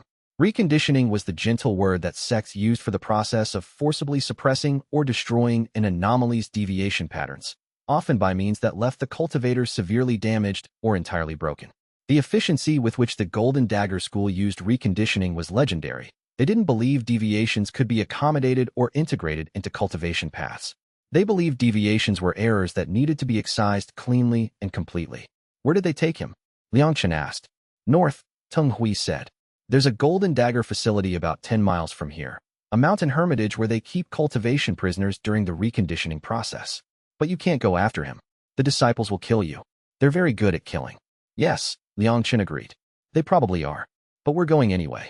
The facility was exactly where Teng Hui had indicated, a fortified structure built into a mountainside, with high walls and observation towers positioned at strategic points. There were probably a dozen disciples stationed there at any given time, plus support staff, plus the prisoners being reconditioning, captured anomalies whose deviations were being forcibly suppressed or destroyed. Liang Chen did not plan this as a military assault. He brought his full companions, all 5 of them including Yunling and her stabilization field, not because they could possibly overcome a fortified sect position, but because they needed to exist as a unified group. What happened next was going to be about demonstration rather than conquest. They walked up to the main gate and announced themselves. The disciple who answered the gate was young and arrogant, the kind of practitioner who had been trained to see any interaction with anomalies as an opportunity to display superiority. This facility is restricted, he said, not even bothering with formal courtesy. Identify yourselves and state your purpose. We're researchers conducting documentation on anomaly cultivation patterns, Liang Chen said calmly. We understand you have at least one confirmed anomaly within this facility. We'd like to conduct a preliminary assessment and discussion. The young disciple laughed, actually laughed, as if the request was absurdly comical. You want to waltz into a Golden Dagger reconditioning facility and conduct a discussion with a prisoner? Do you understand what we do here? We fix the corrupted. We correct errors in cultivation. We reclaim the broken and return them to proper framework compliance. There's nothing here for researchers. There's only correction. Then I'd like to speak with the facility's commander, Liang Chen said. Because what you're describing is destruction, not correction. And I'd like to understand the distinction your sect is making between the two. The commander, when he appeared, was an older man with the bearing of someone who had been inflicting pain and calling it correction for long enough that he truly believed in the righteousness of the project. His name was Sect Master Hu, and he carried himself with the kind of absolute certainty that only decades of unopposed authority could produce. You're the Anomaly researcher, Hu said, once the young disciple had brought them to his office. It wasn't a question. Information traveled through the cultivation networks, and by now Liang Chen's project was likely known at least by reputation in every significant sect facility. I've read reports about your path of expansion. Dangerous institution, in my assessment. Allows corruption to persist and spread rather than treating it as the error it is. That's one interpretation, Liang Chen replied evenly. He was careful to keep his tone respectful without being submissive. He needed Hu to engage with his actual argument rather than simply dismissing him out of hand. Another interpretation is that deviations aren't errors at all, but represent alternative expressions of cultivation principles, and that the function of a school or sect is to help cultivators develop their actual capacities rather than forcing them into frameworks that don't fit their nature. That philosophy would destroy the entire sect system, Hu said flatly. If every cultivator simply followed whatever path their chi naturally wanted to take, there would be chaos. The frameworks exist because they create order. They create hierarchies of power. They allow the talented to advance and the weak to be properly classified and managed. The frameworks create conformity, Liang Chen corrected gently, which they then call order. But a cultivator whose power doesn't fit the framework isn't weak, they're just different. And forcing them to conform doesn't develop their strength, it destroys it. For the first time, Hu's face showed something other than absolute certainty. There was a flicker of doubt, quickly suppressed, but visible. The boy we're reconditioning. His deviation is fundamental. His metal element core is corrupted. Even if we don't suppress it completely, it will always pull him away from proper cultivation progression. May I speak with him? Liang Chen asked. A simple conversation. No attempted rescue. No magical intervention. Just assessment. No, Hu said immediately. But there was something in the way he said it. Something that suggested the refusal had cost him something. As if part of him wanted to allow the conversation and was actively suppressing that desire.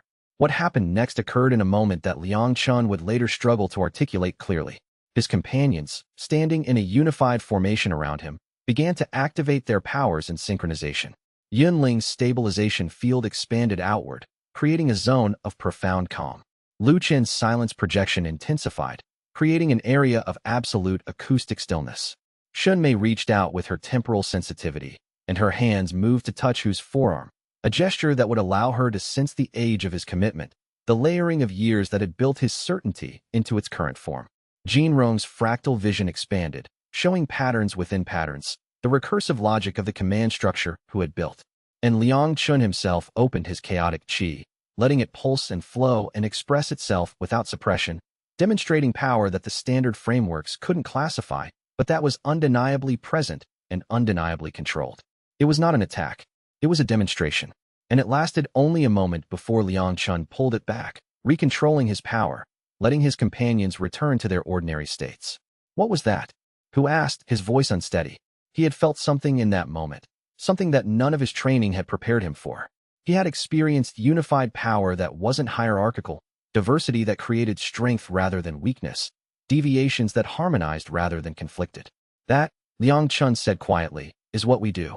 That is what becomes possible when you stop trying to force power into a single framework and instead learn to work with what each cultivator actually is. Let me speak with your reconditioning prisoner, not to rescue him, but to understand his actual deviation and to explain to him that he's not broken. That's all I ask. Hu agreed, although Liang Chen could see it cost him. The certainty that had underpinned his entire career as a sect master, the certainty that deviations were errors that needed correction, had been shaken by the unified power display. It wasn't destroyed. Hu was not going to immediately change his entire philosophy and shut down the reconditioning facility. But doubt had been introduced into the system, and doubt was the seed from which all change eventually grew. The prisoner was a young man named Wei Chun, barely 17 and terrified. His deviation was elegant in its own way. a metal element cultivation that expressed itself not through hardness or edge, but through flexibility and resonance, creating harmonics between different types of metal and different cultivation patterns. Under normal circumstances, it would have been a fascinating and powerful specialization. But under the lens of the Golden Dagger School's rigid standards, it was incomprehensible and therefore dangerous. Liang Chen spent an hour with him, explaining that his deviation was not an error, that his particular expression of metal element cultivation was valid and valuable, that the fact that it didn't match standard frameworks was a feature, not a bug. By the end of the conversation, Wei Chun was crying. But it was the kind of crying that came from relief, from a burden lifted, from the sudden knowledge that he wasn't broken after all. "Will you come with us?" Liang Chen asked. "We're documenting deviations across the empire. You could contribute to that work. You could help us understand how metal element cultivation can be expressed in ways the sects never considered." Wei Chen looked back at the cell walls, at the reconditioning equipment, at the facility that had been designed to crush what he was. Then he looked at Liang Chen and his companions, who stood as living proof that deviations could be not just tolerated, but celebrated. "Yes," he said, "I'll come." The Golden Dagger disciples tried to stop them at the gate, but who had quietly given orders that they should not be hindered. As they left the facility, Liang Chen realized that something significant had just happened. He had not destroyed the reconditioning center. He had not forced the Golden Dagger School to shut down their operations or fundamentally change their philosophy. But he had demonstrated, to at least one sect master, that there were alternatives to the only methodology he had ever known. That would have to be enough. Chapter 45. The younger disciple, the Golden Dagger Patrol that picked up Wei Chen's trail 3 days after their escape, was led by a disciple who represented a new generation of the sect's practitioners. Her name was Chuning, and she was perhaps 30 years old, young enough that she had grown up in an era when the existence of the path of expansion and the documented deviations were already accepted facts in the broader cultivation world, old enough that she carried the institutional training of a major sect, but with a perspective that wasn't completely locked into the old orthodoxy. She caught up with them in a mountain pass, approaching openly without any attempt at stealth, with only 2 other disciples accompanying her. It was a configuration that spoke of confidence, but not aggression. She wasn't bringing overwhelming force. She was simply being present. "I'm not here to recapture the prisoner," Chuning said, settling into a position of neutrality rather than confrontation. "The facility commander has already reported the escape and the circumstances to the sect leadership. There are discussions happening at higher levels about whether our reconditioning methodologies are still appropriate. Your demonstration of unified anomaly power has apparently caught people's attention."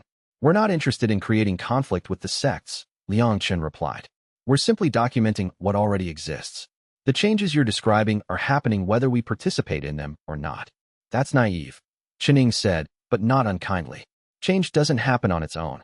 It happens when someone with the standing to influence others, someone with the courage to act, forces the system to reckon with possibilities it had previously ignored. You're doing that work. And that means you're making enemies as well as allies." She paused, and when she spoke again, her voice had changed. It had become more personal, more vulnerable. "I wanted to meet you because I needed to understand something. I've been trained by the Golden Dagger School since I was young. I've learned that deviations are errors, that anomalies are corruptions that need to be corrected. And I believe that, because my teachers taught it, and their teachers taught it, going back generations. But about 2 years ago, I started to wonder if maybe something was wrong with that belief. And I started investigating quietly, asking questions, looking at cases where recondition had been applied, and understanding the actual outcomes." "What did you find?" Liang Chen asked. "That we destroy people in the name of correction," Chuning said, her voice steady but carrying underneath it a profound sadness. "We take cultivators whose power is different, and we break them and call it fixing them, and we tell ourselves that it serves the greater good. But I've never actually seen it serve anything except the maintenance of the sect's control. And I don't think I can do that work anymore." "That's a difficult realization," Liang Chen said. He understood what was happening. The system was beginning to become aware of itself, beginning to question its own premises, beginning to crack at the edges where younger practitioners were willing to look closely at what they were actually doing. "I want to ask you something," Chuning continued. "I want to ask you to stop hiding. I want you to publish your findings clearly and directly. Don't present them to scholars and researchers through academic channels. Present them to the people in the streets. Show the sects that they can't suppress this work, that even if they try to silence you, the knowledge will spread. I think the only way anything really changes is if the pressure becomes overwhelming enough that the system can't maintain its pretense anymore."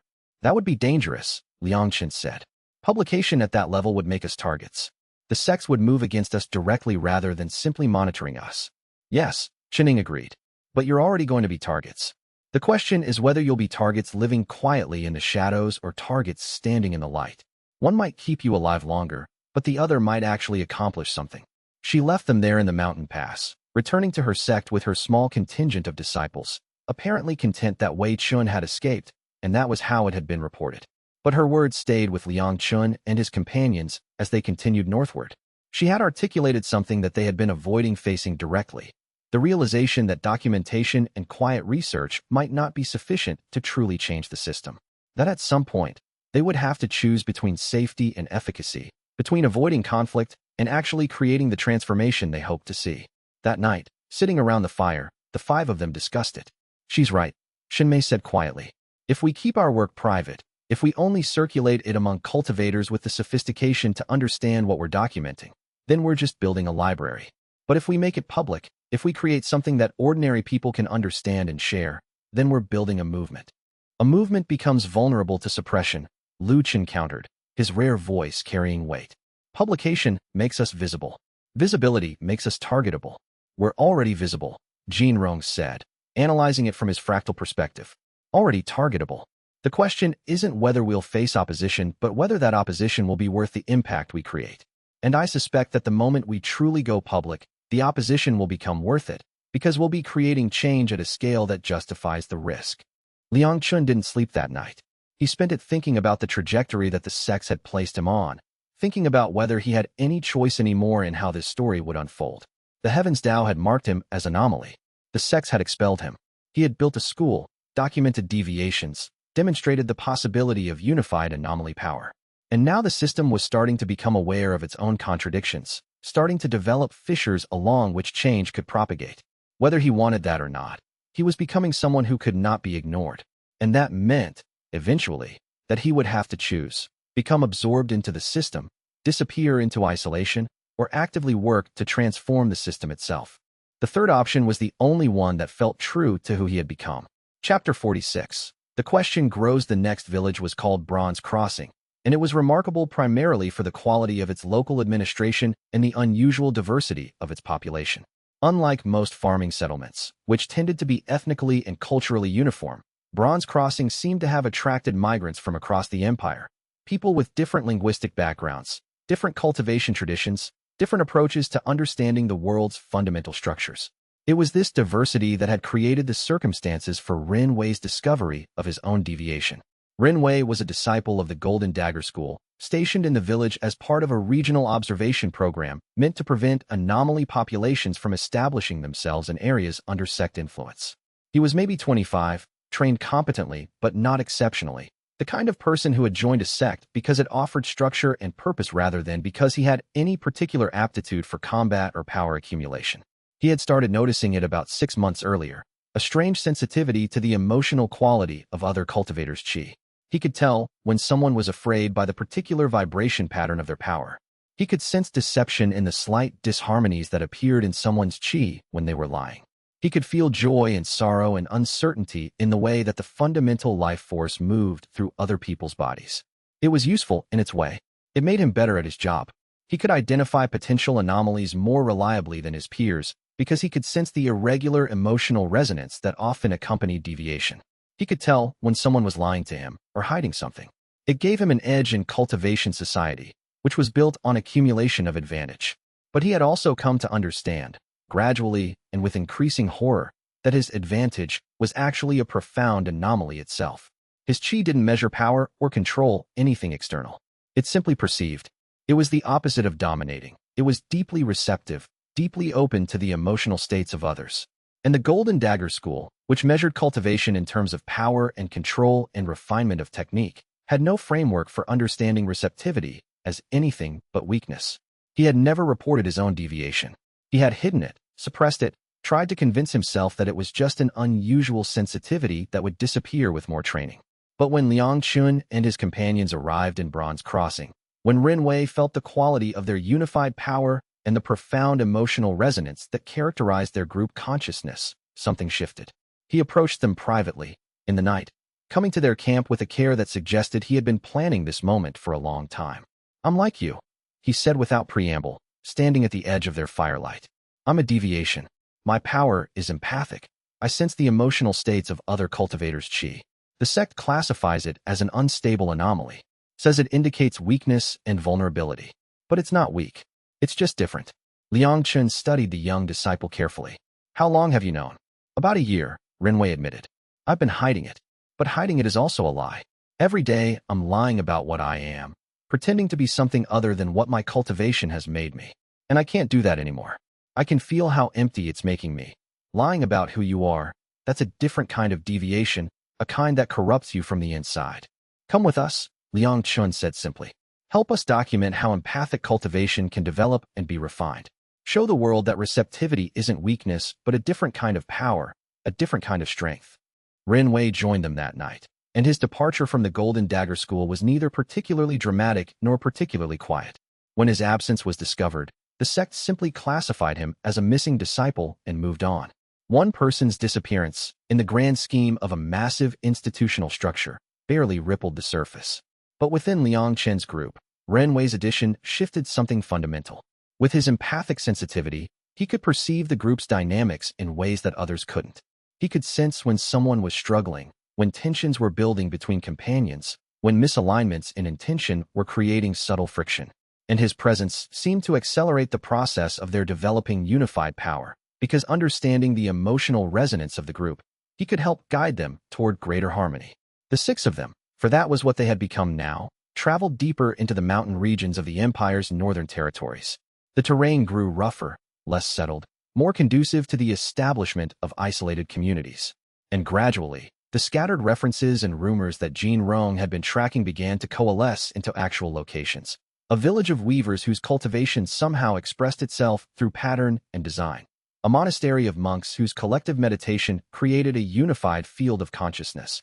A hermitage of solo cultivators who had each developed entirely unique approaches to power expression. Each community represented a different solution to the problem of being anomalous in a world that didn't understand anomaly. Some hid completely, suppressing their power to avoid detection. Some had built small societies around their shared understanding. Some had simply accepted the risk and cultivated openly, relying on the difficulty of enforcement to keep them safe. And slowly, through documenting each one, through understanding the particular logic of how each group expressed their deviations, Liang Chen and his companions were building something new. They were not just recording data.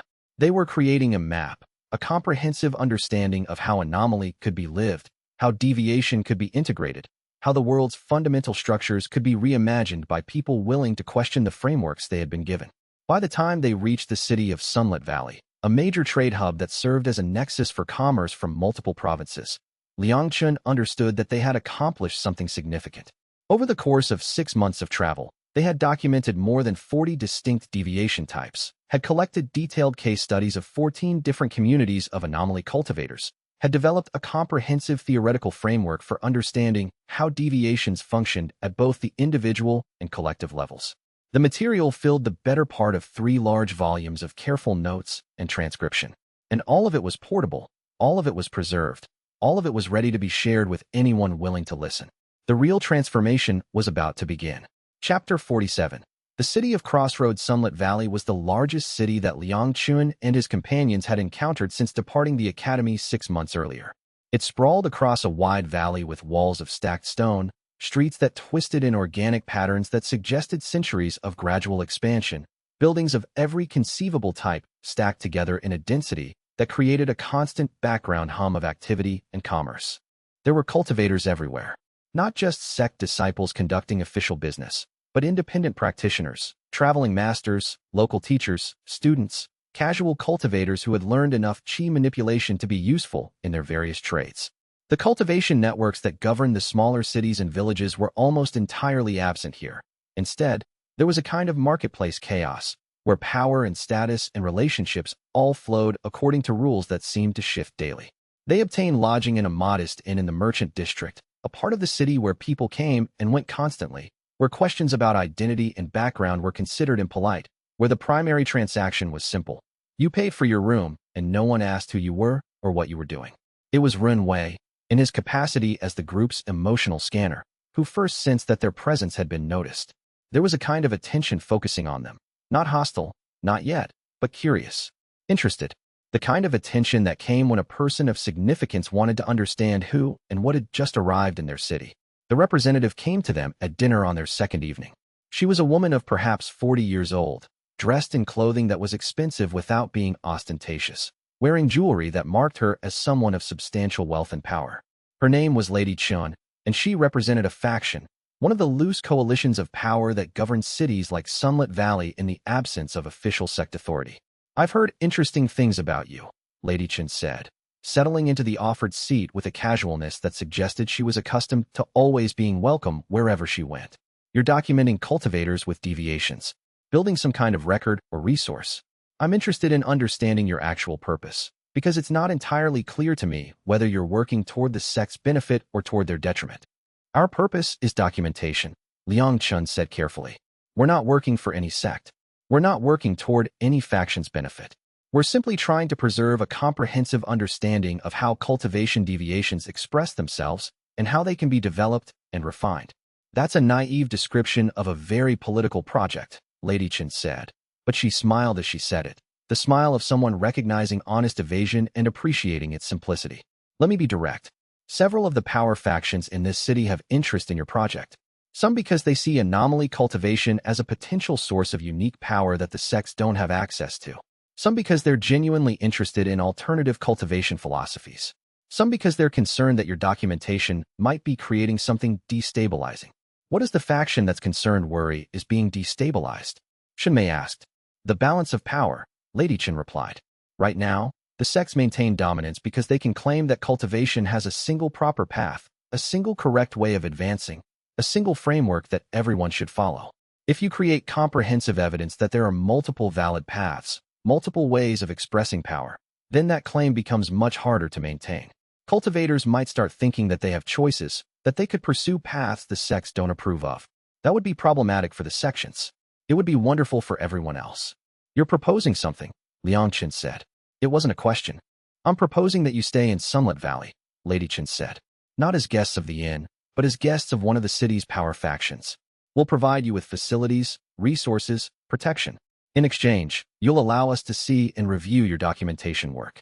We'll help you refine it, make it more comprehensive, create something that's not just a scholarly record, but something that can actually change how cultivators think about power.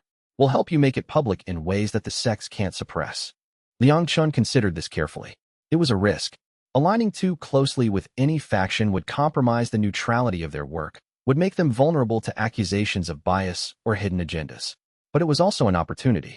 The resources that Lady Chen was offering would accelerate their work dramatically. They could create copies of their documentation, could begin distribution networks, could make their work available to people who would never have access to it otherwise. "We can't commit our work exclusively to your faction," Liang Chen said. "We need to maintain the ability to work with multiple communities to ensure that this work serves the broader cultivation world rather than any single power structure." "Fair," Lady Chen agreed. "What I'm proposing is that we work together, not that you become exclusively ours. We help you, you allow us to help, and the work becomes something bigger than any single faction's interests. That serves everyone better anyway." Over the course of the next month, what had been a small team of 6 researchers became the nucleus of a much larger project. Lady Chen helped them establish a formal space, a library and research center that became, implicitly, a hub for cultivators with interest in deviations and anomalies. The faction provided funding, protection, and access to broader cultivation networks. And gradually, people started coming to them. Cultivators with deviations who wanted to have their experiences documented, teachers with unusual pedagogical approaches, scholars who had been theorizing about alternative cultivation paths and wanted to engage with living examples. The quality of documentation improved dramatically. Renwei's empathic sensitivity proved invaluable for deeper interviews and case studies, allowing him to sense when someone was hiding something important, when they were struggling with how to articulate something they had experienced. Jean Rong's fractal perception allowed him to create detailed maps showing how different deviations related to each other, how principles could scale across multiple magnitudes of expression. Shinmei, with her temporal sensitivity, could understand how deviations developed over time, how they matured and changed, how the fundamental pattern of a person's anomaly could be traced back to its first appearance. And with Renwei's presence in the group, something else happened as well. His emotional sensitivity seemed to create a kind of trust that people found magnetic. Cultivators would come to share their experiences and would find themselves profoundly heard, their lived experiences validated in ways that academia never could achieve. The documentation work became not just a scholarly project, but something therapeutic, something healing. The simple act of being truly understood by someone who could genuinely perceive and affirm the emotional depth of their experience. By the end of the month, they had expanded their documentation to cover more than 70 distinct deviation types, had created detailed case studies for 27 different communities of anomaly cultivators, and had begun developing a theoretical framework that synthesized the findings into a coherent understanding of how deviations worked across the full spectrum of cultivation expression. And something else was becoming clear to all of them. They were not just documenting a phenomenon that already existed. They were helping to create something new. By gathering all these scattered, isolated anomalies, by showing them that they were part of a larger pattern, by validating their experiences and their power, they were enabling a kind of transformation. Communities that had felt alone and isolated were learning that there were others like them. Individuals who had thought themselves broken were understanding that their deviation was actually a specific, coherent, teachable expression of power. The act of documentation was creating connection, and connection was creating the possibility of something larger forming. Liang Chen sat in the library one evening, surrounded by journals and notes, and the accumulated weight of 6 months' worth of careful research. Around him, his 5 companions were engaged in various tasks. Xinmei cross-referencing temporal patterns in deviation development.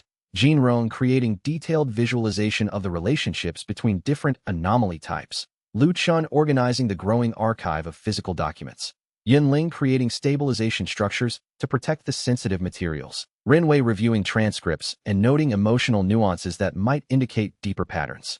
And he realized that this was the real work. Not power, not dominance, not the accumulation of cultivators under a single banner.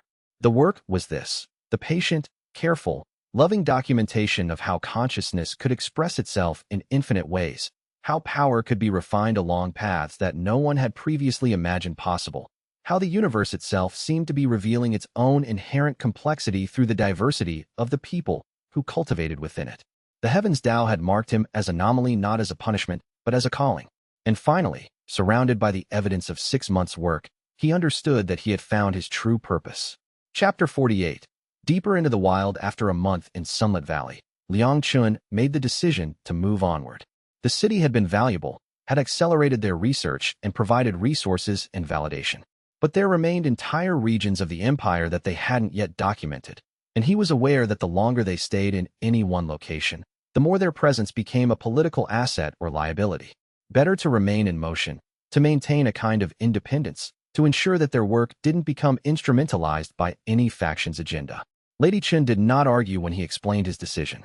Instead, she provided them with more detailed maps, with introductions to independent cultivators in the regions they would be traveling through, with resources to support their continued research. And she made a promise. When the time came to publish the comprehensive documentation, she would help ensure that it could be distributed widely, that it wouldn't be suppressible through normal institutional channels.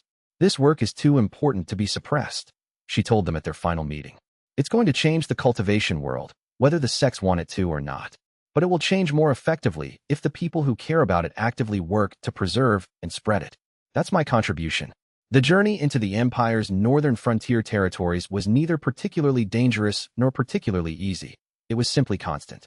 The terrain shifted from the cultivated valleys of the lowlands into increasingly wild mountain regions, where civilization was sporadic and distant, where the normal frameworks of social organization became less and less relevant.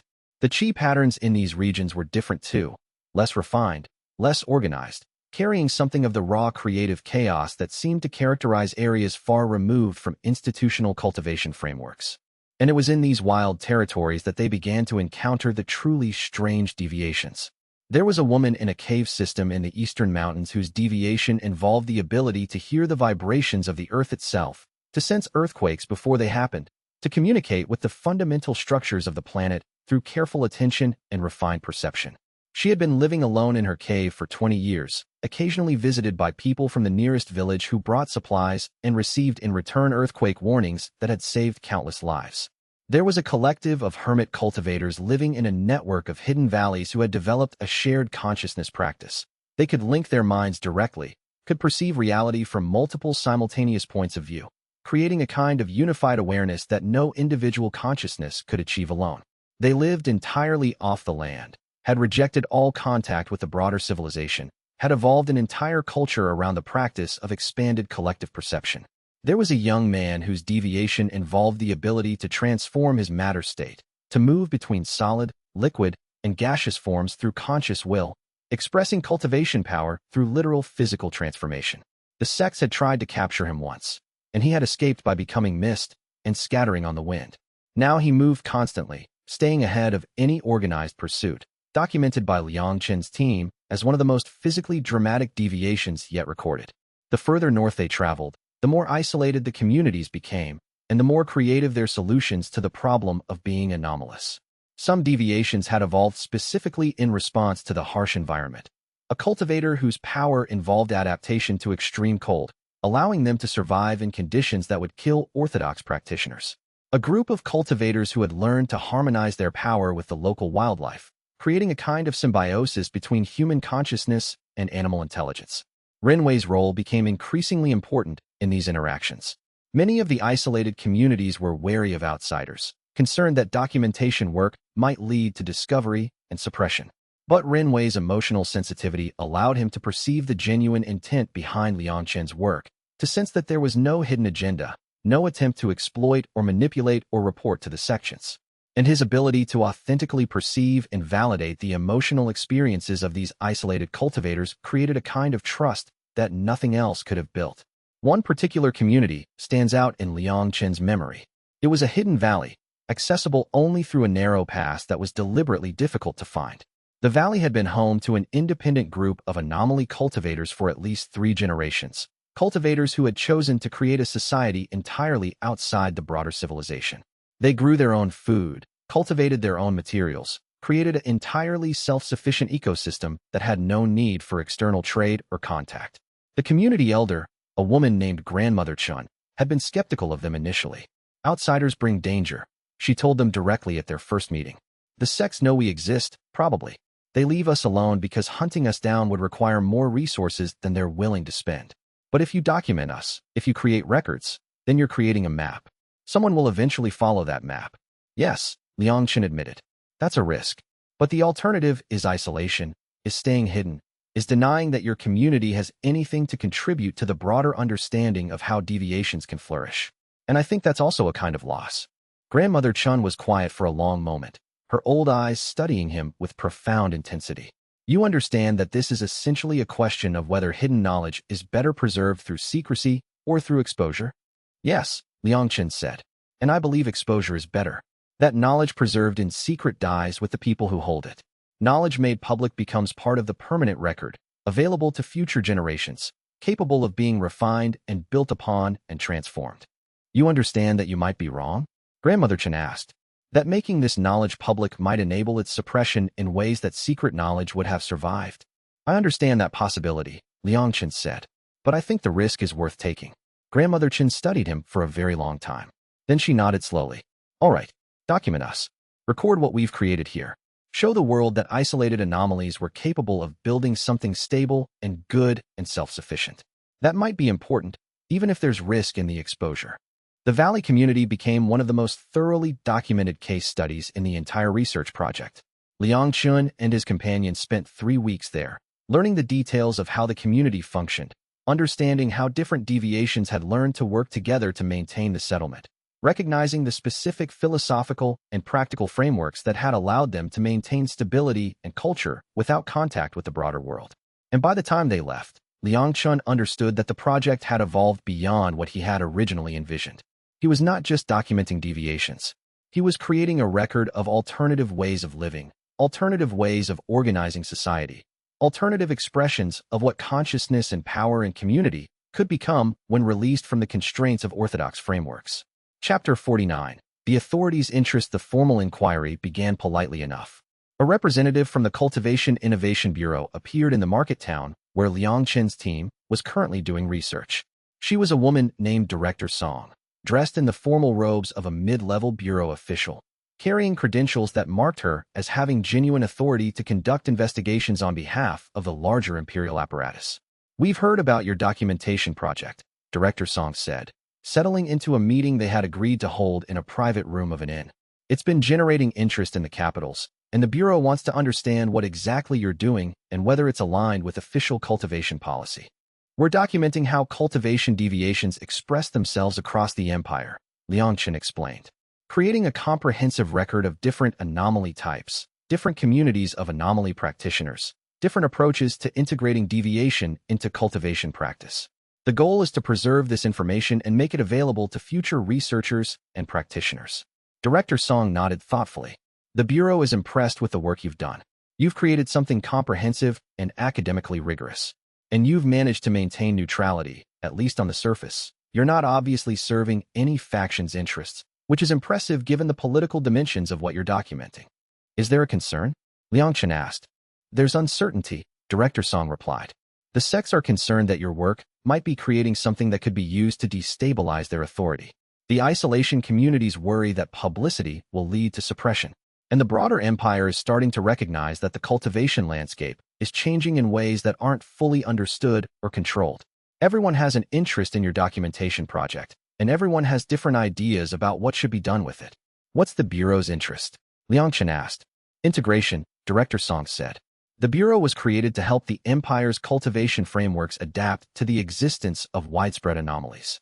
Right now, that's being done largely through suppression and containment. The sects suppress individual anomalies, and isolated communities remain hidden. But the Bureau is beginning to understand that integration might be more effective than suppression. Your work could help us understand how integration might actually function. And if I don't cooperate? Liang Chen asked. Then the Bureau can't offer official protection or resources, and you'll remain vulnerable to various factions who have interest in controlling your work, Director Song replied. That doesn't mean we'll actively suppress you. The Bureau isn't in that business. But we also can't protect you from others who might try. It was a gentle threat, delivered with professionalism and courtesy. Liang Chen understood it clearly. The imperial apparatus was beginning to take an interest in the anomaly issue, was beginning to understand that the old frameworks were inadequate, and was willing to engage with Liang Chen's work if he would work within the Bureau's structure rather than outside it. What would cooperation entail? Liang Chen asked. Official status, Director Song said. Recognition as the Bureau's authorized researcher into anomaly cultivation, access to resources, protection from interference, the ability to move freely throughout the empire without the constant concern about sect opposition. In exchange, you make your work available to the Bureau. You include the Bureau in your research process. You allow us to help ensure that your documentation serves the broader imperial interest in understanding and integrating deviations into the civilization's power structures. Liang Chen considered this carefully. It was tempting. The resources would be significant. The protection would be real. But the cost was also clear. He would cease to be an independent researcher and would become, however nominally, part of the imperial apparatus. His work would be subject to political interpretation, would be vulnerable to being used in ways he hadn't anticipated or approved.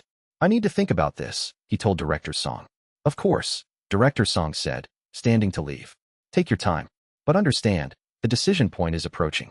The empire is going to formalize its approach to anomalies within the next few years. That policy will either include your work as a foundation, or it will be created without your input. Either way, change is coming. The question is whether you're going to be part of shaping that change or simply observing it. After Director Song left, Liang Chen gathered his companions, and they discussed the implications of what had just happened. It's an offer of co-optation, Shen Mei said flatly. They're offering us legitimacy in exchange for control. Once we're part of the Bureau, they own the project. They determine how it's used, how it's distributed, how its findings are interpreted. But they also said they won't suppress us if we decline, Renwei observed, his emotional sensitivity allowing him to perceive subtle dimensions of the conversation that others might have missed. She was being honest about that. The Bureau doesn't want conflict. They want integration. Which is exactly what makes it dangerous, Liu Chen said. His rare voice cut through the debate with clarity. Conflict is obvious. You can recognize conflict, prepare for it, respond to it. But integration that comes through institutional channels, that comes through being absorbed into official structures, that's the kind of thing that destroys movements from the inside while appearing to legitimize them. So what do we do? Yunling asked. She had been quieter than usual since the meeting, her stabilization field flickering with the instability that came from her own uncertainty. Liang Chen thought of Chun Ying's earlier words about the necessity of going public, about making their work available in ways that couldn't be suppressed through normal institutional channels. He thought of Grandmother Chun in the Hidden Valley, asking whether exposure was better than secrecy. He thought of the 6 months of careful documentation, all the communities they had encountered, all the deviations they had recorded. We publish, he said. We take everything we've documented, we compile it into a comprehensive work, and we make it available to anyone who wants to access it. We don't wait for the Bureau's permission or the sect's approval. We just publish, and we accept whatever consequences follow. That will make us enemies, Shinmei warned. Yes, Liang Chen agreed. But it will also make our work undeletable. Once it's out there in the world, available to anyone with eyes to read or ears to hear, it can't be suppressed anymore. It becomes part of the permanent record of human knowledge. Let's do it, Renwei said simply. And the others, one by one, agreed. Chapter 50. The weight of intention. The process of compiling their work into a publishable format took far longer than any of them had anticipated. What had been scattered notes and detailed case studies needed to be organized, cross-referenced, presented in ways that scholars could understand, but that would also be accessible to ordinary people. They needed to create not just an academic text, but something that could change how people thought about power and possibility. They returned to Sunlit Valley, and Lady Chun provided them with space and resources to begin the serious work of compilation. They hired scribes to help with copying, artists to create illustrations that could help people understand the nature of different deviations, philosophers to help them articulate the deeper theoretical implications of what they were documenting. The process became almost ceremonial, the careful transformation of raw research into something that could carry the weight of changing how an entire civilization understood power. The work consumed the next 6 months of their lives. Liang Chen found himself working from dawn until late night, reviewing material, rewriting passages that didn't quite capture the complexity he wanted to convey, making decisions about what to include and what to omit, trying to balance comprehensiveness with readability. Every paragraph required multiple revisions. Every case study needed to be reviewed for accuracy and completeness. The organizational structure had to allow readers to find what they were looking for while also guiding them through the material in ways that would shift their fundamental understanding of what deviations actually were. The weight of the project pressed down on him like the cultivation pressure that marked the boundary between different stages of advancement.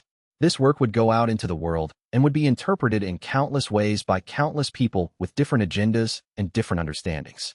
He felt the responsibility of that acutely, the knowledge that his choices about what to include, how to present it, what theoretical frameworks to highlight, would all have ripple effects that extended far beyond his ability to control or predict.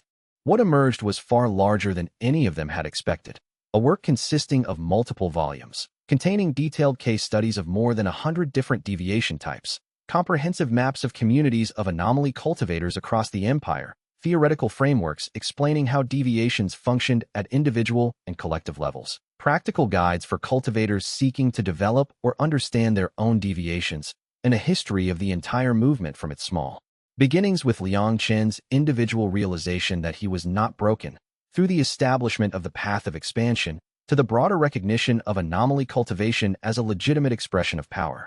The title they chose was simple and direct, The Compendium of Deviations, Understanding Cultivation Beyond the Standard Frameworks. But within those volumes lay something more complex, not just a record of deviations, but a philosophy of how consciousness could expand beyond its presumed limitations, how power could be expressed in infinite ways, how the universe itself seemed to be revealing its own infinite complexity through the diversity of practitioners willing to explore it. The night before they sent it to the printers who would create the first batch of copies, Liang Chen found himself sitting alone in the library, surrounded by the original notebooks and manuscripts that had become the foundation of the entire project. He read through passages randomly, descriptions of communities he had visited, interviews with cultivators who had shared their experiences, theoretical discussions that tried to make sense of what he had learned. The work was beautiful, he realized. Not beautiful in the sense of being aesthetically perfect, but beautiful in the sense of being true, of capturing something essential about how consciousness manifested and transformed and became itself. And he was struck by how much of his own journey was embedded in the work, how much of his own transformation from confused outcast to confident researcher was woven through the pages. The compendium was not just documentation of external reality. It was a record of his own becoming, his own discovery that deviation was not an error but a calling, that the heavens Dao's marking of him as anomaly was not a punishment but an invitation to understand the universe in ways that the standard frameworks could never accommodate. Every case study, every theoretical discussion, Every example was filtered through his own understanding, shaped by his own journey. That made him both deeply proud and deeply uncertain. How much of what he had documented was objective reality, and how much was simply his particular interpretation of reality? Could knowledge ever be truly neutral, or was all documentation inherently filtered through the consciousness of the documentarian? Ren Wei found him there, reading by lamplight, surrounded by the accumulated evidence of months of careful work, and settled beside him without interrupting. He understood that Liang Chen needed presence more than he needed conversation, needed someone who could be fully available to his uncertainty without trying to resolve it or minimize it. After a long silence, "You're afraid," Ren Wei said finally. It was not a question.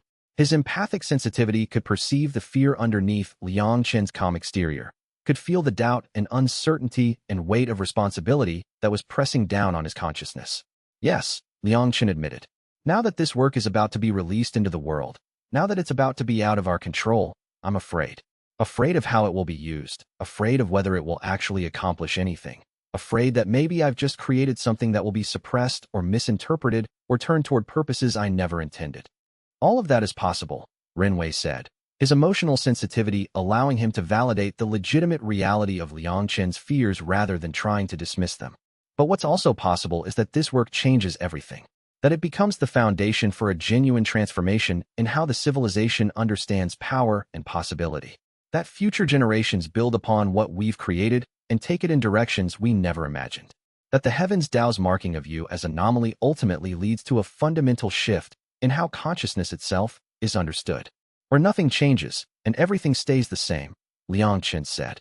"That's possible too," Ren Wei agreed. "But you already know that the choice between action and inaction isn't a choice between success and failure.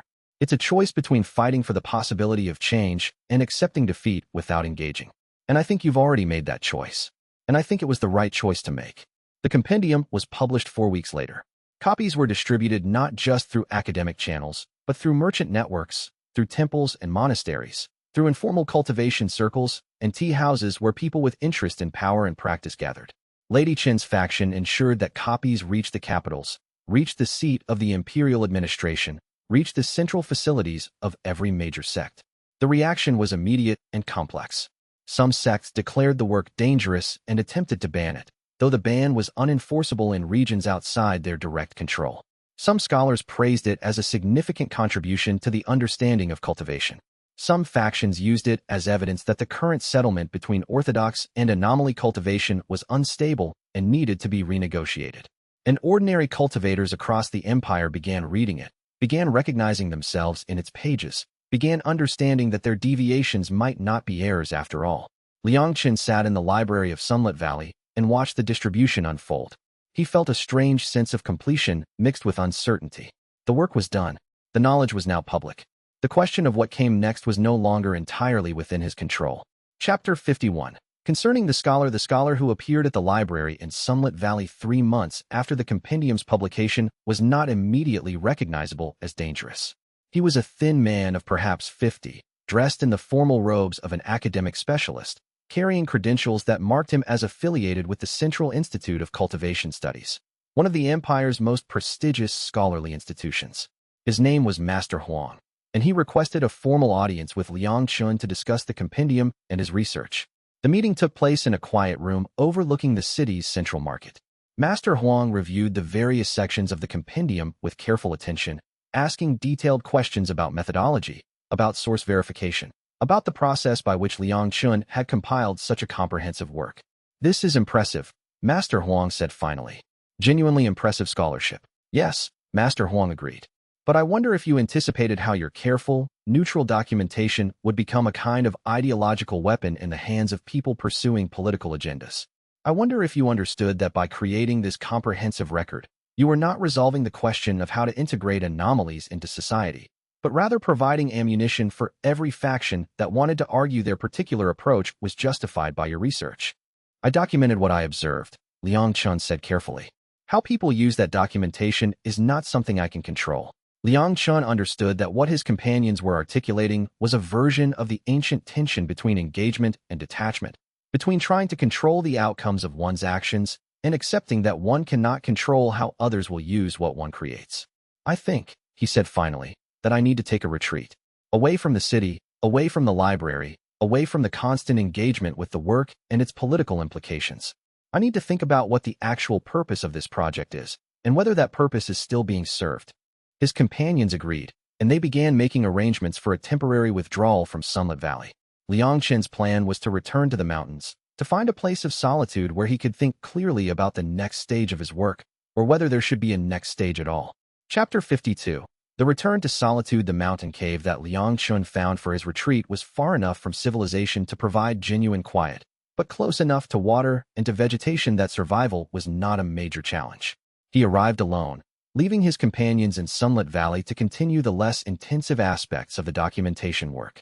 The idea was to spend a month in isolation, to meditate on the larger implications of what they had created, to consider what came next. The moment he stepped into the cave and felt the stillness settle around him, he understood that he had needed this withdrawal for much longer than he had consciously acknowledged. The first week in the cave was disorienting. Liang Chen found himself without the structure of research to provide meaning and purpose, without the daily interactions with his companions and with other cultivators that had characterized the past year of constant travel and work. The solitude that had seemed like a gift initially began to feel like a kind of emptiness, a void that forced him to confront questions he had been avoiding through constant activity. Without the momentum of the work to drive him forward, without the presence of others to reflect his sense of purpose, he found himself confronting the deepest uncertainties that he had been suppressing. Had the compendium accomplished what he wanted it to accomplish? It was being read, certainly. It was influencing policy and practice across the empire. But was the influence it was having the influence he had intended? Master Huang's observation, that every faction was using the work to support whatever they already believed, suggested that his neutral documentation was not, in fact, neutral in its effects. It was being mobilized to support power consolidation by multiple different groups, each believing they had legitimate justification for their approach based on Liang Chen's research. And that raised a question that was fundamentally uncomfortable. Had he created a more comprehensive record of anomaly cultivation, or had he created a more sophisticated tool for controlling and suppressing it? The distinction felt crucial and impossible to determine from the evidence available to him. The Heavens DAO had marked him as anomaly, and he had accepted that marking and built a philosophy around it, and created an institution and documented the implications and published everything to the world. But somewhere in that progression from individual understanding to global impact, something had shifted. His work had become something that existed independent of his intentions, something that could be reinterpreted and weaponized and used toward purposes he hadn't envisioned or approved. The second week, Liang Chen sat by the mouth of his cave and simply watched the world. He observed how the local vegetation responded to seasonal changes, each plant growing according to its own nature without concern for the categories humans might place it within. He watched birds moving through the forest, each following its own pattern of behavior, each expressing its own nature through its movements and choices. He felt the chi patterns of the mountains themselves, something vast and ancient and utterly indifferent to the concerns of individual cultivators. And gradually, through that observation, a realization began to form. He had been treating the dissemination of his work as if it was a problem to be solved, as if there was some way to ensure that his documentation was used correctly, interpreted accurately, not weaponized by people pursuing power. But that was naive. Knowledge, once released into the world, belonged to everyone. It would be interpreted in infinite ways, used toward countless purposes, some of which would align with his intentions and many of which would not. That was not a failure of the work. That was the nature of knowledge itself. The real question was not whether his work could be misused. It could, and it would be, and there was nothing he could do to prevent that. The real question was whether the work itself was true, whether it accurately documented the reality of how anomalies expressed themselves and could be developed, whether it preserved knowledge that would be valuable to future generations. And on reflection, Liang Chen believed that it was true. It was accurate. It was comprehensive. If the work was true, then even if it was misused, the underlying reality would remain. Future cultivators would discover the same truths that he had documented. The universe's inherent complexity and diversity couldn't be suppressed by political manipulation any more than it could be discovered by it. And the knowledge would persist, would continue to be refined, would continue to guide practitioners toward greater understanding. If the work was not true, if his documentation was inaccurate or misleading, then no amount of care in how it was disseminated would prevent damage from occurring. But he had been careful. He had verified his sources. He had cross-checked his findings. He had been rigorous in his documentation. And the fundamental truth at the core of the work was unshakable. Deviations were real, they were valid, they could be developed into sophisticated expressions of power. By the third week, Liang Chen had reached a kind of peace with the ambiguity of impact. He would continue the work. He would refine it, engage with critiques, provide additional context and theoretical frameworks that might help prevent the worst misinterpretations. But he would do all of that knowing that he could not ultimately control how his work was used, that impact was a matter of probability and engagement rather than certainty and control. And paradoxically, that acceptance of uncontrollable impact freed him. If he couldn't control the outcomes anyway, then all he could do was ensure that the work itself was good, that it was true, that it was worth whatever purposes people eventually put it toward. The Heavens DAO had given him a deviation that didn't fit the standard frameworks. That deviation had eventually led him to understand that standard frameworks were incomplete. And in sharing that understanding with the world, he had unleashed forces that he couldn't fully control or predict. But that was okay. That was, in fact, exactly how transformation worked. Nothing ever changed through the careful maintenance of control. Everything changed through the willingness to accept uncertainty and move forward anyway. He descended from the mountain resolved to continue the work, to engage with the broader implications of what they had documented, to help clarify the actual findings rather than allowing interpretations to drift untethered from reality. And as he walked back towards Sunlit Valley, he felt something that had been absent since before the compendium's publication. The genuine sense that he was moving towards something rather than running from something. That the work ahead was not a burden, but an opportunity waiting to be engaged with. Chapter 53. The hidden valley. The community that Liang Chen was seeking was located in a valley that had taken considerable effort to locate. Unlike the previous hidden communities that had invited documentation in exchange for acknowledgement, this valley community had explicitly requested to remain hidden. They valued anonymity above recognition, safety above public validation. But they had also expressed interest in meeting with Liang Chen personally, in understanding his long-term vision for how anomaly cultivation would integrate into broader civilization. A single representative had approached him in Sunlit Valley, a woman named Silent Dawn, who had offered to arrange a meeting if Liang Chen could be trusted to keep their location confidential. The journey took a week of careful navigation through increasingly wild terrain. Silent Dawn led him through paths that appeared to be unmarked to anyone without specific knowledge of where to look. And gradually, they emerged into a valley that Liang Chen understood immediately had been home to an independent community of anomaly cultivators for a very long time. The valley was not small. It stretched for perhaps 3 miles in length, with vegetation ranging from cultivated gardens to wild forest, with a river running through it that had carved out terraces of habitable land on both sides. There were structures scattered throughout, dwellings built into the landscape in ways that minimized their visibility, communal spaces designed for gathering and practice, workshops and gardens and cultivation spaces arranged according to principles that seemed to blend practical necessity with aesthetic beauty. The population was larger than Liang Chen had expected, several hundred cultivators, ranging from children learning their first cultivation techniques to ancient practitioners who had been developing their deviations for decades. And the diversity of the deviations expressed here exceeded anything he had documented yet. He sensed cultivators whose power operated through mathematics and pattern, through artistic expression, through emotional resonance, through forms of perception that had no names in the standard frameworks. The community's elder was a man named Progenitor Zhang, who appeared to be in his 80s but cultivated power that suggested he might be far older. There was a quality of ancientness to his presence, a sense that he had been watching the world's transformation for a very long time. "You're wondering why we invited you," Progenitor Zhang said, settling down beside Liang Chen in a quiet garden space where they could speak without interruption. "We've been watching your work from the beginning. There are members of our community who have close contact with the broader world, who bring back news and information and copies of your published work. We've been studying you, trying to understand whether your vision aligns with ours." "And does it?" Liang Chen asked. "Partially," Progenitor Zhang replied. "Your documentation is thorough and accurate. Your theoretical frameworks are sound. And your fundamental belief, that deviations are not errors but expressions of how consciousness can manifest, aligns with our philosophy. But there's a dimension to our work that I don't think appears in your compendium, because it couldn't appear. It's something that only becomes visible if you're living within a community of anomalies for an extended period." "What is that?" Liang Chen asked. "The emergence of collective consciousness at a scale that individual documentation can't capture," Progenitor Zhang said. "When you gather anomalies together, when you create spaces where they can cultivate openly, something happens at the collective level.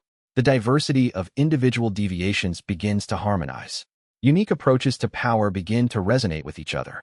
And gradually, a kind of unified consciousness emerges. Not uniform consciousness, mind you, but something that integrates individual expression with collective awareness. He gestured across the valley. What you're seeing here is the result of several centuries of experimentation with how to cultivate that collective consciousness while maintaining individual autonomy. We've developed techniques, practices, philosophical frameworks that allow hundreds of cultivators to exist in genuine harmony without suppressing their individual deviations. Why hide? Liang Chen asked. Why not share this with the broader cultivation world? Because the moment we make this public, the moment the sects understand that we've developed functioning models of integrated anomaly communities, we become a target, Progenitor Zhang replied. They'll try to suppress us, to capture us, to destroy what we've built. The fact that we're hidden is the only thing that allows us to continue existing. But secrecy means knowledge dies, Liang Chen said. When you pass away, when the current generation ages, if you haven't transmitted what you've learned to the broader world, doesn't that knowledge effectively disappear? It does, Progenitor Zhang agreed. And that's the tension we're trying to navigate. We want to preserve what we've learned. We want to make it available to future generations. But we also want to survive, to continue existing as a community. And right now, publicity and survival seem to be incompatible. What if they didn't have to be? Liang Chen asked. He was thinking about the trajectory of change that had been happening across the empire since the compendium's publication, about the gradual shifts in how even the sects were beginning to think about anomalies.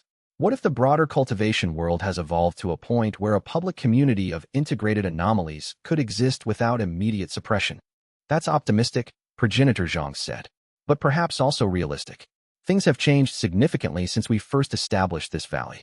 The existence of the path of expansion, your documentation, the shifting attitudes you've observed, perhaps the time for emergence is approaching.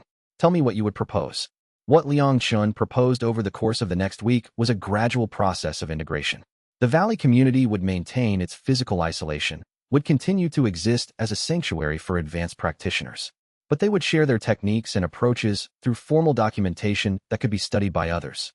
They would send representatives to the broader cultivation world to teach and interact. And most importantly, they would make their existence and their achievements known, not in a way that explicitly invited siege or persecution, but in a way that made suppression impossible without acknowledging that the sects were actively choosing to suppress integrated communities of anomalies. In other words, Progenitor Zhang said, you want us to become visible enough that denial becomes impossible. Yes, Liang Chen agreed.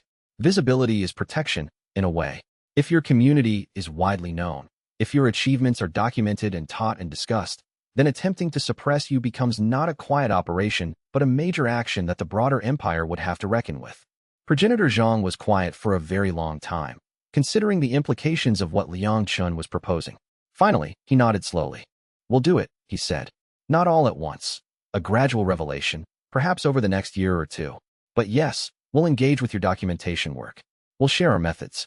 We'll allow you to record our advances in collective cultivation. And gradually, we'll emerge into the light. Liang Chen spent 3 weeks in the valley, documenting everything he could observe. The techniques for collective consciousness practice. The methods by which hundreds of diverse deviations could be harmonized without suppression. The philosophical frameworks that supported integrated community. The practical results, the stability, the culture, the joy that seemed to characterize daily life in a place where anomalies were not just tolerated but genuinely valued. When he finally departed, his journals were fuller and his understanding of what was possible with deviations was deeper and more complex than it had ever been. But more importantly, he understood something about the trajectory of his entire project. It had never been about documentation for its own sake. It had always been about enabling transformation. And the transformation was happening. Communities were becoming more integrated. Sects were beginning to reconsider their approaches. The broader cultivation world was starting to accept that anomalies were not errors to be corrected, but possibilities to be explored. The Heavens DAO had marked him as anomaly, and in accepting that mark, in refusing to suppress it or apologize for it, in building entire philosophical frameworks around the validity of deviation, he had set in motion a transformation that was far larger than any individual person or institution. The work was not complete, transformation never was, but it was no longer invisible. It was becoming the central question that the entire civilization would have to reckon with. Chapter 54. The war that never was the tension in the cultivation world began to show itself explicitly about 6 months after Liang Chen's retreat from Sunlit Valley. The sects had been conducting careful assessments of how the broader integration of anomalies was proceeding in the regions under their direct influence. And their findings, apparently, had prompted a major convening of sect leadership to discuss how to respond to the growing power of anomaly cultivation. Rumors reached Liang Chen through his network of contacts. Hints that a major confrontation was being planned, that the sects might be organizing a coordinated campaign to suppress or control the spread of anomaly cultivation before it became too entrenched to counter. There was talk of armies being mobilized, of preparations for actual warfare against anomaly practitioners, of an attempt to definitively suppress the entire movement before it could become established enough to resist. But the suppression never came. Instead, what occurred was far more subtle and far more interesting.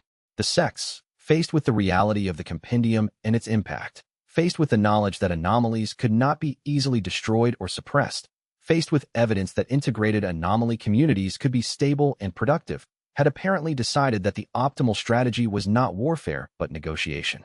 Formal delegations arrived from the major sects, offering to enter into discussions with the path of expansion about how to structure a cooperative relationship between orthodox and anomaly cultivation. There were still tensions, certainly. Some sects remained hostile to the entire concept of deviations, and some anomaly communities viewed the sects with deep suspicion. But the explicit decision had apparently been made at the highest levels that the era of explicit suppression was ending and the era of structured negotiation was beginning. The Heavens DAO Enforcement Bureau, which had been tasked with suppressing anomalies, was quietly reorganized. Instead of hunters and suppressors, they became researchers and coordinators, tasked with understanding and facilitating the integration of anomalies rather than fighting against them. And underlying all of this change was the compendium, Liang Chen's careful documentation of what anomalies actually were, how they worked, what they could achieve. The evidence that transformation was possible, that deviations could be refined and integrated rather than simply endured or suppressed, had shifted the entire conversation. Liang Chen found himself requested at high-level meetings, asked to advise on policy, given the kind of authority that came from being recognized as the world's foremost expert on a subject matter that had suddenly become globally important. It was both validating and disturbing. He had not wanted power or authority. He had wanted only to document, to preserve knowledge, to make understanding available. But power had come anyway, as a side effect of doing the work well. One evening, sitting with his companions in their temporary residence in the capital city where the sect negotiations were taking place, Liang Chen articulated his ambivalence about the developments that were occurring. The war that we feared would never come, he said. Instead, we're winning through the simple accumulation of evidence and documented proof that an alternative exists. But winning through evidence and negotiation doesn't feel like winning the way that direct conflict would. It feels like something is being resolved without actually being resolved, like the underlying tensions are being suppressed rather than addressed. Yes, Shenmei agreed. The sects are still sections. They still believe in hierarchies, in central control, in the value of having powerful individuals who can be trusted with authority. What's changing is not their fundamental philosophy, but their willingness to accommodate alternatives. They're still going to try to control anomaly cultivation, to fit it into their existing power structures. The difference is that they're willing to do it through accommodation rather than suppression. Is that better or worse? Yunling asked. It's different, Liang Chen said. And perhaps it's the best we can achieve given the nature of institutions. Institutions cannot fundamentally change their basic nature. They exist to organize and control. But they can be made more flexible, can be induced to recognize and accommodate alternatives, can be slowly transformed by the continuous presence of what they cannot suppress. The negotiation process took months. Representatives from the path of expansion worked with sect leadership to develop frameworks for how anomaly cultivation could be integrated into the broader cultivation structures of the empire. There were discussions about curriculum, about testing procedures, about how to classify deviations in ways that respected their authenticity while also allowing them to fit into existing institutional categories. And gradually, something like a compromise emerged. Anomalies would be recognized as legitimate. Deviations would be acknowledged as valid expressions of cultivation power. Communities of anomaly practitioners would be allowed to operate with some degree of autonomy. In exchange, anomalies would work within institutional frameworks, would submit themselves to testing and documentation, would agree to be integrated rather than remaining isolated. It was not perfect. It was not the radical transformation that some had hoped for. But it was real, and it was significant, and it represented a genuine shift in how the civilization understood power and cultivation. When the formal agreements were signed, Liang Chen watched from a distance, observing as representatives of the major sects and representatives of the Anomaly communities affixed their seals and signatures to documents that would shape the cultivation landscape for generations to come. He felt a strange sense of completion mixed with incompletion. The work had accomplished something real, but it had also revealed how much more there was to do. Chapter 55. The conversation at the mountains 2 months after the formal agreement between sects and Anomaly communities. Liang Chen received a visitor at his temporary residence in the capital. It was Chunying, the Golden Dagger disciple who had helped them escape suppression years earlier and had asked him to make his work public. The woman had traveled far to reach him, and her presence in his chambers carried with it the weight of years of persistence and belief in what was possible. She had aged, or perhaps it was simply that the years of conflict and negotiation had worn on her. But there was something satisfied in her expression, something that suggested that the transformation she had believed in was finally manifesting. Her chi moved with more ease than it had years ago, as if the burden of suppressing her own doubts had finally been lifted. "I wanted to thank you," she said simply, settling into the offered seat with the comfort of someone who had learned to be herself. "What you did, the documentation, the publication, the refusal to be suppressed, all of it has made it possible for people like me to leave the sects without feeling like we're abandoning everything we believed in. The sects are changing. Not quickly, not completely, but they are changing. And it's because you made it impossible for them to maintain the pretense that their old frameworks were universal truths." "I documented what I observed," Liang Chen said carefully. "The change was already happening. I just made it impossible to deny." "That's not true," Chunying replied, her conviction steady and clear. "Change is always possible to deny as long as there's no documentation, no evidence, no clear record of what alternatives exist. You created that record. You preserved the knowledge. And you made it public in ways that couldn't be suppressed.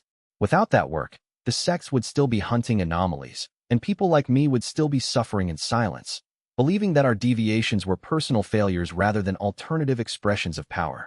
You gave us permission to be ourselves by proving that we weren't broken." They talked for hours, moving through tea and the fading light of afternoon, and Liang Chen heard from Chunying the stories of dozens of younger practitioners who had left traditional sects because the compendium had shown them that alternatives existed. He heard about communities that had formed around the principles outlined in the documentation, about study circles where practitioners gathered to discuss the theoretical implications of different deviations.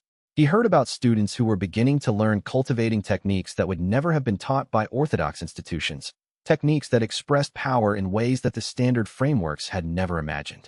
"The work is working," Chunying told him as she prepared to leave, her eyes reflecting the lamplight with warmth and gratitude. "It's slow, it's uneven, but it's working.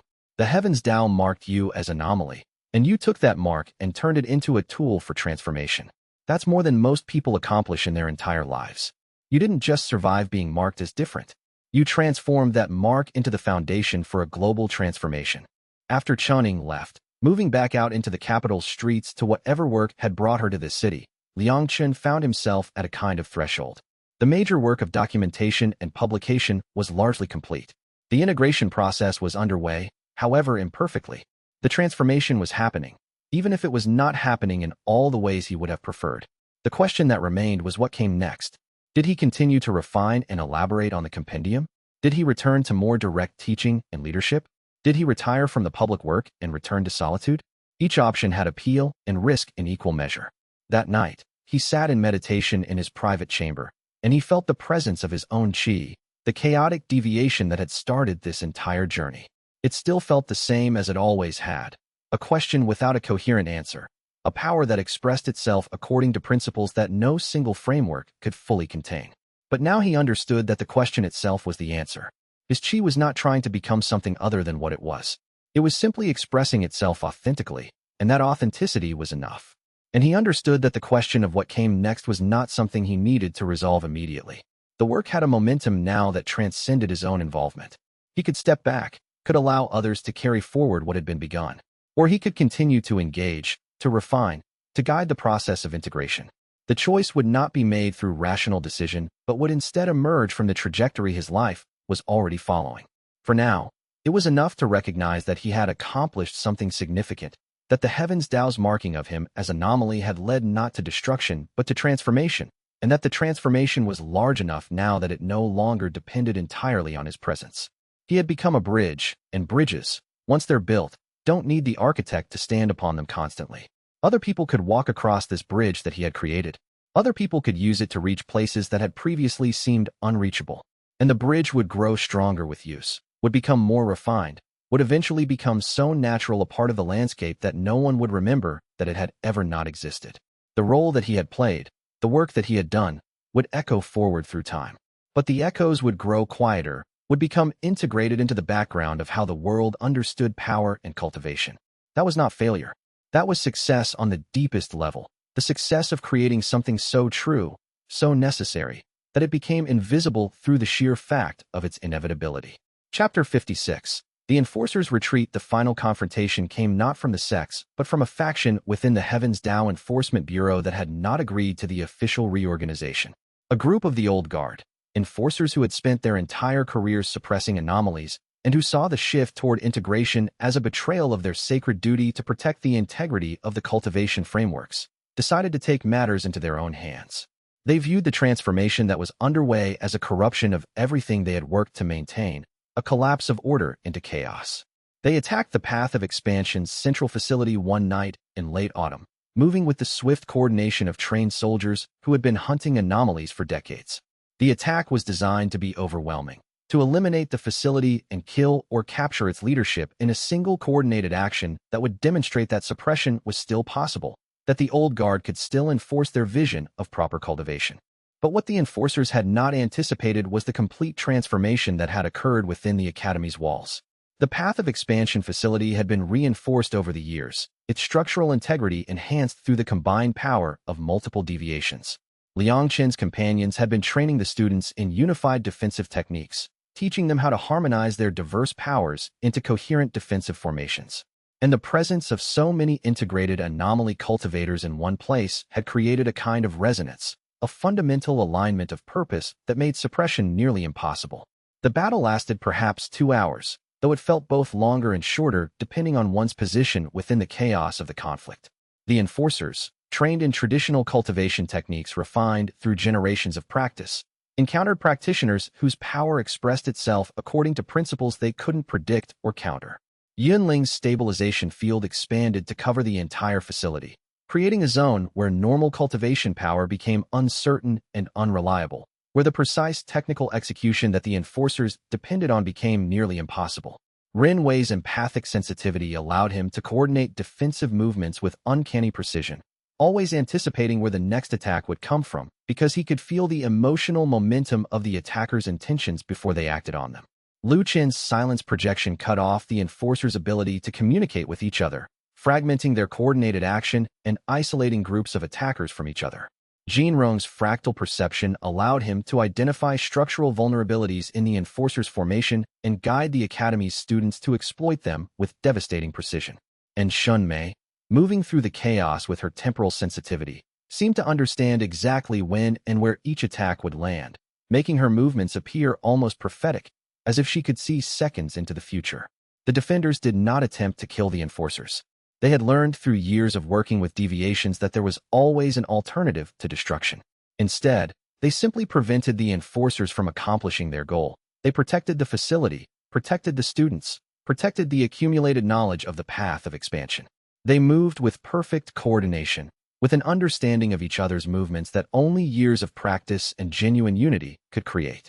When the enforcers finally realized that overwhelming force would not succeed, when they understood that they were facing not an institution they could suppress, but a living ecosystem of power that could not be reduced to a single point of failure, when they began to see cultivators whose deviations worked together in harmony rather than in conflict, they began to understand that suppression had become impossible. When the enforcers finally retreated, they left behind not a destroyed facility, but a profound message. That anomaly cultivators were not helpless victims waiting to be suppressed, but powerful practitioners fully capable of defending themselves, fully capable of creating defensive structures that the orthodox frameworks had never anticipated. They left behind evidence of what integration looked like when it was allowed to happen, what power looked like when diversity was embraced rather than suppressed. The retreat of the enforcers signaled the final phase of the transformation. The old guard within the Enforcement Bureau, seeing that suppression was no longer possible, either accepted the new reality or removed themselves from the system entirely. Those who could not accept the change retired, leaving positions open for younger practitioners who understood that a new era had begun. Those who could adapted, reframing their understanding of their role from suppression to integration. The integration process accelerated dramatically as a result. Anomaly practitioners began being formally trained within sect structures, allowed to develop their deviations alongside orthodox practitioners. The classification systems began to evolve to accommodate deviations, to create space within the frameworks for what had previously been seen as corruptions or errors. The cultivating world began to genuinely transform, not all at once, but gradually, shifting from monolithic orthodoxy toward acknowledged pluralism. And Liang Chen, watching from the path of expansion facility in the aftermath of the battle, felt something shift in him as well. The work was truly complete now. The transformation was no longer something that needed to be defended or advanced through his personal action. It had become inevitable, had acquired enough momentum that it would continue even without his direct involvement. The Heavens DAO's ecosystem of cultivators was now diverse enough that it could sustain itself, was now resilient enough that suppression would only damage the suppressors. The foundation had been built.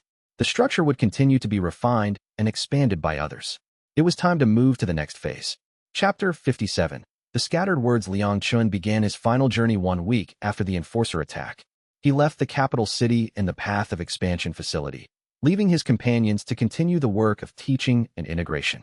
His stated purpose was to return to the remote communities that had first welcomed his documentation, to share with them the news of how the transformation had progressed, to understand how the changes in the broader world had affected their isolated settlements. But his departure was not announced as temporary. He left his belongings in the custody of the academy, left detailed instructions about what to do with his personal journals and research materials, left a sense of finality that suggested he did not expect to return soon. But there was another, deeper purpose as well. It was time to understand what the Heavens DAO's marking of him as Anomaly had truly meant. Time to integrate all the learning of the past years into something larger than documentation or institutional change. Time to approach the fundamental question: what was he becoming through all of this? The question had been growing in him for months, a persistent undertone beneath the work of integration and transformation, and only by separating himself from the work could he possibly answer it. The answer lay not in theory or documentation, but in direct experience, in the quality of silence and solitude where being itself could be fully known. He walked the same mountain passes that he had traveled years earlier, but he was a different person now.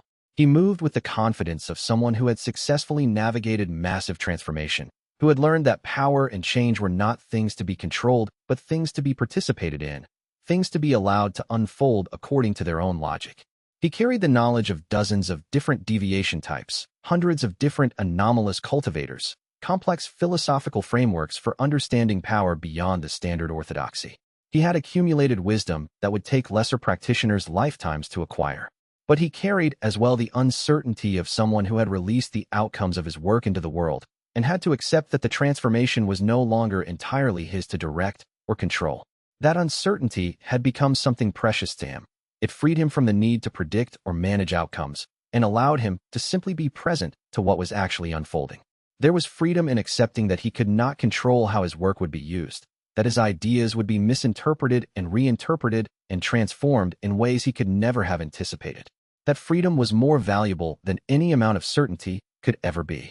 The first community he visited was Grandmother Ye's village, Green Stem, where the child Luo Qing had been cultivating symbiotic power. The girl was older now, was beginning to be recognized as a teacher in her own right, was developing students who wanted to learn how to work in relationship with plant consciousness rather than trying to dominate it. Grandmother Yi had passed away in the years since his previous visit, and the community mourned her wisdom, her courage, her willingness to support the documentation of her knowledge. But the work she had helped establish continued, had evolved, had become something that extended far beyond what any single person could have accomplished alone. The visit itself was bittersweet. Joy at seeing the community thrive, sadness at the absence of Grandmother Yi, deep gratitude for what she had offered.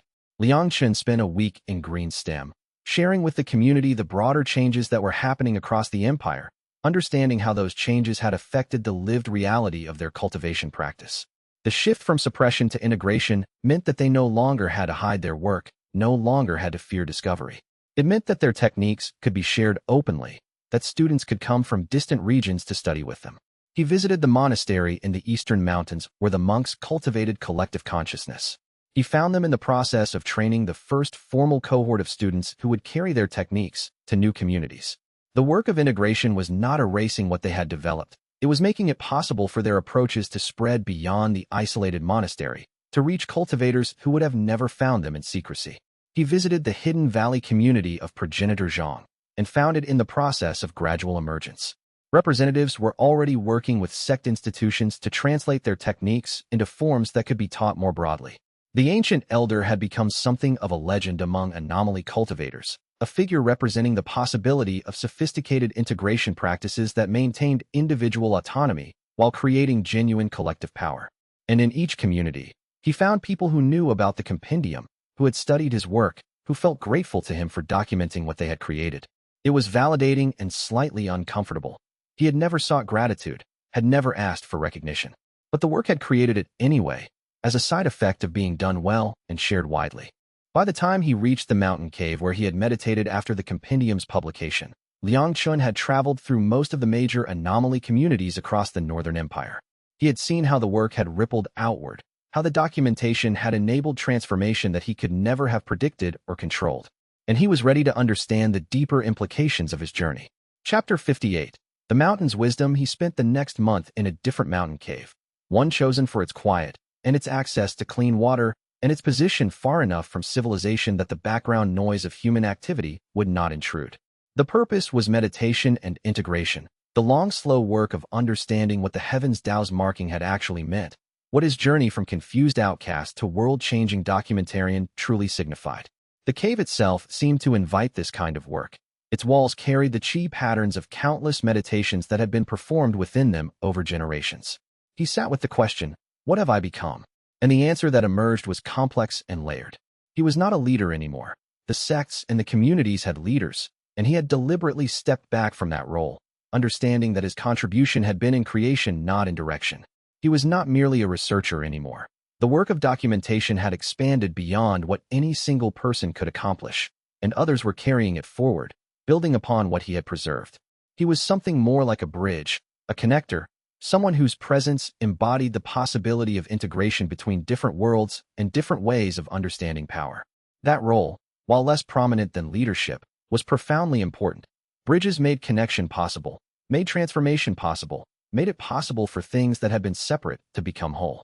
And that was what the Heavens DAO's marking had always been inviting him toward. It had never been about giving him individual power or authority. It had been about marking him as someone whose nature embodied contradiction, someone whose chi didn't fit the standard frameworks, whose very existence proved that the frameworks were incomplete. And by accepting that contradiction, by refusing to suppress it or apologize for it, by building an entire life's work around demonstrating its validity, he had become a living proof that transformation was possible.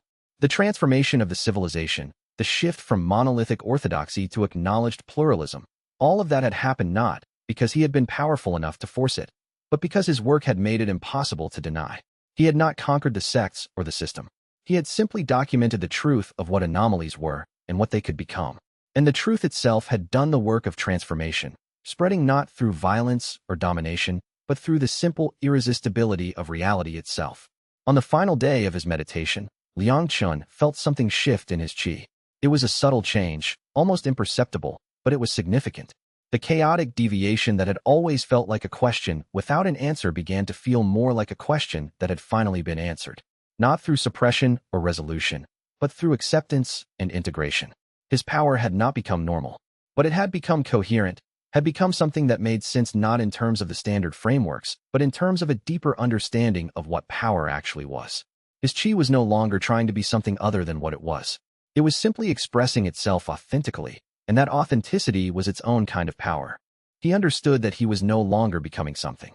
He had become, and what he had become was a new thing, not a cultivator in the traditional sense, not a revolutionary, not a researcher, but something that combined all of those and transcended them. A bridge between worlds, a proof that integration was possible, a living demonstration that the Heavens DAO's diversity was not a flaw to be corrected, but a richness to be celebrated. And more than that, a proof that the journey from apparent brokenness to coherent wholeness was possible, that what seemed like error could be recognized as possibility, that the universe was far more generous in its creation than any single framework could contain. This understanding was not something that came to him as knowledge, but as direct experience, as a shifting of his entire sense of self and purpose. He was not a person with a deviation. He was a deviation in human form, an expression of the universe's own creativity, a specific articulation of how consciousness could manifest in the world. And accepting that fully, without qualification or apology, felt like coming home to a place he had never left, like finally understanding why he had been created exactly as he was. When he descended from the cave, he felt lighter, as if a burden he had been carrying had finally been set down. The work would continue without him. Other hands would carry it forward, would refine it, would adapt it to new circumstances and new challenges. But the fundamental work, the work of proving that transformation was possible, that integration could work, that diversity was not a threat but a strength, had been accomplished. And he had contributed what he had been called to contribute. The rest was for others to build upon, to elaborate, to transform in ways that he would never see, but that would continue the trajectory he had initiated. He moved down the mountain paths with a kind of peace that had nothing to do with external circumstances and everything to do with internal alignment. Whatever came next, whatever challenges and opportunities lay ahead, he would face them knowing that he had accomplished what he was meant to accomplish, that he had been true to what the heavens DAO had marked him to become. The universe had given him a deviation, and he had spent his entire life proving that deviations were not curses but callings, not errors but invitations to become more fully himself. Chapter 59. The companion's choice. Liang Chen did not return directly to Sunlit Valley or to the path of expansion. Instead, he sent word that he would be taking a more extended solitude, that he would be traveling to remote regions, that his companions should not expect frequent communication. For the people who had worked with him, for Shun Mei, for Jin Rong, for Lu Chun, for Yun Ling, and for Ren Wei, this created a moment of reckoning. This was not a temporary retreat, but a fundamental shift, a transition from one phase of the work to another, and each of them had to ask themselves what they wanted the next phase to look like. If Liang Chen was stepping back from active leadership, what came next for the rest of them? What was their responsibility now that the foundational work had been accomplished?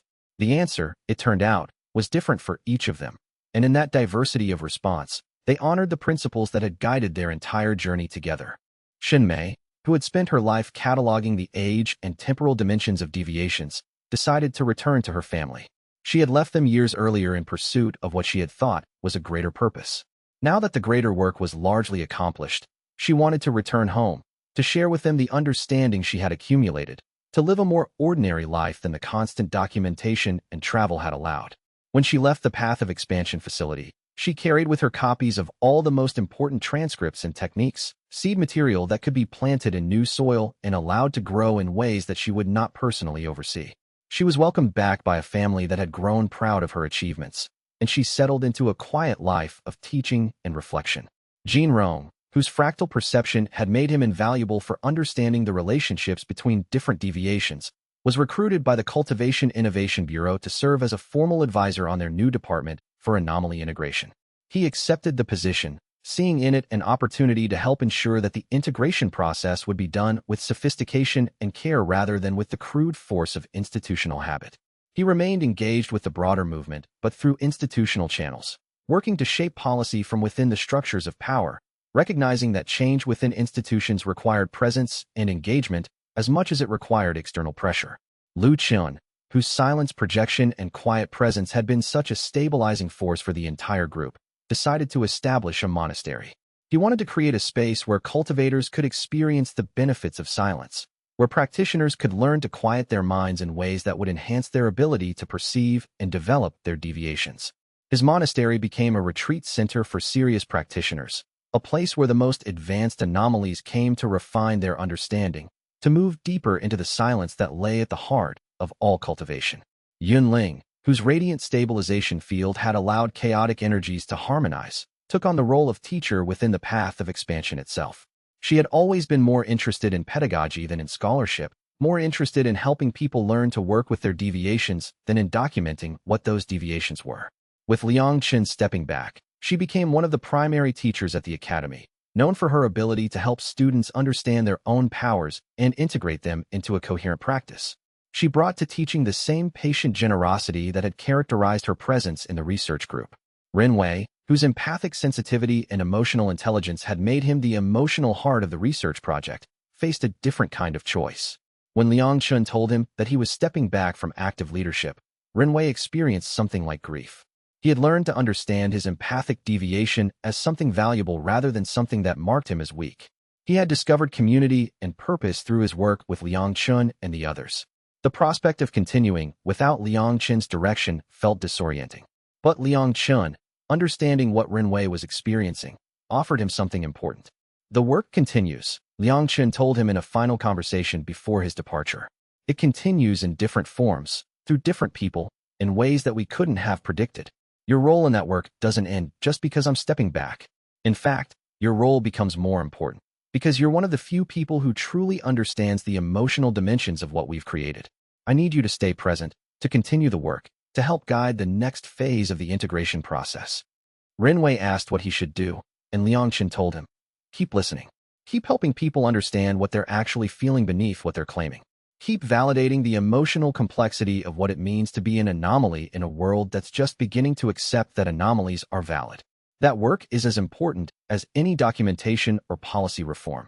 So Renwei stayed, and he became the emotional anchor for the path of expansion, helping students understand not just their deviations, but what it meant to carry deviations in a society that had been hostile to them, what it meant to heal from years of suppression, what it meant to become whole in the face of systematic attempts to fragment consciousness. His empathic sensitivity became a kind of teaching tool, a way of helping people access the depths of their own experience. The scatter of the original team was not a failure, but a completion. Each of them had contributed what they uniquely had to offer to the project. Each of them had brought their particular expression of deviation to bear on the work of transformation. Now each of them was ready to take what they had learned and offer it to the broader world in their own ways, knowing that the work did not depend on any single person or group, but would continue as long as there were practitioners willing to honor the principles that Liang Chen had articulated.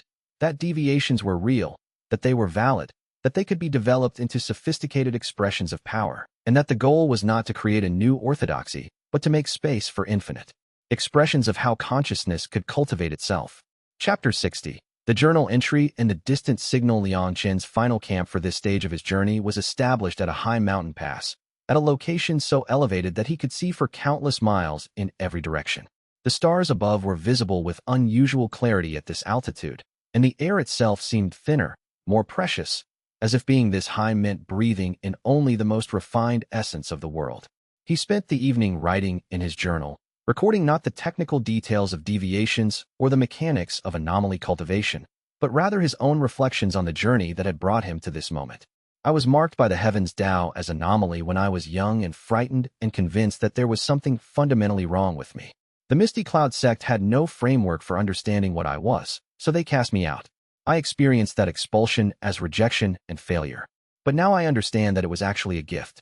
The DAO did not mark me to punish me. It marked me to teach me. It taught me that the frameworks we are given are not universal truths, but merely one possible way of organizing reality. It taught me that deviation from those frameworks is not an error, but evidence of the universe's fundamental creativity. It taught me that the highest expression of power is not in dominating or controlling, but in understanding and accepting the infinite diversity of what consciousness can become. For years, I built the path of expansion to provide shelter and legitimacy for other anomalies who had been marked the same way I was. And that work was important, was necessary. But over time, I came to understand that the real work was not about creating a protected space for anomalies. It was about changing how the broader civilization understood power itself. That broader work has begun. I cannot say it's complete. Transformation is never complete, is always an ongoing process of becoming. But the fundamental shift has happened. The civilization now acknowledges that deviations are not errors to be corrected, but possibilities to be explored. That acknowledgement will allow countless future cultivators to become themselves rather than becoming twisted versions of themselves in attempts to fit frames that don't accommodate them. And what I have become through this process is not a figure of authority or dominance, but rather a proof. A living proof that integration is possible. A proof that the universe's diversity is richer and more wonderful than any single framework could ever contain. A proof that when we accept what we are rather than fighting against it, transformation becomes inevitable. The Heavens DAO marked me as anomaly, and I took that mark and refused to apologize for it. In that refusal, I discovered that the mark was not a curse but a calling. I am grateful for that discovery, grateful to everyone who helped me document what I learned, grateful to every community that welcomed my work and built upon it. The transformation that is now underway will ripple forward through generations. What those future cultivators accomplish with the understanding we've preserved, I cannot predict. But I can be certain that because we documented it, because we made it public, because we refused to let it be suppressed, it will be available to them. And that is enough. That is more than enough. He closed the journal as the sun was setting, painting the sky in shades of orange and crimson. But as he closed the book, his attention was drawn upward, toward the eastern sky where something unusual was happening. A disturbance in the chi field. A massive gathering of power, something vast and distant, but clearly present, clearly significant. For a moment, Liang Chen felt something like alarm. But then, extending his senses more fully, he understood that this was not danger. This was revelation. Somewhere to the east, somewhere far beyond the territories he had yet explored, there was a cultivation event of enormous scale happening. A gathering, perhaps. An emergence. Something that spoke to the universe's ongoing creativity, its infinite capacity to generate new possibilities. Liang Chen understood that the story he had just told himself, the neat narrative of completion and transformation, was not the actual ending. It was simply the end of one phase. The story was continuing in ways he couldn't yet see, was continuing in the experience of cultivators and communities and the DAO itself working to integrate and understand and celebrate its own inherent diversity. He stood at the mountain pass, feeling the wind and the distant disturbance and the vast expanse of the universe around him. And he recognized that the heavens DAO's marking of him as Anomaly had been even more generous than he had understood. It had not simply taught him that deviations were valid. It had marked him as someone who would help the entire civilization evolve toward a place where deviations could be celebrated rather than suppressed. And the journey continued. Ahead of him lay unknown territories, unknown deviations, unknown communities of cultivators whose expressions of power would expand his understanding beyond what he had already learned. Behind him lay the path of expansion and the compendium and the integration process, all of it now moving forward under the guidance of people he trusted, guided by principles he had helped establish, but that now had a life and momentum beyond his direct involvement. He felt the call of that distant chi disturbance, felt it inviting him to move forward, to continue documenting, to continue understanding, to continue celebrating the infinite ways that consciousness could express itself through cultivation power. And he turned his feet eastward, toward the mountains and the unknown territories and the next phase of a journey that the heavens DAO had marked him to undertake. The transformation was far from complete, but it had begun, and that was everything. Chapter 61, The Signal. The disturbance came like a second heartbeat in the world's chest, profound and rhythmic and utterly wrong in every dimension of spiritual perception that mattered. Liang Chen felt it first in his fingertips, a subtle pulse that ran through the meridians of his hands like water finding paths through valleys, spreading upward through his arms toward his heart center. The sensation was completely unlike anything produced by a single cultivator's internal chi circulation or personal advancement through ranks.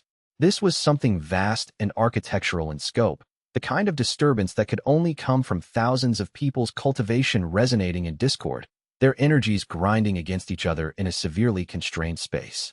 It was as though someone had constructed an enormous container, filled it with liquid power, then attempted to force additional liquid into it beyond its physical capacity. The pressure was building constantly, seeking escape, threatening rupture at any moment. He stopped walking abruptly on the merchant road, causing Renwei, who had been beside him in comfortable silence for the past hour, to nearly bump into him. She caught herself gracefully, her empathy-attuned senses immediately recognizing that something significant had shifted in his perception. Her eyes widened slightly with concern. "Something's wrong," Liang Chen said quietly, his eyes narrowing as he extended his awareness outward like tendrils reaching across the landscape toward the source of the disturbance. They had been traveling northeast for 3 weeks now, following a merchant road that wound through golden grain plains and forests that provided shelter during storms. The group had grown substantially since departing the path of Expansion Academy in the western provinces. They were now 8 strong in total. Besides Liang Chen and Renwei, there was Mo, the stone affinity cultivator whose diamond-hard body provided stability in chaotic spiritual environments. Lin Shui, a young woman whose darkness-aligned chi let her move unseen. For others, drawn by the Academy's reputation and their own recognition of being anomalies themselves. These were cultivators marked as anomalies by standard measurement instruments in official sects and academies throughout the empire. Their qi didn't fit the predetermined parameters that cultivation governance had established as correct and proper. Most had been rejected from formal training. All had learned to move carefully through a world viewing them with suspicion bordering on hostility. The disturbance pulsed again, stronger and more insistent, and Liang Chen felt it resonate through his anomalous qi as recognition, like kindred energy calling to kindred energy across the distance. The pulse came regularly, building, releasing, building again, with desperate rhythm, as though the earth itself was sending a distress signal through the cultivation world, calling urgently for help. It's pulling, Renwei said softly, her eyes taking on that distant quality indicating her empathy sense had reached beyond normal boundaries to touch emotional currents underlying visible reality. Not to us specifically, to everyone with sensitivity. Every cultivator with enough perception feels this. The entire region's spiritual ecology is disrupted.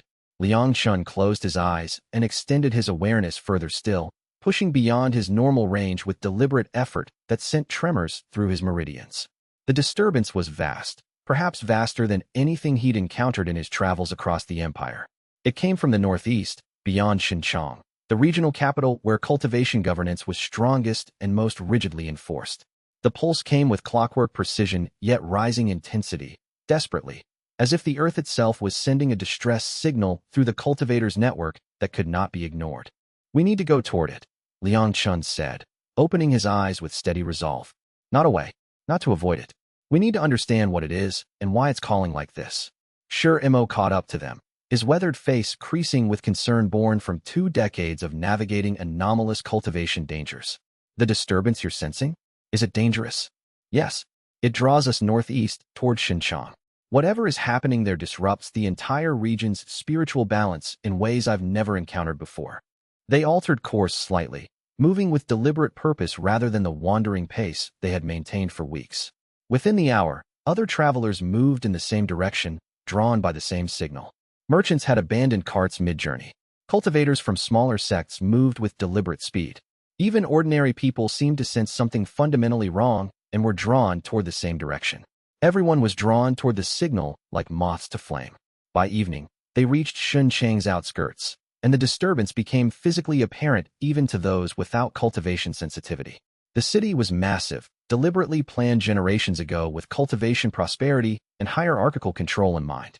Tall white walls gleamed under the setting sun, each reinforced with cultivation formations that Liang Chen could sense from the distance. Multiple pagodas rose in measured spacing, aligned with cardinal points and spiritual meridian lines running through the earth. Everything was precisely placed, perfectly ordered, designed to project eternal stability and permanence. Instead, chaos threaded visibly through the streets.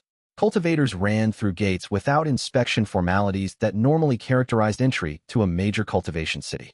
Merchants abandoned goods at the roadside, their wares scattered and forgotten. Non-cultivators huddled in doorways along the main thoroughfares, watching the sky nervously, their ordinary senses somehow knowing that danger approached even if they couldn't perceive it directly. And everywhere, people looked upward with expressions mingling fear and awe. Above the city center, the sky shimmered and distorted, not with clouds, but with visible qi disturbance of tremendous magnitude. The air wavered like heat haze on summer stone, but the distortion was massive, easily spanning several li across. At its heart, a formation was visible, its complex pattern sketched in luminous qi that pulsed irregularly.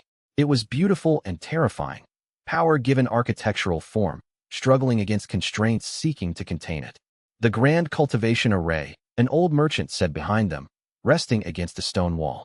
It's been doing that for 2 days now. Started with minor fluctuations, 3 days passed. Now it's getting progressively worse. The amplitude of each pulse increases. What is it exactly? Liang Chen asked, understanding beginning to dawn in his mind. No one knows precisely. The array maintains the city's qi distribution, keeps the environment stable enough for cultivation advancement, keeps the ambient spiritual density at a level that allows rapid development. If it fails, the merchant trailed off, unwilling to finish. His weathered eyes reflected genuine fear, the kind that came from understanding what would happen if a city-sized formation destabilized. Lin Shui moved closer to Liang Chen, her dark affinity, qi manifesting as cold nearby. We should leave. If the array fails, this city floods with chaotic qi. Unstable, unpredictable. It could kill ordinary people through qi poisoning, and it could severely injure even strong cultivators. We should retreat before the crisis worsens. We should stay, Renwei countered softly, her empathy sense clearly working at a depth beyond normal. There's fear here, yes. Deep fear. But also hope. There's hope woven through the fear. They're waiting for something. Or someone. Liang Chen watched the array's disturbance pulse again, felt it resonate through his anomalous qi like recognition, like communication. Something in that distortion's pattern felt almost familiar, not in the way his own qi felt, which was unique and singular, but in how it was structured. It was fighting something, being constrained, suppressed by forces resisting its natural manifestation. We'll stay, Liang Chen decided, though the decision carried weight and considerable risk. Carefully, we find an inn in a less conspicuous district, observe, gather information. If the array destabilizes completely, we're prepared to retreat quickly. Lin Shui, you'll maintain escape routes. The rest of us will learn what's happening here. As they walked slowly toward the gates, another merchant called information being passed from person to person like whispers through a crowd. Officials are looking for outside cultivators. Powerful ones. They're paying good coin for anyone who can help. The governing council has posted notices at every official building. Liang Chen exchanged a meaningful look with Renwei. It could absolutely be a trap by any reasonable assessment. But the disturbance pulsed with desperate rhythm, and something in its cry suggested they were meant to be here. Some larger pattern guided events. Chapter 62. The fault in the foundation. The council approved his entry by the following morning, which suggested how desperate they had become in their search for solutions to the array crisis. The formation master, whose name was Master Zhou, led him to the central nexus of the array just as the sun was setting the previous evening, turning the sky the color of old copper and dried blood. The nexus was housed in a tower, unremarkable from the outside, appearing much like any administrative building in the city. But its interior revealed the true scope and ambition of the array's construction. The entire ground floor was a vast chamber where the array's central calculations occurred, where the core inscriptions maintained and monitored the entire formation.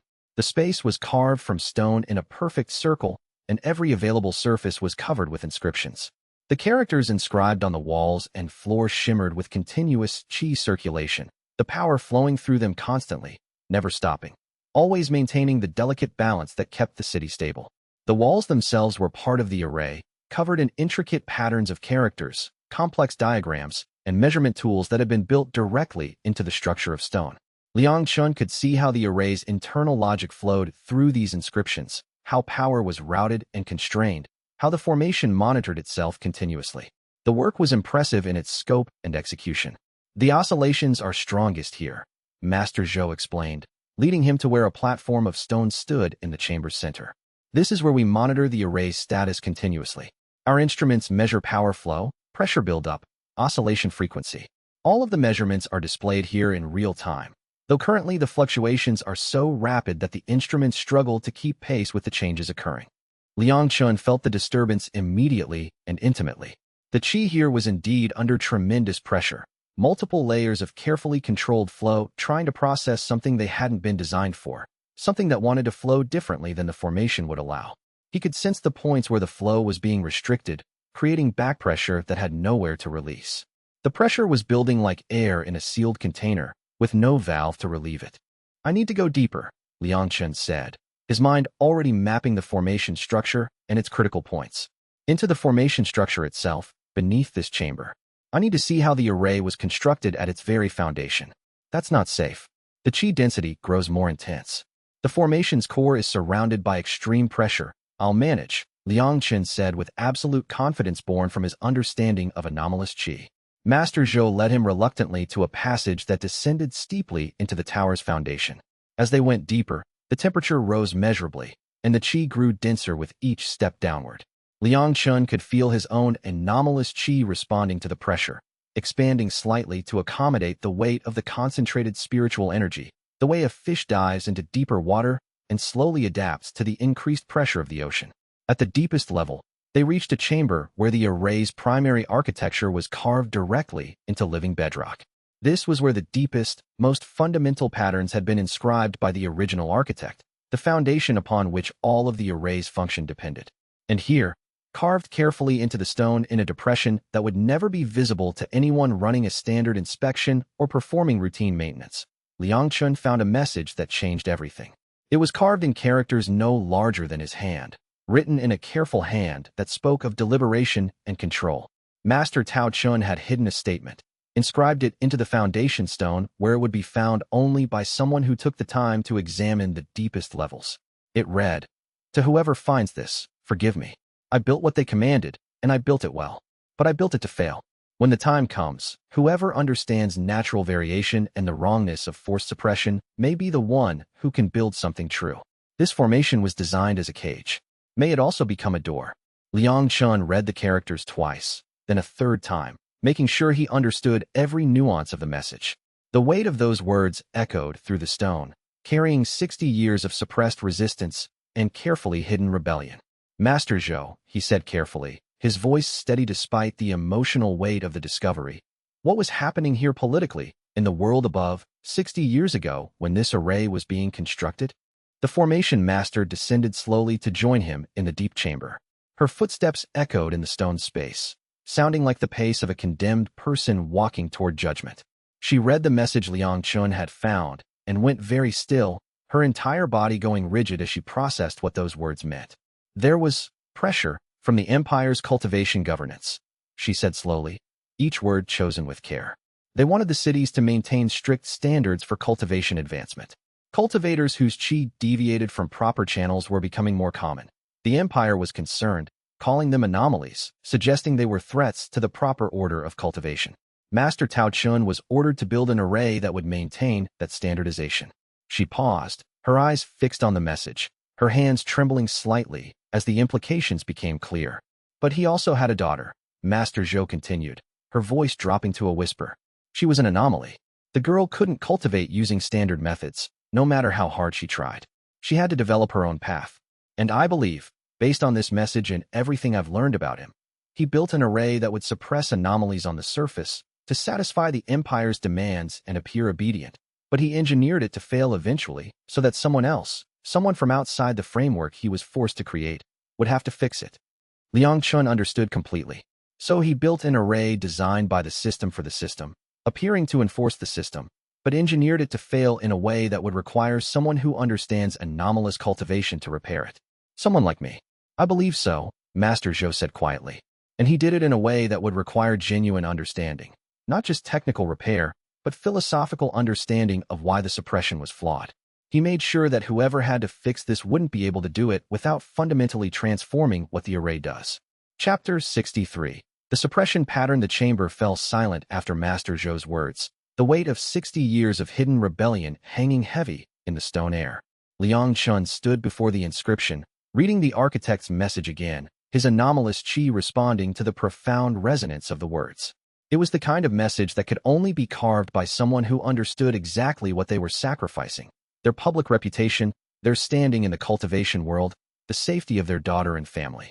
Master Tao Chun had built a masterpiece of rebellion disguised as obedience. "Show me how the array channels qi," Liang Chen said, moving his awareness deeper into the formation's architecture. "Show me specifically how it restricts anomalous patterns." Master Zhou led him through a series of technical explanations that revealed the array's true nature. The formation was designed with what she called narrow channels, prescribed pathways through which all qi must flow to maintain what the cultivation governance deemed acceptable. Any cultivator whose natural qi wanted to deviate from those paths encountered resistance, barriers that pushed the energy back into compliance. For cultivators with standard qi, the restrictions were imperceptible, but for those with anomalous patterns, those whose qi wanted to flow differently, expand differently, manifest in ways that departed from heaven's Tao's narrow definitions, the array became a prison. So cultivators with anomalies would feel constant pressure. Liang Chen reasoned aloud, his understanding deepening as he extended his awareness through the formation structure. Their qi would be suppressed, confined, forced into patterns that aren't natural to them. They'd grow weaker here, not stronger. And if enough anomalous cultivators gathered in one place, the array itself would experience back pressure from all that suppressed energy fighting against the constraints. "Exactly," Master Zhou confirmed, her tone carrying both respect and sorrow. Master Tao Chen's genius was in understanding that the suppression couldn't be perfect, that eventually, if the array worked as intended, if it successfully attracted and suppressed anomalous cultivators while they tried to cultivate, the buildup would become unsustainable. The array was designed to fail under its own success. He built a ticking bomb disguised as governance. Liang Chen extended his awareness through the formation's deepest reaches, feeling the pressure nodes where the suppression was most concentrated, the points where restricted qi had built up over years and decades. It was brilliant and terrible, a gift wrapped in a curse, a door hidden inside a cage. The more he understood the array's structure, the more the implications became clear. Why wasn't this discovered before? Liang Chen asked. Why is it only now beginning to fail catastrophically? 2 reasons, Master Zhou said quietly. First, because the suppression was gradual. It took decades for sufficient pressure to build. The array was stable for 60 years because the population of cultivators remained relatively constant. Second, because of something happening in the world beyond this city. More anomalies are appearing throughout the empire. More cultivators with patterns that don't fit standard measurements. And more of them are coming here, drawn to cultivation opportunities and the reputation of this city's array. The pressure buildup accelerated exponentially in the last 5 years. Liang Chen understood the full scope now. Master Tao Chun hadn't just built a rebellion against the cultivation board's standardization policies. He'd built something that would eventually force the issue, force someone to acknowledge that anomalous cultivation existed and couldn't be suppressed indefinitely. He'd made it impossible for governance to ignore the problem. Brilliant. Terrifying. And now it fell to Liang Chen to solve it. The array must be modified, Liang Chen said with absolute certainty, his voice steady with recognition of what lay before them. Not repaired to work as originally designed, but fundamentally restructured. The narrow channels must be widened. The restrictions must be removed or substantially reduced. It needs to accommodate natural variation instead of suppressing it. That's... Master Zhou paused, searching for words that could encompass the enormity of what she was hearing. That's not repairing the array. That's transforming it. That's admitting that the entire premise of the original design was wrong. Yes, Liang Chen agreed. That's exactly what it is. And it's the only solution that actually works. Anything else is just delaying the next failure, the next crisis. You could patch individual restriction points, attempt temporary stabilization, but without addressing the fundamental flaw in the design philosophy, you're just buying time before the catastrophe returns with greater force. He turned to face Master Zhou directly, meeting her eyes with the steady calm that had become characteristic of him over his months of travel. Master Tao Chen left this message for someone who would understand. I understand. I can do this. But I need official permission from the city council, and I need them to understand that they're not asking me to repair their array. They're asking me to transform it in ways that will fundamentally change how this city relates to anomalous cultivation. Are they prepared for that? Are you prepared for that? Master Zhou's expression shifted from reverence to concern, the reality of the consequences beginning to settle over her. They came to you because they're desperate. When they find out what that desperation requires them to accept, there may be resistance. Political resistance. From the cultivation board. From Heaven's DAO Enforcement Division. The board will see this as a direct challenge to their authority. Then they need to decide, Liang Chen said calmly, whether they want the array to keep failing and eventually collapse catastrophically, flooding the city with chaotic qi that kills hundreds or thousands, or whether they want to take a chance on transformation. There's no middle ground. Master Tao Chun made sure of that. He engineered it so that any attempt at half measures would fail. The only successful solution is complete transformation. Chapter 64. The proud officials. By the time Liang Chen returned to the administrative hall where the city council was waiting, evening had deepened into true night. The luminescent formations throughout Shunchang's streets pulsed irregularly, responding to the array's unstable state. Lanterns flickered erratically. Street-level qi became unpredictable and dangerous. The city itself was showing signs of stress, like a living organism struggling against internal infection. The council chamber was lined with the city's most powerful officials, bureaucrats, cultivators, merchants whose influence was substantial enough to have secured them seats at the table. They looked simultaneously desperate and skeptical, the way people looked when they'd been told they needed help but weren't entirely convinced the help was legitimate. Some were wealthy enough to have suffered significantly from the array's instability. Others represented institutional interests that benefited from the status quo. The leader was Magistrate Xin Chu, a woman perhaps 50 years old, her cultivation aura carefully maintained at the nascent soul realm, powerful enough to command respect without ostentatiously exceeding bounds that official position typically justified. She regarded Liang Chen with the particular wariness reserved for outsiders who carried reputations preceding them. An anomaly cultivator. Someone the official system had rejected. Yet they were here, desperate. We've heard your reputation, Magistrate Shin said carefully. Anomaly cultivator. founder of some academy in the West, capable of working with chi patterns that standard practitioners can't navigate. That's exactly what we need. The array is breaking down. Our instruments show increasing pressure in multiple nodes. We need it stabilized, and we need it done quickly. What's your fee? Liang Chen understood the framework immediately. She was treating this as a transaction, a service with a cost. It was how powerful people traditionally approached problems, by assuming they could be bought and sold like any commodity. I don't charge for this kind of work, Liang Chen said simply. I need to examine the array's internal structure more thoroughly, but from what I've seen in the chamber, this is a political and philosophical crisis more than it is a technical problem. No amount of coin changes that. Coin can hire skilled formation masters to patch failing nodes. But coin can't buy understanding of why the nodes are failing in the first place. Magistrate Shin's expression shifted to something approaching offense. You're saying you'll solve our array crisis for free? Why? What do you want? What's your true motivation here? To save the city, Liang Chen replied with absolute honesty, and to help prove that anomalous cultivation can coexist with established governance. Your array is currently built on the premise that it can't. I want to demonstrate that it can. I want to show that accepting anomalous patterns doesn't destroy order, it creates more resilient order. The council chamber erupted in quiet conversation, officials and merchants exchanging glances that suggested they found his motivation either admirably pure or suspiciously manipulative. Likely both. A man willing to work for no fee was either genuinely idealistic or playing a longer game. Magistrate Shun raised her hand, silencing the murmurs. If you repair the array, save the city, you gain an enormous amount of political leverage. Every cultivator with anomalous chi will hear about it. Every sect with concerns about our stability will see us as safe ground. Every city facing similar array instability will come seeking your services. You're not asking for coin because you're playing for something more valuable, reputation and validation. You're building a movement. It was a perceptive assessment, and Liang Chen gave her credit for it. She understood the game being played at a level that many magistrates wouldn't. Partially true, he acknowledged. But also, the array isn't simply broken. It's broken in a way that reveals truths about how cultivation governance has been structured. Fixing it requires those truths to be acknowledged. If you're asking me to pretend they don't exist, then I can't help you. If you're willing to face what actually happened and what needs to change, then I'll do everything in my power to stabilize your city. What exactly are these truths? Asked another council member, an older man whose cultivation was strong, but whose bearing suggested administrative rather than martial training. What truths exactly are hidden in the array structure? Liang Chen told them about Master Tao Chen's hidden messages. He explained the suppression mechanism in technical detail, showing them how the narrow channels were specifically designed to restrict anomalous patterns. He laid out the reality that the array had been designed to fail under the weight of the very system it was meant to enforce.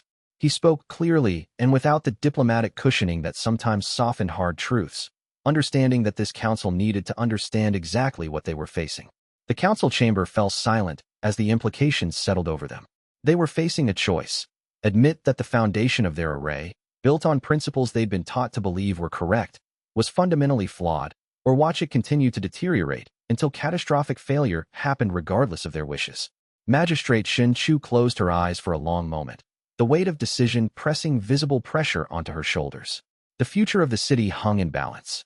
If we do this, she said slowly, if we transform the array, we're admitting to the cultivation board that we've harbored an array with a flaw at its core. We're admitting that anomalies might not be the threat they're portrayed as. We're risking our standing in the empire's cultivation hierarchy. We're challenging the very foundations of official doctrine. Yes, Liang Chen confirmed simply. You are. But the alternative is the array failing anyway, people dying in the chaos, and you having no explanation except that you hoped it would be fixed without fundamental change. Which would be worse? The council deliberated for another hour, voices sometimes rising with concern, sometimes falling to whispers of calculation. Some officials argued for attempting to hire outside repair specialists. Some wanted to contact the cultivation board for official guidance. Some wanted to simply evacuate the city and let the array fail. But beneath all the objections was the fundamental reality Liang Chen had articulated. There was no solution that preserved the status quo. Finally, Magistrate Shin Chu stood, and the chamber fell quiet. We accept your help, she said formally. We commit to the array's transformation under your guidance. And we accept the political consequences of whatever that transformation requires. She extended her hand, the gesture one of respect between equals rather than magistrate to supplicant. Liang Chen took it, sealing an agreement that would reshape both the city and its relationship with the cultivation board. But as the handshake held, Liang Chen felt the tension in the chamber deepen. They'd made the right decision, but not the easy one. And the harder part, the actual transformation, hadn't even begun yet. Chapter 65. The Weight of Truth. Liang Chen spent the night in meditation within the array's central chamber, his awareness mapping the formation's every layer, every restriction point, every place where Master Tao Chen's hidden rebellion had been inscribed into stone and qi. The pressure was immense, a constant thrumming weight that most cultivators would have found unbearable. But Liang Chen's anomalous qi responded to it like a musician hearing a complex melody, with recognition, with understanding, with a sense of purpose settling into place like a key turning in a lock. By dawn, he had a preliminary plan developed through hours of careful meditation and analysis. It was ambitious and would require working with 3 other cultivators from his group to maintain the array's stability while modifications were made. The risk was significant. If any critical point failed during the process, the entire formation could collapse, flooding the city with chaotic qi that would kill hundreds. But the risk of doing nothing was worse, and the timeline was collapsing. He was discussing these parameters with Ren Wei in a private chamber, explaining the technical details and the dangers, when they heard footsteps approaching. The door opened without prior announcement, revealing one of the council members from the previous evening. Not Magistrate Shen Chu, but a younger woman whose cultivation was substantial, but whose bearing suggested she represented interests different from the magistrates. "I'm Shen Li," she said without preamble, her eyes sharp with intelligence that seemed to cut through conventional courtesies. "I'm the magistrate's daughter and the chair of the city's minor cultivator development council. I wanted to speak with you privately before you begin the array modifications." Liang Chen gestured for her to sit. Ren Wei's empathy sense would likely be active, reading emotional undercurrents beneath words. It was a useful skill for understanding what people truly wanted versus what they claimed to want. "I have concerns," Shen Li said once she'd settled into a chair across from them. "My mother and the council made the decision to support your work because they're frightened and desperate. But that's not a stable foundation for decisions with this much consequence. I want to understand your actual intentions, not the polite explanation, the real one." Liang Chen appreciated the directness. "My intention is to prove that anomalous cultivation is legitimate and valuable, not something that needs to be suppressed. Helping your city do that serves my purposes. That doesn't make it a deception. Your city's salvation and my larger goals are genuinely aligned. But I understand why you'd be cautious about trusting someone with such clear stakes in the outcome."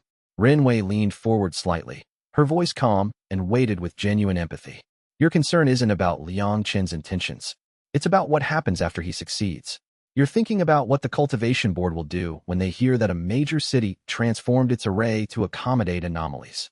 Shen Li's expression tightened with surprise at being so precisely understood. "Exactly. My mother is making a decision based on immediate crisis, not long-term consequences. What happens when the board sends inspectors? What happens when they decide the array's transformation violates their standards?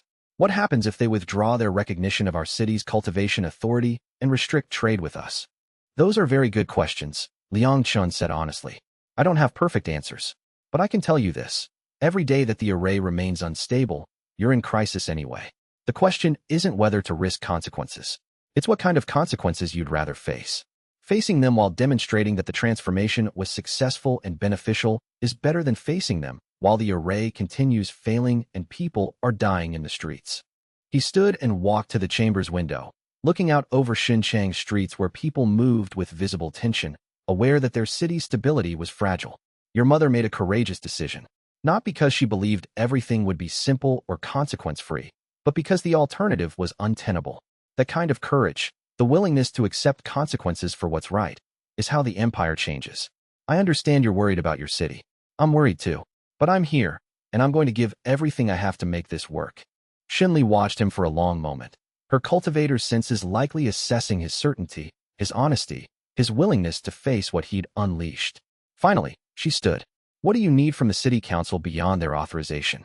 "Time," Liang Chen said, "and protection while I'm inside the array modification process. I'll be deeply focused, my awareness concentrated inward on the formation structure. I'll be vulnerable during that time. If the cultivation board sends anyone, I need warning before they arrive." "We can do that," Shen Li assured him. "I'll position cultivators throughout the city to watch for official representatives. If anyone arrives with authority from the board, you'll know before they reach the array tower." After she left, Ren Wei smiled slightly. She genuinely cares about the city. And she's not entirely convinced you're right, just that it's the least terrible option available. That's probably fair, Liang Chen replied. I'm not entirely convinced either. I know the array can be transformed. I'm less certain about all the consequences that transformation will trigger, but certainty isn't required. Just willingness to try. That's why you're trustworthy, Renwei said simply. You're not claiming certainty you don't have. You're just willing to try and willing to face what comes. Chapter 66. Inside the Foundation, Liang Chen began the array modification work at midnight on the third day, when the pressure buildup had reached its highest recorded level and the formation's oscillations were growing visibly dangerous. The city council had closed most administrative functions and evacuated non-essential personnel to the city's outer rings, where array instability would be less immediately catastrophic if something went wrong. He entered the array's central chamber with xianxia at his side, the stone affinity cultivator whose mineral-attuned qi could sense structural integrity in ways other cultivators couldn't. Lin Shui maintained a position in the chamber's highest point, her darkness-aligned qi allowing her to move swiftly between warning positions if emergency evacuation became necessary. Two other academy cultivators occupied outer positions, their job simply to maintain stable qi in the surrounding streets and prevent panicked populations from trying to flee in dangerous directions if the array started failing. The work began with Liang Chen mapping the pressure distribution in precise detail, locating the 14 primary restriction points where Master Tao Chun had inscribed the suppression mechanisms. Each point was technically perfect, elegant applications of formation theory that created almost unbreakable restrictions on non-standard qi patterns. Master Tao Chun had been a genuine genius. The fact that he'd intentionally sabotaged his own work made it all the more impressive and somehow heartbreaking. These restrictions, Liang Chen explained to xianxia, pointing to the central formation node, aren't blocking anomalous qi completely. They're channeling it, redirecting it into feedback loops where it meets resistance and bounces back into itself. It's like trying to force water through a system of channels that keep turning the water back on itself rather than letting it flow through. The qi has nowhere to go except back into itself, creating pressure buildup. So removing them will require. Xianxia paused, his stone sense clearly struggling with the concept. What exactly are we doing here? Not removing them, redesigning them, transforming them from restrictions into accommodations. I need to carve new patterns that allow variation while still maintaining the array's primary function, stabilizing the city's qi distribution. The patterns will be more complex, more sophisticated. They'll be like channels that can adjust their width based on what flows through them. The work was intricate and dangerous. Liang Chen moved through the chamber with methodical precision, his hands tracing patterns in the stone, his anomalous qi testing each modification as he made it. The pressure was immense. Every time he altered a restriction point, pressure waves cascaded through the entire formation, requiring xianxia to quickly stabilize structural integrity before fractures could propagate through the stone. Hours passed. The oscillations gradually became more erratic, more dangerous, as the array transitioned from one state to another. At one point, an entire section of the chamber's floor began cracking, the stone unable to bear the conflicting forces running through it. Liang Chen immediately shifted his focus, using his anomalous qi to temporarily assume the structural load that the stone could no longer bear, holding it stable while xianxia reinforced the stone itself with his cultivation power. The moment was terrifying. If he lost focus even for a second, the chamber could collapse. By dawn, they'd completed the first phase, modifying 6 of the 14 primary restriction points. The array's behavior changed noticeably. The oscillations became less violent, more rhythmic. The pressure distribution shifted, no longer concentrating in the dangerous feedback loops. It was working, but only partially. They still had 8 restriction points to redesign, and the work was growing more exhausting with each modification. Liang Chen emerged from the array chamber to rest and eat, aware that continuing without recovery would degrade his judgment and increase the risk of mistakes. Master Zhou brought him food and water, along with news from the city council. No official inquiries yet, she reported. But merchants are spreading word about the array's stabilization. The information is reaching other cities through trading channels. Couriers have been dispatched to neighboring regions. It's only a matter of time before the cultivation board hears about what you're doing. How much time? Liang Chen asked, eating methodically despite exhaustion that made each bite feel heavy. Days, perhaps a week. The board's response time depends on whether they view this as an emergency or merely a concern to be investigated. Someone in this city has connections to the board. Officials always do. The question is how quickly they choose to activate those connections. We'll accelerate, Liang Chen decided. We've developed a working pattern for the modifications. The next 8 points should progress faster than the first 6. We can complete the transformation in another 2 days if we push through without full rest cycles.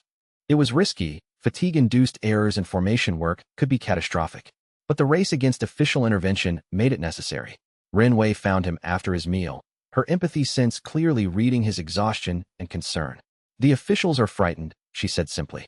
Not about whether you'll succeed, but about what the board will do once it knows. There's a growing sense that this transformation might cost the city more politically than it gains functionally. That's probably accurate, Liang Chen admitted. But there's no alternative that doesn't cost them more. The array fails, people die, and they have to answer for why they couldn't prevent it. Or we do this, the array is transformed, the city's saved, and they have to answer for how they allowed an anomaly cultivator to fundamentally change their array's nature. Neither option is clean. This one at least results in a city that survives. Chapter 67. The architect's second message on the morning of the 5th day. With 6 of the array's 14 restriction points fully modified, Liang Chen found something inside the formation's deepest layer that changed his understanding of everything. It was another message from Master Tao Chun, hidden this time not in the foundation itself, but within the energetic structure of one of the mid-level restriction points, carved in characters so small they would be invisible to any standard inspection, readable only by someone working directly with the formation at the level of chi manipulation. The characters were perfect, each stroke deliberate and measured, as though written with infinite care. The message read, "If you're reading this, you have the capacity to understand what I built and why I built it to fail. I couldn't write what I truly believed openly. The price would have been too high for my daughter and family. So I left it in the structure, in the chi itself, trusting that someone with genuine understanding would eventually find it. What I believed is this. Heaven's DAO is not immutable law. It is a framework, useful but not perfect. Anomalies exist not because something is wrong with them, but because heaven itself is more complex and varied than any single system of understanding can encompass. I was ordered to suppress them. Instead, I built a cage that would eventually require breaking. Whoever breaks it will understand what I never could say aloud. Thank you. May my rebellion serve something better than I could have hoped." Liang Chen read the message 3 times, sitting in the formation chamber with the weight of those words settling over him. Master Tao Chun hadn't just built technical resistance. He'd left a philosophical legacy, a mandate that carried the voice of someone who'd lived in opposition to the system they were forced to serve. He'd lived with internal conflict, watching the system work and knowing it was fundamentally flawed. He'd lived knowing his own daughter couldn't thrive in the framework he'd been forced to build. That was a burden Liang Chen could feel echoing through the stone itself. It was a burden and a gift. When he emerged from the chamber to discuss the discovery with Sher Mo and the council representatives who were waiting, he found that news had arrived from the outer city. Heaven's DAO Enforcement Division representatives had arrived at Shunchang's gates, requesting immediate access to the array facility. The message arrived with urgency. Magistrate Shin Chu met him in the administrative hall, her expression grave. "They're calling themselves an inspection team," she said carefully. "But their tone suggests they already know about the modifications. Someone informed the board, and they've sent representatives to assess the situation. We don't have much time." "How many?" Liang Chen asked, understanding the implications immediately. "At least 20. They're led by Magistrate Dao Qing, who's well known for her strict adherence to Heaven's DAO protocols. She's a true believer in the system. She's not someone who will accept transformation of a major city array without significant justification." Liang Chen understood the implication immediately. The cultivation board hadn't sent a technical team, they'd sent an enforcement division. This wasn't about understanding what had happened. This was about enforcing compliance with official standards. And if they decided that the array's transformation violated those standards, they had the authority to demand its restoration or to confiscate it entirely. They might even attempt to arrest him. The stakes had just become much higher. "How long until they arrive at the array tower?" he asked. "Perhaps an hour, if they don't encounter obstacles. We could slow them down, but only briefly. We could claim there are safety protocols preventing outside access, but they have official authority to override that. We're out of time." Liang Chen made his decision with the clarity that came from understanding what was actually at stake. "Let them come, but give me that hour to continue the modifications. I want to have 8 of the 14 restriction points fully transformed. That will demonstrate that the new design is functional, stable, and actually improving the array's performance rather than degrading it. They'll take that as defiance," Magistrate Shin warned. "They might use force to stop you. If they do, then we learn what the board actually values," Liang Chen replied. "Whether they care about the city's safety or about maintaining their control structure. Either way, the truth becomes visible. He returned to the chamber and resumed the work with intensified focus, his hands moving with precision born from complete certainty about what needed to be done. The work progressed faster than he'd anticipated. His understanding of the formation's fundamental nature had deepened with each modification. The patterns that Master Tao Chun had inscribed were beginning to reveal themselves as not just technical restrictions, but philosophical statements written in stone and qi. He carved them with understanding now, not just technique.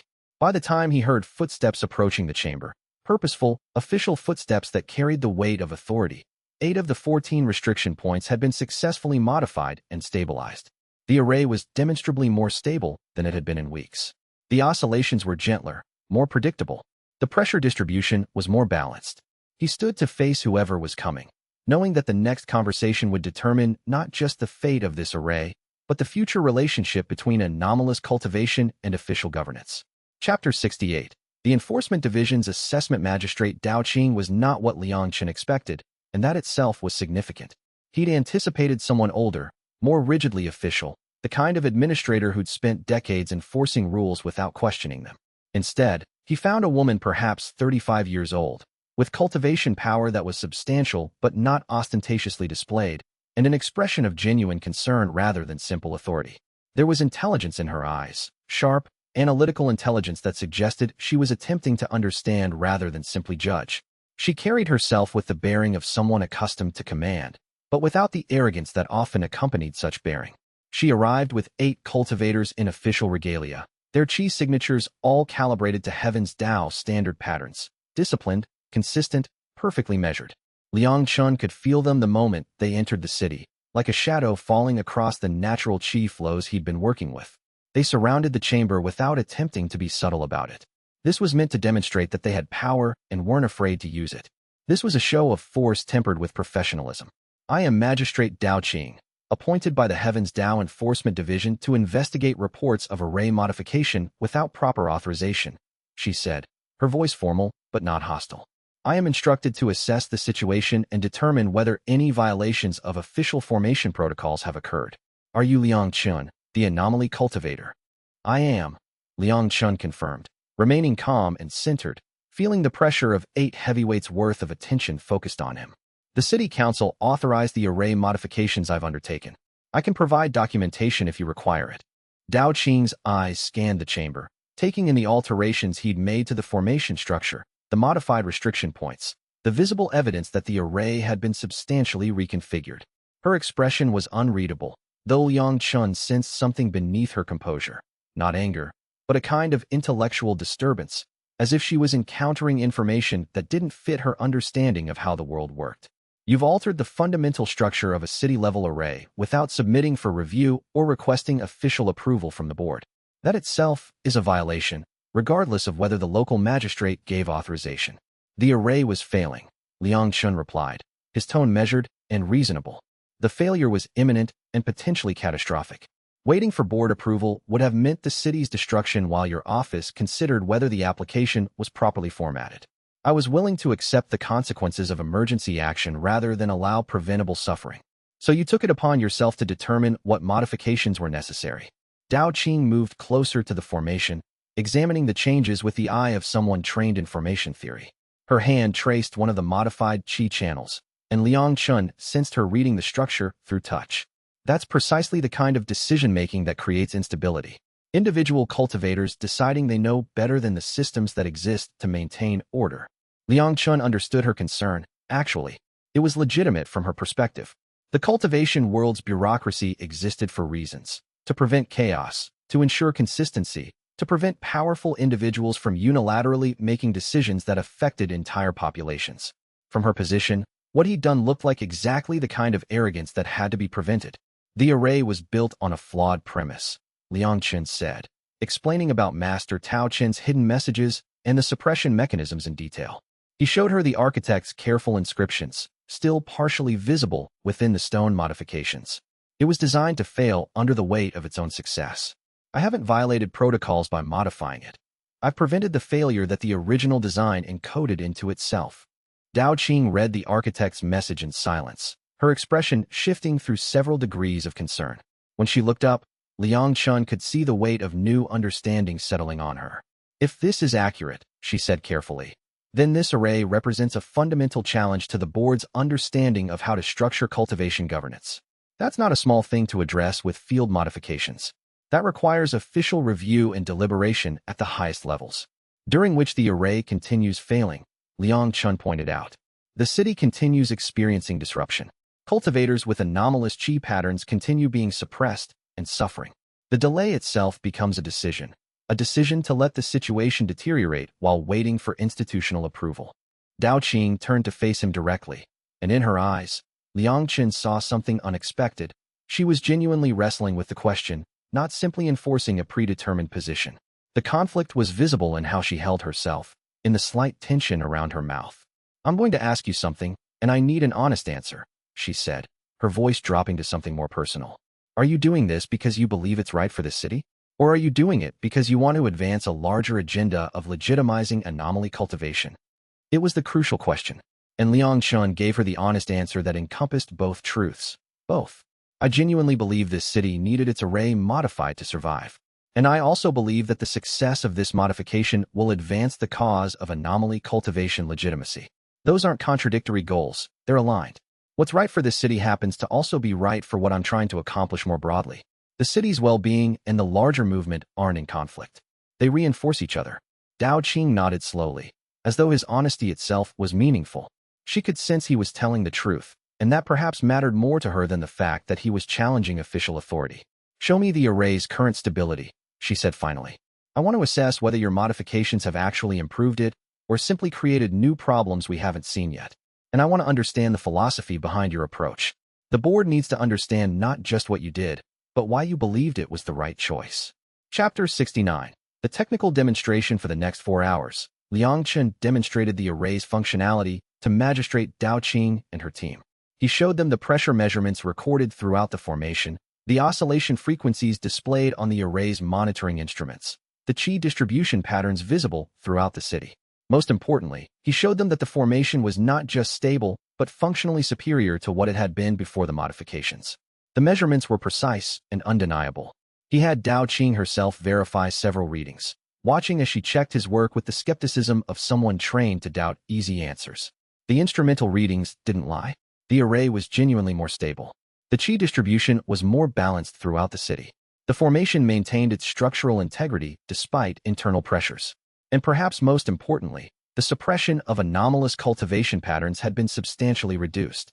Cultivators with anomalous qi who moved through the city now felt a noticeably lighter pressure, a sense of their natural patterns being allowed to exist rather than constantly suppressed. Multiple independent measurements confirmed this improvement. The data was clear and undeniable. But as the technical evidence accumulated, Magistrate Dao Qing's expression grew more troubled rather than more convinced. Her subordinates exchanged uncomfortable glances as the implications of what they were seeing became impossible to ignore. When she finally spoke, her words revealed the true nature of her concern.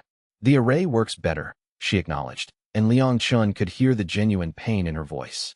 "I can't dispute the measurements. But that's almost worse than if it had failed entirely. A failed array would simply be a technical problem. An array that works better after being modified to accommodate anomalies, that challenges the fundamental assumption that anomalies should be suppressed. And if that assumption is wrong, then the entire framework of how we structure cultivation governance might be wrong. It means the entire system I've devoted my career to maintaining is built on a foundation that's cracked." "Perhaps it is," Liang Chen said simply. "Perhaps the framework needs to change. That doesn't make it catastrophic. It makes it evolution. Systems that can't evolve eventually break. Systems that can adapt become stronger." "Evolution," Dao Qing repeated, her tone suggesting she was tasting the word carefully, seeing if it held poison. "You mean revolution? You mean challenging the cultivation board's authority and the principles they've built their entire existence on? You mean asking people like me to accept that everything we've worked for, every principle we've organized our lives around, might be incomplete at best or corrupted at worst? I mean allowing cultivation to develop according to natural variation rather than enforced standardization," Liang Chen replied. "If that threatens the board, then perhaps the board is the problem, not the solution. Perhaps the threat comes not from what I'm doing, but from the board's need to maintain their version of order regardless of the cost to individual cultivators." Dao Qing turned to her subordinates, her jaw set. "Secure the array tower." No one enters or leaves without authorization. I'm sending a report to the board with technical documentation of what the Anomaly cultivator has done. We'll await further instructions. The command was crisp, professional, but underneath it Liang Chen sensed something else. A magistrate making decisions in a situation where every option carried risk and consequence. It was clear that she was acknowledging the array's improved functionality while refusing to fully authorize the transformation. The standoff had shifted from confrontation to stalemate. She couldn't claim the modifications were failures when the evidence clearly showed they were improvements. But she also couldn't simply accept them and leave, because doing so would imply official approval for actions that violated board protocols.